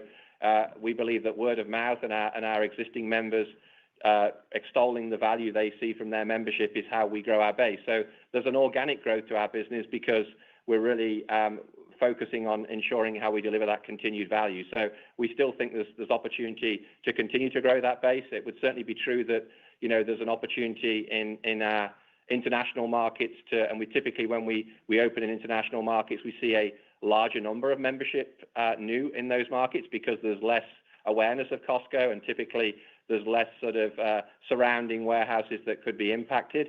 But on the other side of that, what we tend to see with warehouse in the US where we open and we're filling in markets, we see tremendously quick growth in sales in those areas because and not only in the new warehouses, but we replace the sales in the effective warehouses because we're freeing up the capacity for those members to shop more frequently in the warehouse as well. And our next That's question so comes from the interesting. line of Rupesh I didn't know Parikh with Costco didn't Oppenheimer. advertise. Your line is open. Good afternoon. Thanks for taking my question. So maybe a housekeeping question to start. So just on the incremental hours P&L impact, it sounds like it's going well. Good sales lift, and you're seeing good upgrades to executive members. As you look towards this fiscal year, do you expect it to be a net benefit? The benefits versus some of the expenses with the increase in employee hours. Yeah, I think it's fair to say that, Rupesh. I mean, just kind of re-summarizing what we talked about earlier, as Ron mentioned, we've seen a positive impact in terms of overall sales in the US warehouses from the extended hours, and our operators have done a great job managing the impact from an SG&A perspective. So we have the typical sort of headwinds from the employee agreement that we need to manage and leverage our sales, but we wouldn't be calling out any sort of major headwind from the SG&A perspective based on what a great job our operators have done to manage the impact. Great. And then maybe just my follow-up question. I know, Gary, on alternative revenue streams, you guys have talked about successful media campaigns earlier this year. So just curious on any new efforts on the alternative revenue stream as we look towards this upcoming year. Yeah, it's still very much in the early stages. When we talk about alternative revenue, for us, I think that it's broader than media for sure. A question earlier that was asked around financial services and credit card. We think that's a continued strength in our business and an opportunity to continue to grow. We launched the Buy Now, Pay Later product with a firm earlier in the year, which is doing well. We have a tremendously successful travel business that delivers significant value for members and has strong growth in our overall model and delivering value for member and top line growth in the company as well. And media then is another component of that. And I think our journey with media is that we're sort of on a two-pronged journey, I would say. One is to build out the capabilities so that we can deliver more personalized, relevant messaging to our members, and that includes a unified single data platform where we stitch all of our information and data together and then build out the tools that allow us to deliver more relevant messaging at scale to our members. And as we're doing that, which is also really important to media, we're really kind of proving out the concept with our suppliers of the value of media within Costco. And that's why we shared the example, as we sort of want to make sure that we're demonstrating how we can create future value as we build those capabilities. And that'll be a continuation over the next 12 months or so. And we'll certainly share more updates as we continue to make progress on that journey. Great. Thank you. Best of luck. Thanks, Rupesh. Pardon me. Our next question comes from the line of John Heinbockel with Guggenheim. Your line is open. Hey, guys. Two strategic questions for either one of you. Maybe, Ron, when you think about the B2B opportunity, how do you think about that, the size of that, whether it's through business centers or online? Because I know when you do reloads, some of those become business centers. We're likely to see an acceleration in business centers. And then secondly, when you think about markets where it's just taken longer to get real estate, is there an opportunity to use the balance sheet to acquire chunks of real estate, right, that you can then kind of develop over a period of time, and maybe that speeds the process up a little bit? On the first question about business centers, yes, we think that there's some tremendous capacity, especially we have now 6 in Canada, and we're going to continuously really grow a much quicker rate in Canada in the business centers. The U.S., we see great opportunities, both in new markets as well as when we relocate a building to a larger facility. The old warehouses serve a great purpose for us as far as becoming a business center, because they have the right size, and parking is not an issue at that level because we deliver about 60% of the goods from our trucks out there as well. So we see a good runway for us, both U.S. and Canada, and potential in international markets for the business centers as well. So that is it. As far as looking at the additional property that we need to, we will take that into account if we have got to get into the right market, and then how we can create value for any out parcels or additional properties that are nearby us that could open up opportunities for us to expand in the right place. So we are open to those opportunities as well. Thank you. And our next question comes from the line of Steven Zaccone with Citi. Your line is How open. long is this? Great. Good evening. Thanks very much for taking my question. A couple of follow-ups. First follow-up is you've talked about cannibalization to comps for the last couple of months. Do you expect that to be a headwind throughout 2026? And then just on some of the questions around the inflation outlook, on the non-food side, based on what you're seeing in the business, do you expect non-foods inflation to kind of stay in this range for the next couple of quarters? Basically trying to understand, are we at some of the peak pressure or could it get a little bit higher from here? Thanks. Sure. Yeah. Thanks for the questions. On cannibalization, it's really a reflection of our continued investment in filling warehouses to really make sure that we're continuing to grow our overall sales in those markets and relieve some of the pressure in some of our busier warehouses. And so I wouldn't see any reason why that would change dramatically in the future, because that's a strategy that's working for us well in terms of continuing to grow our overall sales and grow our overall profitability in the markets in which we operate. And then from an inflation point of view, I think, as I mentioned earlier, we think that from everything we see today on tariffs, we've been proactive in managing that. And so from everything that we're dealing with today, I think what you're hearing from us on inflation is how we see it at the moment. But the dilemma, as I mentioned earlier, is we can't really predict what might happen in the future around future tariffs or future pricing by other players in the market, if you like, and so or events. So that's the bit that's obviously hard for us to predict. But I wouldn't say that we're seeing anything in our plans that would cause that to change significantly. Okay, understood. Thanks very much. And our final question comes from the line of Oliver Chen with TD Cowen. Your line is open. Hi, Gary and Ron. On the digital roadmap, there's been a lot of customer-centric innovation you've done. What's low-hanging fruit ahead that you're most excited about? And then on Kirkland Signature, which is iconic, what's next? Or is it just tweaks, or is it a similar strategy? Some of the language in this call leaning into KS, that's probably a product of the environment, but was there anything different about how you'll continue to amplify that and maintain, how great it is? Thanks a lot. Yeah, thanks, Oliver. On the first part of your question, you're right. We've spent a lot of time as a team focusing on how can we continue to invest in improving the digital experience and making it more convenient for members to shop. And we've had some good progress in those areas. I think we continue to see opportunities to improve the member experience through the app and through the website, and particularly in investing in capabilities that deliver more targeted and relevant personal messaging for members. That's definitely one of the highest priorities that we're focused on. And you've heard us give a couple of examples of things that we're starting to do there, but should certainly expect to see more of those opportunities going forward to drive, whether it's visits into the warehouse or items in the basket or more engagement online with our members for e-commerce sales. And then Kirkland Signature, I think just briefly on that, overall, our view on Kirkland Signature is that it's all about delivering quality, value, and innovation for members. And if we see examples where there are gaps for our members, where we think there's items that we can deliver that value and quality that doesn't exist today, then that's what we're doing and how we're innovating and delivering new products for our members. We don't have a specific target for Kirkland Signature. It really is about when there's that value and that opportunity there with the member. And of course, we love working with national brands as well to develop and grow those partnerships. But Kirkland Signature also provides a sort of healthy tension there to make sure that value and quality is there for our members. And so we'll continue to innovate and grow those items where we think we can deliver that value for the member. And it's certainly over the last few years has continued to grow in penetration because of the great work our teams have done in building out those items and delivering that value for the member. Thanks a lot. Best regards. Maybe you should go to 24 hours, by the way. We'll take that into consideration. And ladies and gentlemen, that concludes our question and answer session and today's call. We thank you, we thank you for your participation, and you may now disconnect. Thank you. Is it weird that I enjoyed that? I think it's kind of weird that I enjoyed that. It was kind of informative.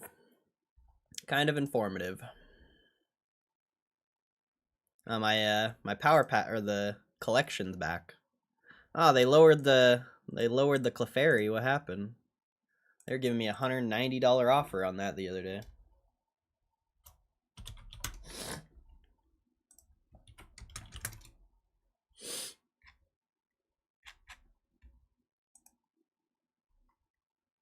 One sold for $150. What? Two sold for $150. What? Volatile card, bro. Hella volatile. It was literally selling for two to like 300 the other day. That's wild. That was something. That was something. I thought that was kind of interesting. I don't know. Maybe I'm weird. Maybe I'm weird. But I don't know where we go from here. It's been a long stream. 8 hours and 20 minutes. So probably around 6 hours if you count the gym time. But yeah. I'm out of here. I appreciate you guys. Thank you to the people who are always here. Thanks for supporting the stream. What's up, Ado? Haven't seen that name in here. Maybe we'll see you again. We stream every day. But yeah, I appreciate you guys who are always here, showing love, you know, supporting the stream. Thank you guys for always supporting the stream. I appreciate it. And I hope you guys have killed an hour of my drive. Damn. Well, good luck on the rest of the drive, bro. Good luck on the rest of the drive. Hopefully it's not too bad. But you guys have a good one. God bless. God bless. And tomorrow's Friday. Yeah, I'll see you guys tomorrow. Have a good rest of your day / night, wherever you may reside. And yeah, I'll catch you guys tomorrow. Peace!